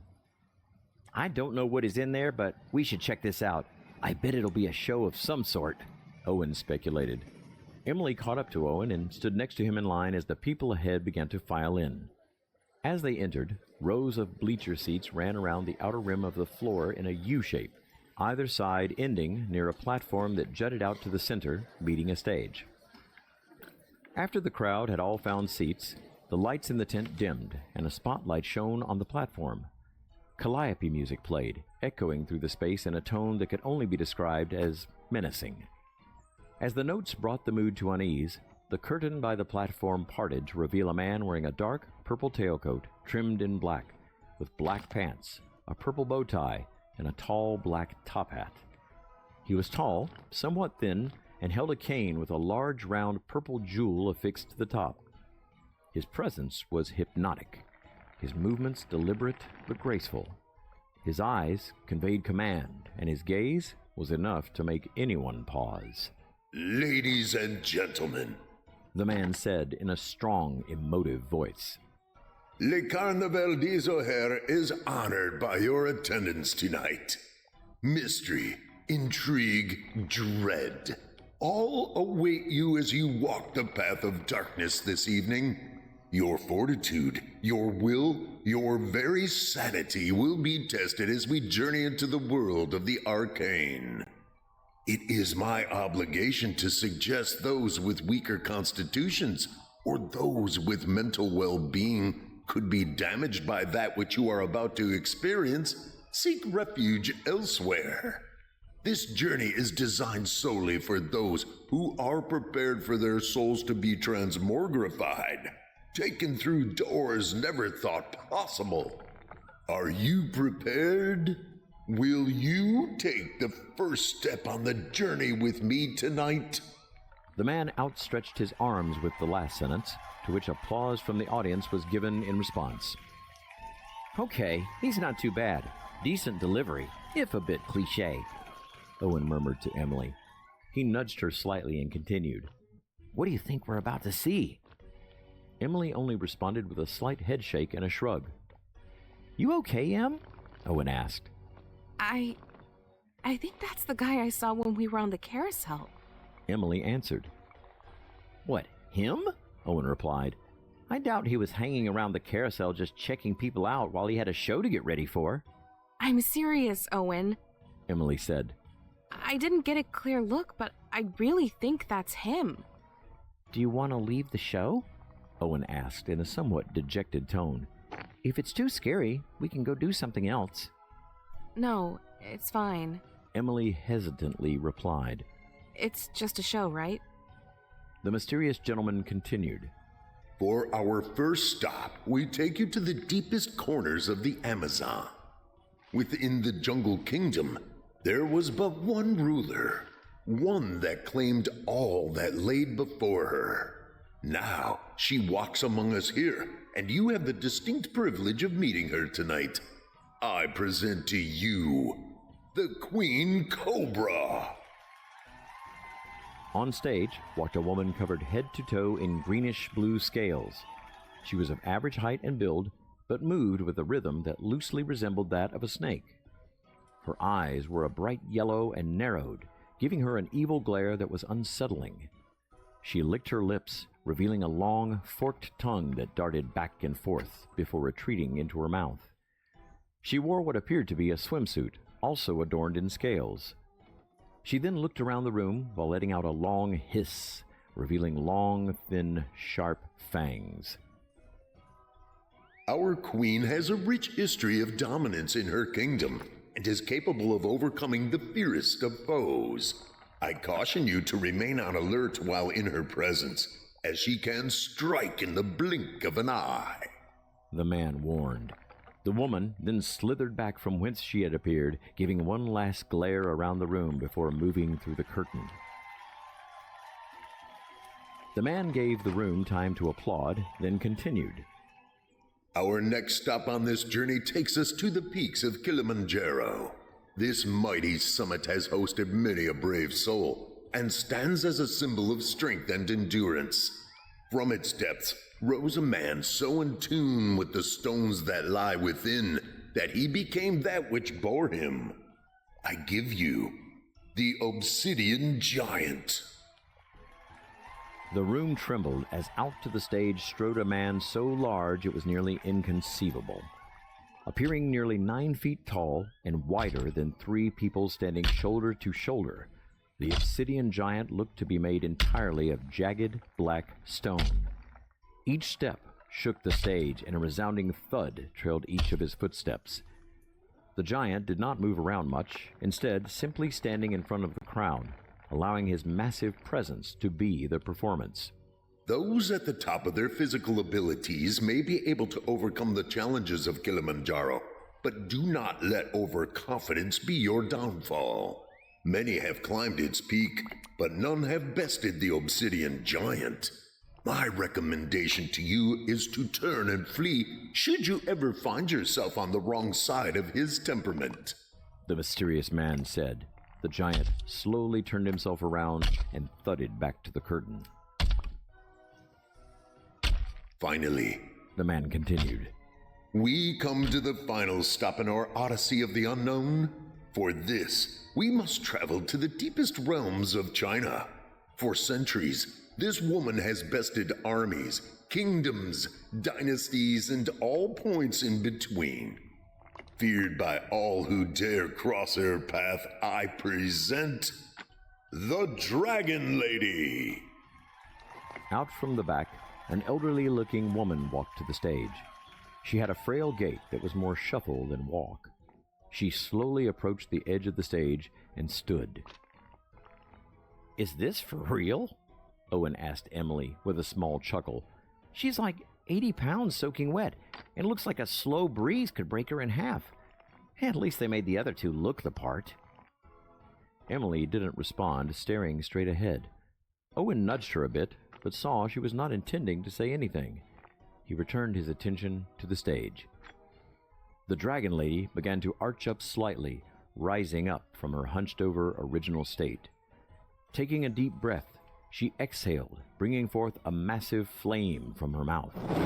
The fire projected nearly 10 feet and drew gasps of astonishment from the crowd. She held no torch, as most fire-breathing acts would. Instead, this seemed to come directly from inside, with no apparent flint or tinder. "Whoa!" Owen exclaimed. "Did you see that, Em? How does she do that?"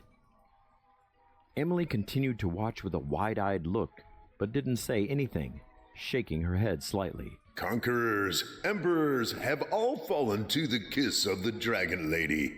Be forewarned, there can be no extinguishing the flames of the dragon. Let this be a lesson to never rely on appearances alone, the man said as the woman shuffled back to the curtain. And with that, I bid you a fond farewell as we return to the reality from which we departed. You have experienced that which only a select few have and ever will. You have seen wonders from every corner of the world, seen feats that no other can perform, and learned what true power and fear can really be. As you retreat into the night, I implore you, beware. Good evening.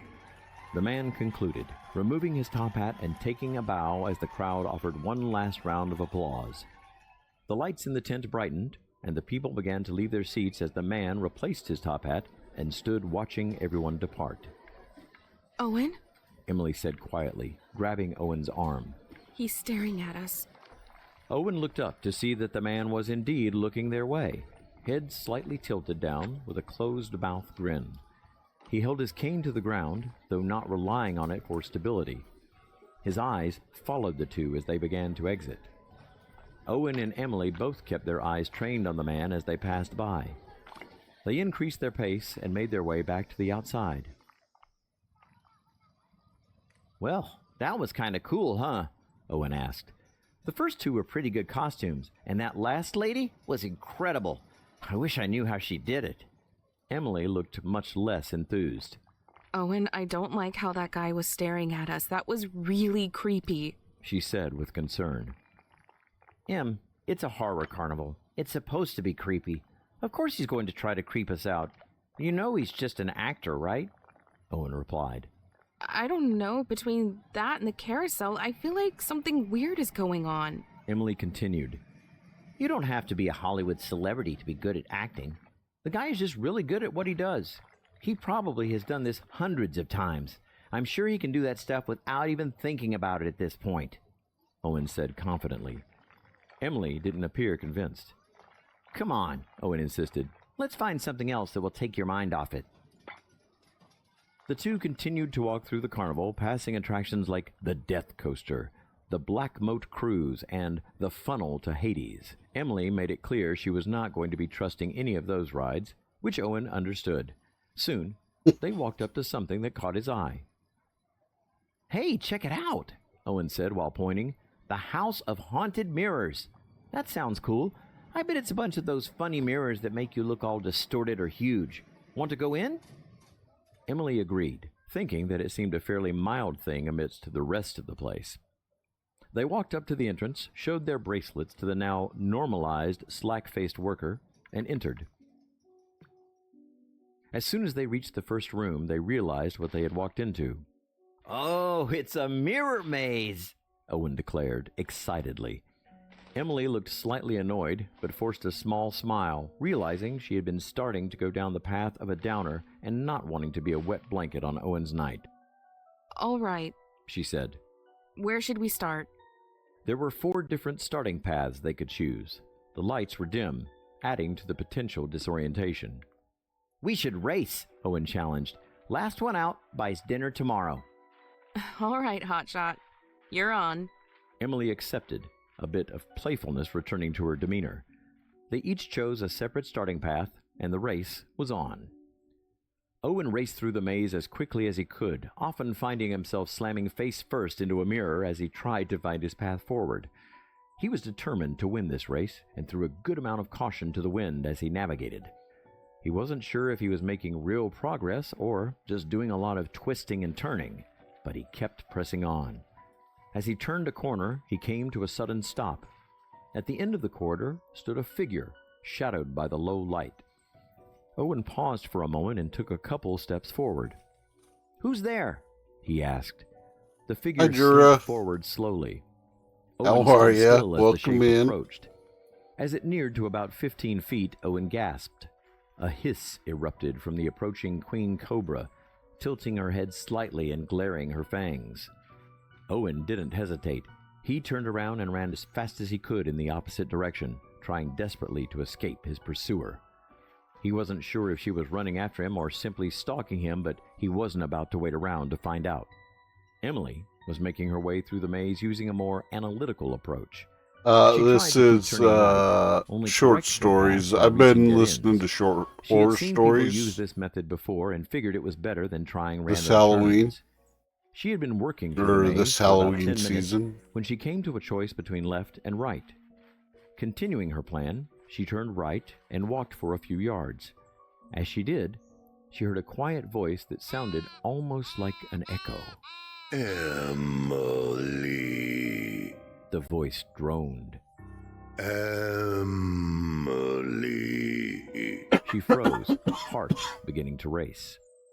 Don't be afraid, Emily. Did the entire nothing to fear Cthulhu from mythos The voice last said, October. now at a more normal volume, but containing a sinister undertone. Emily heard footsteps from down the path and began breathing quickly. Her panic rose as from the dimly lit path walked the mysterious man from the earlier show. I've been watching you, Emily. Your presence here is an honor. Join us. Join the family. The family is ready for you. The man grinned as he slowly walked toward her, tapping his cane on the ground with every other step. Emily screamed and turned around to run down the left path. The man did not pursue. He simply laughed and watched her flee. Emily hit mirrors hard as she attempted to find the exit. She nearly cut herself on a mirror that she had cracked with the impact, but luckily only tore a bit of the arm of her shirt. As she gathered herself, she turned and saw the image of the man in one of the mirrors. She screamed again as the image spoke. Join us. Join the family. It implored. She Join ran the again, family. twisting and turning in a frantic attempt to breathe fresh air again. Turn after turn, the image of the man was there to greet her. The family is ready for you. It mocked as she spun further into terror. Owen found himself running back toward the beginning of the maze. He saw the opening to the first room ahead. He didn't like the prospect, but figured maybe he could at least get out the entrance. As he entered the room, He turned and stopped in his tracks. In front of the entrance, and blocking any hope Owen had of going that direction, was the obsidian giant. The giant's head brushed the ceiling, and his body took up twice the width of the door. The giant grunted and outstretched his arms toward Owen, causing Owen to snap out of his paws and turn to run. He noticed one of the doors had been destroyed, leaving a huge maw in its wake. He quickly deduced that the giant must have come from that path, meaning it was likely a dead end or damaged beyond the ability to get through. He could also hear the queen cobra hissing in the path he had just exited. Thinking quickly, Owen ran through the door that Emily had not taken, hoping that she was faring better than him. He started trying to watch the floor rather than the path ahead, hoping that he could better discern openings from mirrors. He was moving at such a rapid pace that he nearly walked directly into a projectile flame that singed the hair on his arm. He jumped back with a yelp as he looked up to see the dragon lady, several feet ahead and staring at him. He backpedaled as he saw her begin to take a large breath. He turned and rolled away just as another flame roared over his head. Owen's adrenaline was at its peak as he ran as hard as he could through the rest of the path. He had seen how slowly the dragon lady moved during the show, but wasn't going to chance another run-in. Mercifully, after several more minutes of body-checking his own reflection, he found the exit. Owen burst out into the night. He looked around frantically. "Em!" he called out. "Em! Where are you, Em?" As he looked around, his adrenaline turned into dizzying bewilderment. The entire park was empty. The structures were all here, but the people were all gone. He felt his body go light, and he tried to process what he was seeing. "We couldn't have been in there that long," Owen said out loud to himself. "At least, not long enough for the whole place to have closed up." He looked around again. "Em!"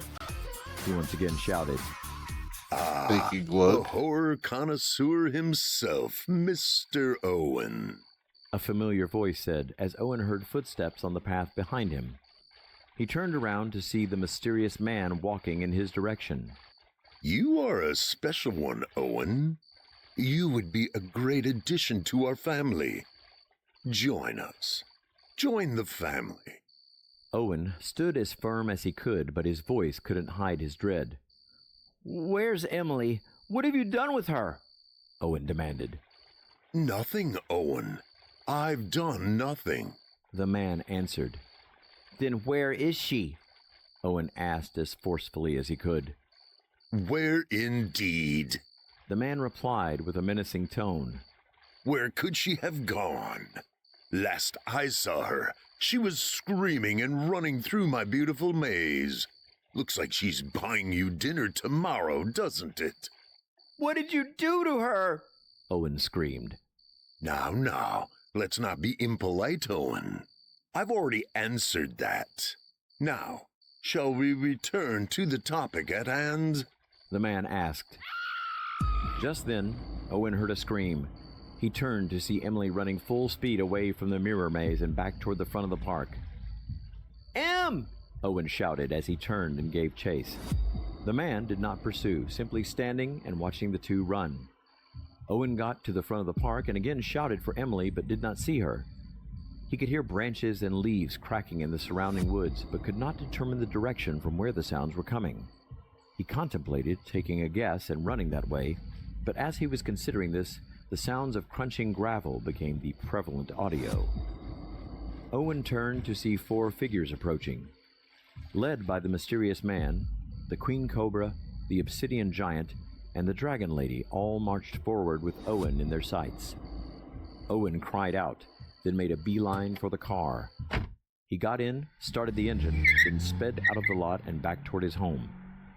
He felt sick, knowing that he didn't catch up to Emily, but he knew that she was one of the best outdoor people he knew. She could survive months in the forest if she had to, so getting back home would not be a tall order for her. The important part was that they had both escaped. Did they? Owen returned home after driving mostly on autopilot. His parents had gone out for a Halloween party and had not yet returned. He was drained, numb, and more crawled into the house than walked.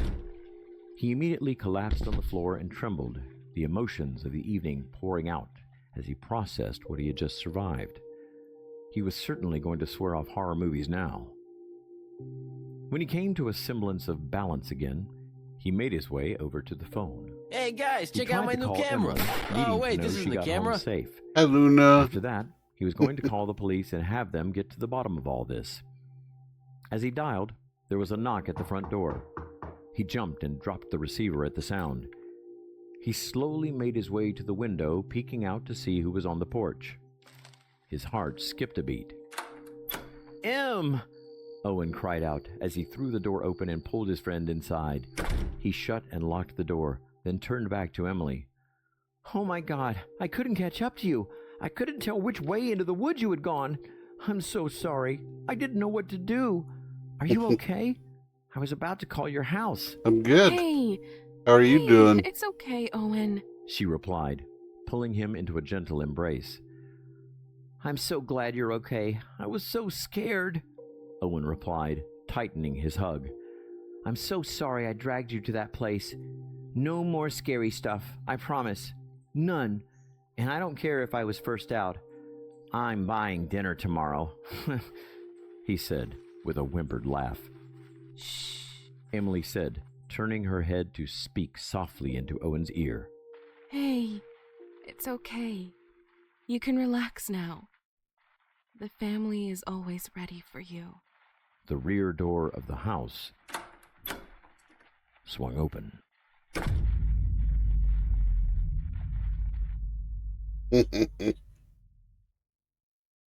Good up early thanks to the dog you I hope you enjoyed Le Carnaval des Horreurs, as written by Bill Dorsch, performed by Kevin Barberi, Olivia Steele, and Paul J. McSorley, and produced by our very own Drew Blood.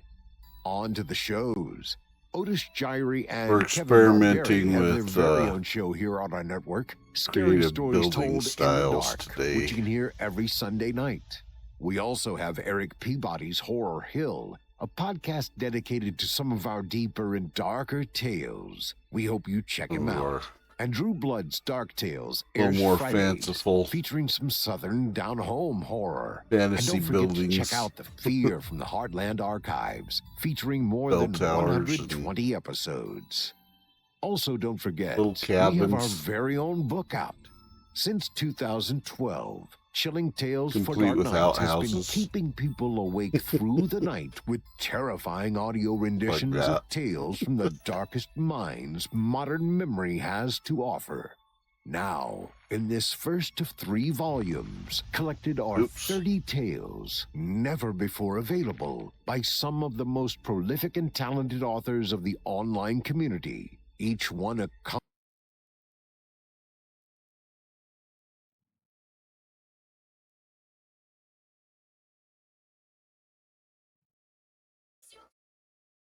Hang tight. I'm gonna go turn, gotta go turn the heat down. It's stuck on again. Be right back.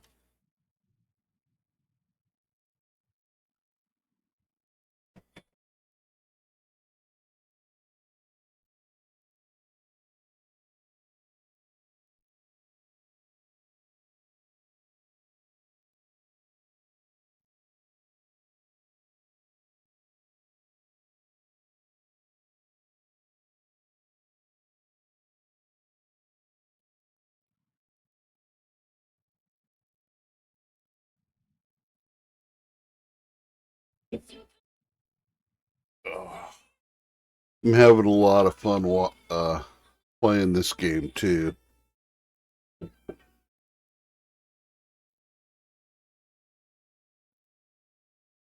But yeah, tonight we're just kind of experimenting. I chose the summer one, and it had this random set of buildings in a bridge right there. So I just started experimenting with different types of structures and shapes, and stuff. My own little bridge design. Which is probably going to be pretty common for people to use in the game. Like that, or like those.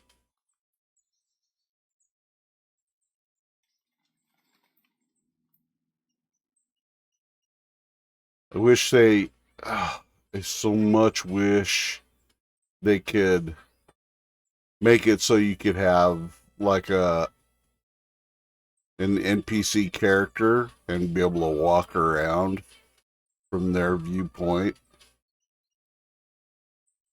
on your own map.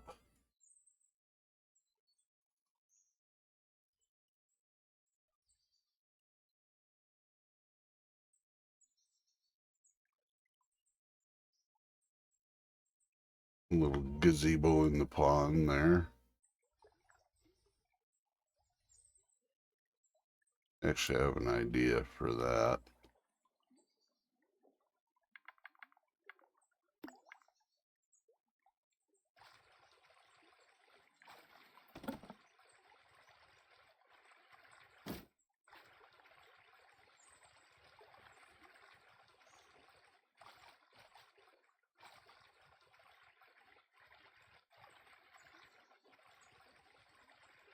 Just like I was saying, it would be kind of cool for them to have just random NPCs. You could say, okay, there's like if you hit a certain amount of structures on any one of the maps, it would start dropping in a few NPCs so they could walk around and go through the doors and that kind of thing.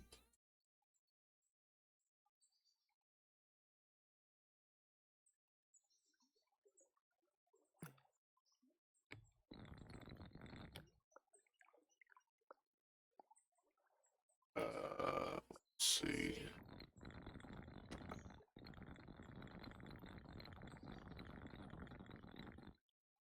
Go up. I want to go down and make that lower.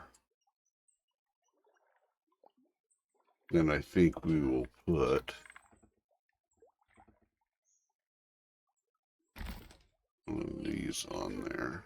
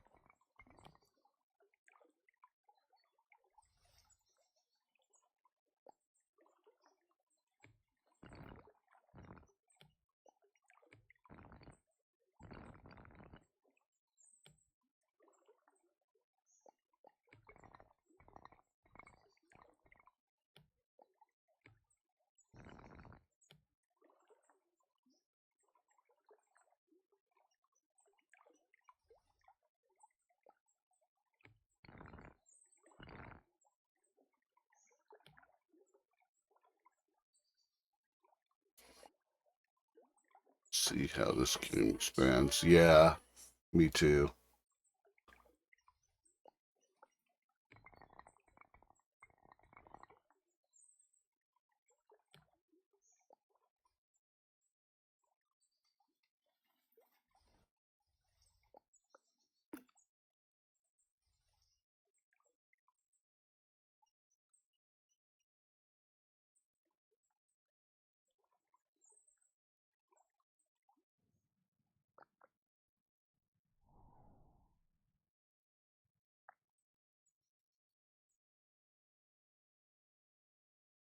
Did you lurk long enough to see the other castle? Get people, and I'd like to build a city rather than just the singular plot. Yeah.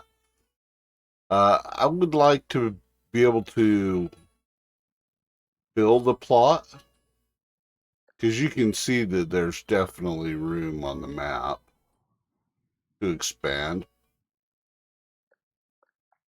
I would like to be able to build a section of the city or a section of the area. Kids just literally woke me up. Yeah, I'll show it to you in a minute. Let me finish my thought here. But as you can see, there's plenty of room out here on a map that you could community build or just build on your own. And once you finished a certain area and you were like, okay, I'm satisfied with this, and add another plot to it. I think that would be really, really cool. Because right now their vertical's pretty freaking high. I mean, you can build up, but you can't build out. I mean, and I get it. I mean, they don't want to overwhelm a lot of the shit that's on here, but especially if they did something like added NPC people, it would probably overwhelm the system right now, but I would really like to see it expand farther than what they have right now. The plots don't really seem, size wise, they don't really seem to work that well together. The size of the buildings and the plot size they either need to expand the plot size or shrink the actual building sizes so that you can go actually smaller scale diorama builds and get an increased play area, or increase the play area as it stands and then not worry about changing any of the other building mechanics that are on there. I'll show you the one from the last couple of days. Let's see.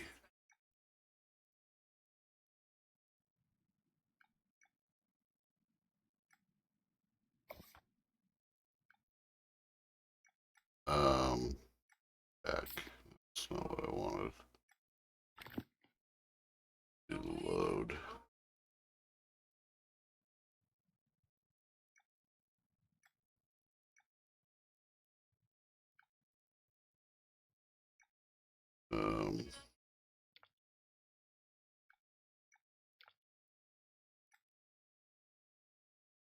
What is that? That's not what I wanted.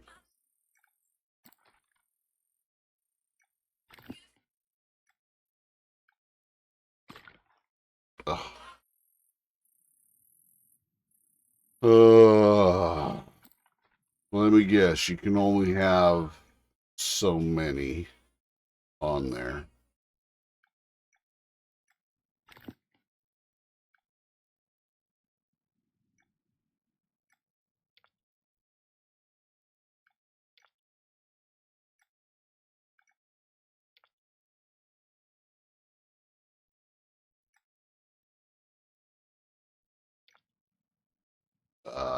It's having issues. Damn.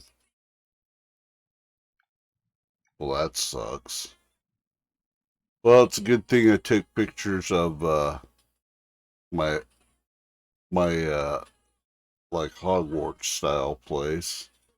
I didn't get pictures of the one from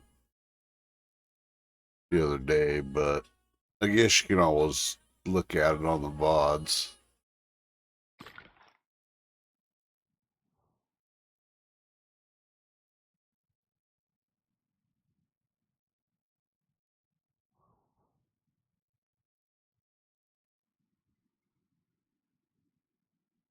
But I liked it. It turned out really neat. I liked it.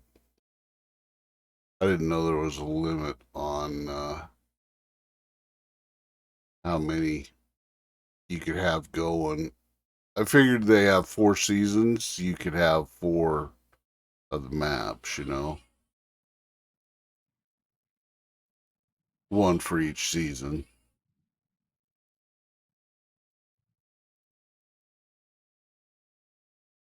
That's kind of my Rapunzel tower right there. Looks kind of weird. Looks like some kind of weird green monstrosity. I need to change the colors of that. It looks weird. You just scroll to the right.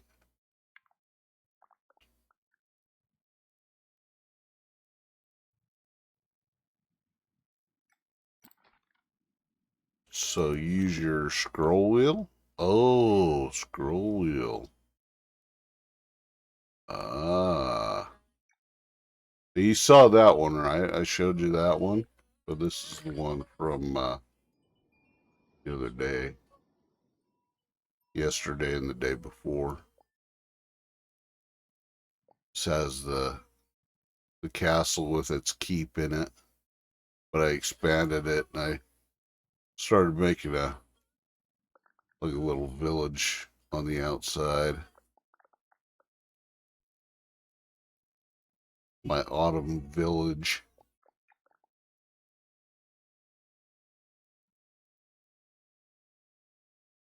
And it would be kind of neat to have an NPC character of your own that you could control from Street View. Because then you could basically walk around.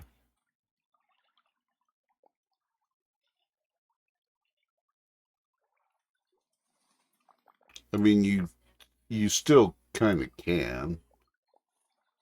You get a little more adept at being able to manipulate the cameras and stuff.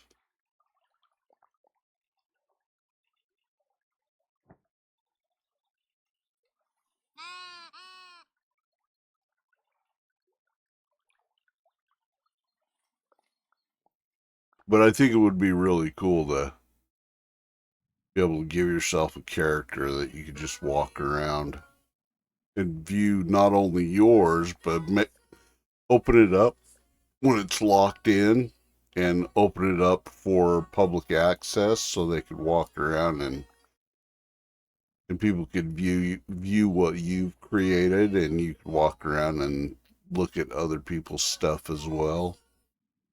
I think that would be a really neat addition to this kind of building platform.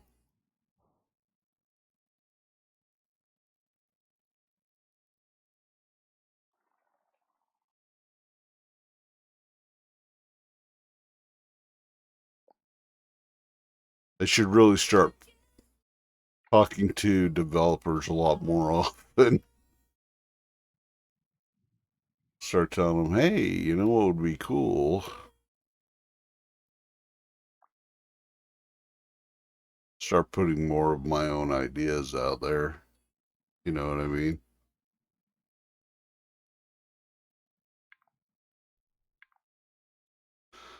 I still think those buttons should be a lot smaller.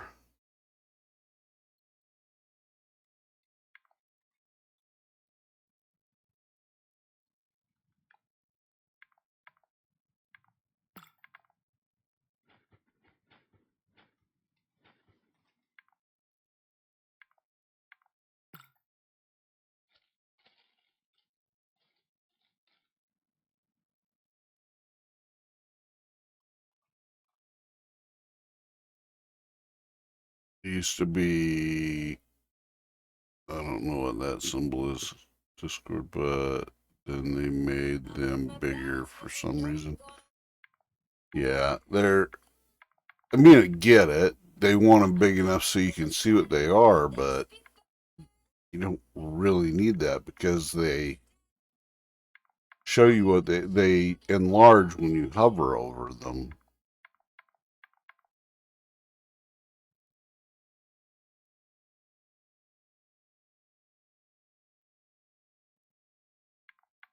Yeah, this one's really cool. The autumn one. I chose the autumn one because it's that time of year, you know. I could have gone a lot smaller with that pool of water, though. Save myself some room. The little guys above the big guys are big enough. Yeah. I mean, those would be the perfect size. How the size that this button is when you're not hovering over it, that would be perfect. Or just a little bit smaller, or be able to choose right or left side so that you can work down here without getting the buttons in the way, because you're limited on how far outside of the zone you can actually view from. So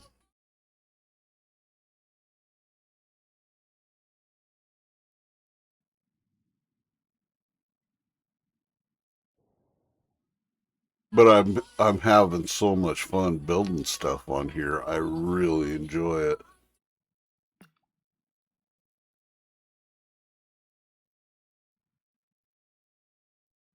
It'd be kind of fun if you could pick different animals to put on. Instead of sheep on every one, you could have sheep on one and maybe pigs on another or cows on another one. I mean, you don't have to have a lot of them, just like 3 of them, just like normal, but instead of sheep, you could have a cow on there or something. You could pet it and it would go moo.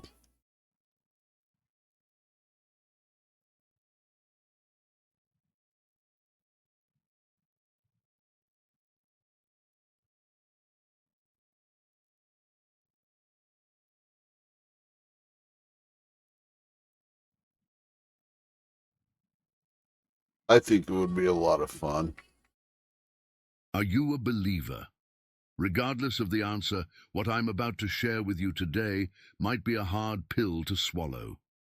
Promise me this, A little more however. creepypasta to you'll have some build faith. to. It does not matter if you are an atheist or a person of religious faith. Just have some faith in what I'm about to tell you. Faith is the strongest weapon we humans have.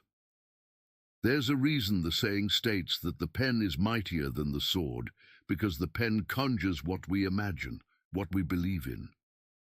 I fully know that I might appear some raving lunatic, and believe me, until a few weeks ago I would have said the same thing about anyone who would tell me what I'm about to share here.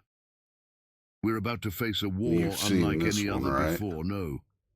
We are, in fact, winter. in the middle of that war by now. It's a war of a nuclear holocaust proportion. And this if you will. one's done. Lucky This us, is we the still haven't reached that entire stage of the conflict yet. Before plot. you jump to conclusions, I'm not talking about some huge conflict between fundamentalist regimes or a Cold War Part 2. What I'm talking about is way bigger than that. Sadly, every one of us is at fault here. Well, as a collective, that is, as a species we are. Individually, not so much. There's only Pretty one impressive rule that for applies to like this my whole first thing. real build. Belief creates doing reality. Anything on here? Remember what I said about having faith? We all have that. Currency holds no value without our belief in it. But the more I do Relationships, this, status, precious objects, the more I and so on figure and so out the forth. mechanics, None of these have any value without our faith in said value. the more in depth it's Faith going to shapes get. reality. So Now apply that to basically any deity the human species has ever imagined and, yes, Whoop. willed into existence. From winter to You summer. read right. Gods exist, and we're their creators. With that being said, I have to mention that we gave them a hell of a lot of power. Oh, So there's don't piss them two off. tutorials And they are at war out with each there. other, a long, violent There war. are also other I know, builders it's unbelievable. One might streaming say this this is on ridiculous, Twitch. and that So, I'm some cultist that needs to and be some locked of up. them, If I'm being honest look, here, it I looks would have like said they've that got just a few a lot short of weeks time ago. under their Something belts flipped on my it, on worldview building upside down that on one this. night. I was walking home from the club I bounce at, not to toot my own horn or anything, but I guess I have that. But I kind of don't would fuck like to around be with able your to look. make it That's why so I that think most you of my could shifts go around end and look at quietly. other public That night, it was no different. made The weather public sucked, however. It was uncharacteristically builds. cold for the middle of April, and it was really humid. In fact, it was so And humid I then you could could almost open feel the your own up surrounding air for liquefying. It the was this public to look disgusting, at 'em, you know? cold, wet, and stifling feeling one might get in the middle of a storm at the middle of the ocean. It didn't seem like it would rain, however. It was damp, but the clouds did not hang low. So that one particular night, I've decided to hike to the club and back rather than use the car. I don't live too far from the place, so I do that sometimes. Not to mention how walking is a great exercise. Now, I was making my way home in the early morning hours, so the city around me was fast asleep, never mind that it's Saturday morning. People were done clubbing, and there wasn't as much as a soul outside. Usually that wouldn't bother me. I'm not the most social creature out there, nor I expect people to be out all the time. What struck me as odd that night was the continuous feeling of being watched. It's like someone was laser-focused on the back of my neck. I could almost feel a hand touching me from behind. It was this piercing feeling you get when someone stares at you and you catch them by accident in the corner of your vision.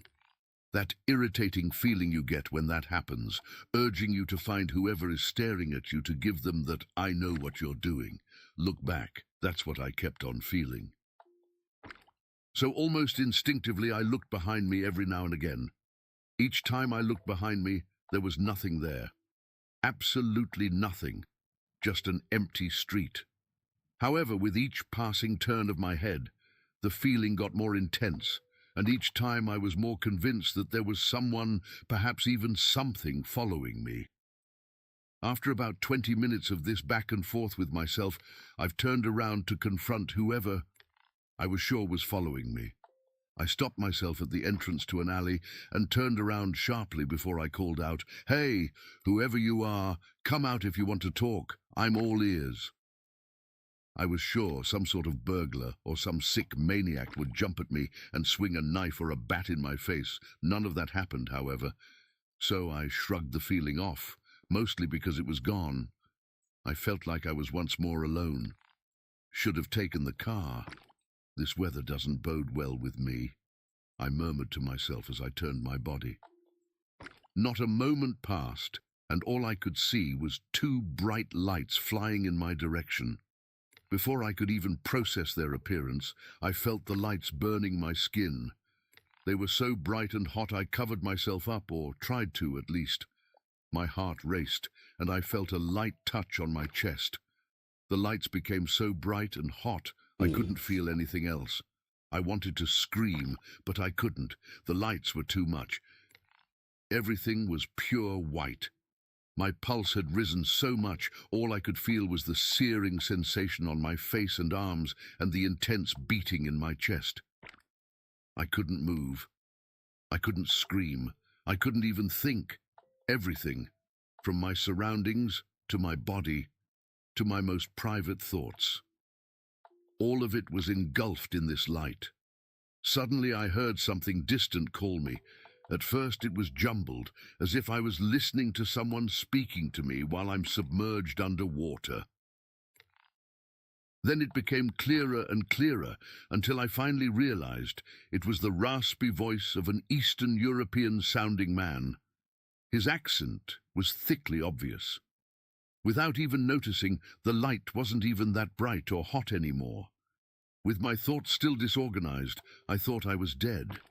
I suppose I said something about being dead, because the old man chuckled and responded with, "No, you're not, but you can be if you want me to let you die." I immediately jolted myself back into awareness, denying any sort of death wish. "No, no, no, no dying. Please. Is good," the man responded, chuckling again. Then suddenly the light was fading away, while a loud booming sound exploded in my ears. "Fuck," I muttered, before the smell of something smoking hit my nostrils.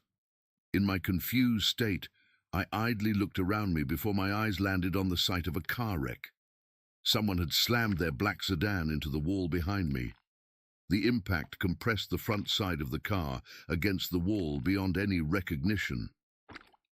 "Shit," I blurted as I walked towards the car. Almost instinctively, I knew that whoever was inside must be a goner, but I wanted to make sure for whatever reason. By the time I was close enough to make out the details, a small yet agonized moan escaped from where the driver's seat used to be. I watched in terror as a broken humanoid shape shook violently inside the crammed while emitting terrible gurgling sounds. Whoever this was, death couldn't come soon enough for them. The image of the compressed mess of muscle mass and crushed protruding pieces of calcium has burned itself firmly into my psyche as a sickening reminder of the lengths that humans will go to achieve their desired goals. "We must help him," I exclaimed as I stood there in utter awe of the carnage before me, unable to move my eyes away from that gory pile of bile and metal scraps. "No, he was a dead man," said the elderly man from behind me. What? I responded. "You hear right. He was a dead man the moment he set in this car." He retorted, "What the fuck are you on about?" I said as I finally tore my eyes away from the wreckage and towards the elderly man. The figure that met my eyes looked slightly taller than me, in relatively decent physical shape, his eyes grey and fierce, almost shining in the darkness of the night. The figure pointed its cane at the wreckage before saying, "This piece of shit, he tried to run into you." "Huh, why he would do that?" I looked at the figure dumbfounded as he readjusted the fur coat that was hanging over his shoulders. "Because you are important. I'll give you all the answers you need, but first, promise me you'll have some faith." "Okay," the figure said, smiling at me like a mischievous child. "Have faith in what?" I questioned the elderly man, still shaken by the surrounding events. None of this makes sense. Someone almost ran over with their car, ended up in a horrendous collision with a wall, and now some weird old man tells me to just let them die. I bickered. What do I need to have faith in? Exactly, huh? The elderly man chuckled at me again. So impatient. Why? Why are you impatient? Little birdies. What's the hurry with you? Camping out on top of my building. Tell me this. He croaked back at me with sizzling displeasure in his tone. "No, you tell me." I You felt should have myself little shout. birdie chirps, too. "What is going on here, and who are you?" "Oh, now you are asking the good questions," the man said, as a wide grin began spreading across his face. "Tell me this. Do you believe it could rain here?" "Well, no. But it's possible given the weather. Don't you change the subject on me," I responded. "Do you think Kind of a a hailstorm could barn happen here, looking. right now?" He questioned me I'd kind of like to with see a kind like of a sinister sneer. roof thatching No. instead of just But tiles. what does it have to do with anything? I think that would be nice too. No. A little Close little your more eyes variety and of envision materials to hail build falling with. from the sky. Do it, son. Why would I do that? You don't want me to hit you with my cane. Willow is painful wood. The elderly man said he was dead serious about beating me with his cane, judging by his expression. I saw him moving up to me with that thing held firmly in the palm of his hand. He did not even use it to support himself. He was walking just fine without leaning on it. Fine. All right. But I swear if you as much as touch me, I'll beat you with your own willow cane. Like a hay I thatched retorted back roof at him or in a something. mock accent. I think some of Right, that would now be close your appropriate eyes, on boy. here. He stopped walking, lowered his cane, and I closed my eyes. Maybe Is wood good. grain. Now think about hail. Think about hail falling down from the sky. I could hear his voice soothing me into thinking about hail. I envisioned hail coming down from the sky, but it felt so ridiculous to me. So I kept on imagining these huge ice balls for hail, falling down all around me. "What do you see?" the elderly man croaked. "So, the Lord rained hail on the land of Egypt. Hail fell, and lightning flashed back and forth. It was the worst storm in all the land of Egypt since it had become a nation." I mocked. "And what do you hear, boy?" the elderly man asked me. Oddly enough, I could hear a thumping sound, one that got increasingly loud. It sounded almost violent. It sounded a little too real to be inside my head. I could hear heavy objects colliding with the concrete street around me. Loud banging noises. I responded with a confused tone. "Very good." The elderly man said, "Now Variety open of your building eyes." materials would be nice. I opened my eyes to see Yeah. gigantic pieces of ice falling down from the sky all around me. They weren't as big as a baseball like Sounds I a had bit envisioned in my head, Kratos-ish. but they were about an inch or two. You don't see a hail of these Yeah. proportions regularly, Maybe a little if bit. ever. The occurrence stunned me. "Odd," I muttered to myself, looking around me in amazement as the Little chunks bird of heavenly nests. ice crashed all around me. "Seems unnatural, eh?" the elderly man croaked. "Yeah. Kind of." Little birds I should answered. land in those "Well, too, you made instead this. of just having the You nests believed there. this into existence, with my presence as your aid, but you And my know, little sheepy your idea, your checking out reality." the house too. He boasted to me. What? What are you saying?" I questioned. "Faith, not science, creates reality, my boy," he retorted calmly. "What are you talking about, old man? Are you some mystic or something?" The elderly man snapped his fingers and the hailstorm stopped. "I am a god." "A god?" I chuckled. "You have to be kidding me." "Not at all. I am a god, and like all gods, your kind has willed me into existence. You see, in the beginning, you needed us as a sort of psychological safety net. But now we need you. No believers, no us," he said with a serious tone. One, unlike I haven't heard him speak in before.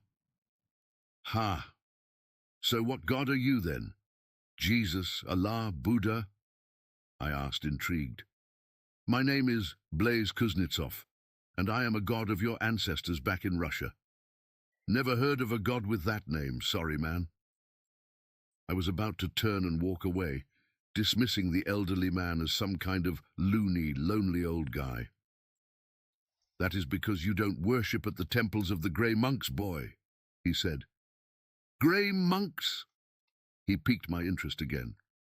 "You call them Jews, Christians, Muslims, followers of Abraham's faith. They are the followers of the children of El, he explained, not making too much sense. El, so like God with a capital G, I asked, trying to make sense of his ramblings. Yes, but he is dead. Sort of. God with a capital G is dead. Man, you must be insane. It's kind of cool, though, that you guessed where my grandparents came from, I said, as I started walking away from the elderly man. Over 2,000 years ago, El's worshippers made him into a perfect being, so to speak, that more or less turned him into a vegetable of a god. What? He interrupted me. Unbeknownst to them, his followers now worship his children, I've been on here the for so-called 9 archangels, hours. who have since attained godhood through the veneration of the masses. Seriously, this isn't making any sense. God is dead, and the archangels are some pagan deities. No way you're serious, man. You must be trying to prank me. Have you done any of the daily... What a joke. As I raised my head again to daily walk away from the builds? elderly man, I saw him standing in front daily of me. challenges? My heart skipped a beat. Before I could react, his cane touched my forehead. The next thing I saw I've was been a flash playing of this the whole bright light, time. and then I found myself in a desert. Playing Two armies this stood and not far away from me. At the head of doing one of them the stood a tall, spooky, horned man with a bronze shield and sword. scary He stories. was barking words in a tongue I couldn't comprehend. Then the elderly man's I gave voice up boomed on all it, around me. so I started In the a beginning, Yahweh stalker type Sabaoth was the game. god of war for the Israelites. Nice. The two armies clashed, and I was forced to watch the ensuing carnage unfold. Yeah. It was like I was being forced to Some watch kind a of movie I fantasy did series not want to. would probably I be tried speaking, fitting but I couldn't. I wanted to for panic, Tiny but I Glade. couldn't even do that. All I could do is watch. Then they shifted their focus towards El in times of prosperity. The elderly man's voice boomed all around me again. The picture shifted to the scenery of a village where children played, people baked bread, traded goods, So what and did lived in you prosperity. decide to play, They were Glug? smiling. They were happy. What is That's it? when I saw another horned figure standing at the edge of the village. He was a much older man with a long, wide beard and grey hairs on his head. Some even conflated between the two, and the Israelite worship was completely turned towards El, and El alone. That's when tragedy struck their nation, and the Babylonians overran them. The elderly man's voice roared again all around me as the scenery shifted once more. Now I was watching as the first temple was being sacked. Women and children were being dragged by craving soldiers. Men were getting slaughtered like cattle, and a fire was engulfing everything in sight. That's when the extremists took hold on their faith, and their whole nation believed in what would lead to El's current fate. A familiar voice echoed as the scenery changed once more. Now I was in some ancient study where men spoke in a tongue I could not understand, but somehow the words made sense. Our God is everywhere. He is perfect and good, unparalleled. He is ultimate. He is everything. He is omniscient, omnipresent, and omnipotent. He is the Alpha and the Omega. Then I saw myself rise into the air. I kept rising and rising until I was out of the atmosphere, and a tribal music was filling my ears from every direction. I couldn't move my body. I couldn't do anything. I wanted to scream, but I couldn't. I expected to drown in fear, but I didn't. I felt almost like some kind of robot, numb but fully aware, Ugh, too much devoid green. of all feeling. I'd get sick with myself if only I could. The Like to see surrounding the image color became palette pitch black, get a except for this little one more spot which was a intuitive. ball of light. I felt myself move closer and closer to the ball So of that you light could with each passing moment, but tailor it still felt like the an colors eternity a had little gone bit by me. better. Once I made contact with the ball of light, I found myself inside a flashy mass resembling a room. I could my feet standing on pulsating, squishy surface. The walls of this thing looked like torn muscle tissue. They were almost bloated and dark purple in color. They were pulsating. With each beat, I could see yellow and green lines running across the whole cavity. I took a few moments to notice, but the putrid smell of rotten meat had made its way into my nostrils. I winced in disgust once I processed the vile odor.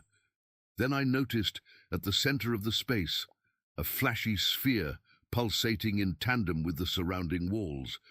I walked towards it out of morbid curiosity. The stench got worse as I was getting closer to the spherical mass. When I was close enough to notice the details on that thing, I had to cover my face up with my sleeve. It was like something had died right in front of me. And then some sick fuck took a shit inside the corpse, slipped on his own fecal matter and died in it too. Now, here's a funny little detail. I forgot all about the awful smell once I realized that there were tormented faces etched all over the perimeter of the spherical thing. The agony on these faces was so clear I could feel the fear crawling its way up my skin. What the actual... I blinked, and I was standing in the street in front of the elderly man again. Was that... I murmured. That is what L looks like now. A giant, comatose, cosmic pile of meat. You humans can be scary. No wonder my brethren cast me away when I gave some of you some of our fire. You scare them to death.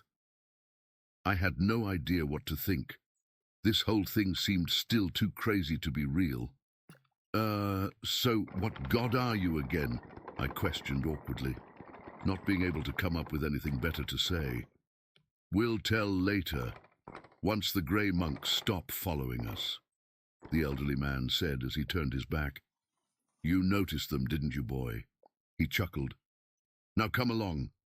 I need to make a new believer. The realization sank in. Someone was following me. That's when it hit me. He wasn't fucking around. That car crash. It wasn't an accident. I was a target. Stress weighed down on me, as if a cinder block was placed on my chest. I asked with no confidence in my tone, Why are they following me? The old man started walking forward, with his back turned to me. He simply said, Follow, I'll explain only if you come along. I could feel myself beginning to shake with worry.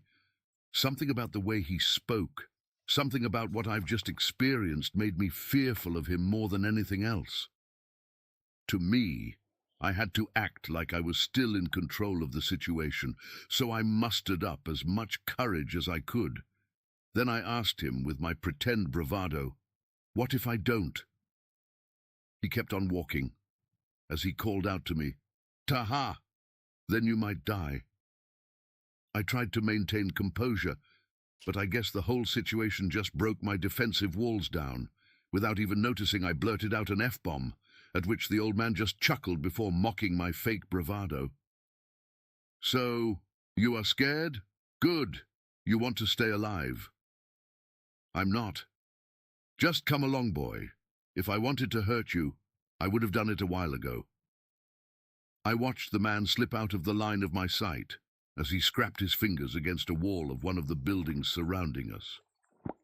Coming, boy, he called out to me, from the distance. I paused for a moment to consider my options. I needed to know what the hell was going on, so after a few moments of internal conflict, I've opted to follow the old man, which by that point was invisible to me. I still could hear his humming from the distance, and I called out to him as I was trying to close the distance between us. When I passed the wall that the old man touched as he was going, I saw something that made me freeze in my tracks. Claw marks etched on the concrete walls. What the actual fuck? I almost felt myself yell. He didn't leave me too much to ponder or process, as I heard him calling out with his voice breaking, Kid, don't make me wait much longer. I jogged my way back to him. A whirlwind of confusion and fear swirled its way around in the mazes of my mind. Once I made my way to him, I could hear him humming something with a wide grin splayed all over his face again. I slowed my pace to match his and tried to steady my breath. The old man just kept humming to himself joyfully. The atmosphere for me was tense. My whole body was tense. Hell, I think I've never been this tense before. Never. Trying to break the ice, I asked, "Did you see the cut marks on the wall there?" Immediately, I felt like an idiot after the question escaped my lips. "I did it," he retorted between his hums. "Great idea, dumbass." I thought about myself. "Why?" I asked him before thinking once again, "Wow, you're quite the icebreaker." "To prove to you what you refuse to believe in," he responded. Let's say I believe you about you being a god and all that. Why am I someone's target?" And I asked. At this point, I kind of believed him already, but I still wanted further confirmation of his claims. "Important to them, important to us," he hummed at me. "Why am I important?" He stopped for a moment, making me feel even tenser than I felt up to this point. Believe me, I didn't think it was even possible, but he did it. He made me even tenser. He turned to me, with that sly smile still smeared on his wrinkled face. "You know tradition. You know the old gods of your motherland," he said with what sounded like joy in his voice. "What tradition?" I asked him. "I have no idea about the old tradition. I mean, I do, but nothing too old. Basic conservative Eastern European stuff." I began rambling on and on about my supposed lack of knowledge. To be honest, at that moment, I wasn't really sure what he was talking about, really. But then, he sang to me with his cracking voice. "When the light of the sun was faded and done, our flock of sheep escaped the fences and made a run. Lost and confused, we searched in the dark. Not a single piece of wool or hoofed mark." I knew that poem. My grandmother used to sing it to me whenever I was a kid. I had no clue how he knew it. I thought it was some traditional song from the old country. Then a hairy man came bearing a spark. A hero who every shepherd in sight. A savior who came the darkness to spite. And with his help, we've found our flock. And thanks to him, the wool and milk were secured back under the lock. The man finished the poem and looked at me with a toothy grin, almost chuckling to himself. "How did you know that poem?" "It's about me, boy. Your grandmother. Your family kept the tradition alive for generations." "What?" "She always told me it was about an abbot that came during a bad storm and helped the people of a small town find their lost sheep," I remarked in surprise.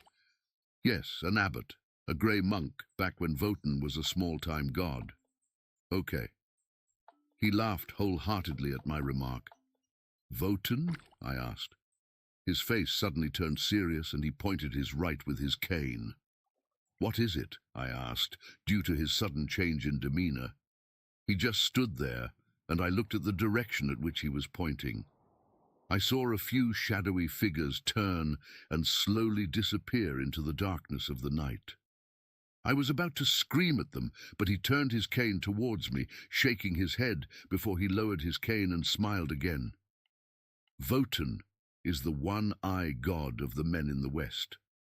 Odin, Harbard, Asagrim, the so-called Wise One." He said, "What the hell was that just now?" I demanded to know. "And why do you behave so casually suddenly again? Just a moment ago you were dead serious. What the hell?" "Listen, just follow my lead. All will be clear. Now, did anyone tell you humans that Votan was basically a corruption of me? Many might associate me with Loki, but no, I am the origin of Votan. Originally, the men in the West worshipped Tivaz, but then they saw me and thought, 'Good God, why don't we worship?'" "What are you talking about again, old man?" I asked him. "The ancestors of the Western Europeans drank shit alcohol, saw me, and thought I'm some suicidal Volk. That's how Votan or Odin was born." His confusing speech made me forget the shadowy figures.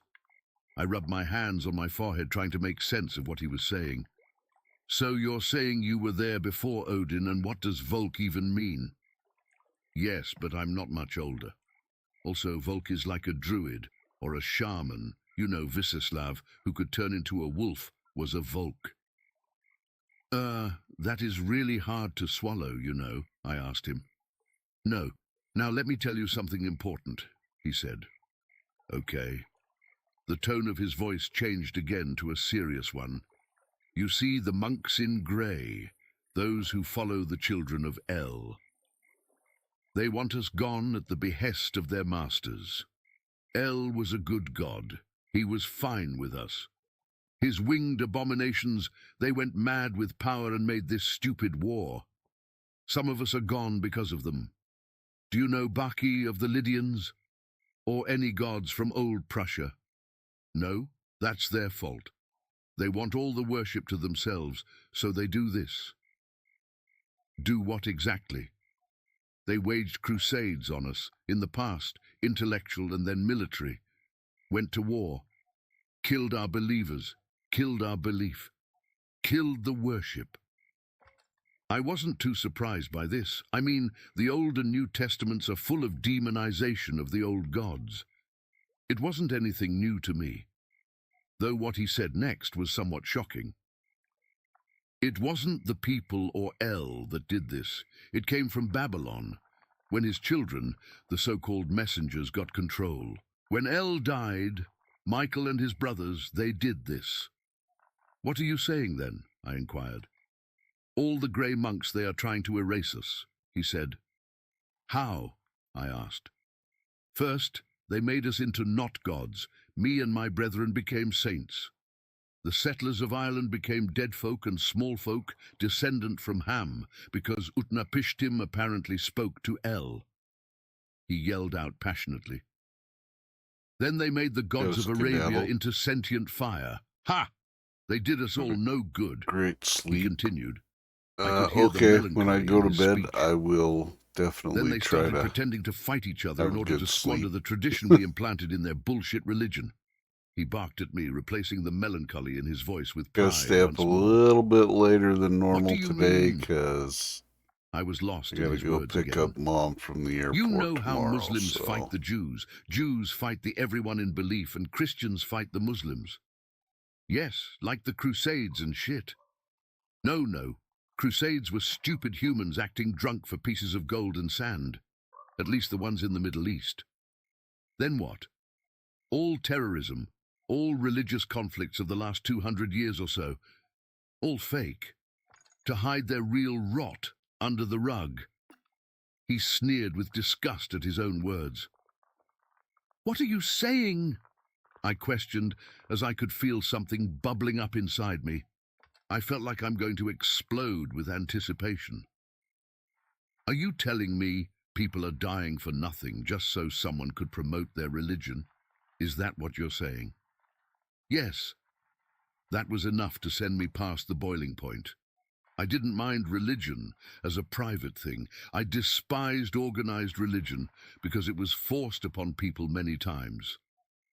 Not always, but in many cases it was. I hated when indoctrination was involved. It seems to have been running in our blood, as the reason my family moved here in the first place was just how rough communism had been with the common folk and Stalin's cult of personality. Fucking bullshit. Whoever is doing that must be held accountable. I was throwing my hands in the air in frustration. That's where you come in? Preserve our tradition, spread the word of our existence, and we'll keep the children of El at bay. He sneered at me once more. And how is that different to what they're doing? I'm not going to indoctrinate anyone to believe in you or anything else. I barked at him. No need, son. Just tell them we exist. Tell them why they spill wine at weddings over the birch roots. Tell them they're doing it for me. An unfamiliar voice interrupted our conversation all of a sudden, followed by what sounded like the marching of feet. Don't listen to him. He's a very wanted con man. I didn't even notice the distance we had covered during our conversation. The sudden intervention surprised me, and I turned to my left to see a group of hooded men standing not far from us. Something felt wrong about these men. "And who might you be?" One of the hooded men calmly answered with an Arabic accent, "We're the federal agents." Right, feds, looking like the wizard friends of the KKK's Grandmaster. I sarcastically remarked. They slowly made our way to us. I tensed up and felt like I was about to get in a big fight. The old man lowered his head and began laughing uncontrollably. "What's so funny, old man?" I asked him quietly. "Oh, I'm about to dedicate these deaths to you, my new believer, and it makes me so happy." His voice rasped. "Deaths?" My eyes widening with concern. The images from before flashed before my eyes, the visions, the carvings in the concrete. A bolt of lightning flashed above us, and the cracking of thunder shook the whole area. I looked at the old man, and I could see a vibrant old man wearing a huge brown pelt on his back, with horns sticking out of his head, standing on a flaming chariot tied to 2 screeching horses made of flames. "Careful, fellow. You better step away from the dangerous old man. We just want what's best for civilians like you," one of the hooded figures called out. I swallowed my saliva. The sight to my side was both beautiful and terrifying all at once. "What are you?" I asked, as another flash of thunder roared through the sky. "To them, my son, I am the patron saint of cancer," the old man responded. I stood there in utter awe as the old man looked unimposing once more. I didn't know what to think. I didn't know what to make of it all. This all had seemed so weird, so unrealistic. I was thinking someone might have doped my drink. I thought I might be hallucinating the whole thing. I wasn't this lucky. As everything else went blurry and jumbled, I could clearly hear the old man speak. His voice sounded so melodic, as if somewhat was playing traditional instruments all around me in tandem with his speech. He went on to say, "They might call me the devil. They already made Votan into their supposed Holy Trinity. They made me and my brother who stands on our side tonight to be the so-called God of Light and the God of Darkness. They claim that people on Rugen called me Diabol when they could have never known this Greek word. These grey monks call me the Dragon." Suddenly, a surge of familiarity ran through my body. I felt like I knew who this old man suddenly. I remembered the tales my grandparents used to tell me about various legendary figures from the distant past. The old man went on further. "To you, my son, I am the chimeric sorcerer. I am the father of music. I come from below. I am husband of death. I hold the wheel of life in my arms. I am divine calf. I am the one who brings the springs. I am the scourge of Perun's wrath. My name is of mountains and cities. The bear is my likeness in the mortal world. I felt a flame burn inside me, and I called out a name I've not heard since my childhood, Velez. Suddenly, a gust of wind woke me from my trance. The group of hooded men was standing all around us. They held daggers in their hands, pointing them at us. Their intentions were clear. The old man shoved his cane at me and roared, "Take my spear, son!" I hesitated, not saying a word. "Take it," he commanded again. "Oh!" One of the hooded men jumped at me. My body acted on its own, and my hands wrapped themselves up around the cane. I blocked the man's blow with the cane. His dagger was a mere inch from my face. "You've sided with the wrong gods, false prophet." The man barked at me, sending his spit all over my face as he tried to overpower me. "I don't even fucking know what's going on here!" I screamed back at him as I kicked him off me. "Your execution in the Lord's name is about to commence. Surrender, and we'll make it painless." All the hooded men called out in unison in response. Raphael's madness looms over them, son. Do not listen. Show them your true colors, boy. I heard a voice roaring from beside me. It sounded almost inhuman. I turned to see what was going on with the old man, only to find a giant bear pouncing on a few hooded figures, pinning them to them at once before tearing at their bodies with its claws and teeth. "What the hell?" I yelled out as a hooded man charged at me again. I dodged him before holding the old man's cane as if it was a bet. A heat wave ran across the cane, and before I could even notice it, I was holding a flaming spear with blood running down its shaft in my arms. Everything happened so fast, I couldn't tell one thing from the next. It all became so blurred and foggy. I felt like I was having some sort of an out-of-body experience. One thing had led to the next, and I don't even know the details. But when everything was said and done, I found myself holding a flaming spear that was lodged inside the body of one of the hooded men. I didn't even have time to let it sink in, before I noticed a giant bear-like thing with a human's torso attached to it, tearing apart 3 human beings. My eyes were ringing. My eyes were registering information my brain couldn't fathom. And when I finally came to, the realization of me killing a man sunk in, and I let go of the flaming spear and dropped on my ass, begging the man for forgiveness. I was so out of it. I was asking for forgiveness from some mad fuck who had tried to kill me. I tried looking away, but carnage met my eyes wherever I turned. Dismembered corpses lay in every direction around me. There was one man who was bisected in half, and smoke was coming out of his torn guts. Another one was on his knees, riddled in holes. I could see a bit of his brain sticking out of the hole in his head. On my other side was what looked like a cross between a broken statue and a shredded human body. The exterior was stone, but the inside was flesh and blood. Not to mention the sight of a bear monster's meal isn't something I'd ever like to see again. I had stared for a moment in disbelief before I rubbed my eyes, hoping it was some fucked up hallucination, or maybe just a dream. No, it was real.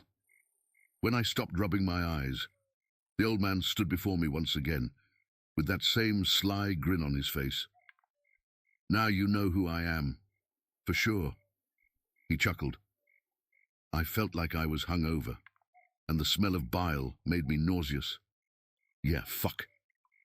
I just killed a person. Valus laughed like a madman. "A person? You slaughtered half of them." No matter, they would have died from brain molting anyway. Raphael turned them into this. They didn't feel pain or anything, so no worries. All good. Human sacrifice this time did good.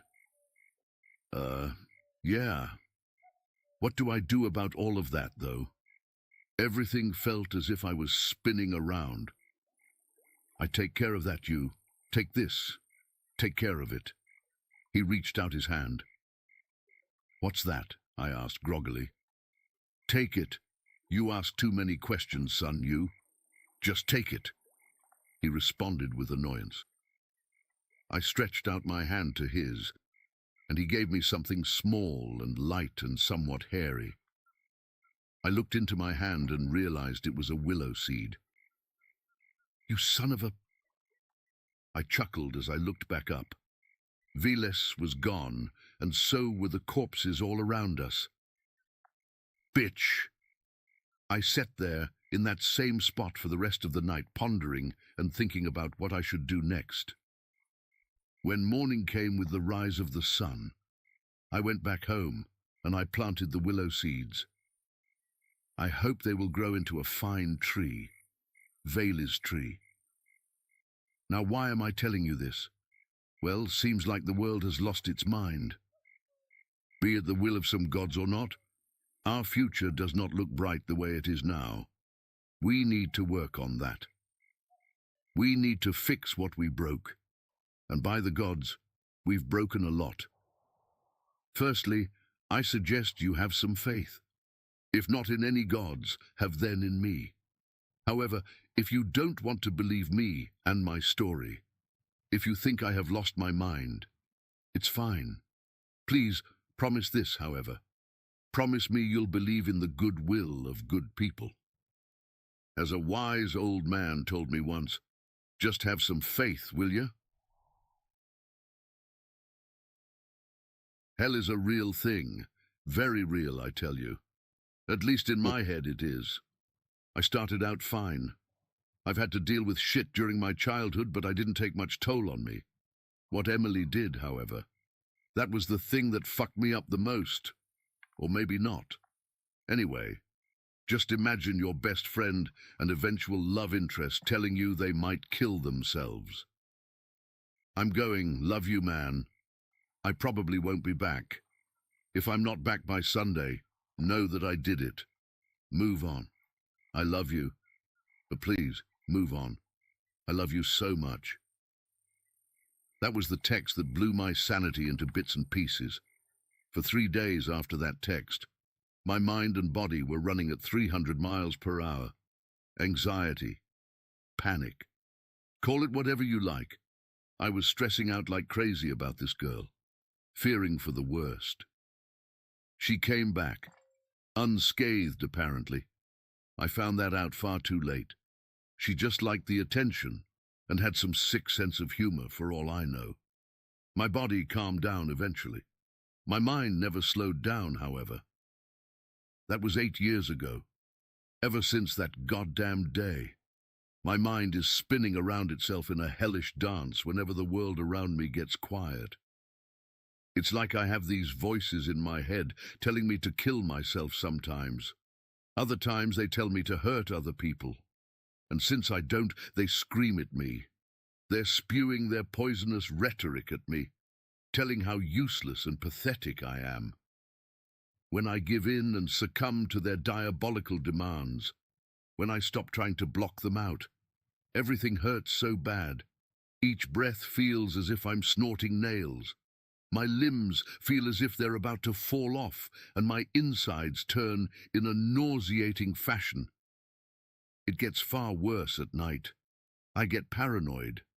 I feel like something is constantly watching me from the darkest corners of my room.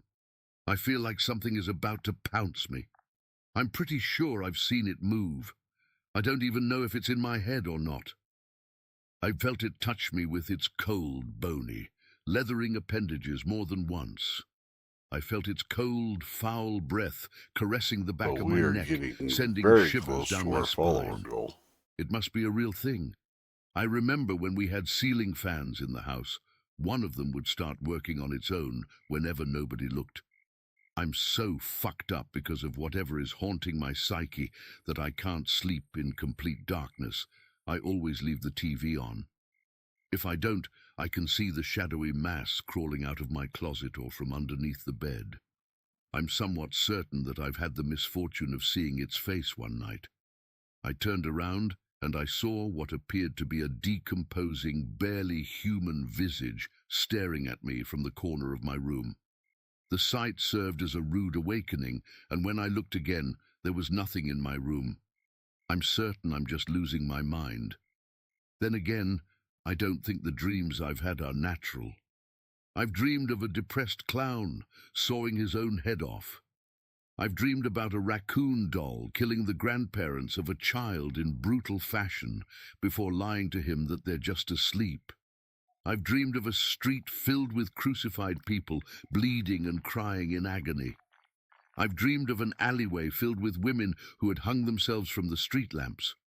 That one was really fucked up because a sort of dramatic music played in the background of that dream, almost like my own mind was mocking itself. Maybe it's not my mind that's giving me these nightmares. Maybe it's the monster that's hiding somewhere in my closet, under my bed. Nah, it's just in the depths of my own fucking head.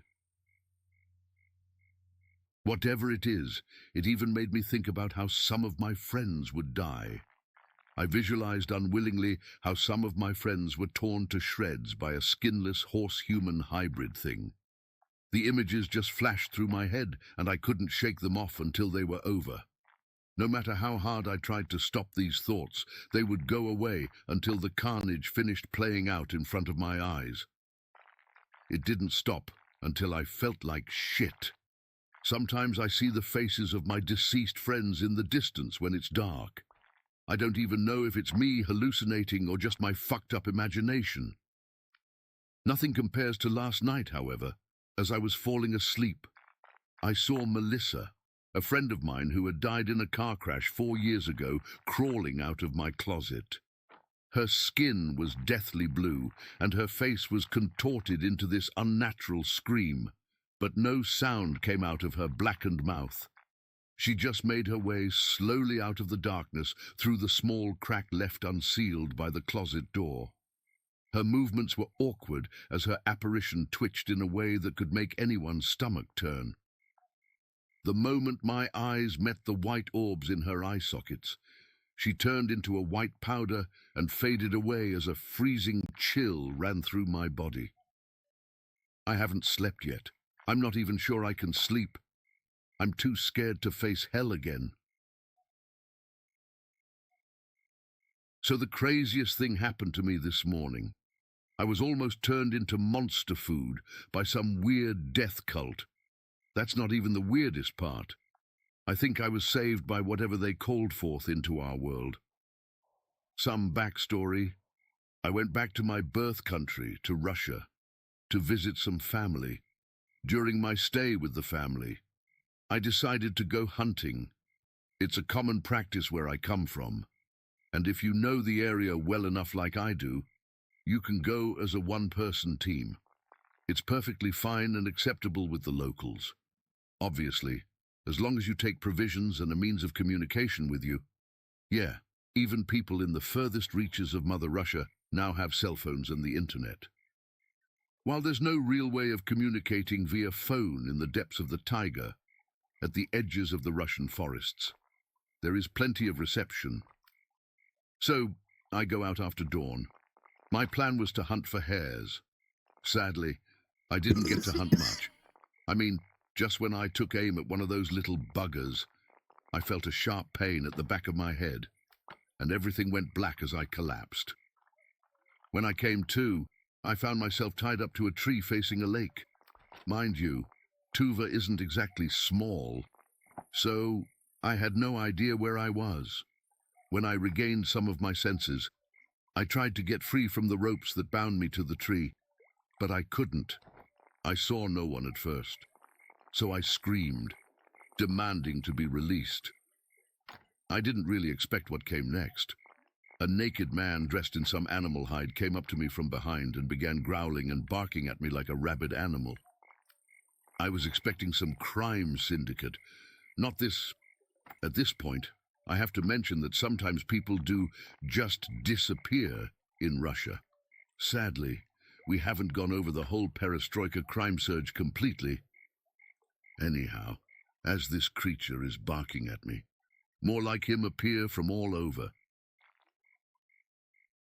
At this point, I was beginning to wish for some mafia-style criminal to have abducted me. I screamed and thrashed against the ropes that bound me to the tree. I was panicking like crazy, but at that moment, I think I was trying to scare these creatures. I don't know what they were, but I suppose a death cult won't suffice. I mean, all but one of them seemed like feral children that had reached adulthood. One of those animals had gotten enough of my tantrum and scratched my abdomen. I froze when he did, not because I was surprised by him doing so, but because I felt liquid rolling down underneath my shirt and jacket. That thing sliced through my clothes and skin with human nails. I didn't know you could cut so deep with human nails. At that moment, I just stared at those things that were all around me, trying to process what I'm dealing with. I was unable to think straight. The pain in my abdomen finally reached my brain a few seconds later. It hurt like hell. It still hurts like hell and doesn't look any better. It's like an actual snow leopard cut my belly. I was frozen there, trying to think of how to react to being sliced up like a piece of meat when some old man dressed in a bear's pelt comes out of the lake and screams at the things around me to stop. At least that's what I assume he was screaming, because he screamed something in some sort of East Slavic dialect that made them stop and back away from me. I began screaming at him to let me go. I was getting really angry at my captors, and so a flurry of vulgar terms flew all over the place. The creatures just stood and glared at me with puzzled looks in their eyes. The old man began laughing. "What's so funny, you old fuck?" I screamed at him. The old man stopped laughing, eerily suddenly, so much so that I felt a chill crawl down my spine. "Go." He then said in a gleeful tone, in perfect modern Russian, "The goddess is hungry, and you are her snack." My heart sunk, thoughts swirling in my mind. The realization came quickly. I was about to be killed, sacrificed to some twisted entity these death cultists conjured in their demented minds. I was once again thrashing against the ropes, screaming profanities at my captors.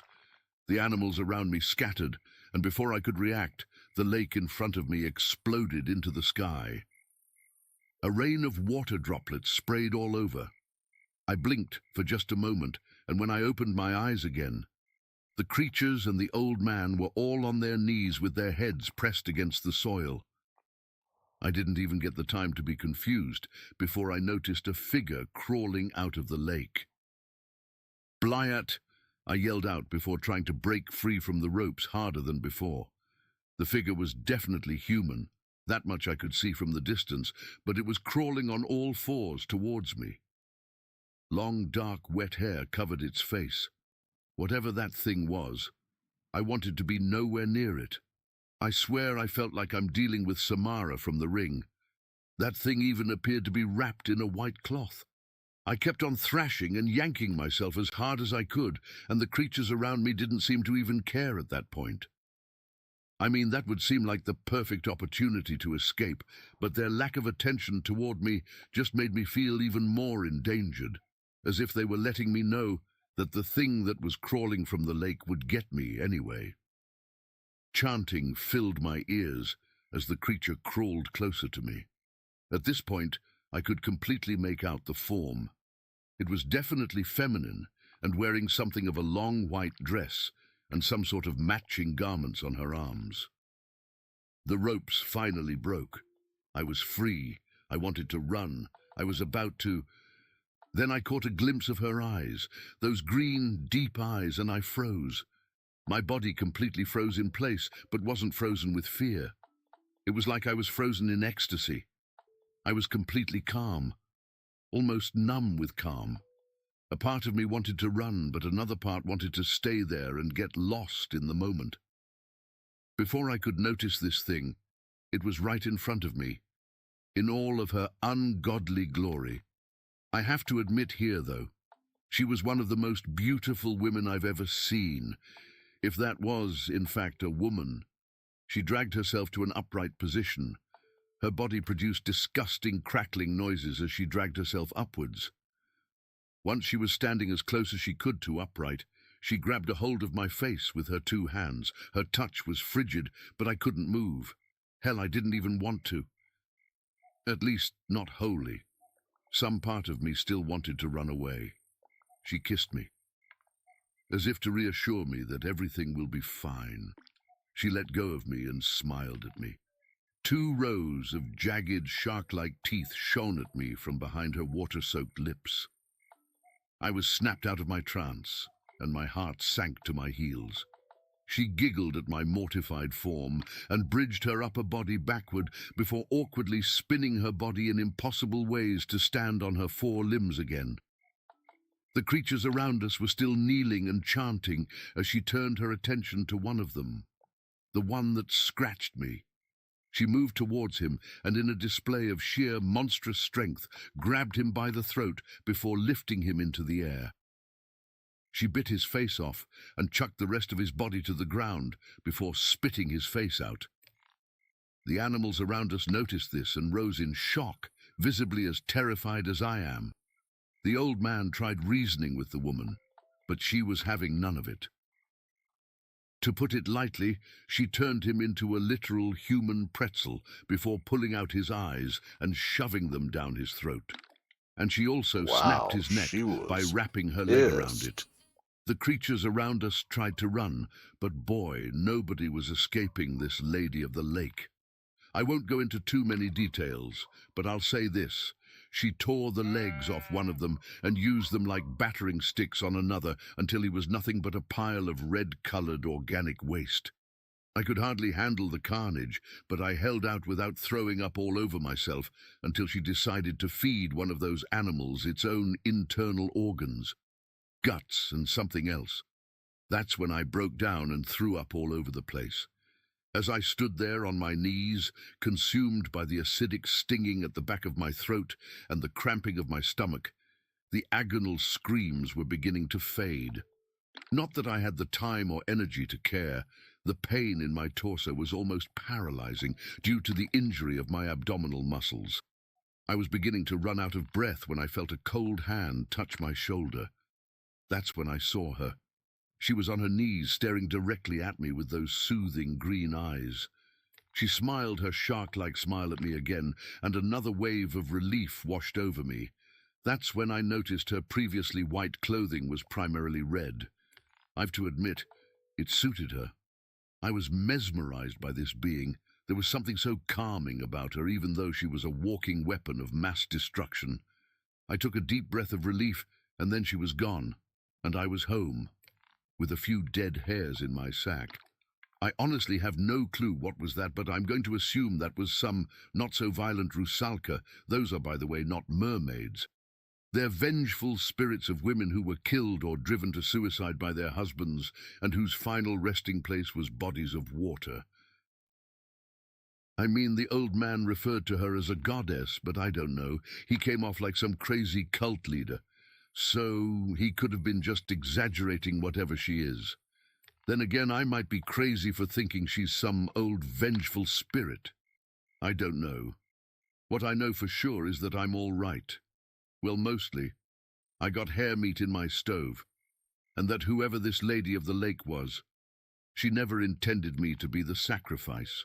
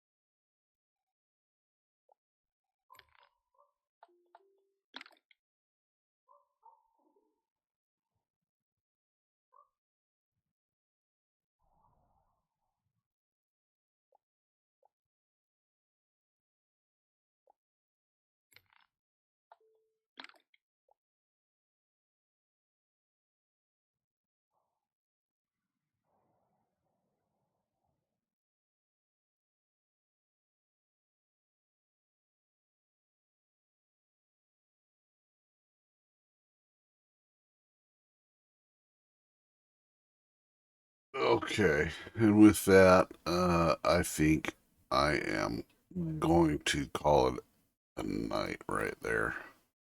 10 hours is plenty of time building and listening to spooky stuff. We're going to call it a day right there. I'm not going to raid out. Tired. And I know I need to go to bed, but I need to stay up just a little bit longer. And then I get to drive all the way out to the airport when I get up, so I will see all of you beautiful people tonight when I get back on, and we'll do more building and more spooky stories. I'm going to see if I can make some kind of lineup for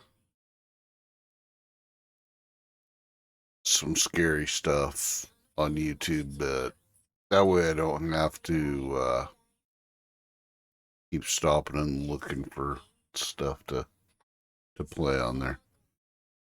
But till later on tonight, love y'all. Thanks for hanging out. Thanks for chilling with me and building in the little tiny glade.